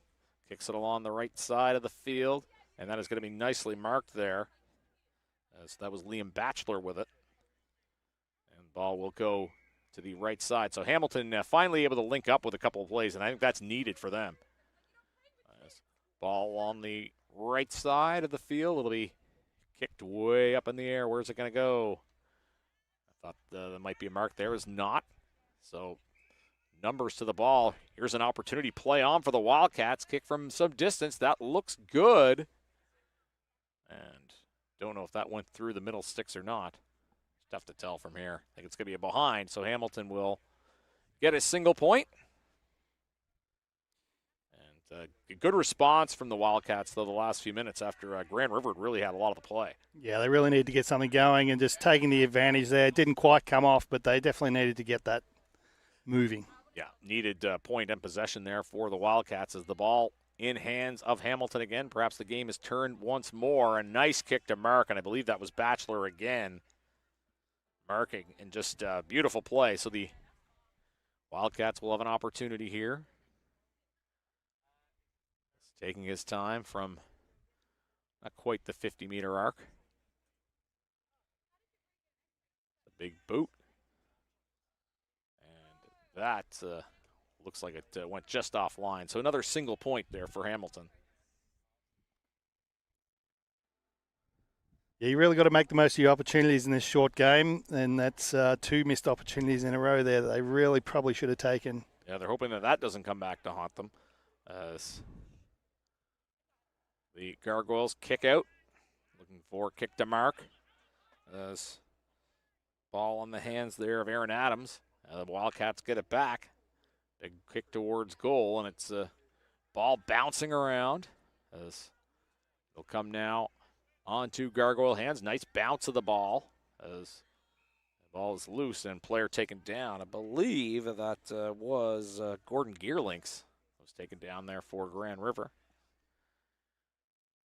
Yeah, he's moved really well at fullback for them. When he hasn't been trying to stop Manning from marking, he's been really good when the ball's been on the ground and when he's been on the run with the ball. Yeah, and that is no easy task. Wildcats get the ball back. It's kicked along the right side. Ball's way up in the air. Where's it going to land?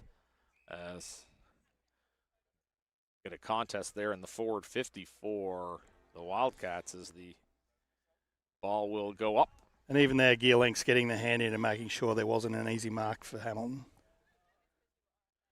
So Wildcats will take possession. Ball along the right side. Nice shoulder tackle there, laying the body to make a play.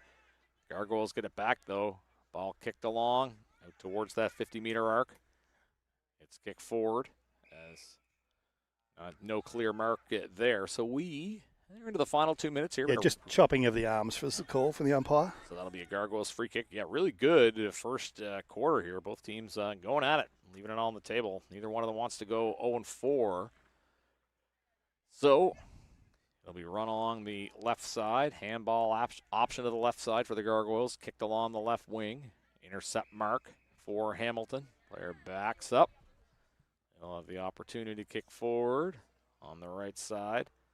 And Gargoyle mark completed as they'll go along the left side along the boundary.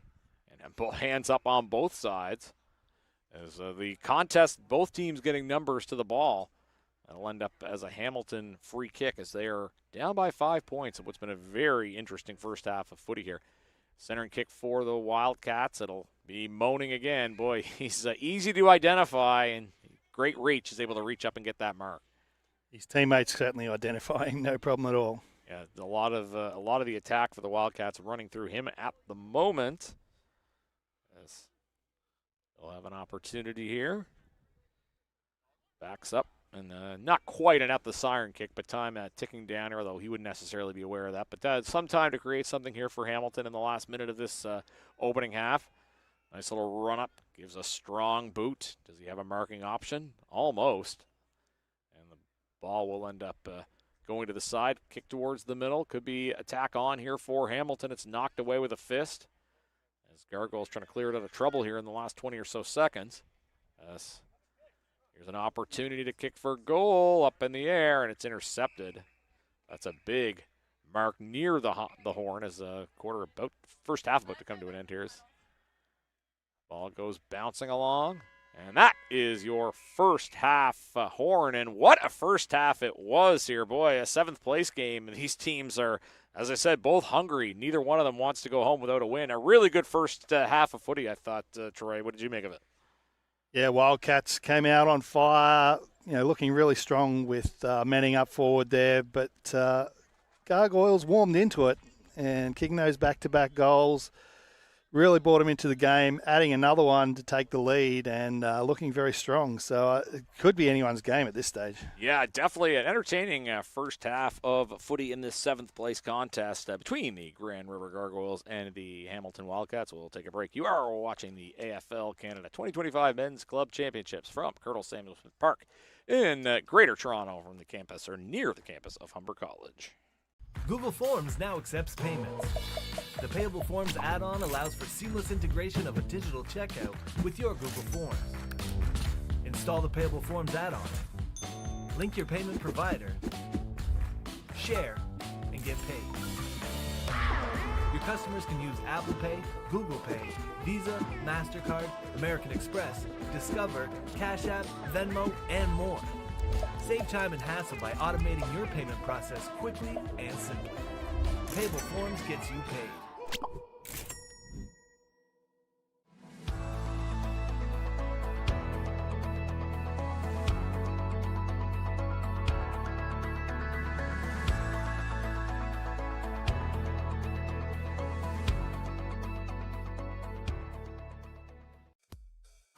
Play for fun. Play for fitness. Play for glory. Play for community. Play for club. Play for country. Play for each other. Play because you love playing. Play footy. Visit AFLCanada.com and find a club near you today.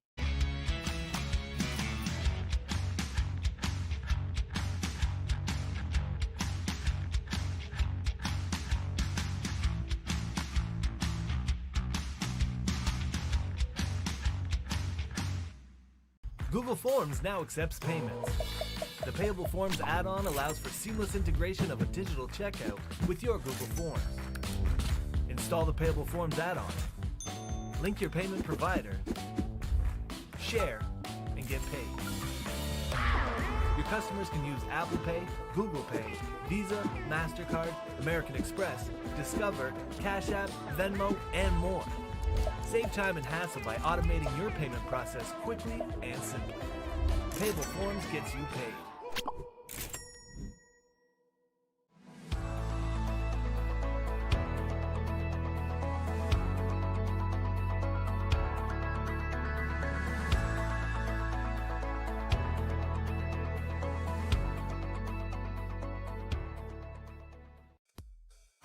Play for fun. Play for fitness. Play for glory. Play for community. Play for club. Play for country. Play for each other. Play because you love playing. Play footy. Visit AFLCanada.com and find a club near you today.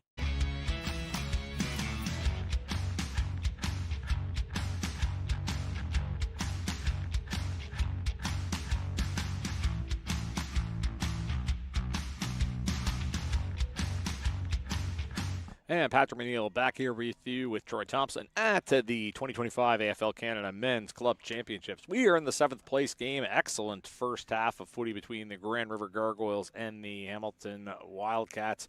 Hamilton striking first with those 2 goals, but a great response from Grand River. A really good first 20 minutes, Troy. Yeah, and really, as I said, anyone's game, but the Gargoyles at the moment looking like the front runners. Yeah, absolutely. They do have the lead, but it's very much in the balance as we get ready to start this second half off. Final instructions being given by our veteran official here. Ball goes up, and we are off and running with the second half. It is 19-14, the score line. Wildcats take possession off that opening tip, and it's moved forward as Wildcats march towards the forward 50. Want to start like they started the first half. Kick for goal. And that ends up going off the post, I believe, as that was booted by Jimmy Smith. And that is a 1-point score for Hamilton. So early going, Hamilton strikes first, but it wasn't the points they were looking for. And kick out of the goal square for the Gargoyles. As kick to the left boundary. And was looking for a target on the left side was Tim Trembath, but didn't go as planned. I think we're going to get a boundary throw, and that hit the ground before it went out. So we will get a boundary throw in here towards the forward 50 for Hamilton. Oh, ripped in as it's punched to the side. You can hear Aaron Adams calling for the ball in the wing, and he'll pick it up. Adams trying to go out the back. He'll do just that. Kick along the left boundary. This ball on the ground. Okay. Some high contact, I think, called. And that'll end up being a Grand River ball. So free kick for the Gargoyles. Assessing the options. Kicked forward. Almost reeled in there as the Gargoyles working along the left side as ball's going to be picked up by the Wildcats. All kinds of congestion here. Somebody trying to break through. Kick along the right side of the field and kick to mark. And who else but Chris Moaning for the Hamilton Wildcats. He'll kick it along the right side looking for a target. Doesn't have himself as a target, so he'll do as best he can as battle along the boundary there, and that will end up squirting out. So Moaning doing a little bit of everything for Hamilton. And we'll get a boundary throw in there as we have played about 2 minutes here of this second half. Just a 4-point game, so a really good one going here. As kick along the left side. It's charged forward by Hamilton, kick to goal square, intercept mark, a key one for Grand River. As the Wildcats didn't have any real targets there in the goal square, so Gargoyles going to try to slow the game down here, at least for the time being. Kick to the left side, up in the air it goes, and that's a big, big intercept mark for Hamilton.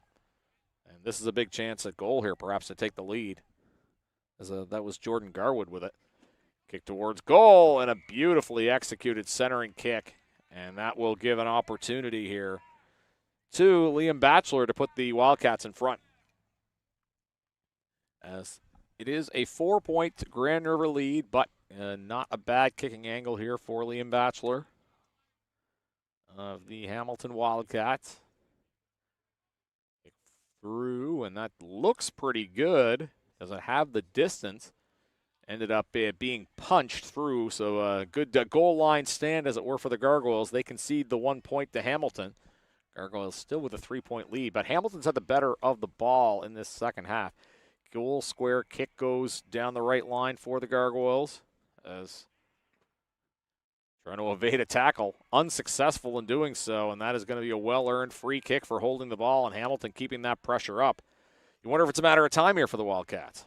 Yeah, just being caught on the back foot there, the Gargoyles really needed to quickly move that ball out of the defensive 50, mucked around with it, got found out. Well phrased, as the ball along the left side is a free kick for Hamilton. And looks to kick for goal, and well marked right in front, and that is going to set up a great angle for Cam Cochran. He's right in front of the goal. You don't want to take anything for granted, but you have to like his odds here as he gets the instructions as to where to mark. Set up on the mark as He will look to put his team in front. And the run up, and Cochrane will kick. And was that spoiled on its way? Was a whistle. You're going to get an opportunity to do this again. I think so. Oh, bit of a different look here for Cochrane. Effectively a 50-metre penalty, but just becomes straightened up on the line. Yeah, not really. Definitely not 50 meters to give, but it was enough to give Cochrane the goal, so Hamilton will move out in front. And was almost a gimme. I don't want to say gimme kick before, but it ended up being one. So the Wildcats go 3-5-23, Gargoyles 3-1-19. And we said it earlier before that goal. It was a kind of a matter of time the way Hamilton was playing. But I guess if you're Grand River, you look at how the first half started. They were able to shake it off, and now they're going to have to do the same thing in the second half. Yeah. The momentum, very much in the Wildcats half at the moment, and it's really hard to see the Gargoyles coming back, but they did it in the first quarter.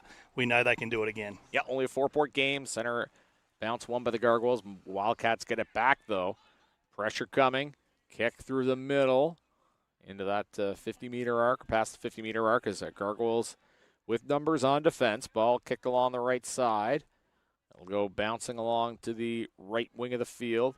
As Gargoyles trying to move it through the middle. Nice bounce there. Buys some time. Kick through the middle. I don't know if there's any options there for Grand River. It'll end up on Gargoyle hands, but well defended as it was Adams that was after it there for the Gargoyles. Handball out the back. Playing keep away here almost.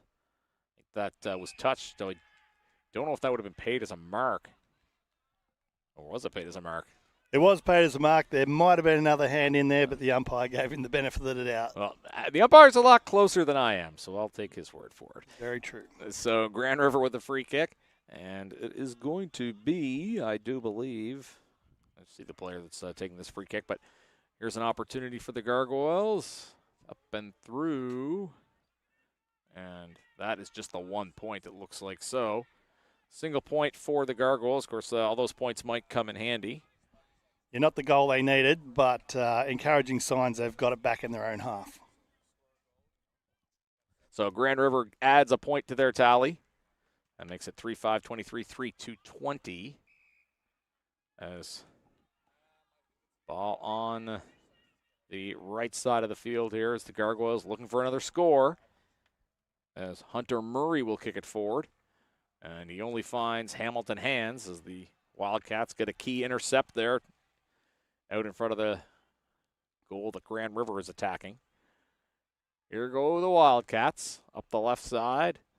Ball will come up in the air as getting in front of it as the Gargoyles try to fade off this Hamilton attack. Wildcats working through the middle of the field. There's a little bit of soul candy there along the left side. Go the Wildcats. Ball marked quite nicely there by Dan Creighton. And he'll back up right around the middle part of the field. Kicks it along the left side, and that is going to be marked nicely there by Batchelor. And he'll have an opportunity to kind of slow this down a little bit for the Wildcats. Again, Hamilton with a 3-point lead. Batchelor kicks it forward. Mark not completed, though. Gargoyles had it briefly, comes back to Wildcat hands. Ball being charged forward, Hamilton in control. Nice job evading that tackle, but it is ultimately going to be a holding the ball call. Was able to duck the first time, but ultimately couldn't prevent himself from being taken down. Didn't have a lot of options, so did the best he could, I guess. Grand River free kick off the holding the ball call, but it's turned right back over to Hamilton. As ball kicked towards the Hamilton forward 50, lunging forward, couldn't get it. Now Moaning got his hands on it ever so briefly. Gargoyles take possession and kick across. Gargoyles out in front of the goal sticks they do not want to be in front of, and the ball kicked out. Bounces along the ground, so we should get a boundary throw in as we are past 8 minutes into the second half of what has been a very, very close game between these two teams. So, boundary throw in, forward 50 for Hamilton. Ball goes up. And Wildcat hands get it. Ball kicked towards the goal. Here's an opportunity for the Gargoyles. It'll go bouncing through the middle of the pitch as ball comes into Wildcat hands. Yeah, they've looked really good when they have come back through the middle. I think they should keep that up. It might be the strategy here for the Gargoyles as they are behind, but just 3 points. So this is still anybody's game. Ball goes up in the air, and again, trying to work through the corridor again are the Gargoyles. Ball on the ground. And here's a potential opportunity. Nothing but space. And out the back goes the handball as you get that off in time. And is going to be holding the ball, so Hamilton will take possession. And kick to a mark. Ultimately plays on. Down the left side it goes. And that will be marked. Hamilton linking up quite well. Now switching to the middle of the field. And playing on off the mark. Kick into the forward 50. Wildcats with some good links, but ultimately the Gargoyles take possession. Kick to the right side of the field. Ball's way up, and that will be marked. So the Gargoyles getting some momentum of their own as Jeremy Schwartzentruber had it. Now ball on the right side. Kick goes skyward. Go bouncing, dribbling along the ground. As it'll be a link up. Here come the Gargoyles again. Centering kick. As ball, I think the ball bounced off a couple of player heads, but ultimately it is the Gargoyles that pick it up. Looking for what will be a go-ahead goal, but unable to sustain the momentum or possession as the Wildcats able to take it over here. Hotly contested footy at all ends of the field, and ends up being a Hamilton kick out here. Or free kick, I should say, as Wildcats have it just inside the Grand River forward 50. Yeah, Gargoyles really need to take that opportunity again. Might rue that, but while to go yet, so plenty of time to make up for it.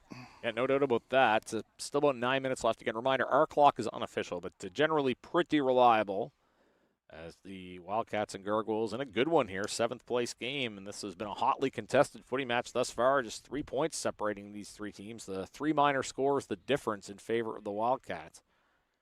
So we'll see Hamilton getting a free kick here in the Grand River forward 50. Waiting instructions as the Wildcats with the lead and with the ball, at least for now. Mark not completed. Gargoyles take possession. Over the top handball. Oh, great pressure there. It's going to be a holding the ball call as that was some good pressure and good work there by Jimmy Smith. Wildcats lucky to get away with that. That's a really risky kick high and long into the middle of the ground there, but they've got away with it. Well, Wildcats working through the corridor now, but it comes to the Gargoyles. As kick low along the ground. Ball will end up in Gargoyle hands. Kick to the right side of the field. Ball goes bouncing around. Goes to ground again. And the umpire whistle is again. We're seeing a lot of the game contested on the ground in the last few minutes. It's going to be Grand River free kick as they want to get it out of that end of the field. Kick along the right side. Oh, right into Hamilton hands. Not cleanly marked, though, so play just will go on. Handball option to the right side, then out the back. Wildcats going backwards and then forwards. Kick to the forward 50, looking for Moaning again. He's an easy target with the big reach, but he couldn't get to that one as he was outnumbered by the Gargs. As the attack continues there for Grand River. As ball on the ground on the opposite side of the field to our broadcast location. And Wildcats nursing a 3-point lead here. What's been a very, very good game of footy in the second half. Ball still up for grabs on the ground. Gargoyles get it. The pressure is high, and I think that might have been a high tackle. It should be a free kick as a result. Can't tackle like the body's like a strike zone. Can't go to the high shoulders there. So it is going to end up being a free kick for Grand River. And it didn't go as planned, but the Gargoyles still trying to kick it out of trouble. And there's a mark for Grand River, a much needed one, as Jeremy Schwartzentruber will kick along the right side. Hands are up, and it'll just go bouncing at a play. And I guess neither team really able to link up the last few minutes. So I suppose that's a benefit to Hamilton, given that they're leading the game. Yeah, and it was a little bit ugly there. The Gargoyles kicking across there didn't quite come off for them, but good to see them trying that out. And they could have pushed further ahead. They might have worked their way around the defense a bit better. So the game 3 points in the margin, a little more than 6 minutes left. Boundary throw-in right around the middle of the field here, the side of the field opposite our broadcast location. As the Gargoyles and Wildcats playing for 7th place, it is going to be a Grand River free kick. As it's kicked along the right side. Hands were up and intercepted by Hamilton. It seems like points might be harder to come by down the stretch, but just, again, 3 points. So anybody's game at this point. Hamilton kicking the ball backwards there, just looking to open up some options. Aiden Scott moves it back for Hamilton. Just good series of short kicks, trying to regain control of the game here. Just working that left boundary. Kick along the left side again as well. You don't want to give the Gargoyles the middle of the field, but they do give them an intercept mark along the boundary in the middle of the field. Key intercept for Grand River. And I think it was Adams charging towards. Couldn't quite get to it to mark it.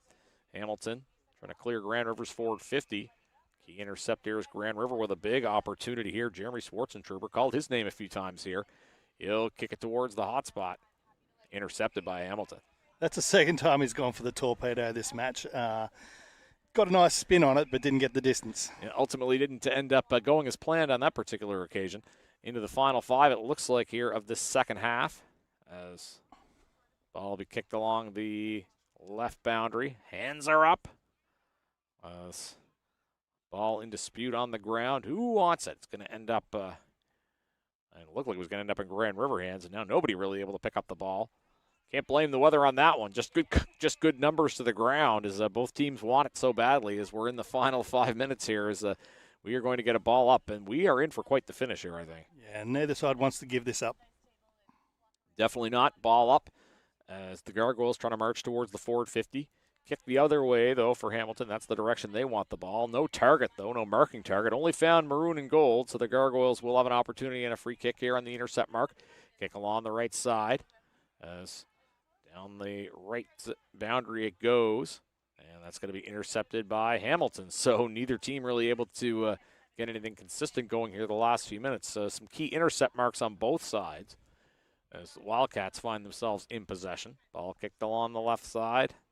Not marked. Ends up in Gargoyle hands as comes back to another Grand River player. And wrapped up. Don't think there was much in terms of prior there. So that should be the umpire's ball. So ball up following the quick tackle.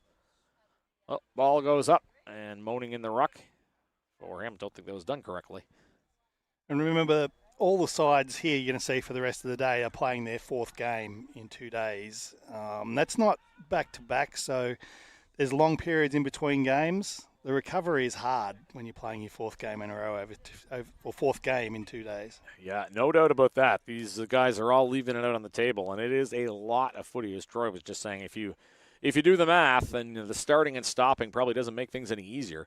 Just a little under 3 minutes left here, according to our clock. Again, that is unofficial, but this game is still very much up for the grabs, whoever wants it. As it is Hamilton. We've seen the pendulum swing back and forth a couple of times in this game. Grand River trying to charge forward, looking for that go-ahead goal. They will need a goal. Behind's not really going to do them much good at this point, but Grand River trails 23-20, a battle of 2 AFL Ontario teams in the 7th place match, both going 0-3 in group play. Ball up here in the forward 50 for Grand River as the Gargoyles battling for the ball on the ground. And again, just seeing almost like a stream of ball ups, and no one's able to really take the game and grab it at this point. Yeah, it's the advantage you have when you lead on the scoreboard. You can afford to do that and try and hold on for the win. But one team feels like they're going to break free here. You may see that in the next 3 minutes. Hamilton trying to kick it out of trouble. Ball will be kicked to the middle of the field as it will still be Gargoyle possession. Turn and fire on the kick. Thought there'd be a nice mark there. Not to be, but the Gargoyles keep possession, though. That's the important thing for them. Kicked into the forward 50, finds Hamilton hands instead. Hamilton just playing some good defense, but going to get dinged with the holding the ball call. Yeah, he was unlucky. The ball was still bubbling in his hands, really. He didn't get a chance to get the ball away, and the tackle came. And unfortunately, it's a shot at goal for the Hamilton Wildcats. Unfortunately for the Hamilton Wildcats, I should say. The shot at goal for the Gargoyles. Yeah, Kylan Lunstra has an opportunity, and boy, if he's able to kick this, there's not going to be a lot of time for Hamilton to respond, and he's in a good kicking angle. That looks good. He's not going to make any mistake about that. Nice high kick. And that clipped the post, I believe. Wow. Yeah, he had a good angle, but it ended up hitting the post, so that ends up being just the 1-point score. Certainly it was high enough, but ended up hitting the post, so it's 23-21 here in the final few minutes. And Grand River may rue that. I don't think they're going to get an opportunity that good again. Well, they need the 7-point play here. Yeah, it's A kick up through the middle of the field. As Wildcats trying to just keep it on the other end of the field now. That may have been what they needed to get the win. Ball kicked along the ground here. Wildcats, if they get another goal here, I think that would almost certainly be it. As taken to ground, that's a holding the ball call. 34 on 34. Troy, and that's going to end up being a Grand River free kick. They're going to need to rush this up the other end in a hurry. They have about 30 seconds, and again, their clock's unofficial, so that might be more or less time, depending on what's the official clock. Moaning moves it along for Hamilton. And the sheets are blowing in the wind here, and Grand River knows there's not a lot of time left just to try to kick the ball forward as soon as possible. It's in their hands, though. And they do have the chance for last kick. 6 seconds left. Give or take. Need a mark. Absolutely. And they get a mark, perhaps off hands, but the official call is a mark. Here's an opportunity for Grand River. Oh, he almost gave it off. Yeah, that would that would have been a timely error, to say the least. He doesn't know, though, how close we are to the clock. Yeah, players don't have that luxury that we have here. This could be at the buzzer. It's coming up close to it. Long kick. Does that have the distance? Oh, wow, and it's going to go off hands. It's still kicked through, and that is going to be a huge score. And that goes through. Did they give that as a goal? He called it the 1 point. You're trying to see. I was thinking Hamilton was able to push that through to concede the point. I don't know if my eyes are seeing correctly there, but wow, what a finish to this one. So it does end up going 23-22. Yes, so just to describe what happened there, the ball went through. It had actually gone over the line and was bounced back in. The Gargoyles player then got it and kicked the goal, but unfortunately the ball had already crossed the line and the goal umpire gave a behind. So the Wildcats hold on by the narrowest of margins. Narrowest doesn't get any narrower than a single point. And like I said, the sun playing tricks on us. Tough to see down that end. But the umpires, they're on top of it. And what a great seventh-place game it is. Hamilton winning 3-5, 23-3-4, 22 over Grand River. Great to see, Troy, these two teams just leaving it all on the line for the last game. Yeah, it was a fitting result. They played it out to the end, as I said, 4 games in 2 days.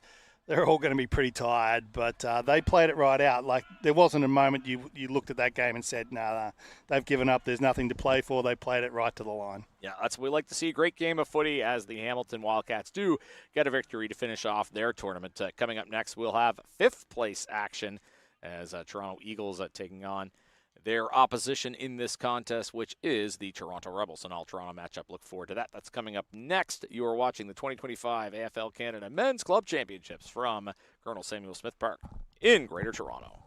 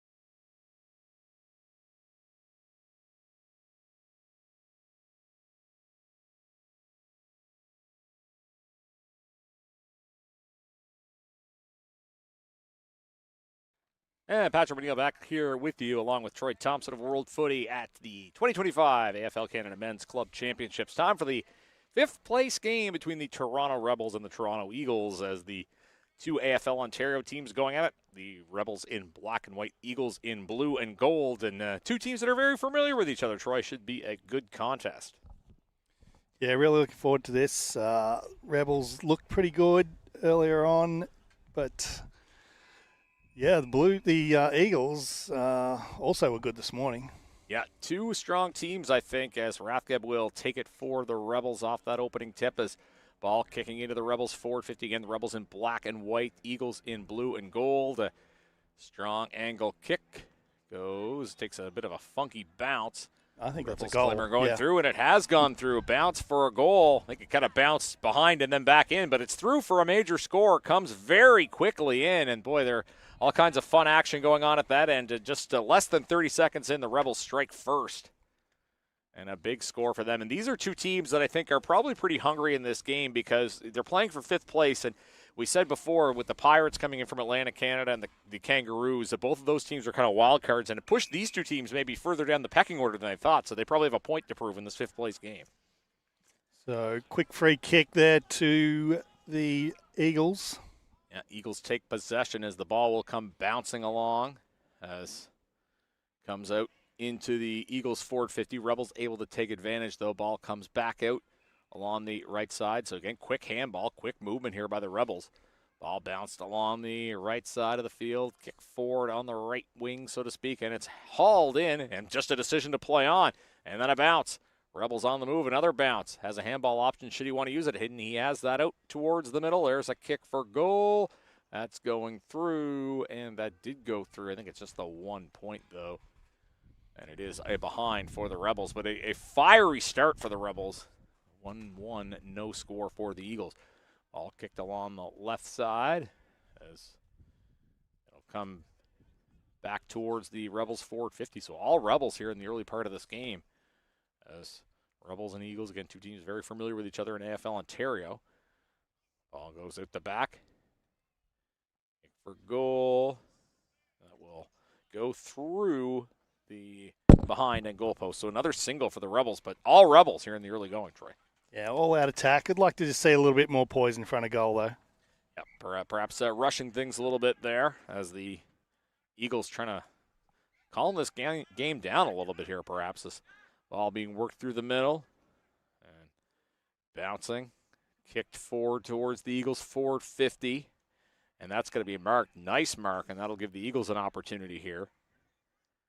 As Eagles trail 8-0 here in the early going, slowing the game down. As it will be kicked towards goal. And the ball will go through for a single point. So Toronto, the Eagles, can't say Toronto, that applies to both teams. So the Eagles have their first of the game. 1-2, Rebels 8, Eagles 0-1-1. So the Eagles on the board. Yeah, if you're hearing any hesitation in my voice, the motif emblem on the front of the Eagles jumper makes me think Blues every now and then. So I got to pause and think, and oh no, that's the Eagles colours. There you go. As per the West Coast Eagles in the AFL, who might be your team, Patrick. Yeah, I don't necessarily admit that these days. Hey, they're not taking away that 2018 championship. That's all I'll say. But very familiar look for yours truly. Ball kicked along the right side as ball goes bouncing along. Again, it is Rebels 8-1 over the Eagles as we're just getting going here in this fifth place game. Ball pushed forward for the Eagles. Battle along the ground as it's kicked out towards the middle of the field. It'll be marked as the Rebels really have had the play thus far in this fifth place game. Ball kicked along through the middle as Eagles will take possession. Didn't really have any options. They tried to go it alone and ends up getting dinged with the holding the ball call, so the Rebels will take possession. Ball kicked towards the forward 50, and that is going to be perhaps a big opportunity for the Rebels. Peels back, kick for goal up in the air, and that takes the bounce towards a behind, so that is a single point for the Rebels. And as we were just talking about executing in front of the goal square, I guess the one thing lacking for the Rebels game here in the early going, but they're off to a fast start, 1-3-9, Eagles 0-1-1. Yeah, I like the work of Connor Hughes, just getting the hand in there and getting that tackle paid, making sure that the Eagles didn't clear it and they keep the ball inside their 50. Yeah, almost a key intercept mark there, and the Rebels just getting numbers to the ball. Handball option used as Rebels on the attack here in the forward 50. It'll come to Eagles' hands instead. As kick to the center of the field.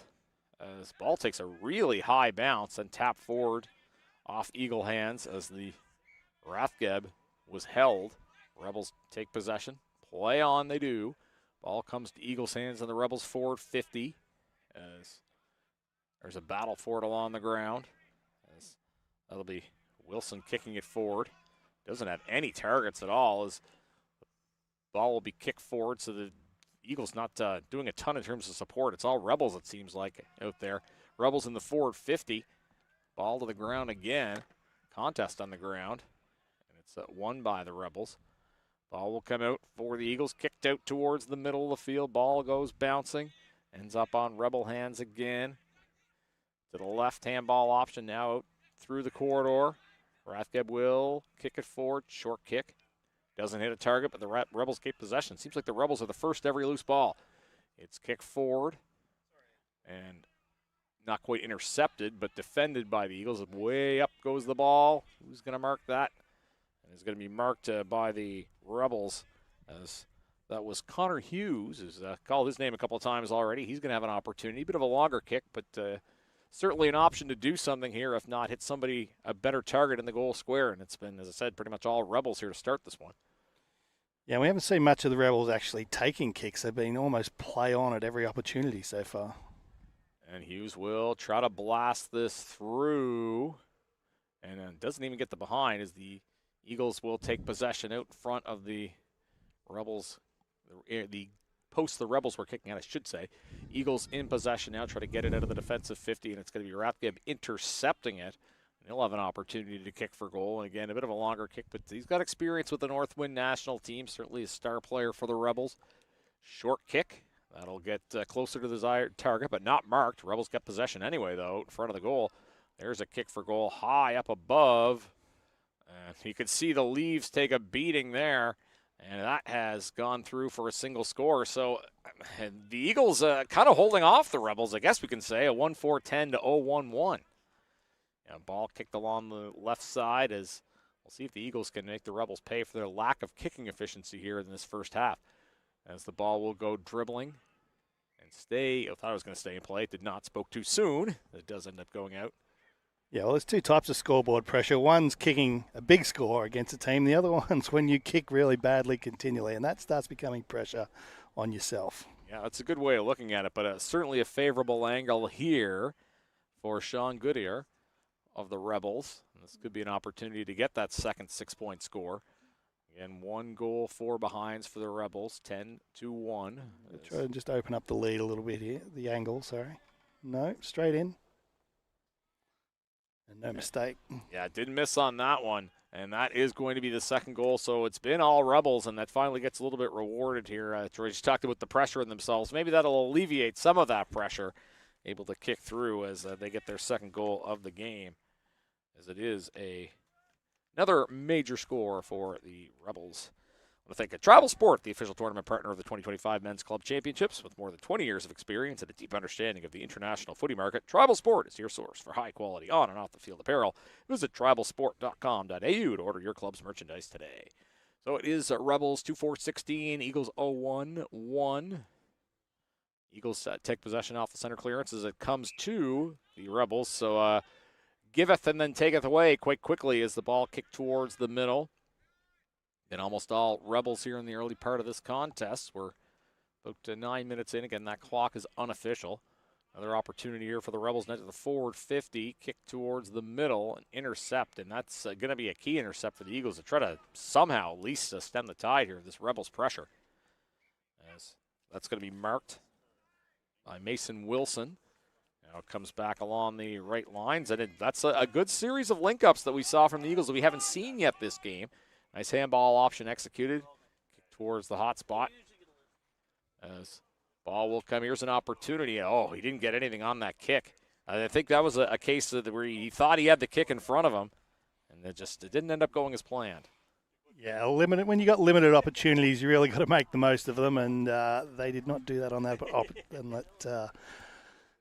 in that moment. No, so we'll be a boundary throw in the Eagles forward 50 here. 16-1 the score in favor of the Rebels. Two Toronto teams in AFL Ontario both know this ground very well. As Rebels trying to kick it out of trouble here, and they'll do that. Ball comes up in the air. Eagles get it back as kick towards a 50-meter arc. As the Rebels get the ball, the play on comes back now on the left side of the field. It's got no one to go to. Yeah, absolutely no options, and just kind of a casual bounce there, and then starts to feel the heat. And another bounce, waiting for a handball option to appear, and it does up the middle of the field. Kick ball towards the hot spot, and beautifully marked, decides to play on. He'll go towards goal, and he's not going to make any mistake about that. Another goal for the Rebels, as I believe that was William Hack kicking that through. And kind of a nice individual effort, and just went for a run and then kicks it right through. Yeah, and also a nice handy little shepherd there from Goodyear, just making sure that he didn't get caught on the run there. Yeah, that's an underrated skill in the game. Maybe we don't see it as much at this level as we should, but opens up space for a teammate there, and that is a big score for the Rebels. And we're starting to see their territorial play be rewarded here as we get later into this first half. So we're through the first half of the first half as Eagles take possession. As ball goes bouncing towards the Eagles forward 50.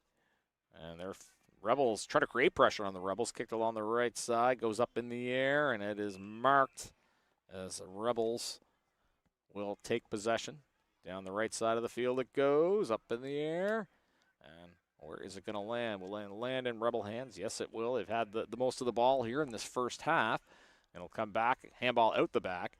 Rebels working their way up the right side. And it'll be kicked, not to a mark, but Rebels again with numbers to the contest. Kind of a common theme that we've seen here. And all the numbers out in front of the goal. Thought he might use the handball option behind him. Didn't need to. Just kick low along the ground. Another Rebels goal. Yeah, I commented earlier on their run, and the Rebels have really played on a lot. They've run really hard, and it wasn't coming off for them early in the quarter, but now it's really starting to pay dividends as the Eagles really getting left behind. Yeah, it's been quite the start here for the Rebels for sure, so we will see the game reset again at center as the Toronto Rebels and the Toronto Eagles, fifth place match here. We'll get a center ball up, and that will be won by the Rebels again. Ball comes back to the team in black and white. Handball option on the right side. Kick through the middle. It's going to be marked cleanly and kick forward as Rebels on the attack. Touches the ground. Don't see that often, the touch instead of the bounce, but worked in this particular case. Kick towards that goal square. A nice mark and a beautiful option out in front of the goal square. This should, I don't want to say a layup, but a pretty good kicking angle here for the Rebels to add to their lead. That is going to be Daniel McCormick with an opportunity here as the Rebels could take an even greater lead, and they've done just that. McCormick kicks it through, and it's another major score, fifth of this first half. Rebels are on fire here. Yeah, just out of the reach of the defender on the line, and that's one you've always got to be aware of when players are kicking around the body. Quite often they will drop short and low, but just unable to touch it on that occasion. Yeah, we talked it earlier about how with some of the competition coming from quote-unquote out of region from Ontario, didn't know what to expect, and maybe some of these Toronto teams with high expectations didn't go as they wanted, and the Rebels playing pretty angry if they thought they were going to be playing for one of the top four spaces here. Taking it out on their city rivals here as Rathgeb try to push it forward. As ball in the middle of the field, Eagles take possession. Handball on the left side, it's kicked out in towards the forward 50 of the Eagles. They haven't seen a lot of that part of the field. They're trying to spend more time there. Handball option as Eagles trying to create something. Again, Eagles in blue and yellow, Rebels in white and black. Here's an opportunity. The field kind of opening up, and that will go through. And there's a score. That's a much, much needed goal for the Eagles. And that came off the boot of Baptiste Pinthon, and a good response for the Eagles to show something here in this first half. Yeah, absolutely. It really came out of nowhere, but when your moment comes, as I said earlier, you got to take it, and that time they did. Yeah, no, you're absolutely right about that. If you're not getting much of the ball, it's important to take advantage of those opportunities, and that's what they did there. I want to thank Payable Apps, the official streaming partner of the 2025 Men's Club Championships. Simplify all the effort involved with accepting, collecting, and reporting electronic payments with Payable Apps. Visit payableapps.com for your payments today. Rebels take the center clearance initially, but the Eagles get it back. Ball kicked out towards Eagle forward 50. As Rebels now try to go on counterattack, kick along the left boundary. That is going to be successfully marked. As Jack Wine had it, he'll kick it along the wall, along the left side, I should say. Connor Hughes, called his name a few times today. Hughes will keep the ball on the left side, and it will go bouncing, and it's rescued before it goes out of play. Centering kick there for the Rebels to the opposite side of the field. And Rebels keep the attack going. Here's a kick for goal, or kick to a mark, and didn't go as intended. And the Eagles will get an opportunity to kick out to the right side of the field. Wilson will mark that for the Eagles. They're going to look to link up to a couple of marks in succession here to see if they can get something going towards the end of this first half. Still about 5 minutes left. Ball on the ground, so that's anybody's. Who wants it? It's going to be Eagle ball. Kick was intended for Wilson. He'll get it off the ground. No mark, but he's just going to play on here. Bounces it off the ground. Kick towards forward 50. Up in the air it goes. And I was waiting for the call, and it's not one that the Eagles are happy with. So it'll be a Rebels free kick. Ball kicked out to the left side. Up in the air. Marked again. And again, great movement there by the Rebels. Kicked out towards the middle of the field. Ball goes a-bouncing. Coming up the left side. Here's an opportunity to kick for a goal, or alternatively kick to a mark. Rebels, nothing but pressure, and he could stop for a mark. He's just going to play on. That's a no-brainer, and that's a kick through for a goal for Ifunton Casarelli. Rebels very impressive here in this first half. Yeah, and Casarelli, that was a reward for running. He didn't have to follow on there, but he got the reward for it. He originally sent that ball out there, pushed on, got the reward. The ball come back to him, finished with the goal, and good lesson for anyone in footy. It's anytime you get a kick, what you should be thinking about doing is getting the next one, and he was thinking about that straight away. Yeah, and as you mentioned, just gets ultimately rewarded for that as the Rebels' pressure is starting to pay off on the scoreboard here. We're seeing that now as a 38-7 advantage for the Rebels. Again, I can't say Toronto. Both of these are Toronto teams. As ball goes back to center now, the Eagles trying to push forward as the Eagle pressure coming. And kick perhaps an opportunity to mark here. That might go straight through. And no, it's not going to go straight through. Kick off the ground.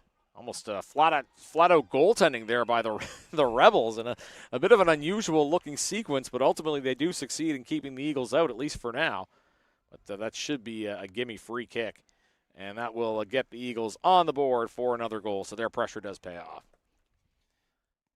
Yeah, they've really shown some fight here in the second half of this quarter. We thought they were run off their legs, but clearly they've still got something left in them. And liking the link up in the middle from the ruckman, like he's really helping to get them going when they do have that ball in the middle, always looking for creative handball options. Yeah, no doubt about that. And, yeah, they're showing some fight here towards the end of this first half. Of course, this is the fifth-place match, Rebels and Eagles, two AFL Ontario teams, both having gone 1-2 in group stage play. Ball up. And it is going to be taken by the Eagles, and bounce goes, the favorable bounce to the Rebels. Bounce of the ball, buys a little time along the left side, and that is going to be marked cleanly. Decides to play on, off the mark, sees a window, and will kick to the middle. Nobody in sight. It ends up being an Eagle intercept mark. High kick in the air. And no, I thought that might be one intercept mark deserves another, but it is still Rebel ball. Kick along the right side, kick for goal. And that goes right through. That is going to be Sean Goodyear with a kick for goal. The Rebels add another major tally to their score here. Yeah, the Rebels just showing us that was a bit of a momentary lapse they had before, but back to their running best there. Again, playing on at every opportunity, moving the ball quick, and really making it tough on the Eagles defenders. Yeah, Rebels 7-2-44, Eagles 2-1-13. So, ball up comes to the middle. As the Rebels, again, have just kind of been all over the Eagles here. Eagles have shown some fight, but into the final minute here of the first half, I think the Rebels probably would have been favored in this contest, and thus far they're proving worth of that title. As ball up in the middle. As we get the umpire whistle, Eagles will move the ball forward, see if they can get a late score here in the final minute of this first half. Ball's loose on the ground. It looks like the Rebels might try to concede through a behind. Nope, instead it's going to be kicked forward. Try to kick it out of the defensive 50 as we get an uncharacteristic burst of wind here at Colonel Samuel Smith Park. Ball kicked along the right side. Up in the air it goes. Marked cleanly. Maybe the Rebels have enough time here for counterattack strike with about 10 seconds left. A couple of long, I think they must know the clock's against them because a couple of long kicks here. See if they can get something else. Not that they need it, I guess, but they would love to add to their tally. And would have been a bit too far to kick for a goal from there. But ultimately, very, very impressive half for the Toronto Rebels. 7-3, 45, 2-1, 13. And, it could have even been greater if the Rebels were executing earlier. But, again, also good to see the pushback from the Eagles late as well. Yeah, I think you can see how the Rebels have probably played their Ontario League season with that fast, chaotic pace. And run a lot of teams off their legs, obviously, and it was great to see that close up today. But the Eagles, not to be outdone, they managed to pull off a couple of nice goals, and they'll be looking to do that again in the second half. Well, we will look for that as well. We are at the first half of the fifth-place game of the AFL Canada Men's Club Championships here at Colonel Samuel Smith Park in the shadows of Humber College in Toronto, Ontario. You're watching via AFL Canada Live on YouTube.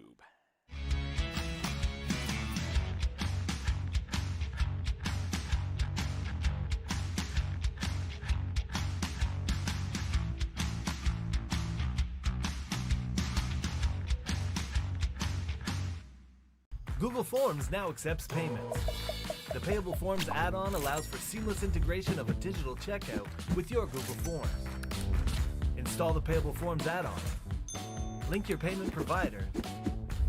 Share and get paid. Your customers can use Apple Pay, Google Pay, Visa, MasterCard, American Express, Discover, Cash App, Venmo, and more. Save time and hassle by automating your payment process quickly and simply. Payable Forms gets you paid.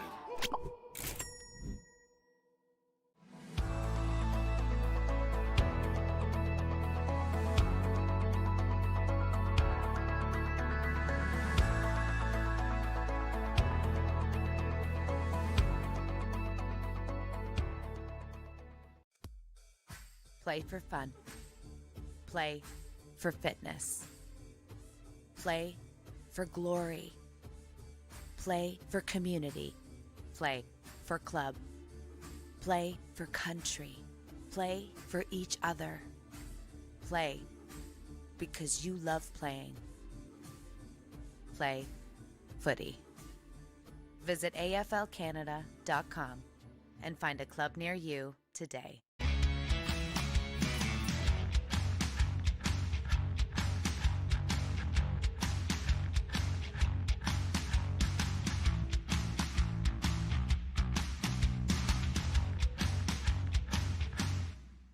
Google Forms now accepts payments.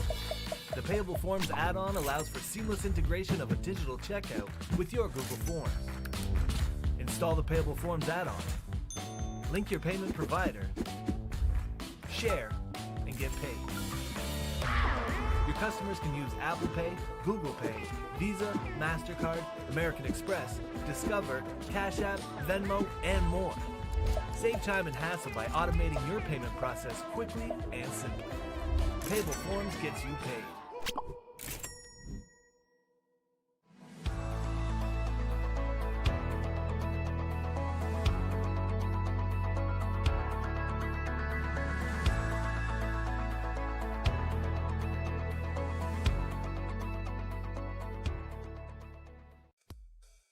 Play for fun. Play for fitness. Play for glory. Play for community. Play for club. Play for country. Play for each other. Play because you love playing. Play footy. Visit AFLCanada.com and find a club near you today.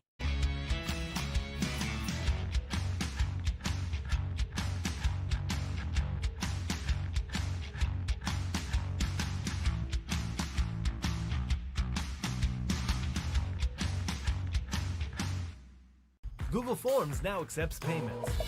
The Payable Forms add-on allows for seamless integration of a digital checkout with your Google Forms. Install the Payable Forms add-on. Link your payment provider. Share and get paid. Your customers can use Apple Pay, Google Pay, Visa, MasterCard, American Express, Discover, Cash App, Venmo, and more. Save time and hassle by automating your payment process quickly and simply. Payable Forms gets you paid. And we are back with second half action here in the fifth place game of the AFL Canada Men's Club Championship. Toronto Eagles win the opening bounce. Not really a bounce, I guess, but the ball will be awarded here out in the forward 50 of the Rebels. Actually, not awarded. It'll be a ball up. So we're just kind of playing catch-up, getting underway here with this second half.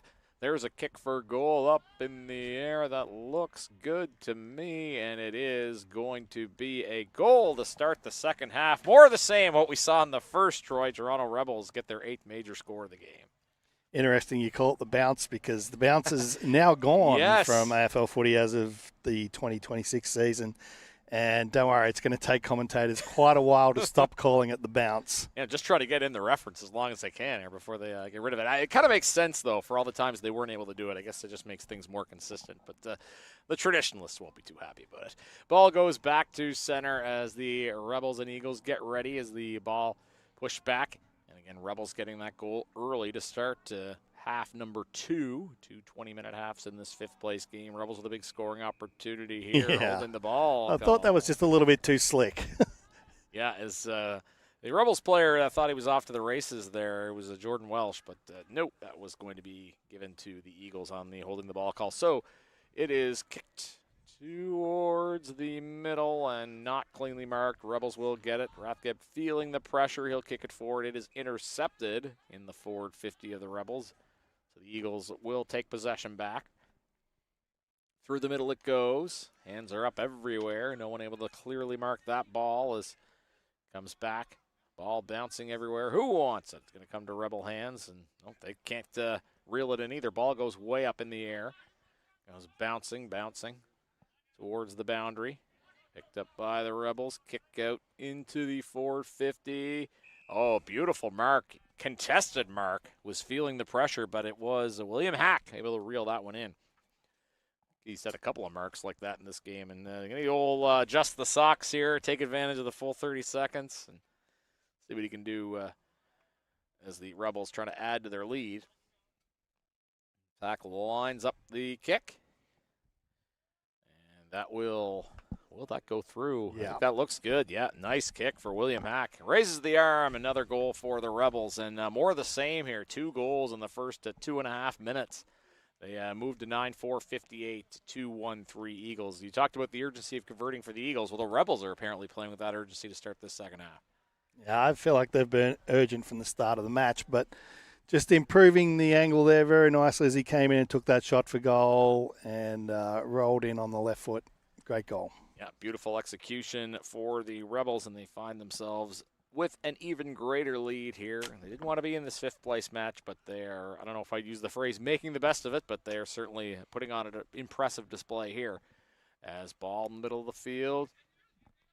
Opportunity to move it along the right side. Goes bouncing along the ground. Here come the Eagles players. It's kicked along the left side, and free kick converted. Opportunity here for the Eagles. It's on. And short kick towards that 50-meter arc. Nice contested mark there by Wilson, and he's going to take an opportunity for himself here.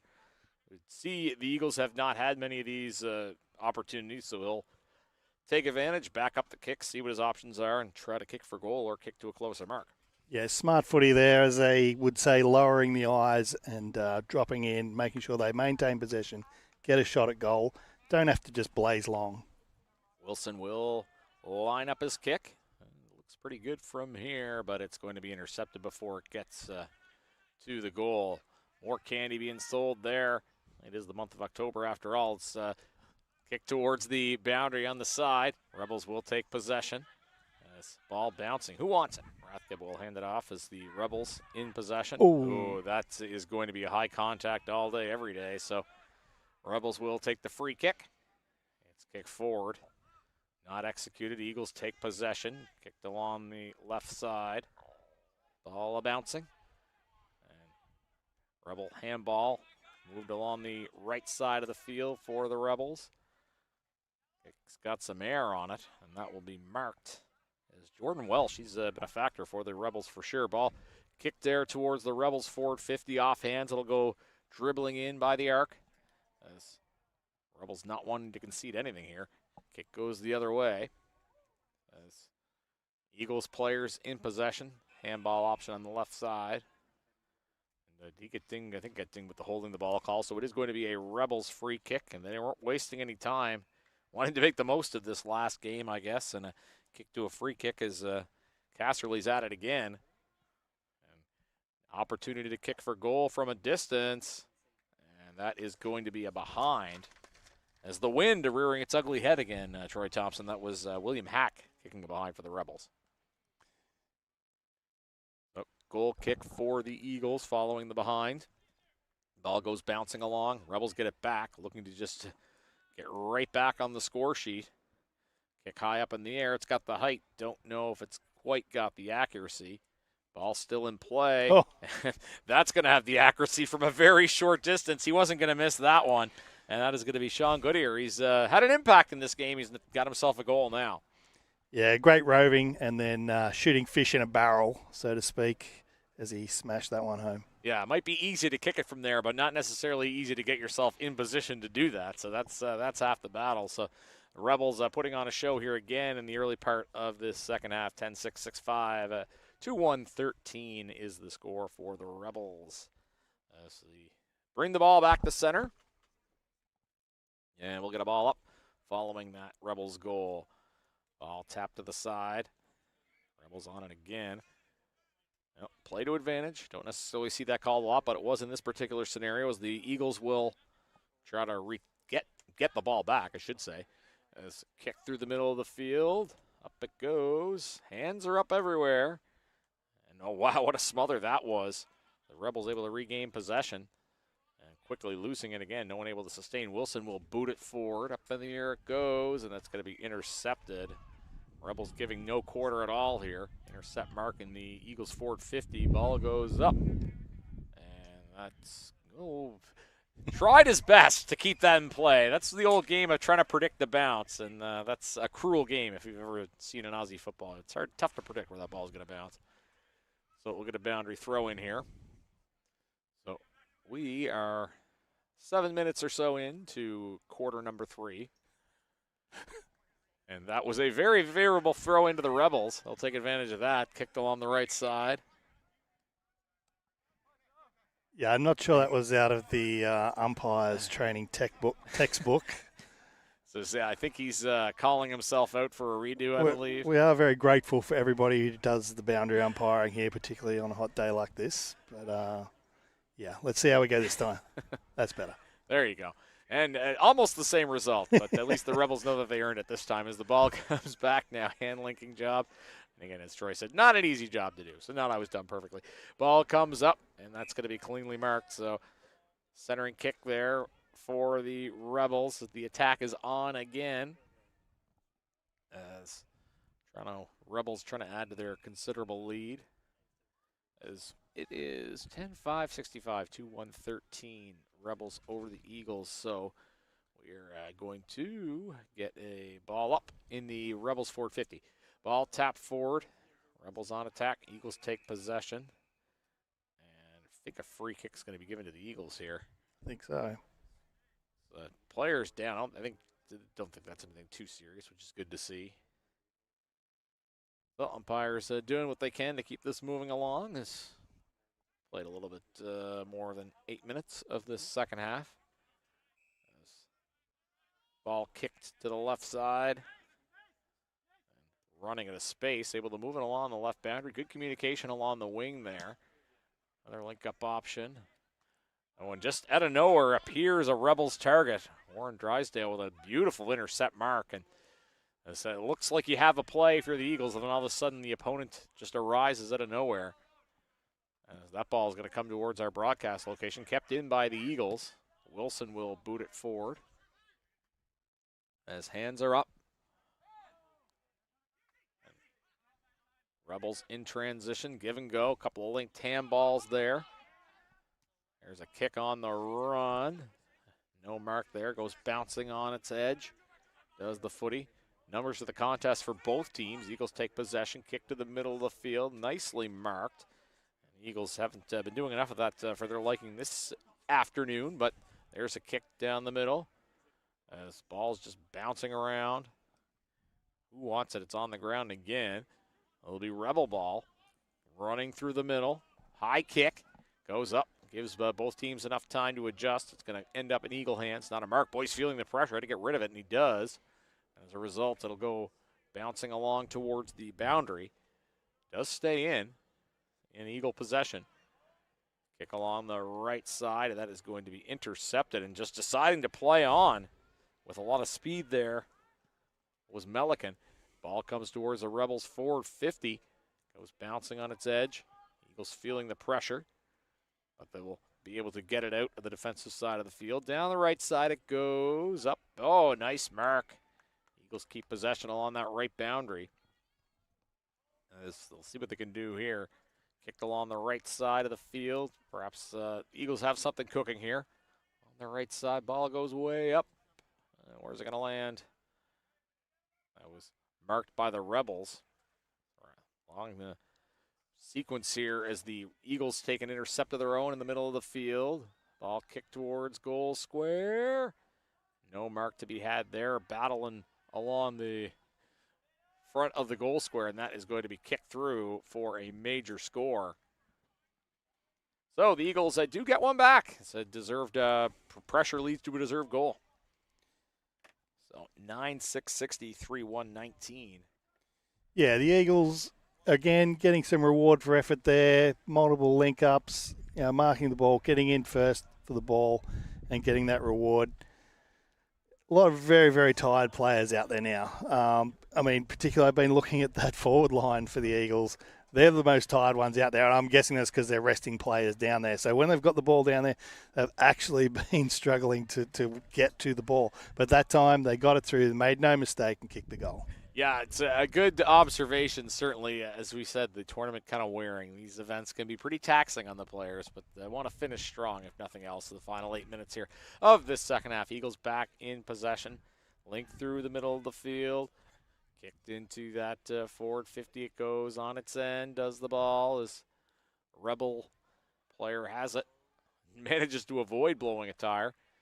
Handball link along the right side. Rebels in possession. Handball to the left. And working their way up the right boundary. There's a kick. That's going to be not quite intercepted cleanly, but the Eagles will get possession. Kick towards forward 50. Nice. Oh, thought it was nicely marked. Spoke too soon. As Eagles will keep possession, though. It's moved towards, it goes out the back, as it turns out. Eagles on the march. Up the right side it goes. Handball high. Just ends up hitting the ground. Ball's there for who wants it. Here's Wilson, an opportunity. A high kick. And that will go through for a behind. So that will get the Eagles to that round number of 20. 9-6, 63-20. Goal kick coming up here for the Rebels. Kick right through the middle of the field, and it is intercepted. As Eagles taking possession here is the Sean Kennedy's had a good game. He's had a couple of intercept marks for the Eagles. Ball comes now to Eagle hands. An opportunity to score in the ground. Was he able to save that? And yes, indeed, it appears. I was waiting to see if the goal umpire was going to make the motion for a behind. We're still waiting for the signal here for the clarification. Don't know if that went through the first time or not. This scorer's review might be in order here. Kind of looks a bit similar to how the last game ended. Yeah, they're going to talk about this to make sure they have the call right. From my eyes over here, it looked like it might have gone over the first time, which would make it a behind, but I couldn't quite. We've got a goal. There you go. So the Eagles do add 6 to their tally. So hard work pays off there, I guess. So it goes 9-6-60 Rebels, 4-2-26 Eagles. I want to thank Hemingway's, the official after-party partner of the 2025 Men's Club Championships, famous for the rooftop patio right in the heart of Yorkville. Hemingway's restaurant and bar offers delicious pub food, events, and international sports. Visit hemingways.ca to book your reservation today. They'll be getting a lot of traffic after this tournament today, I can tell you that. Ball thrown up in the middle. It is going to be Rebels taking possession as into the final 6 minutes or so here of this second half of the fifth place game. Kick towards forward 50. Nicely marked there. That's going to be a big opportunity for the Rebels to add to their lead, which doesn't look as big as it did earlier, but certainly full marks for a strong lead as William Hackey's had his chances tonight for the Rebels this afternoon. I should say he's got an opportunity to add. Do you adjust the sock before he goes for a goal kick here? Yeah, no, you got to run through your routine. You can't leave the sock out of it. Absolutely not. He'll have an opportunity to kick a 6-point score, and that looks good from here. And that is going to be another goal in the Rebels tally. Hack puts one through. They'll go 10-6, 66 to 4-2, 26. And kind of going punch, counter punch the last few minutes here as the players play out their season, want to finish on a strong note, but ultimately the Rebels full marks for all the points they're putting up here. Yeah, and not just the end of the tournament, but the end of the season. So it's been a long season for the both teams here, the Rebels and the Eagles. But do Mad Monday here? No, I've heard of this, but I don't think that's as much of a thing in footy in Canada. There's a ball kicked along the left side. I don't know if Sam Florence is watching back in Melbourne. Hello to Sam. He told us all about Mad Monday. He was with the City Giants last year. Ball in the middle of the field as the Rebels will take possession.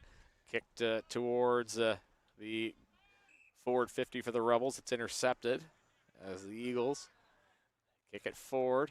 Ball goes bouncing, and the Eagles taking possession, if only briefly. Rebels get it back. Ball kicked forward, and it's going to be marked again as Hack's kind of been all over the ball in that part of the field. And oh, wow, what a nice lead that was to lead to a mark for the Rebels and having a scoring opportunity here in the final 4 minutes.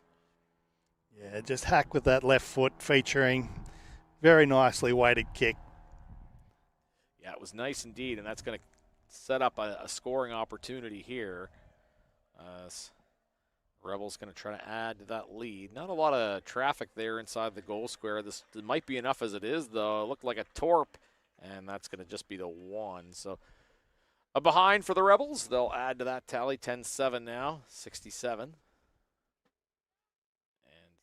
Goal kick will come from the Eagles following that single point. So into the final 3 or so minutes here of this second half. Ball goes up in the air. And that's on the bounce. full. Yeah, that's a rough bounce for the Eagles. Yep. So the Rebels will have an opportunity to add to the, well, not quite just yet, but they'll have a little bit beyond his distance from there, I think. Yeah, not quite goal kicking distance, but has a chance to kick to a mark. Almost looked like that's what he was going to do, but instead the ball will come into Eagle hands. The player's still kind of trash talking there behind the play because there would be a bit of a rivalry between two teams in the same city.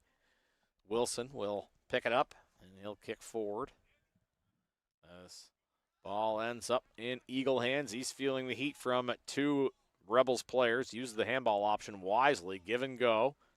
Get rid of those pesky defenders as the ball kicked forward. Eagles with it here towards forward 50. Yeah, you're right with Wisely. He could have just kicked to the opposition there, but he did the right thing, gave the handball across, they got it back, and now they get to go in forward. Yeah, work that give and go going up the field, but now it's going to end up being, well, it's still in possession of the Eagles. I do like, too, they honor the Aussie spirit. They do have the Hungry Jacks logo. It's not a Burger King logo on the back of those Guernseys. And for those of us in Canada, the reason we know it's Hungry Jacks in Australia is because of watching footy. The ball will stay in play. Eagles with an opportunity here. They want to finish strong here, final few minutes of this second half. A lot of the ball being on the ground here the last few minutes. A beautiful smother there by the Rebels as we're into the final minute 20 or so. The Rebels, I think, obviously not happy with the overall results of this tournament. They had aspirations, as did the others, but they're going to be happy with how they finished for sure. As ball's in Eagle hands. Comes back. Here's a potential kick for goal, and not quite. It looks, I don't know if that was good enough for one or not. No, it looks like that went, it is just the single point. So one added to the Eagle tally as we're in the final minute of our unofficially timed game. Well, it's officially timed. We just don't have that official time. So goal kick for the Rebels. It'll be Kicked along the side. And marked by Casserly. Handball option towards the middle. Kick along the right side. Didn't quite lead far enough, so now the ball ends up on the ground. Soccered off the ground. Was worried he was going to blow out an ACL there, but looks like he's okay. As ball on the ground here for the Eagles. And ball out the back. Kick through the middle as Eagles march towards 450. Ball on the ground, and that's going to do it. And the Toronto Rebels start and finish strong, 10-7-67, 4-3-27. So the Rebels will finish in 5th. Eagles will finish in 6th. And we saw some positives from the Eagles, but I think the Rebels have to be considered full marks for their win in this game. Yeah, the Rebels never seriously challenged, but we did at least see some fight from the Eagles, putting on those 4 goals. But 40-point win to the Rebels really tells the tale. Yeah, they'll be happy to have defeated their city rivals. So the Rebels do claim 5th place. Coming up next, we've got the 3rd place game, and that one should be a dandy. As I look forward to the Toronto Rebels and the Quebec Saints going at it. So that's coming up next. You're watching the 2025 AFL Canada Men's Club Championship coming at you from Colonel Samuel Smith Park in the shadow of Humber College in Greater Toronto, Ontario.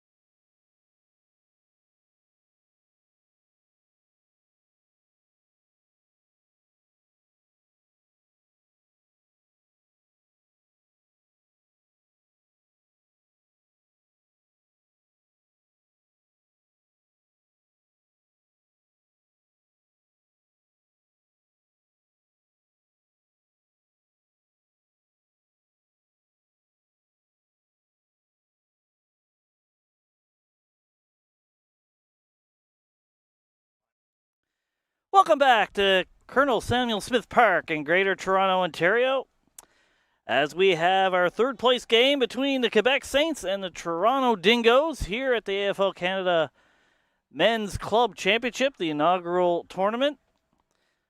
Going for the bronze medal, as it were, here at this tournament. Not what they are looking for, but I'm sure they will be looking to salvage a little bit of pride here in this tournament. And we have Quebec versus Toronto matchup, always a bit of spice. Patrick, I think we're going to have a pretty good game here in this one. Yeah, both of these teams obviously had title aspirations. They find themselves fighting for third, and added that storyline, I guess, on the Toronto side of things is if you were to consider this a bronze medal game, the idea that AFL Ontario would finish out of the medals if Quebec were to win this game is really quite something, but speaks to the high level of competition of footy around the country, and we've seen the teams kind of lay it out on the line. That seventh place game in particular was quite competitive, so I expect we're going to see a real doozy here today between the Dingoes and the Saints as they play the final game of their season. Absolutely. I always like to win your last game, whatever that game means. So both these teams are going to try to do that. In the hot October Toronto sun, it is cooking here in Toronto, approaching 27 degrees in October. And no, we are not in Florida. We are in Toronto, Ontario, Canada, Etobicoke to be exact. So we'll see how in these higher level games here in the finals, how that affects all these players. And the ball up to start this matchup. Quebec gets first touch, but it's the Dingoes. No, they don't get the possession. Players all around the ball, and that will be a ball up. Yeah, and fourth game of the weekend for these two teams, and Troy and I were talking about it in the earlier games. The fatigue starts to wear in, but certainly the desire is there to finish in a strong end. Dingoes getting a free kick, play on, kick for goal, looks good, looks like it's got distance, and that is our first score of the game. It is a good one. First minute, and the Dingoes strike first. It is a 6-0 lead. What a goal kick that was. And I said, first minute of the play, Dingoes are off and running. 1-0-6, no score. I believe that was 16 Matteo Lugarni, and he knows how to kick the ball. Not the first one he's kicked in this tournament. What a boot that was. It was a moonshot, and the Dingoes get first blood very quickly in this one. Yeah, Lugarini was great in that quote-unquote prelim final against the Atlantic Pirates, and he's a man on a mission here today as well in this later game as the Dingoes in black and red, Saints in white and blue again. This is the third place game, a finals contest. I guess we can say our third finals game of the day. One more coming after this. Dingoes in possession in the corridor. Saints will take it. That's Morgan White. He was exceptional in his club's first game as well, but giving up a free, Dingoes will take possession. Reminder that even in these finals games, it's 2 20-minute halves. So a lead early can be really important in these games. And as we talked about, fourth game in 2 days. So lots of sore bodies, I think, as we go in this one. Yeah. Quebec defending. Here is Jack Baker. Quebec tries to clear out of their defensive end of the ground. Kick along the wing. Try to pick it up.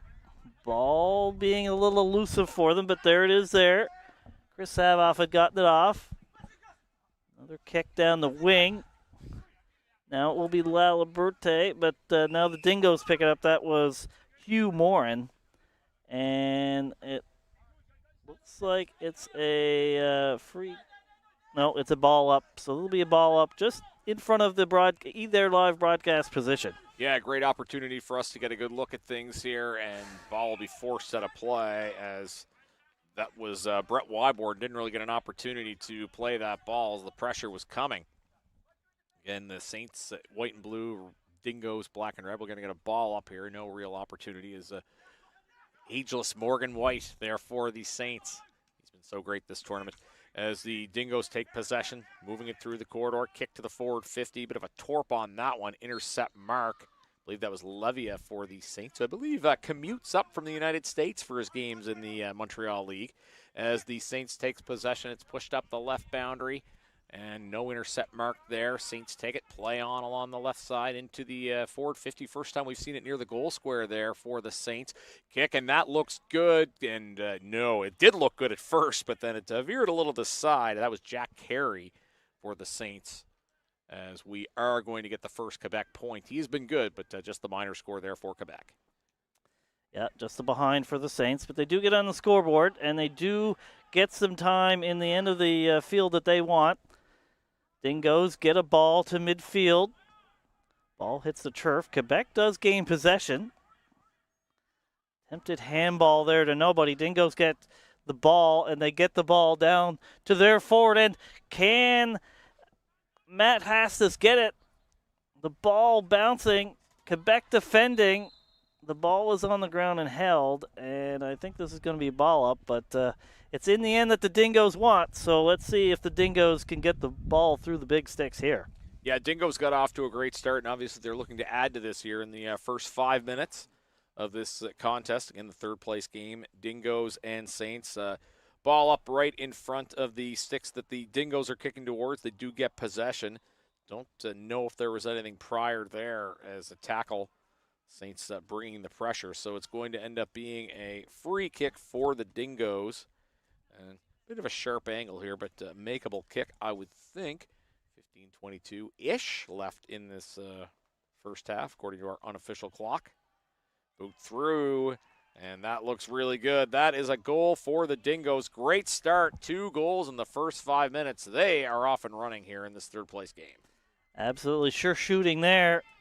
Kicking right through the upright, through the posts.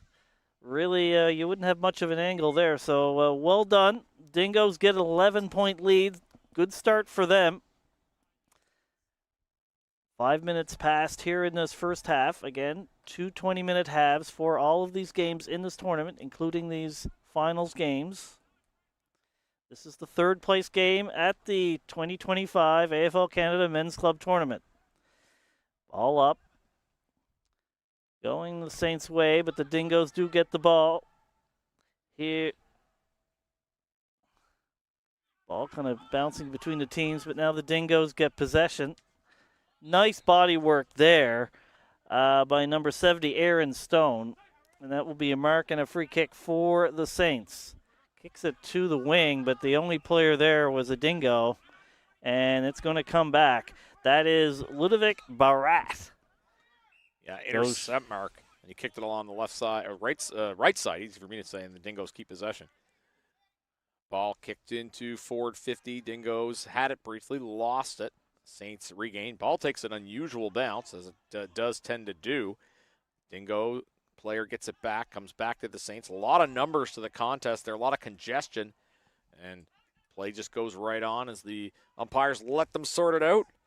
Jack Carey will take it for Quebec. He's had a strong tournament. He'll handball it along the right side to Corey Crawford. Comes back to Carey. Carey will work towards the right side, kicks it down the field. That is going to be marked by the Dingoes. Intercept mark in the Quebec forward 50.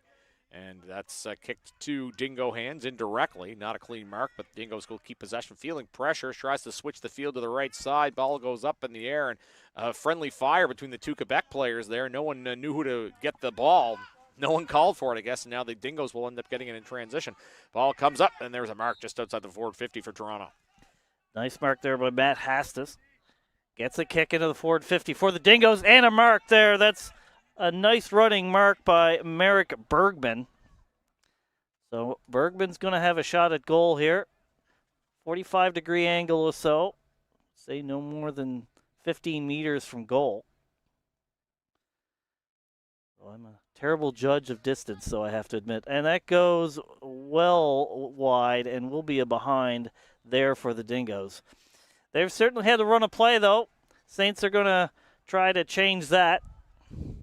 On the kick out here is Aaron Stone. Long kick off of hands. Picked up was Chris Savoff. He gets it further down the line, but in Dingo hands. Long handball goes back to the Saints. A little bit of giveaway here. In the shade. Players may be going, I think we'll stay over here. It's nice, a little bit cooler over there. Yeah. Anyway, there's a mark there in midfield for the Dingoes, and they get control again. Yeah, Dingoes with the early control in this contest, leading 13-1, 2-goal margin at this juncture of the game as we're just getting past the 8-minute mark here in the first half. Ball kicked along the right side will be marked. Quebec trying to use the right boundary here.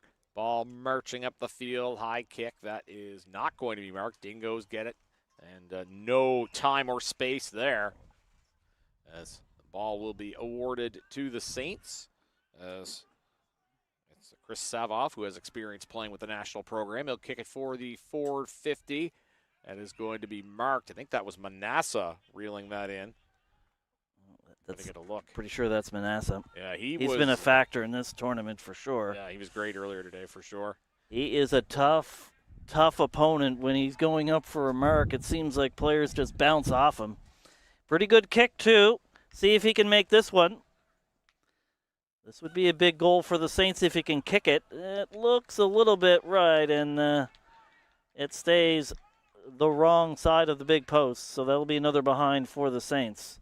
That's Dingoes, 2 goals, 1 behind, 13 points. The Saints, 2 behinds, 2 points.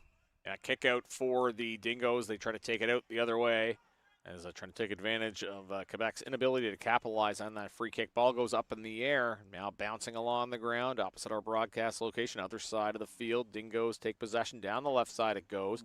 Ball goes dribbling along that unpredictable footy bounce. Oh, favorable one for the Dingoes. Chance for goal here. That looks like it could be something. No, it takes a strange carom, and the ball didn't know what it wanted to do. Ultimately, it settles on going on for a behind for the Dingoes, so 2-2-14, 0-2-2, and kick out here for the Saints following that Dingoes goal. Kick up, and it's going to find a target in Laliberte. Now, ball on the ground. Saints battling for it. Levy is after it as contest goes to ground again. And I think that might end up in the hands of the umpire as we will get a ball up. A ball up just, I believe, outside the 50-meter line there. Dingoes looking for more. Saints are defending well, though that kick goes right in the hands of number 6, Lachlan Barassa for the Dingoes. Short kick, but it's too short. Handball. Now it's Tom Prosser with the kick. And that's a nice defensive mark there by the Saints. And let's see if they can clear. Handballs. Well, he gets tackled right away. That was 13, Tom Mead. I believe this will be a ball up in the end where Dingoes won it. Yeah, there wasn't any prior there, but a good tackle nonetheless. At least give you a 50-50 opportunity there out in front of the goal the Dingoes are kicking towards. And there you see the pressure coming here, trying to move the ball forward. Saints on their heels here, so to speak, as a ball out in the forward 50 for the Dingoes. Big intercept mark there, big opportunity for Justin Moore. Kicks looking for a mark closer to the goal, but it's going to be intercepted. I think that was Aaron Stone reeling that in for the Saints. And he'll kick the ball, tries to clear that 50-meter arc. Bit of a collision, ends up in Saints' hands again. That should clear towards the middle part of the field. Ball goes bouncing along, free for the taking. Putting on the speed button there is Jack Carey. He's been a really good player for Quebec this day. He'll boot the ball skyward. Who wants it? Where's it going to go? There's plenty of time for anybody to get to it because that ball had such elevation. Thought almost Carey was almost planning on kicking it to himself. Dingoes now with possession, trying to clear it out of the Saints forward 50. Ball will come back to Baker. Baker kicks deep in towards that 50-meter arc. Hands are up. Ball will go bouncing along. And now the Dingoes take it, trying to clear it out. And switch of the field. Dingoes trying to clear it out of pressure, or clear it out of trouble, I should say, along the right side. Couple of good sequence of kicks. Going to look for another kick along that right there. No, he's going to switch to the middle of the field. Maybe a bit of a risky play, but it ends up paying off as Justin Moore is there to make the mark. Still have to clear from their defensive 50 here, or the Dingoes, but succession of marks. Lachlan Barassa kicks it. Another mark. Handball. Here's some space for the Dingoes. Kicks it along the wing. It finds grass, but finds the Dingoes' hands as well. They're going forward. Nice smother there by the Saints. Lots of players around the ball. probably will be a ball up, and that is what it looks like it's going to be. At midfield, Dingoes lead 14-2. Under 7 minutes left here in the first half. Yeah, 2-goal difference with the Dingoes in front. As ball kicked along the right boundary, Dingoes take possession. They've had the better of the ball for sure, and that's reflected in the scoreboard. But still, anybody's game here, and we're coming up to past the 13-minute mark here of this first half. Ball kicked down the left boundary, up in the air it goes. Hands are up on both sides. Now the ball goes to ground, so that's where the contest is. As Dingoes take possession, only briefly, and a tackle. I don't think there was much in the way of prior there. We'll see what the umpire says on this situation here. That is going to be the umpire's ball. Again, there wasn't any prior there, so ball will go up. We'll let the team settle it out in the air. As 6:02 left on our clock, and again, it is a approximation. Boundary throw in there. It comes out to Saints' hands. Kick along the right side, and that's going to be intercepted. It looks like that was Ludovic Barvat for the Dingoes. As ball moved towards the middle of the field. Might be a Dingoes player down. Somebody slowed it up. Play going on around him. Saints on the march now. Comes into the forward 54 Quebec. Here's a potential opportunity to kick for goal. This could be a big moment in the game for the Saints. Can't see that Dingoes player that's down behind the play. Looks like it's a cramp, which you wouldn't be surprised with the number of games they've played and the heat that they're playing in right now. Lots of sore bodies. Get that, boy, some pickle juice. Apparently, I've never really been a fan, but apparently some swear by it. But right now we have a free kick for the Saints. They're trying to get their first goal in this one. Would be a big one if they can get it. It would get them within a goal. The long kick. Nice one. Looks pretty straight.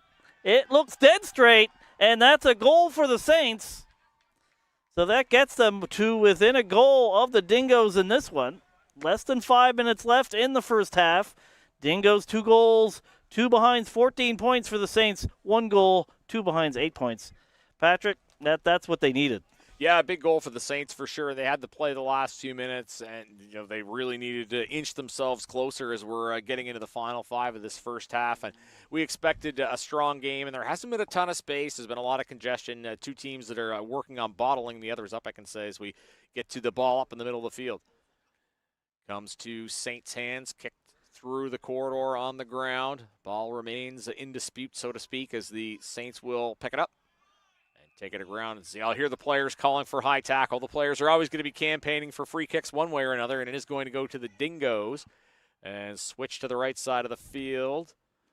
And ends up being a successful lead. Dingoes now marching up the right side. Ball comes up. No clean mark there. Battle along the right boundary as Levia will try to get rid of it. The Dingoes players hollering for the holding the ball call. And that is going to be a free kick to the Dingoes on the holding the ball call. Merrick Bergman with too far to score. He'll go midfield to the middle, and that's a nice mark by Armin Malakjani. Something like that. It is. It's not great when you're an announcer, though. Anyway, there's a defensive mark for the Saints, whose defense, you have to say, they've had a lot of work. They've bent but not broken. But how long can they do that? The Dingoes have had a lot of opportunities, or maybe the Dingoes will rue the fact that they didn't score more when they had the play. We'll see how this goes. Less than 3 minutes left here in the first half. We have boundary throw in. Dingoes scoring end of the ground. It goes off hands. Saints get the kick. It's a high one. Oh, nice mark there by 62 Jack Carey. Carey's been a real force in this game for the Saints.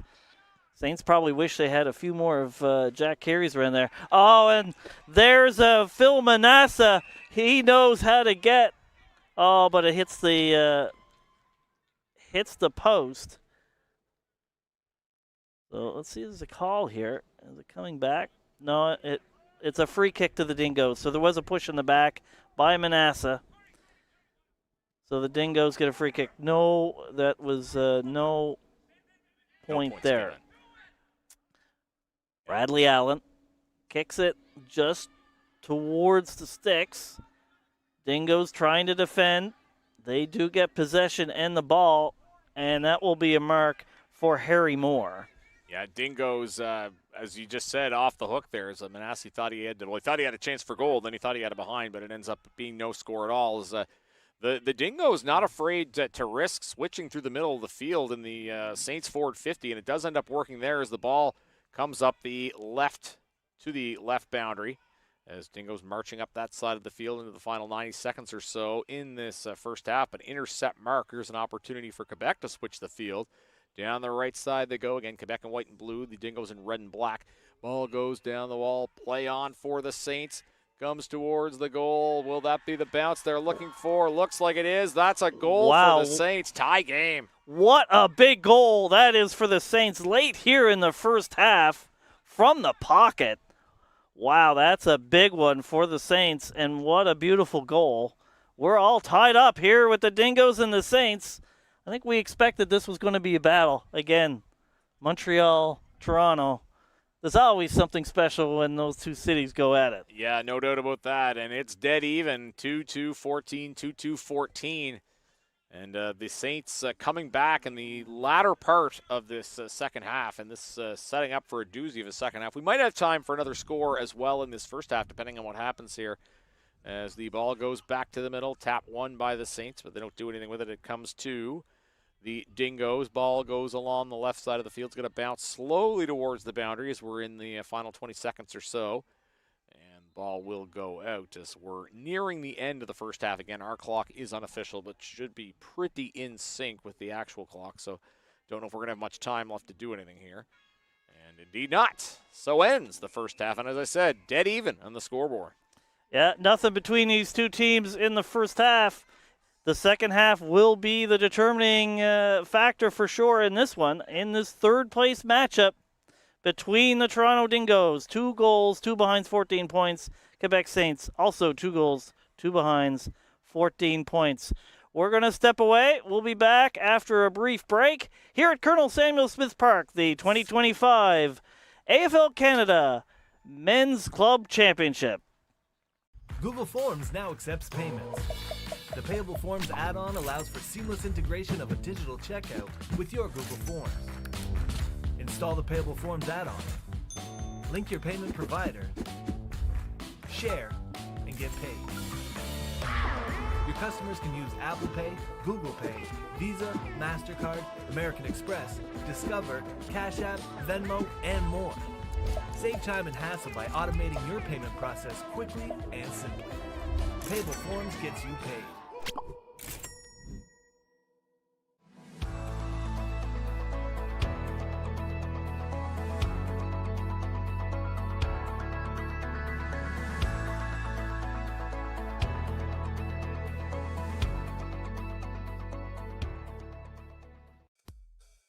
Play for fun. Play for fitness. Play for glory. Play for community. Play for club. Play for country. Play for each other. Play because you love playing. Play footy. Visit AFLCanada.com and find a club near you today.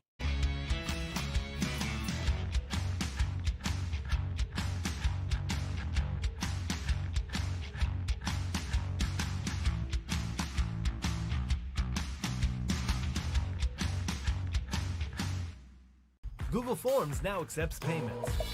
The Payable Forms add-on allows for seamless integration of a digital checkout with your Google Forms. Install the Payable Forms add-on, link your payment provider, share, and get paid. Your customers can use Apple Pay, Google Pay, Visa, MasterCard, American Express, Discover, Cash App, Venmo, and more. Save time and hassle by automating your payment process quickly and simply. Payable Forms gets you paid.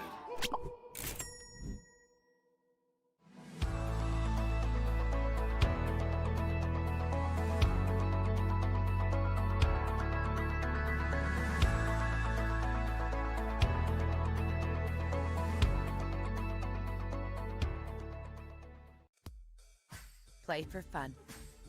Play for fitness. Play for glory. Play for community. Play for club. Play for country. Play for each other. Play because you love playing. Play footy. Visit aflcanada.com and find a club near you today.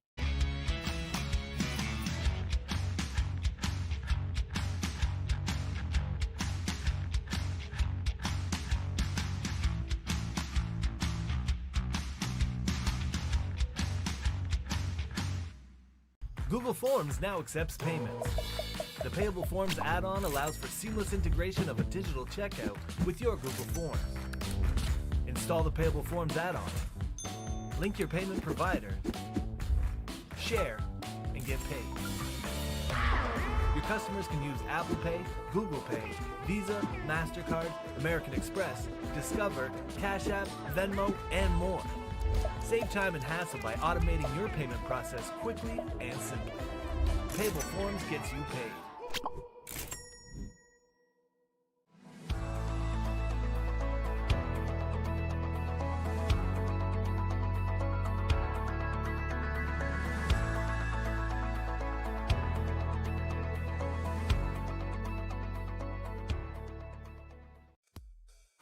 Play for fun. Play for fitness. Play for glory. Play for community. Play for club. Play for country. Play for each other. Play because you love playing. Play footy. Visit aflcanada.com and find a club near you today.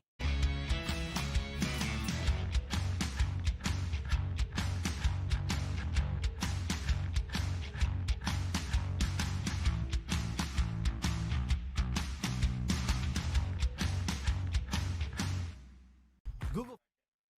Welcome back to Colonel Samuel Smith Park, the AFL Canada Men's Club Championship 2025, the inaugural running of this tournament. We're about to have the second half of the third place game between the Quebec Saints and the Toronto Dingoes. And that first half absolutely settled nothing. It is 2 goals, 2 behinds for both teams. It is 14 all. And Patrick, this is going to be a good second half, I would say. Yeah, I would say, too, a really good first half. I thought the first half of the first half belonged to the Dingoes, and then the Saints with a great response. Not much to choose from, if anything, between these two teams.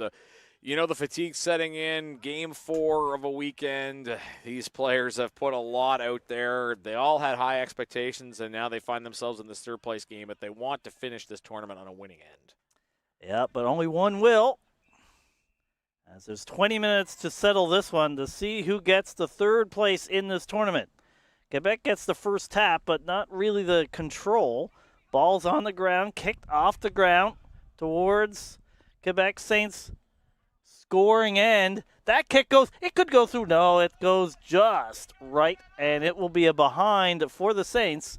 They do get the lead, though. Quickly in this one, 2 goals, 3 behinds, 15 points to the Dingoes, 14 points. Jack Carey doing Jack Carey things again. He's been so good for Quebec in this tournament. He gives them a key lead. Every point's going to be key in this game. Ball worked on the right boundary. Oh, speaking of key plays, big intercept mark there for the Saints. Oh, and it's given right back. One mark deserves another. James Talbot has it for the Dingoes.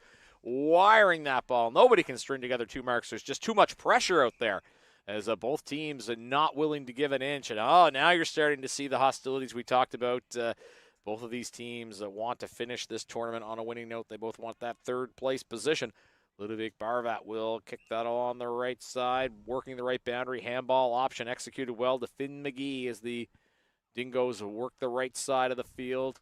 As might have been a high tackle. Looked like it from here. We'll see what the official call is from the umpire. The umpire's a lot closer to that than I am, David. Yeah, tackle without the ball, too, I believe. So it might have been a free kick 2 ways. But it's a free kick anyway for the Quebec Saints. Kicks down the wing. Off of hands right in front of the AFL Canada logo. Kick down towards the Quebec Saints and just over the 50-meter line. Dingoes defending hard now in the one spot of the ground really that has some shade. Will it find the line? It does, and that will be a boundary throw in the pocket of the Quebec Saints scoring end, who you have to say have had a good start here in the first 2 minutes of the second half. Yeah, a 1-point lead, but they're merited for it for sure. And now they have an opportunity to charge through the forward 50 as the boundary throw in that part of the field. As the Saints try to push it forward, that's a skyward kick. Look way up. Where's that going to land? Of course, the longer it's up in the air, the more chance everyone's got to get to it. As ball's still bouncing around here. Here's an opportunity to kick for a goal right through. Listen to the roar of the Saints. They go marching in. Auguste Laliberte is giving them a 7-point lead early in the second half. Great start here for the Saints. The goal's a lot better than a behind. They have one of each, but they have a 7-point lead. So more than a kick in this game. Still lots of time, over 17 minutes, but the Saints get first blood here and have the lead. Yeah, they have to be thrilled with the first 3 minutes, and maybe for them it was just a matter of dodging that early pressure from the Dingoes. And you talked earlier about maybe the Dingoes ruining some of those missed opportunities. Still too early to say that, but that might end up being the case if the score holds along the lines of what we're seeing here. Ball goes back to center. Morgan White doing such a great job throughout this tournament for the Saints. Great pressure is sometimes it's not just winning the tap, it's what you do after it. Umpire says, my ball. So Saints won the tip. Rebels got the ball. Tackle, no prior, so we're back to square one again. As the ball dribbling along the ground, as Dingoes will take it. Again, just so much pressure and congestion there in the corridor. It's kicked through towards the forward 50 for the Saints. Arms are up. Jamming away at it there was Jack Carey. And let's see which player had that for the Dingoes. I think that might end up being umpire's ball. It is. No prior there. Well, it was offhand, so no mark, and no prior on the tackle. So no anything. No, it's a ball up. A battle for the ball. Manasseh gets the hand on it. There's a kick towards goal by Quebec, but defender has it. They're calling holding the ball is Quebec. Will they get the call? I think they will. And that will be another kick at goal if they do. And yes, taking the ball it'll be from a pretty tight angle. See if he'll do the kick around here. This is 62, Jack Carey. Who else? He's been outstanding for the Saints. No doubt about Quebec that. Saints wish they had about 10 of him, I think. Pretty good kick. We've seen that in this tournament. Kicking into the trees. In the shade. Little run up. He kicks it. That looks pretty. I think did he squeeze it through? I think they like it, and he does get the two arms going. So that's another goal for the Saints. So after a totally even first half, the Saints have taken control here in the second. 4 goals, 3 behinds, 27 points to the Dingoes. 2 goals, 2 behinds, 14 points. 5 minutes in here in the second half. Yeah, I have to say I'm a bit stunned by the start to the second half. It's been all in that Saints forward 50. They've allowed the Dingoes virtually nothing. And Morgan White, again, very good on that center tap, but the Dingoes try to get to it. Comes back to the Saints. Auguste Laliberte, who has a goal in this second half. They'll kick it along, and there's a big tackle. Jack Carey once more for the Quebec Saints, just doing everything out there. And I don't know, is that a free kick? Did they say there was no prior? Yeah, look at that Carey, a crafty play to play on. He's going to go right for goal. The torpedo, up and through. What a star performance from Jack Carey. As a former Montreal Expos announcer, up and away there. What a kick and what a goal.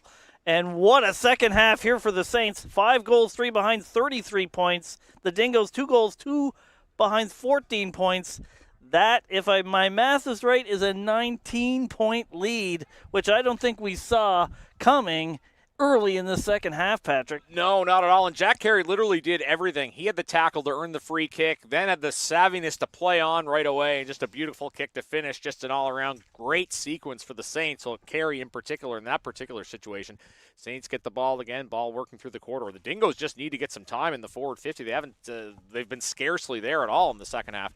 Ball coming towards that 50-meter arc. And it's going to be intercepted, Saints players, and now it comes back to the Dingoes as a Bergman had it briefly taken to ground. What a chase and tackle there. That was nice. Wow. Number 17, Dustin Cowan with that. Beautiful job. Kick's not as good, though, and it goes in Dingo's hands to James Talbot.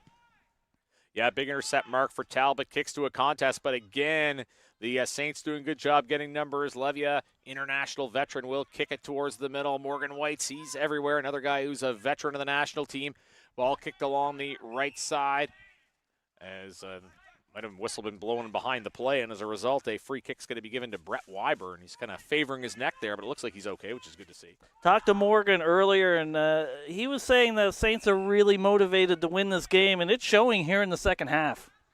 Yeah, they're certainly playing like everything is on the line. Their last game of the season is it'll be kick four. They want to win third place for themselves, and as I said before, they'll put Ontario out of the medals if they win this game, which is not a result I don't think anybody would have predicted. As Dingoes with a key intercept mark, I think that was Daniel Gunn. He's been a very good player for the Dingoes in the tournament that I've seen, as he's backing up to assess his options. He's going to switch to the left side of the field. That's going to come to Justin Moore. He can't handle that cleanly. Look at that. There's 3 Saints all in his face. Smart play, though, to get rid of it. Short kick. I was wondering if they were going to not pay that, but they do pay it, as Sawyer Jenker will kick, and good kicks to a contest. Saints get numbers there. Ball's up in the air now. Handball option used by the Dingoes. A lot of congestion again. We're seeing that benefits the Saints in this particular situation because they're the team in the lead right now. A lot of pressure. Just try to kick it into trouble towards the forward 50. There could be a break here as Lugarini is among the Dingoes players out there. His ball's just bouncing everywhere. Where is it going to go? Saints player goes to ground. Almost looks like the Dingoes are trying to soccer it there. Jepson will take a kick at it, and it looks like that's going to go for 1.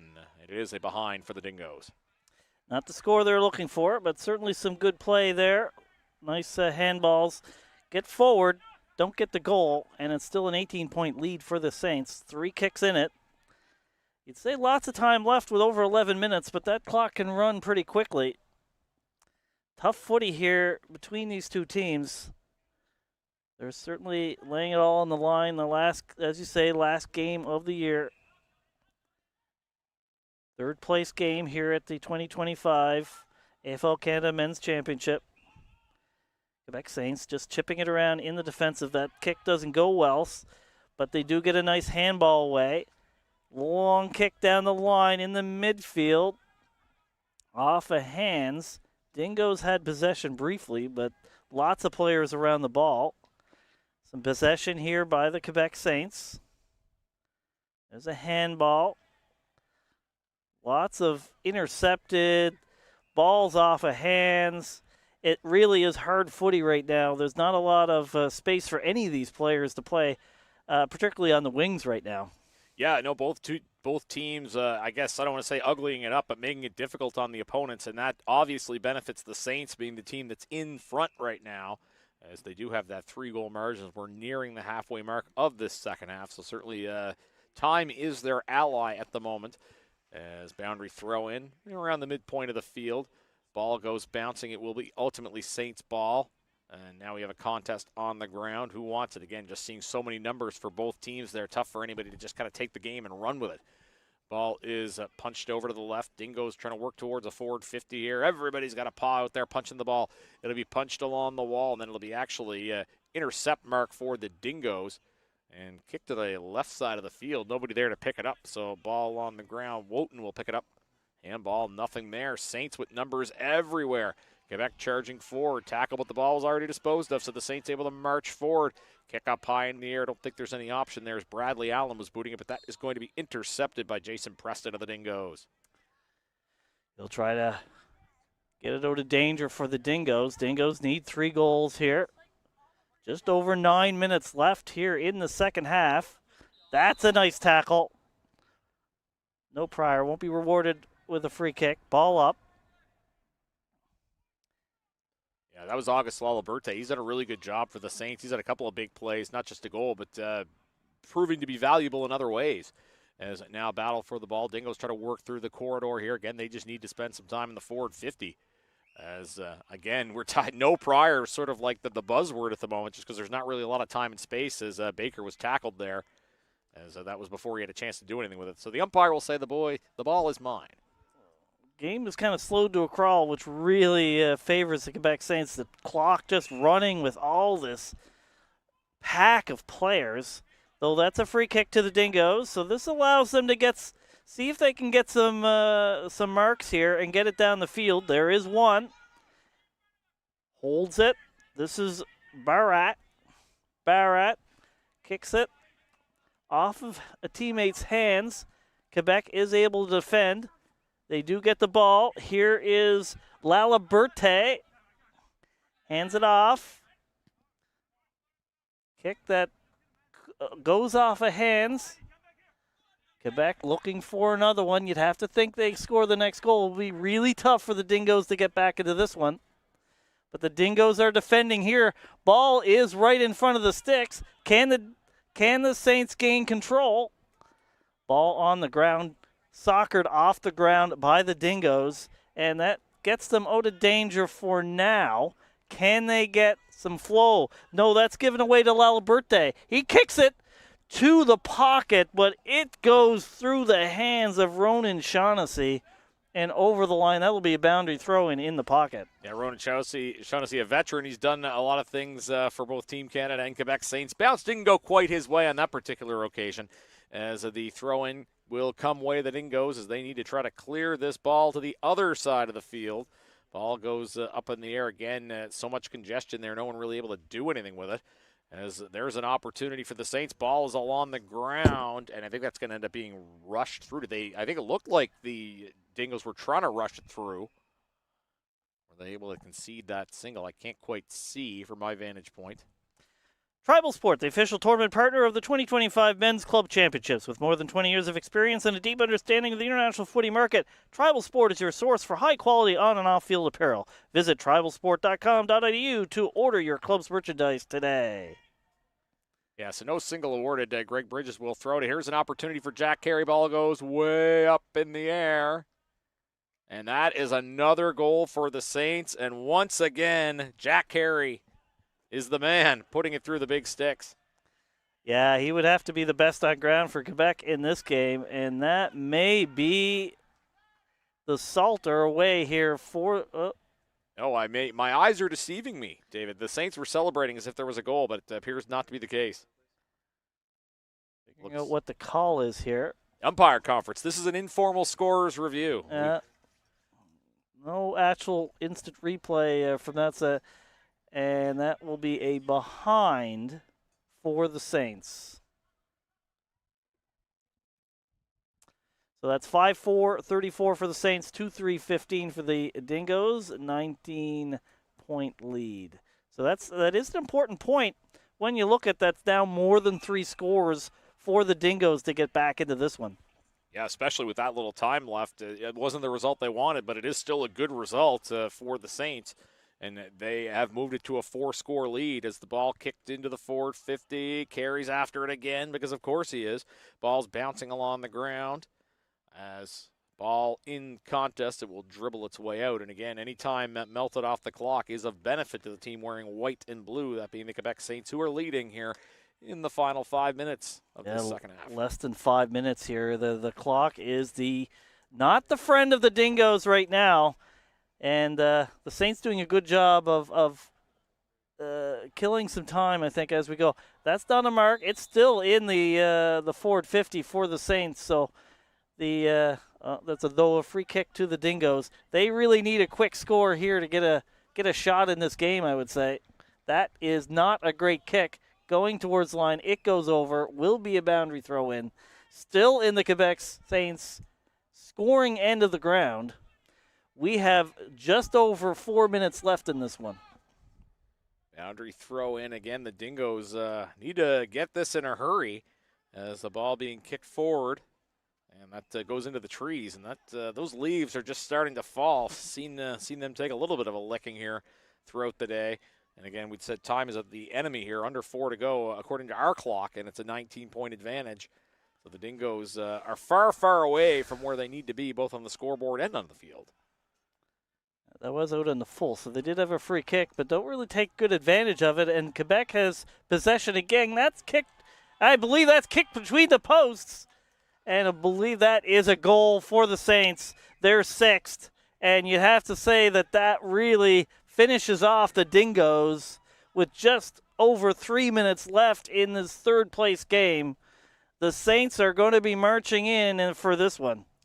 Yeah, marching their way to a third-place finish. Not the result they would have wanted heading into the tournament, but certainly what they were hoping for heading into this contest. And what a statement for them. And it was really Dingoes carrying the play to start, but the Saints have kind of marched on. And we talked about it, too, really showing the power balance around the country here with the teams coming into Ontario. For college football fans, this is as if an SEC team didn't make the Final Four in the BCS. As we have center clearance comes back to the Saints as we're into the final 3 minutes, it looks like here. As Saints trying to defend. Ball's kicked along the left side. It'll come back out along the left boundary. Comes back to Saints' hands. Kick towards the forward 50. Saints keeping the foot on the gas here, looking for more. Absolutely. Quebec would be familiar with tournaments of this sort. They have gone down to the U.S. Nationals several times, so I wonder if that's been a bit of an advantage. Calgary also has done that many times and are in the grand final, so that could show that that has helped teams in this game. Some of the players for the Atlantic Pirates have also gone, believe both for Quebec and Calgary, so maybe that experience has helped these teams here in this tournament. First time that's been a Nationals Club Championship in Canada, but certainly that U.S. Nationals tournament has been going for a very long time. Yeah, no, it's a good point. It's definitely a different format as the ball kicked forward. As the Toronto team's playing on their home field, but the two 20-minute halves might be more familiar to the Saints. But the Dingoes here trying to finish strong, if nothing else, trailing 40-15, final 2 minutes. Ball kicked forward as it's going to be booted up there by Morgan White, looking for a mark and not going to find it, but the Saints will keep possession at least as Jack Carey will kick it towards the goal, and that's going to go, it looks like he got a behind out of that. So he's able to produce one more point for the Saints. That'll bring them to 41. Dingoes at 15. Certainly a name we've said a lot in this game. Jack Carey, really a lot during the tournament, but particularly in this game, I think, been probably the best game. He's had a lot of good games, but probably the best of the tournament has been this one. Yeah, a treat to watch unless you're a Toronto Dingo or a Toronto Dingo fan, perhaps. Yeah, they've certainly not enjoyed watching him today. Free kick, though, here for the Dingoes. Last minute here in this third-place game. Long kick. Again, our clock is unofficial. Ball going towards the boundary. Is kept in. Handball. Along the wing, there's a kick inbound, and that's a nice mark there by Brett Wyburn. There's another one. Saints now getting some space. Maybe the Dingoes have kind of take the hand off the gas pedal a little bit. Maybe not. Big tackle, and how will the umpire see it? Will be a free kick to the Dingoes, but that horn should be going any second now. Yeah, definitely impending. Dingoes getting their last licks in figuratively and literally, but obviously not going to be enough. A great showing for the Quebec Saints. It was the Dingoes that had the momentum to start, but it ends up Quebec 6-5-41, 2-3-15 over the Dingoes. Quebec Saints well-merited, maybe perhaps avenging the defeat of their women in the Women's Plus match earlier, but yeah, full marks to the Saints for a win today. Absolutely good contest, two disappointed teams, but really felt both came out hard. Boy, that first part of that second half, though, was the difference. The Quebec Saints with 6 goals, 5 behinds, 41 points over the Dingoes, 2 goals, 3 behinds, 15 points. We were talking at halftime about what would happen if it was tied, but there was no danger of that as the Saints roll over the Dingoes in the second half of this third-place game. So the Quebec Saints gain third place in the 2025 AFL Canada Men's Club Championship, the inaugural running of this tournament. That was a great game, but upcoming is the main event, the grand final. It's East versus West. It's the Calgary Kangaroos versus the Atlantic Pirates. 2 undefeated teams. Who comes away with the trophy? And you should come back here to YouTube to see it. It's only approximately 10 minutes away. We'll be back for the grand final. Again, Calgary Kangaroos versus the Atlantic Pirates. Patrick, it's going to be a barn burner. Yeah, you said it. 2 undefeated teams, both 3-0. I look forward to seeing someone's going to lose their first game, and both teams that I said before, I think both teams were expected to be strong, but there was that little bit of unknown where they don't play in traditional format. Both have more than delivered, and now they're each going to get the chance to land that final punch. Someone's going to be very disappointed, but someone's going to be very happy as well, and it should be a great game. Absolutely in the hot Toronto sun. We'll be back for that grand final here at the 2025 AFL Canada Men's Club Championship.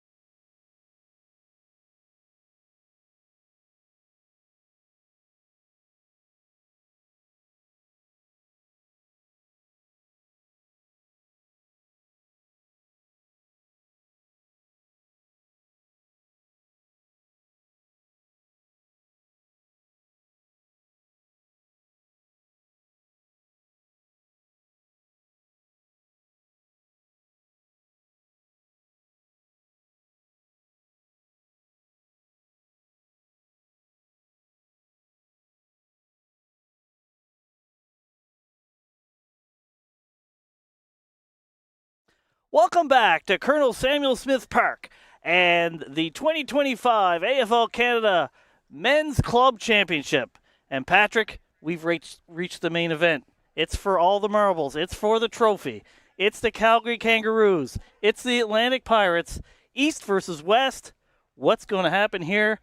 I have no idea. Let's find out. Yeah, it should be a great game. Two teams, 3-0. I said a number of times that these teams not in the traditional league circuit like you'd see with AFL Ontario, both coming here with a point to prove, and both of them have proved it already, but now they have to prove it to each other to see who is the best in the nation, whether it's East or West. The trophy's leaving the province. We just don't know which direction it's going in. Both these teams had big upsets over big Toronto teams here in this one. Dingoes and Rebels had to be the favorites in this one, but they're not in this game. It's the Calgary Kangaroos and the Atlantic Pirates. We're just about getting ready to go. Tough to say who's going to win this one. Both teams have been impressive in this tournament. Umpire making sure everybody's ready. The ball is up. We're ready to go. Take it away, Patrick. And Pirates in black, Kangaroos in white and blue. Calgary with possession off the opening tip. Ball going along the right side. Roos working on the right boundary. Putting on the Jets. Kick to the 50-meter arc. Ball will go on its edge. Bouncing. Can the Roos keep it in? That was Werner with it. Ball goes to ground. We've got a good contest. And bodies going to the ground. And umpire gets the whistle out here. Not much to pick from there. That'll be umpire's balls. We're through the first 30 seconds or so of this grand final. Sure, both these teams have good fitness, but it's been a slog here for both of them. Hot weekend here in Toronto. Their fourth game in 2 days. Oh, that's a big tackle. And that will be holding the ball on a free kick to the Pirates, to Lyndon Tilby. Kick, though, doesn't go well. Off the hand of 36 Marco Main. Actually, there's two 36s, so I guess I can't be 100% sure of that.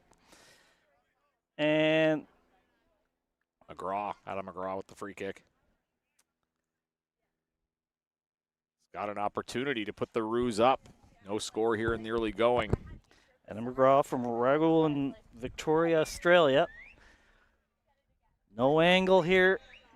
That's a nice looking kick. It looks like that's dead center. That will be the first goal of this one. Goes to the Kangaroos. They're hopping here early in this one. Now, the thing, too, we talked about these teams both being 3-0 as a result. Whichever team falls behind, in this case, the Pirates, kind of in unfamiliar territory. Obviously, we're just getting going here, but that first goal kick, very critical for either team to set the tempo, and it ends up being the Kangaroos that strike first. And McGraw and the Australians are obviously going to have a big impact in how this game's decided one way or another. Tremendous growth in both parts of Canada that are represented in this game, and still much hangs in the balance as to who's going to be the victor today. As you know, the first time the Pirates will have to come from behind. We'll see how they can do with that. Ball up. And Calgary gains control again. Nice tackle there, though, and that should be holding the ball. Atlantic takes the ball. Here's Inkpen. Gets a boot on it. Just goes way high. Off of hands. Battle for the ball. Amaro just kicking it forward. There's a big hit. Amaro is co-captain of the Pirates with Chris Bork, both co-captains from Yarmouth, Nova Scotia, the small town in southwestern Nova Scotia. But more importantly, here's Angus Dullard with the free kick. Does get a mark there. Pirates play on. Look like they're wanting flow, and they're going for it here. Woods going after the ball. Kangaroos do get control. Get the ball in the midfield. Might be trying to stop the play as Angus Dullard collided with one of the 36s behind the play a moment ago, and the play had just gone on, and I think they're trying to get that to stop. And a great sportsmanship by Dullard there. He could have played on, but he wanted to make sure his opponent was okay.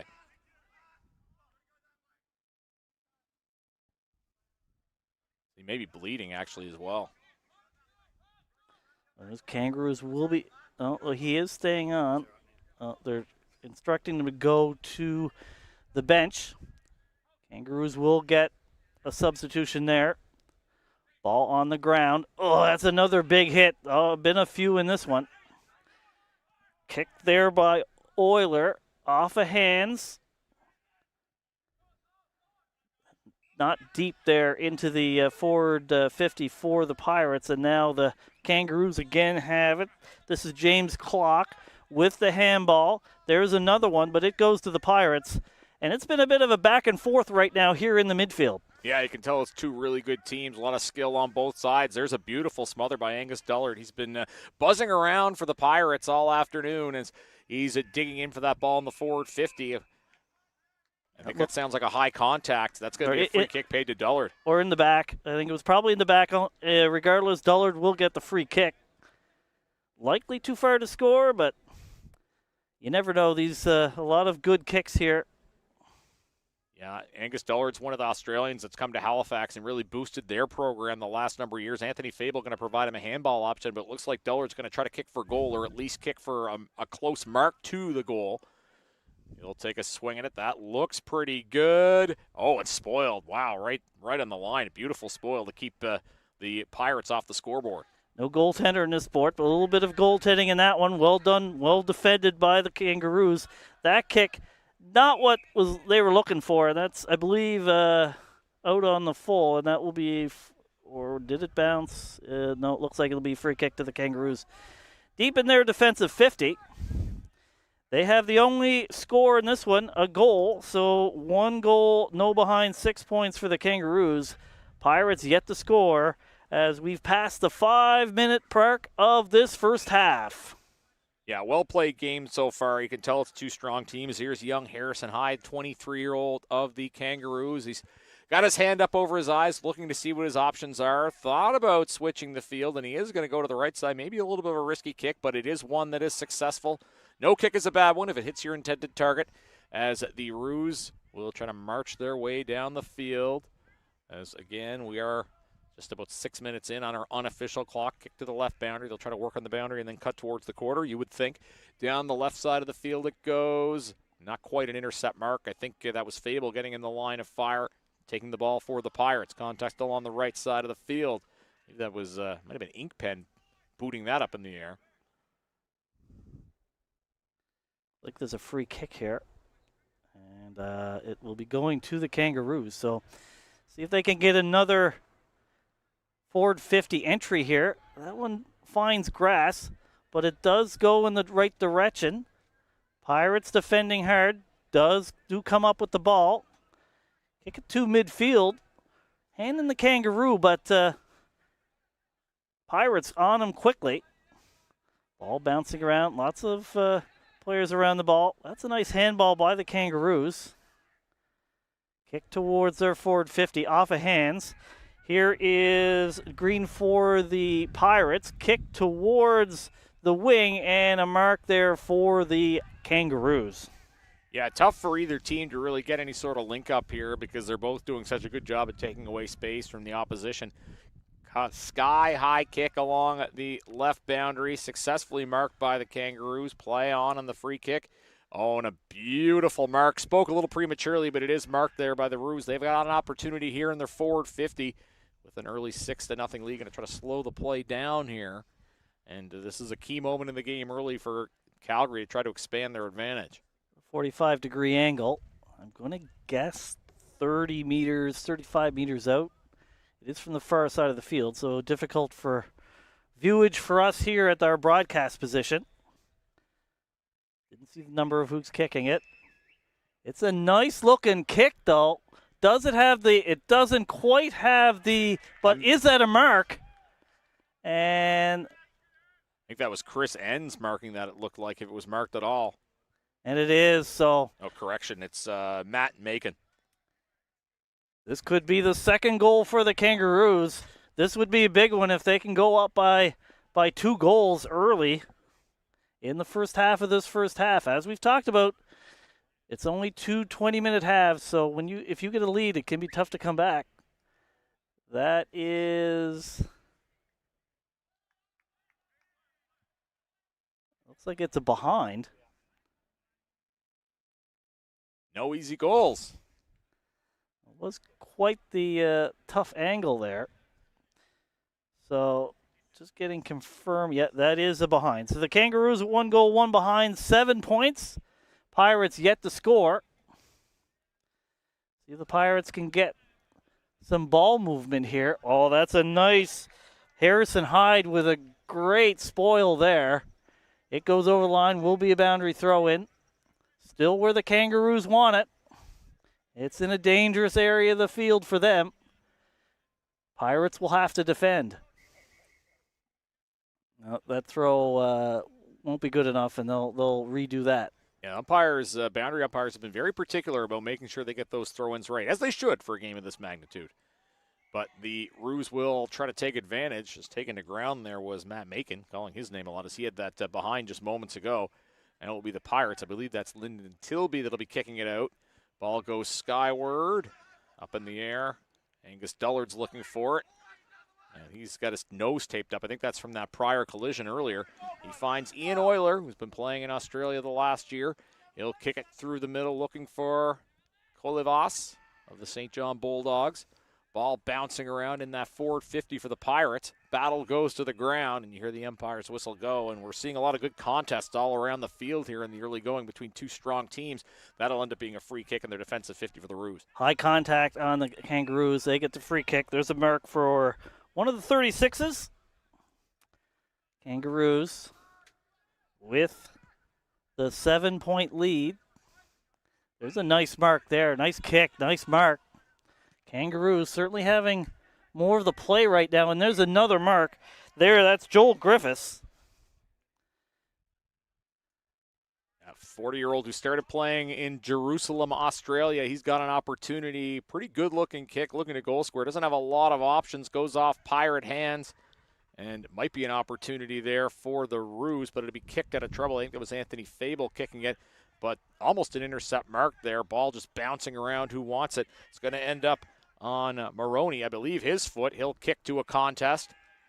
And that is marked. That is a big opportunity in the game for the Roos. They lead 7-0. They've got a prime scoring chance here to add to that lead, David. Yeah, not much of an angle, about 25 meters out. Big opportunity, be a big goal. Chances haven't been plentiful in this game. This is Harrison Hyde. It's been good this quarter. Absolutely. Lots of energy, which is amazing given how much footy these players have played this weekend. The ball's away. It looks good. The Kangaroos love it, and they should. It's the second goal for the Kangaroos, and it's a lucky 13 for the Kangaroos and a 13-point lead for them right now. Yeah, young Harrison Hyde's been one of the stories of this game so far for the Roos, producing offensively. As you mentioned earlier, David, he had a nice spoil there, too, as he went shoulder to shoulder with Anthony Fable. And he's been a difference maker. But, again, it's still early, as according to our clock, which is unofficial, or about 12 minutes in. But certainly, if you're a Calgary Kangaroos supporter, you have to like the start they're off to. Tribal Sport, the official tournament partner of the 2025 Men's Club Championships. With more than 20 years of experience and a deep understanding of the international footy market, Tribal Sport is your source for high-quality on- and off-field apparel. Visit tribalsport.com.au to order your club merchandise today. Not much to choose from the ball up, so they're going to do it again. Pirates again in black, Roos in white and blue. First time the Pirates have worn black. I think they were wearing white through the group stage. The way this is going, you wonder if they'll switch for the second half if this continues. I don't know. That might not be great for commentators, but it might be good for superstition. Well, the numbers will be the same. True. The ball on the ground. Lots of players around the ball right now. Little bit of space here. Little bit of run. Bounce doesn't go well, and then loses the ball. Calgary gets it back. Nice tackle there, though. Kicked off the ground. Just outside, now inside the 50-meter line for the Pirates. But the Kangaroos can clear. Nice handball and a big sky kick there. It goes in the midst of the Pirates. Goes on quickly. The Pirates have been moving on quickly in this first half. It hasn't always worked out for them. There's a handball just outside the 50-meter arc. Here's a high kick. Can they get a mark? Yeah, there's a mark, but that's a defensive mark for the Calgary Kangaroos, and their defense is holding well. Yeah, really well. The Pirates weren't even able to switch to the corridor. It kept along the boundary, and the Roos still get a big intercept mark as the ball goes along the left side. As thought that might be another intercept as the ball going along the ground. We're seeing a lot of the game being played at the moment, although I think the ball may have squirted out just there as we're coming up on 14 minutes into this first half. We're going to get a boundary throw in right around the midpoint of the field. So the Pirates they're going to need to get more time in that inside 50 as this half goes on. Ball in. Tilby got the hands on it, but couldn't get the mark.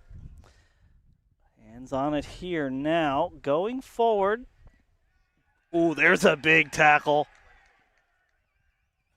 I think that See what the call is here. I think that was Robert Inkpen. He knows this ground very well, plays for the Pirates, but used to play for the Toronto Rebels. He's more than happy with the physical element of footy. Absolutely. Ball up. Lots of players around the field. Seems like half the players are around the ball right now. There's a whistle. And it'll be a free kick here, I believe, to the Kangaroos. So that will relieve some pressure. Kangaroos leading by 13. Approaching 5 minutes left here in the first half. Pretty low-scoring game between these two teams. They've certainly not, each team not giving much inch to the other right now. But the Kangaroos do have the lead, 13 points ahead. Picked up. Pirates get it to the midfield. Can't pick it up. Now in Kangaroo hands. Here is Brzezinski. Gets the handball away. That kick goes over the head of Creighton for the Pirates. Now here's Griffiths. Griffiths kicks towards goal. Will it reach? It doesn't, but what a mark there by Adam McGraw. I called his name a few times in this first half. Absolutely, and this will be, you wouldn't bet against this one going through the big sticks. We'll have a bit of a angle here, but he's not much more than 10 meters away from goal. This would be a big one for the Kangaroos. One quick kick down there and a mark. See if he can finish it off. Oh, and he does. That's a nice goal there. McGraw with the big one for the Kangaroos. 3 goals, 1 behind, 19 points. Pirates yet to score. Yeah, all Kangaroos thus far in this first half. A little less than 4 to go, and you just good ball movement, a lot of crisp marking of the ball by the Roos in this first half. And, it's obviously still lots of time to go, but we talked about these being 2-3-0 teams. Pirates not used to playing from behind, but they're going to have to find a way to do that now as the ball goes back to the middle of the field. Yeah, not much time in these games. These are quick ones. They had the flow. It was going towards the Pirates scoring end, but Kangaroos gain control. Three players bang, you get a mark close to goals, and it's a goal there for the Kangaroos. So, bit of a have to see if they can not lose faith from that goal. Ball up in the middle of the field, and as contest goes to ground again. We should note as well, if you were watching the stream earlier, Kyle Robinson, who was actually named best and fairest for AFL Atlantic, went down, unfortunately, with an injury, so the Pirates are playing without him in this game. Of course, I'm sure there's a lot of players who've been banged up throughout the tournament. Kick through the corridor as the Roos go towards forward 50, as handball option along the left, as pressure being brought there by the Pirates, as Kevin Werner, among others, there chasing after it for the Kangaroos. Calgary marching up the field, a couple of handballs back and forth, north-south, north-south. As down the Kangaroos player down, tough to see from this angle, and I don't think there was much in the way of prior there. So that is going to be the umpire's ball. Just under 2.5 minutes left here in the first half. Kangaroos lead by 19. The only 19 points scored in this game. Certainly have to see they get the next one, it would be a real commanding lead. Pirates need something here. That will help. That is Kiffer. Kicks towards, and they do get a mark in their forward 50. That's what the doctor ordered for the Pirates. This is Tyler Coffin. He knows this ground well, former Grand River Gargoyle. Kicks it quickly. They get a mark, though. Not sure that was the intention. Maybe it was. Doesn't matter. That is Steve Weaver Crawford. And you're never going to bet against him. He has been a force in this tournament. Led AFL Atlantic in points this year.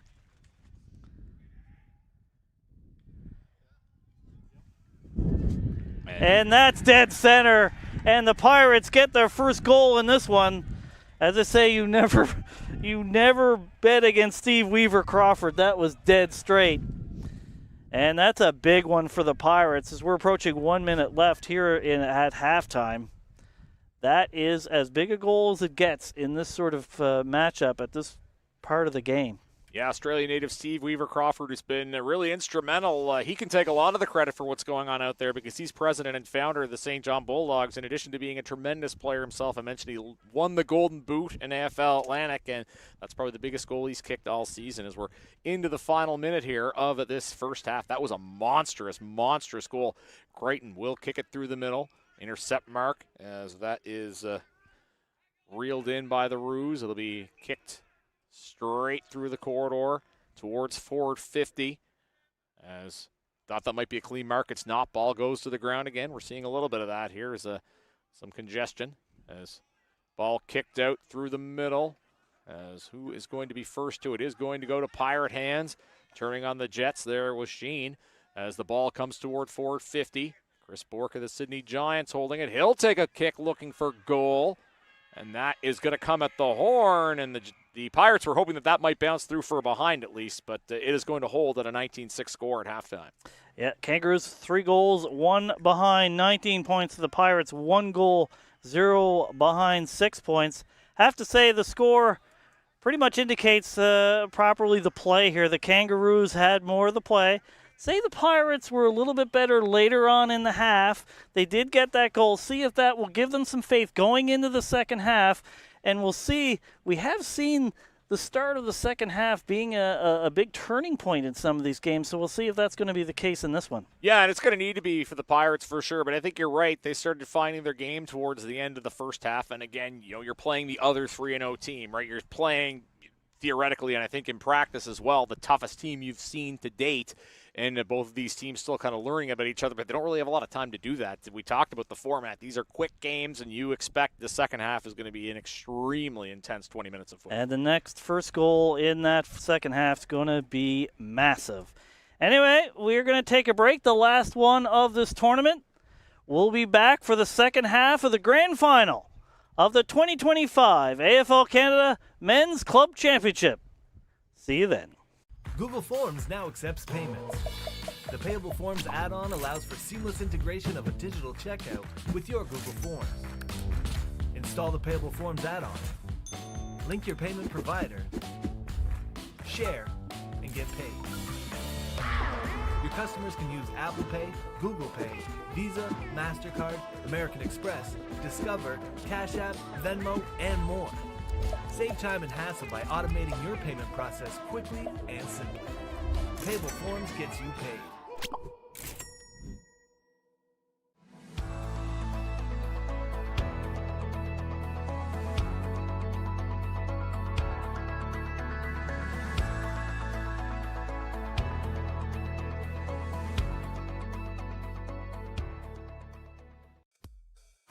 Play for fun.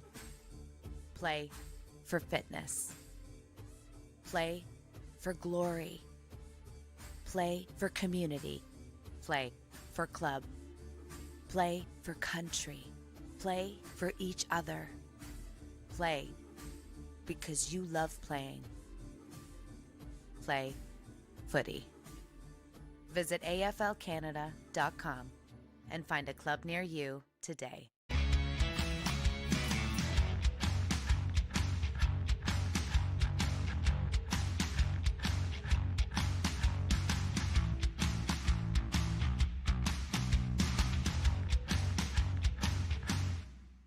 Google Forms now accepts payments. The Payable Forms add-on allows for seamless integration of a digital checkout with your Google Forms. Install the Payable Forms add-on. Link your payment provider. Share and get paid. Your customers can use Apple Pay, Google Pay, Visa, MasterCard, American Express, Discover, Cash App, Venmo, and more. Save time and hassle by automating your payment process quickly and simply. Payable Forms gets you paid.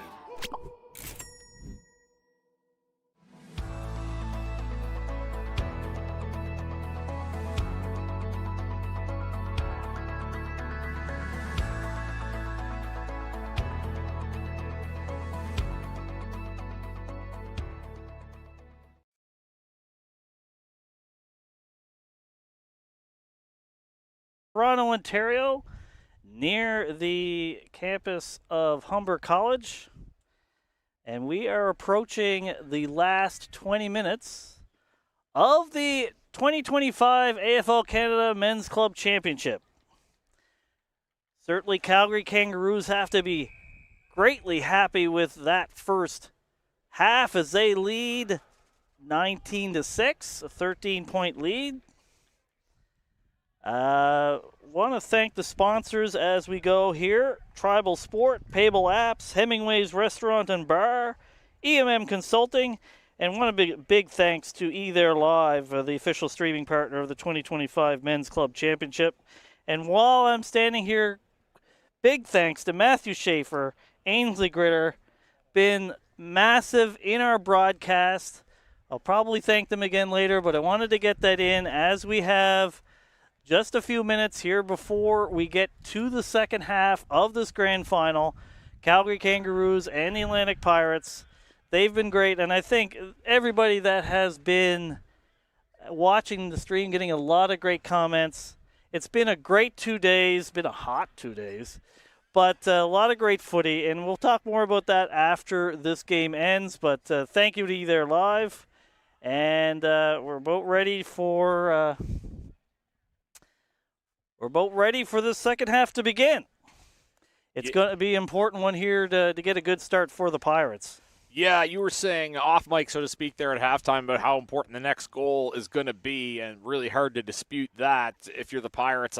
Not quite must next goal territory, but it could be pretty close.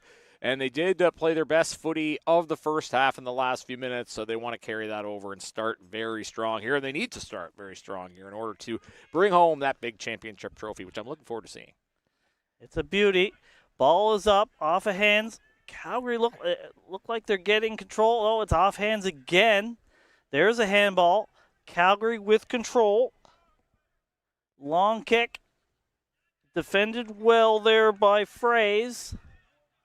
Can the Pirates gain control? There's a whistle. And it looks like it's a free kick to Fraze.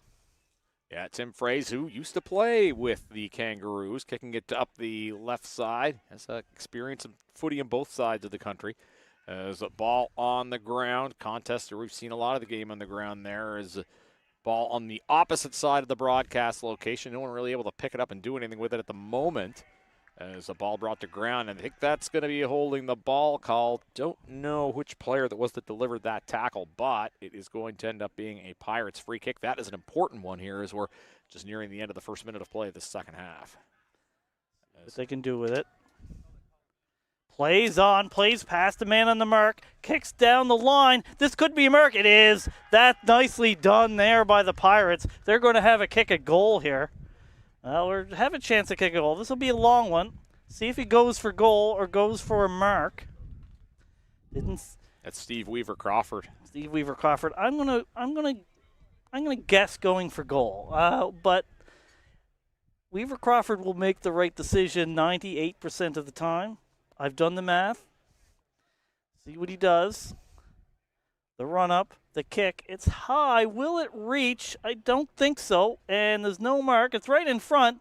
The Kangaroos defense holds. That's a nice pickup there by number 11, Paul Barron. That doesn't get marked. Pirates all over, but that'll be high contact. Harrison Hyde will get a free kick for the Kangaroos. That kick bouncing. Still in control are the Kangaroos. That's picked up by the Pirates. Here's Amaro. Amaro kicks it past the 50-meter line. Picked up by the Pirates.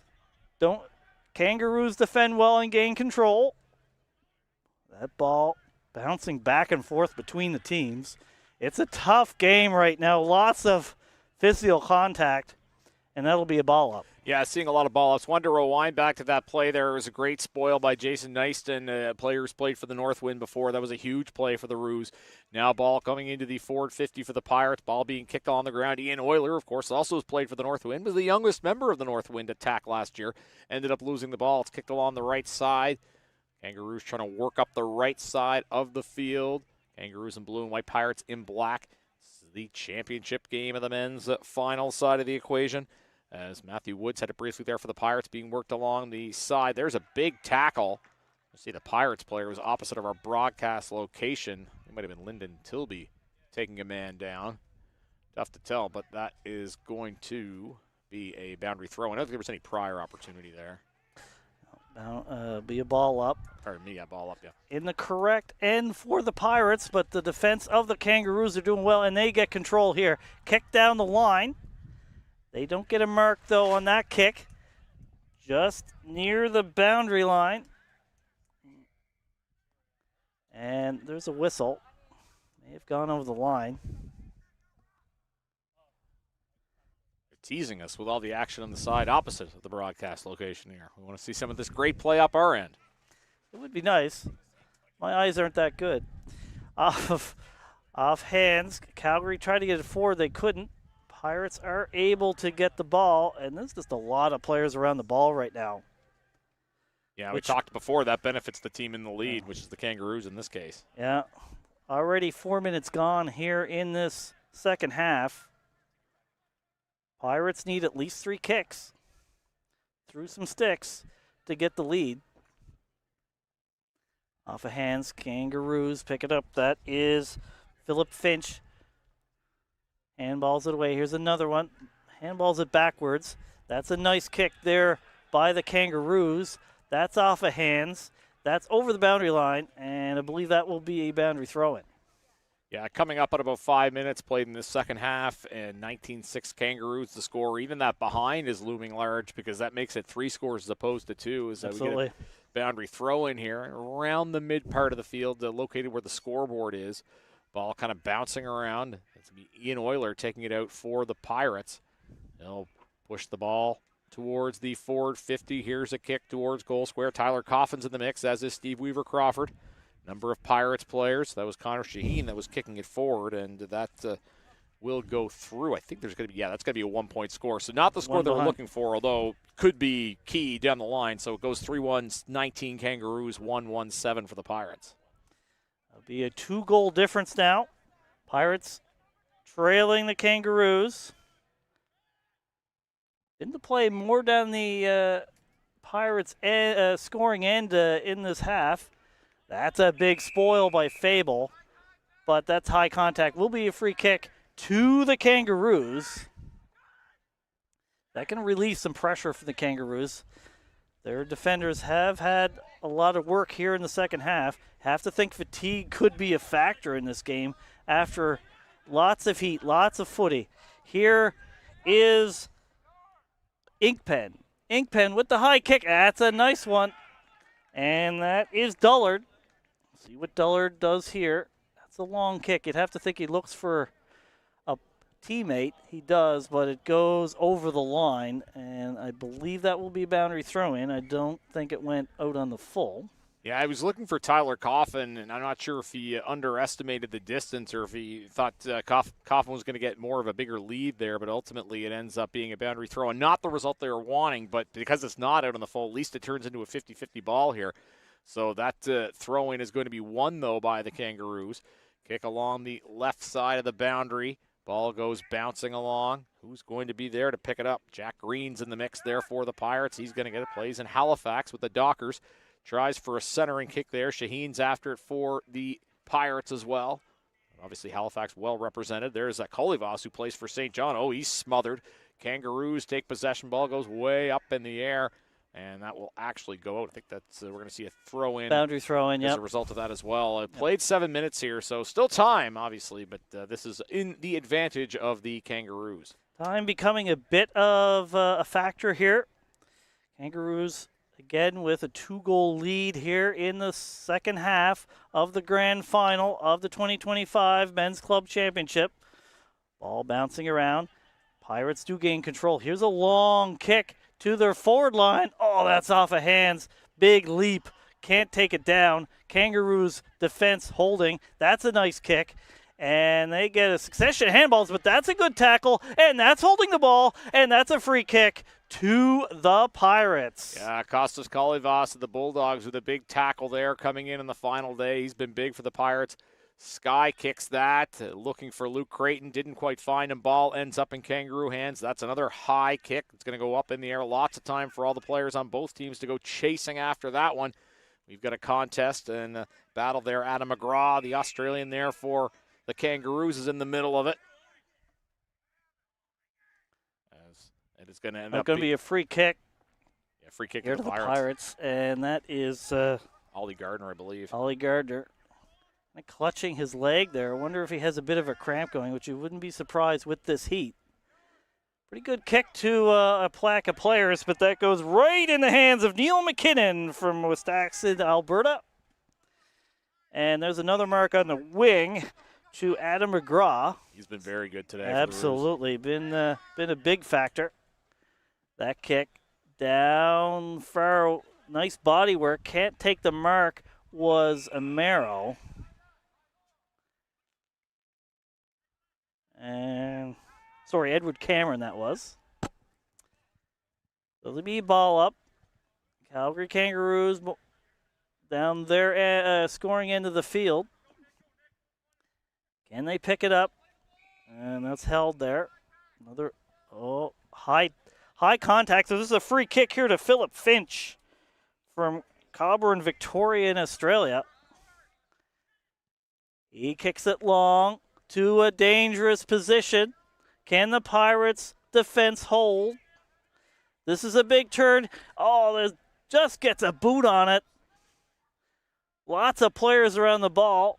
There's a defensive handball. It goes through, and that will be another behind for the Kangaroos, which could be important. It's now 2-goal, 1 behind difference. Yeah, at this point of the game, that is a big point. Not the one they were wanting, but still a big point regardless. Fraze kicks it. Oh, Dullard not able to get his hands cleanly on it, and the Kangaroos with numbers to the contest. There's a handball across. Tilby will pick it up for the Pirates. Lyndon Tilby, native of Western Australia, will kick the ball. Chris Bork's looking after it. Ball will come towards the forward 50. Bork throwing the body, but it's going to end up on the hands of Joel Goulet.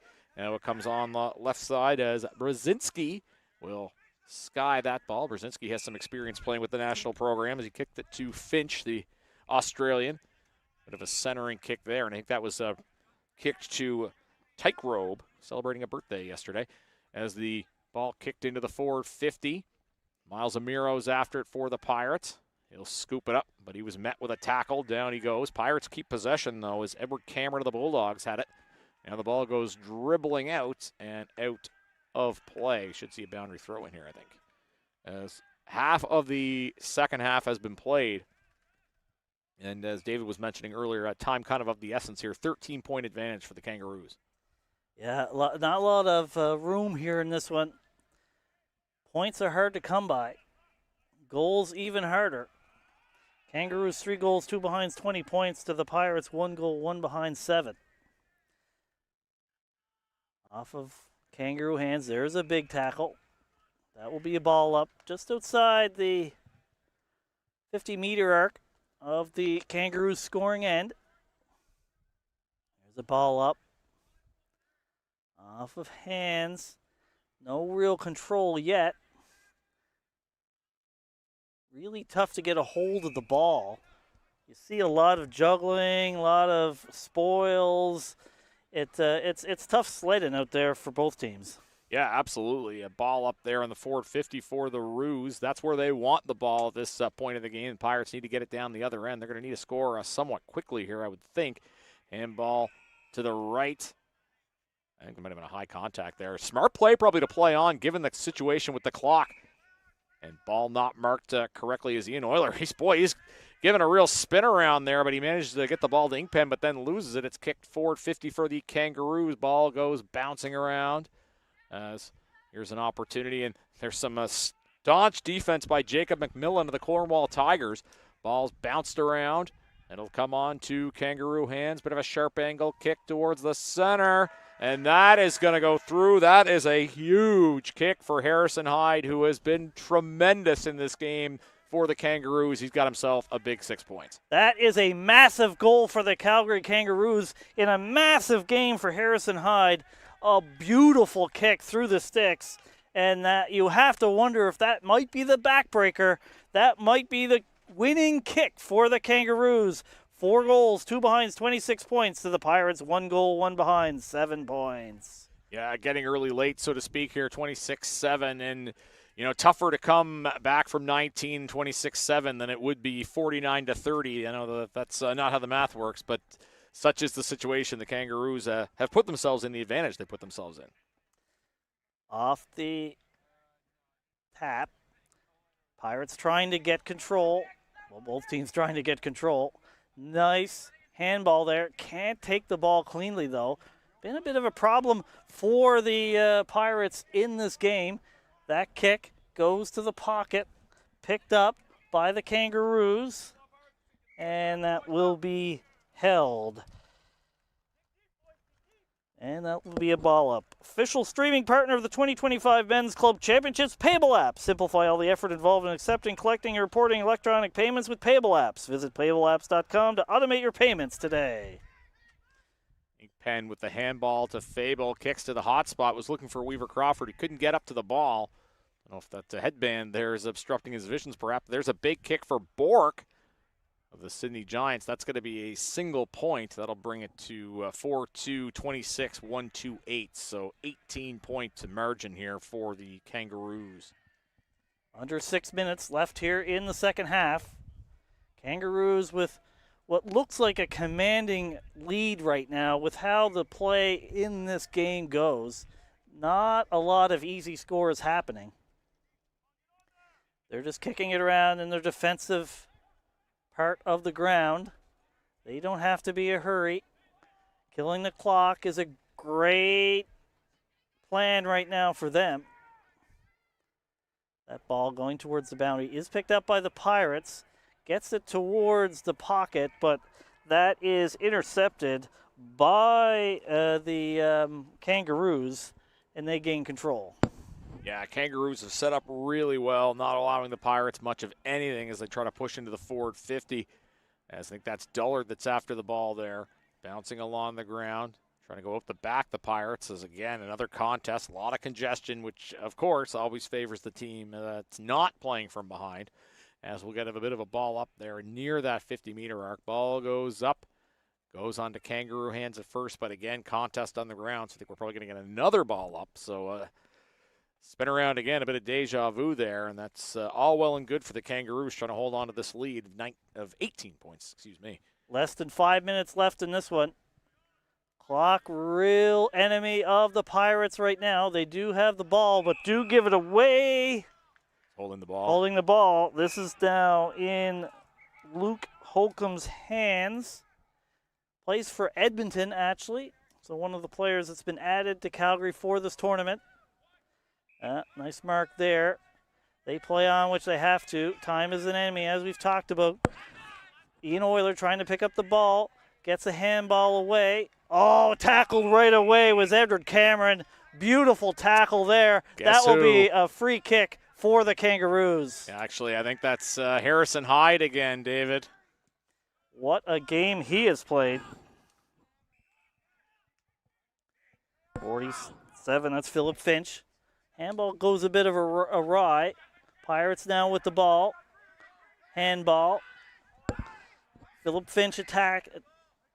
Still in the hands of the Pirates. Gives it away.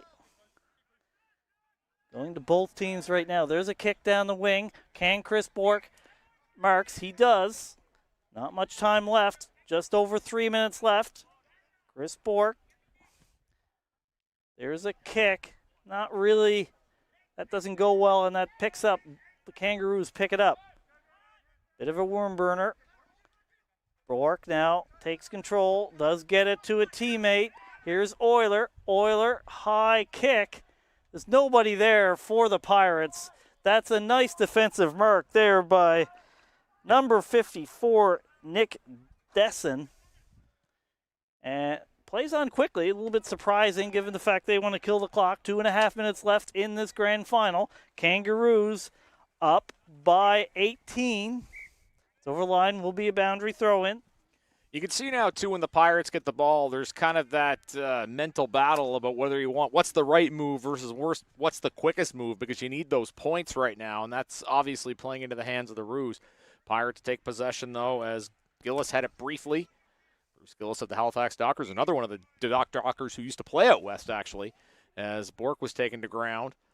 And it looks like it'll be a ball up, which, again, benefits the Kangaroos. Under 2 minutes left here. It'd be a real tall task here for the Pirates to come back as Bork takes a swing at it with his hands, and it'll come on to the boot there of Ravi Azabadiad of the St. John Bulldogs. Ball goes out, going to be boundary throw-in. From Patask, Greece.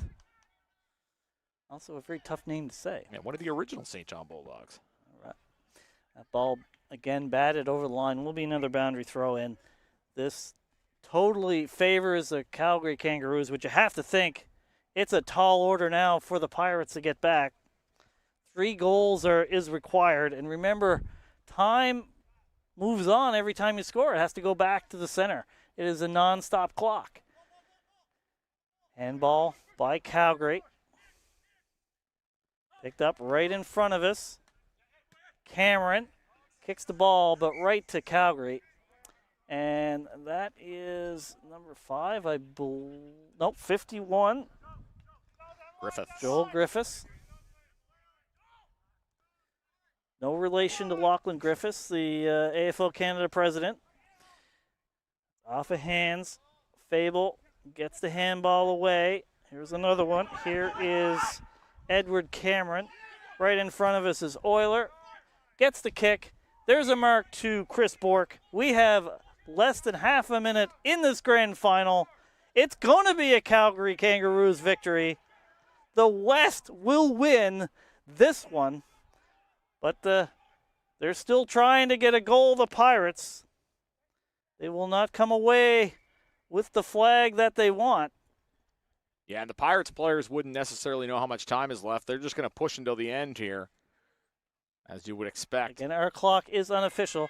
But there is the siren. The Calgary Kangaroos are the 2025 AFL Canada Men's Club Championships.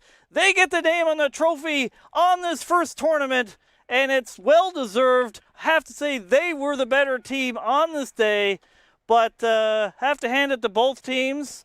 Certainly the Toronto teams were sort of expected to play in this game, but East versus West, a great battle, but it's the Calgary Kangaroos that come away with the victory and will come away with the trophy, and it's going out west. Yeah, great performance from both of these teams, and I think if you were to look at the scoreline, the Pirates probably gave the Kangaroos their toughest go this tournament, but wow, it was so impressive once Calgary developed that lead. They just didn't give the Pirates any sort of window to crawl through at all. Just tightened everything up so nicely. So much crisp ball movement, a lot of beautiful marks for the Kangaroos. We talked a lot about Harrison Hyde. He was just one of the players that we could have highlighted. So, yeah, obviously 2 great teams out there. Very hard-fought game. Great showing of respect here as well. But I don't think anybody would question, based on how the last 4 games unfolded, the Roos deserving champions. The footy community can be a tight-knit community, even across this country. Lots of those players in both teams have played with each other, whether it's with the Northwind. I know some of the current Pirates have played for Calgary in the U.S. Nationals. We have one that was a Kangaroo totally in Fraze. So a lot of these players know each other.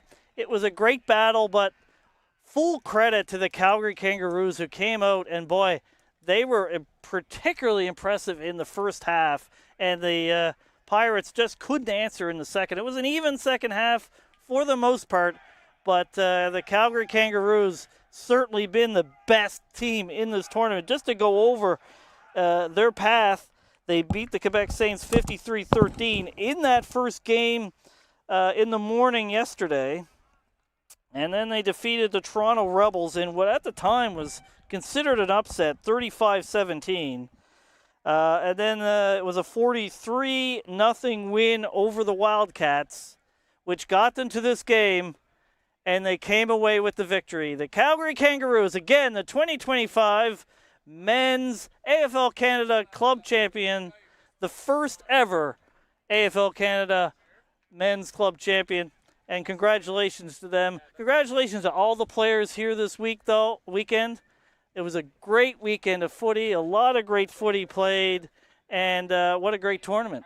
Yeah, you said the Roos the first champions. Obviously, hopefully not the last. We want to see this event continue. Those of us in the footy community have heard so much over the years about U.S. Nationals. A lot of Canadian players have had the chance to take part in that event, and that is a great event stateside. But probably overdue that we have our own version up here. First installment, a tremendous success. A lot of great footy being played. So many hands go into this. I thought you did a great job at halftime just mentioning something. You mentioned Matthew pushing the buttons and directing the screens, and Ainsley the eye in the sky up there. So just two of many people that helped put on this great event. Well, I particularly want to give a shout-out to the tournament chairman, Greg Bridges. A lot of work went into this. It was a fairly late decision to do this tournament. Some concerns, is it too late? But a lot of volunteers, to be fair, but shout out to him. All the players, all the volunteers, too many to mention, really. I want to also shout out the sponsors for this tournament, Tribal Sport, the official tournament partner of the 2025 Men's Championship, Payable Apps, the official streaming partner of these championships, Hemingway's Restaurant and Bar, the official after-party partner of the 25 Men's Championship. After all the heat this weekend, I think there's going to be some suds flowing at Hemingway's this evening. Also, EMM Consulting, they were the official Women's Plus match partner in the 2025 Men's Club Champion. How great was it to see the women play here on this field? And finally, eThere Live, official streaming partner of the 2025 Men's Club Championship. Again, shout out.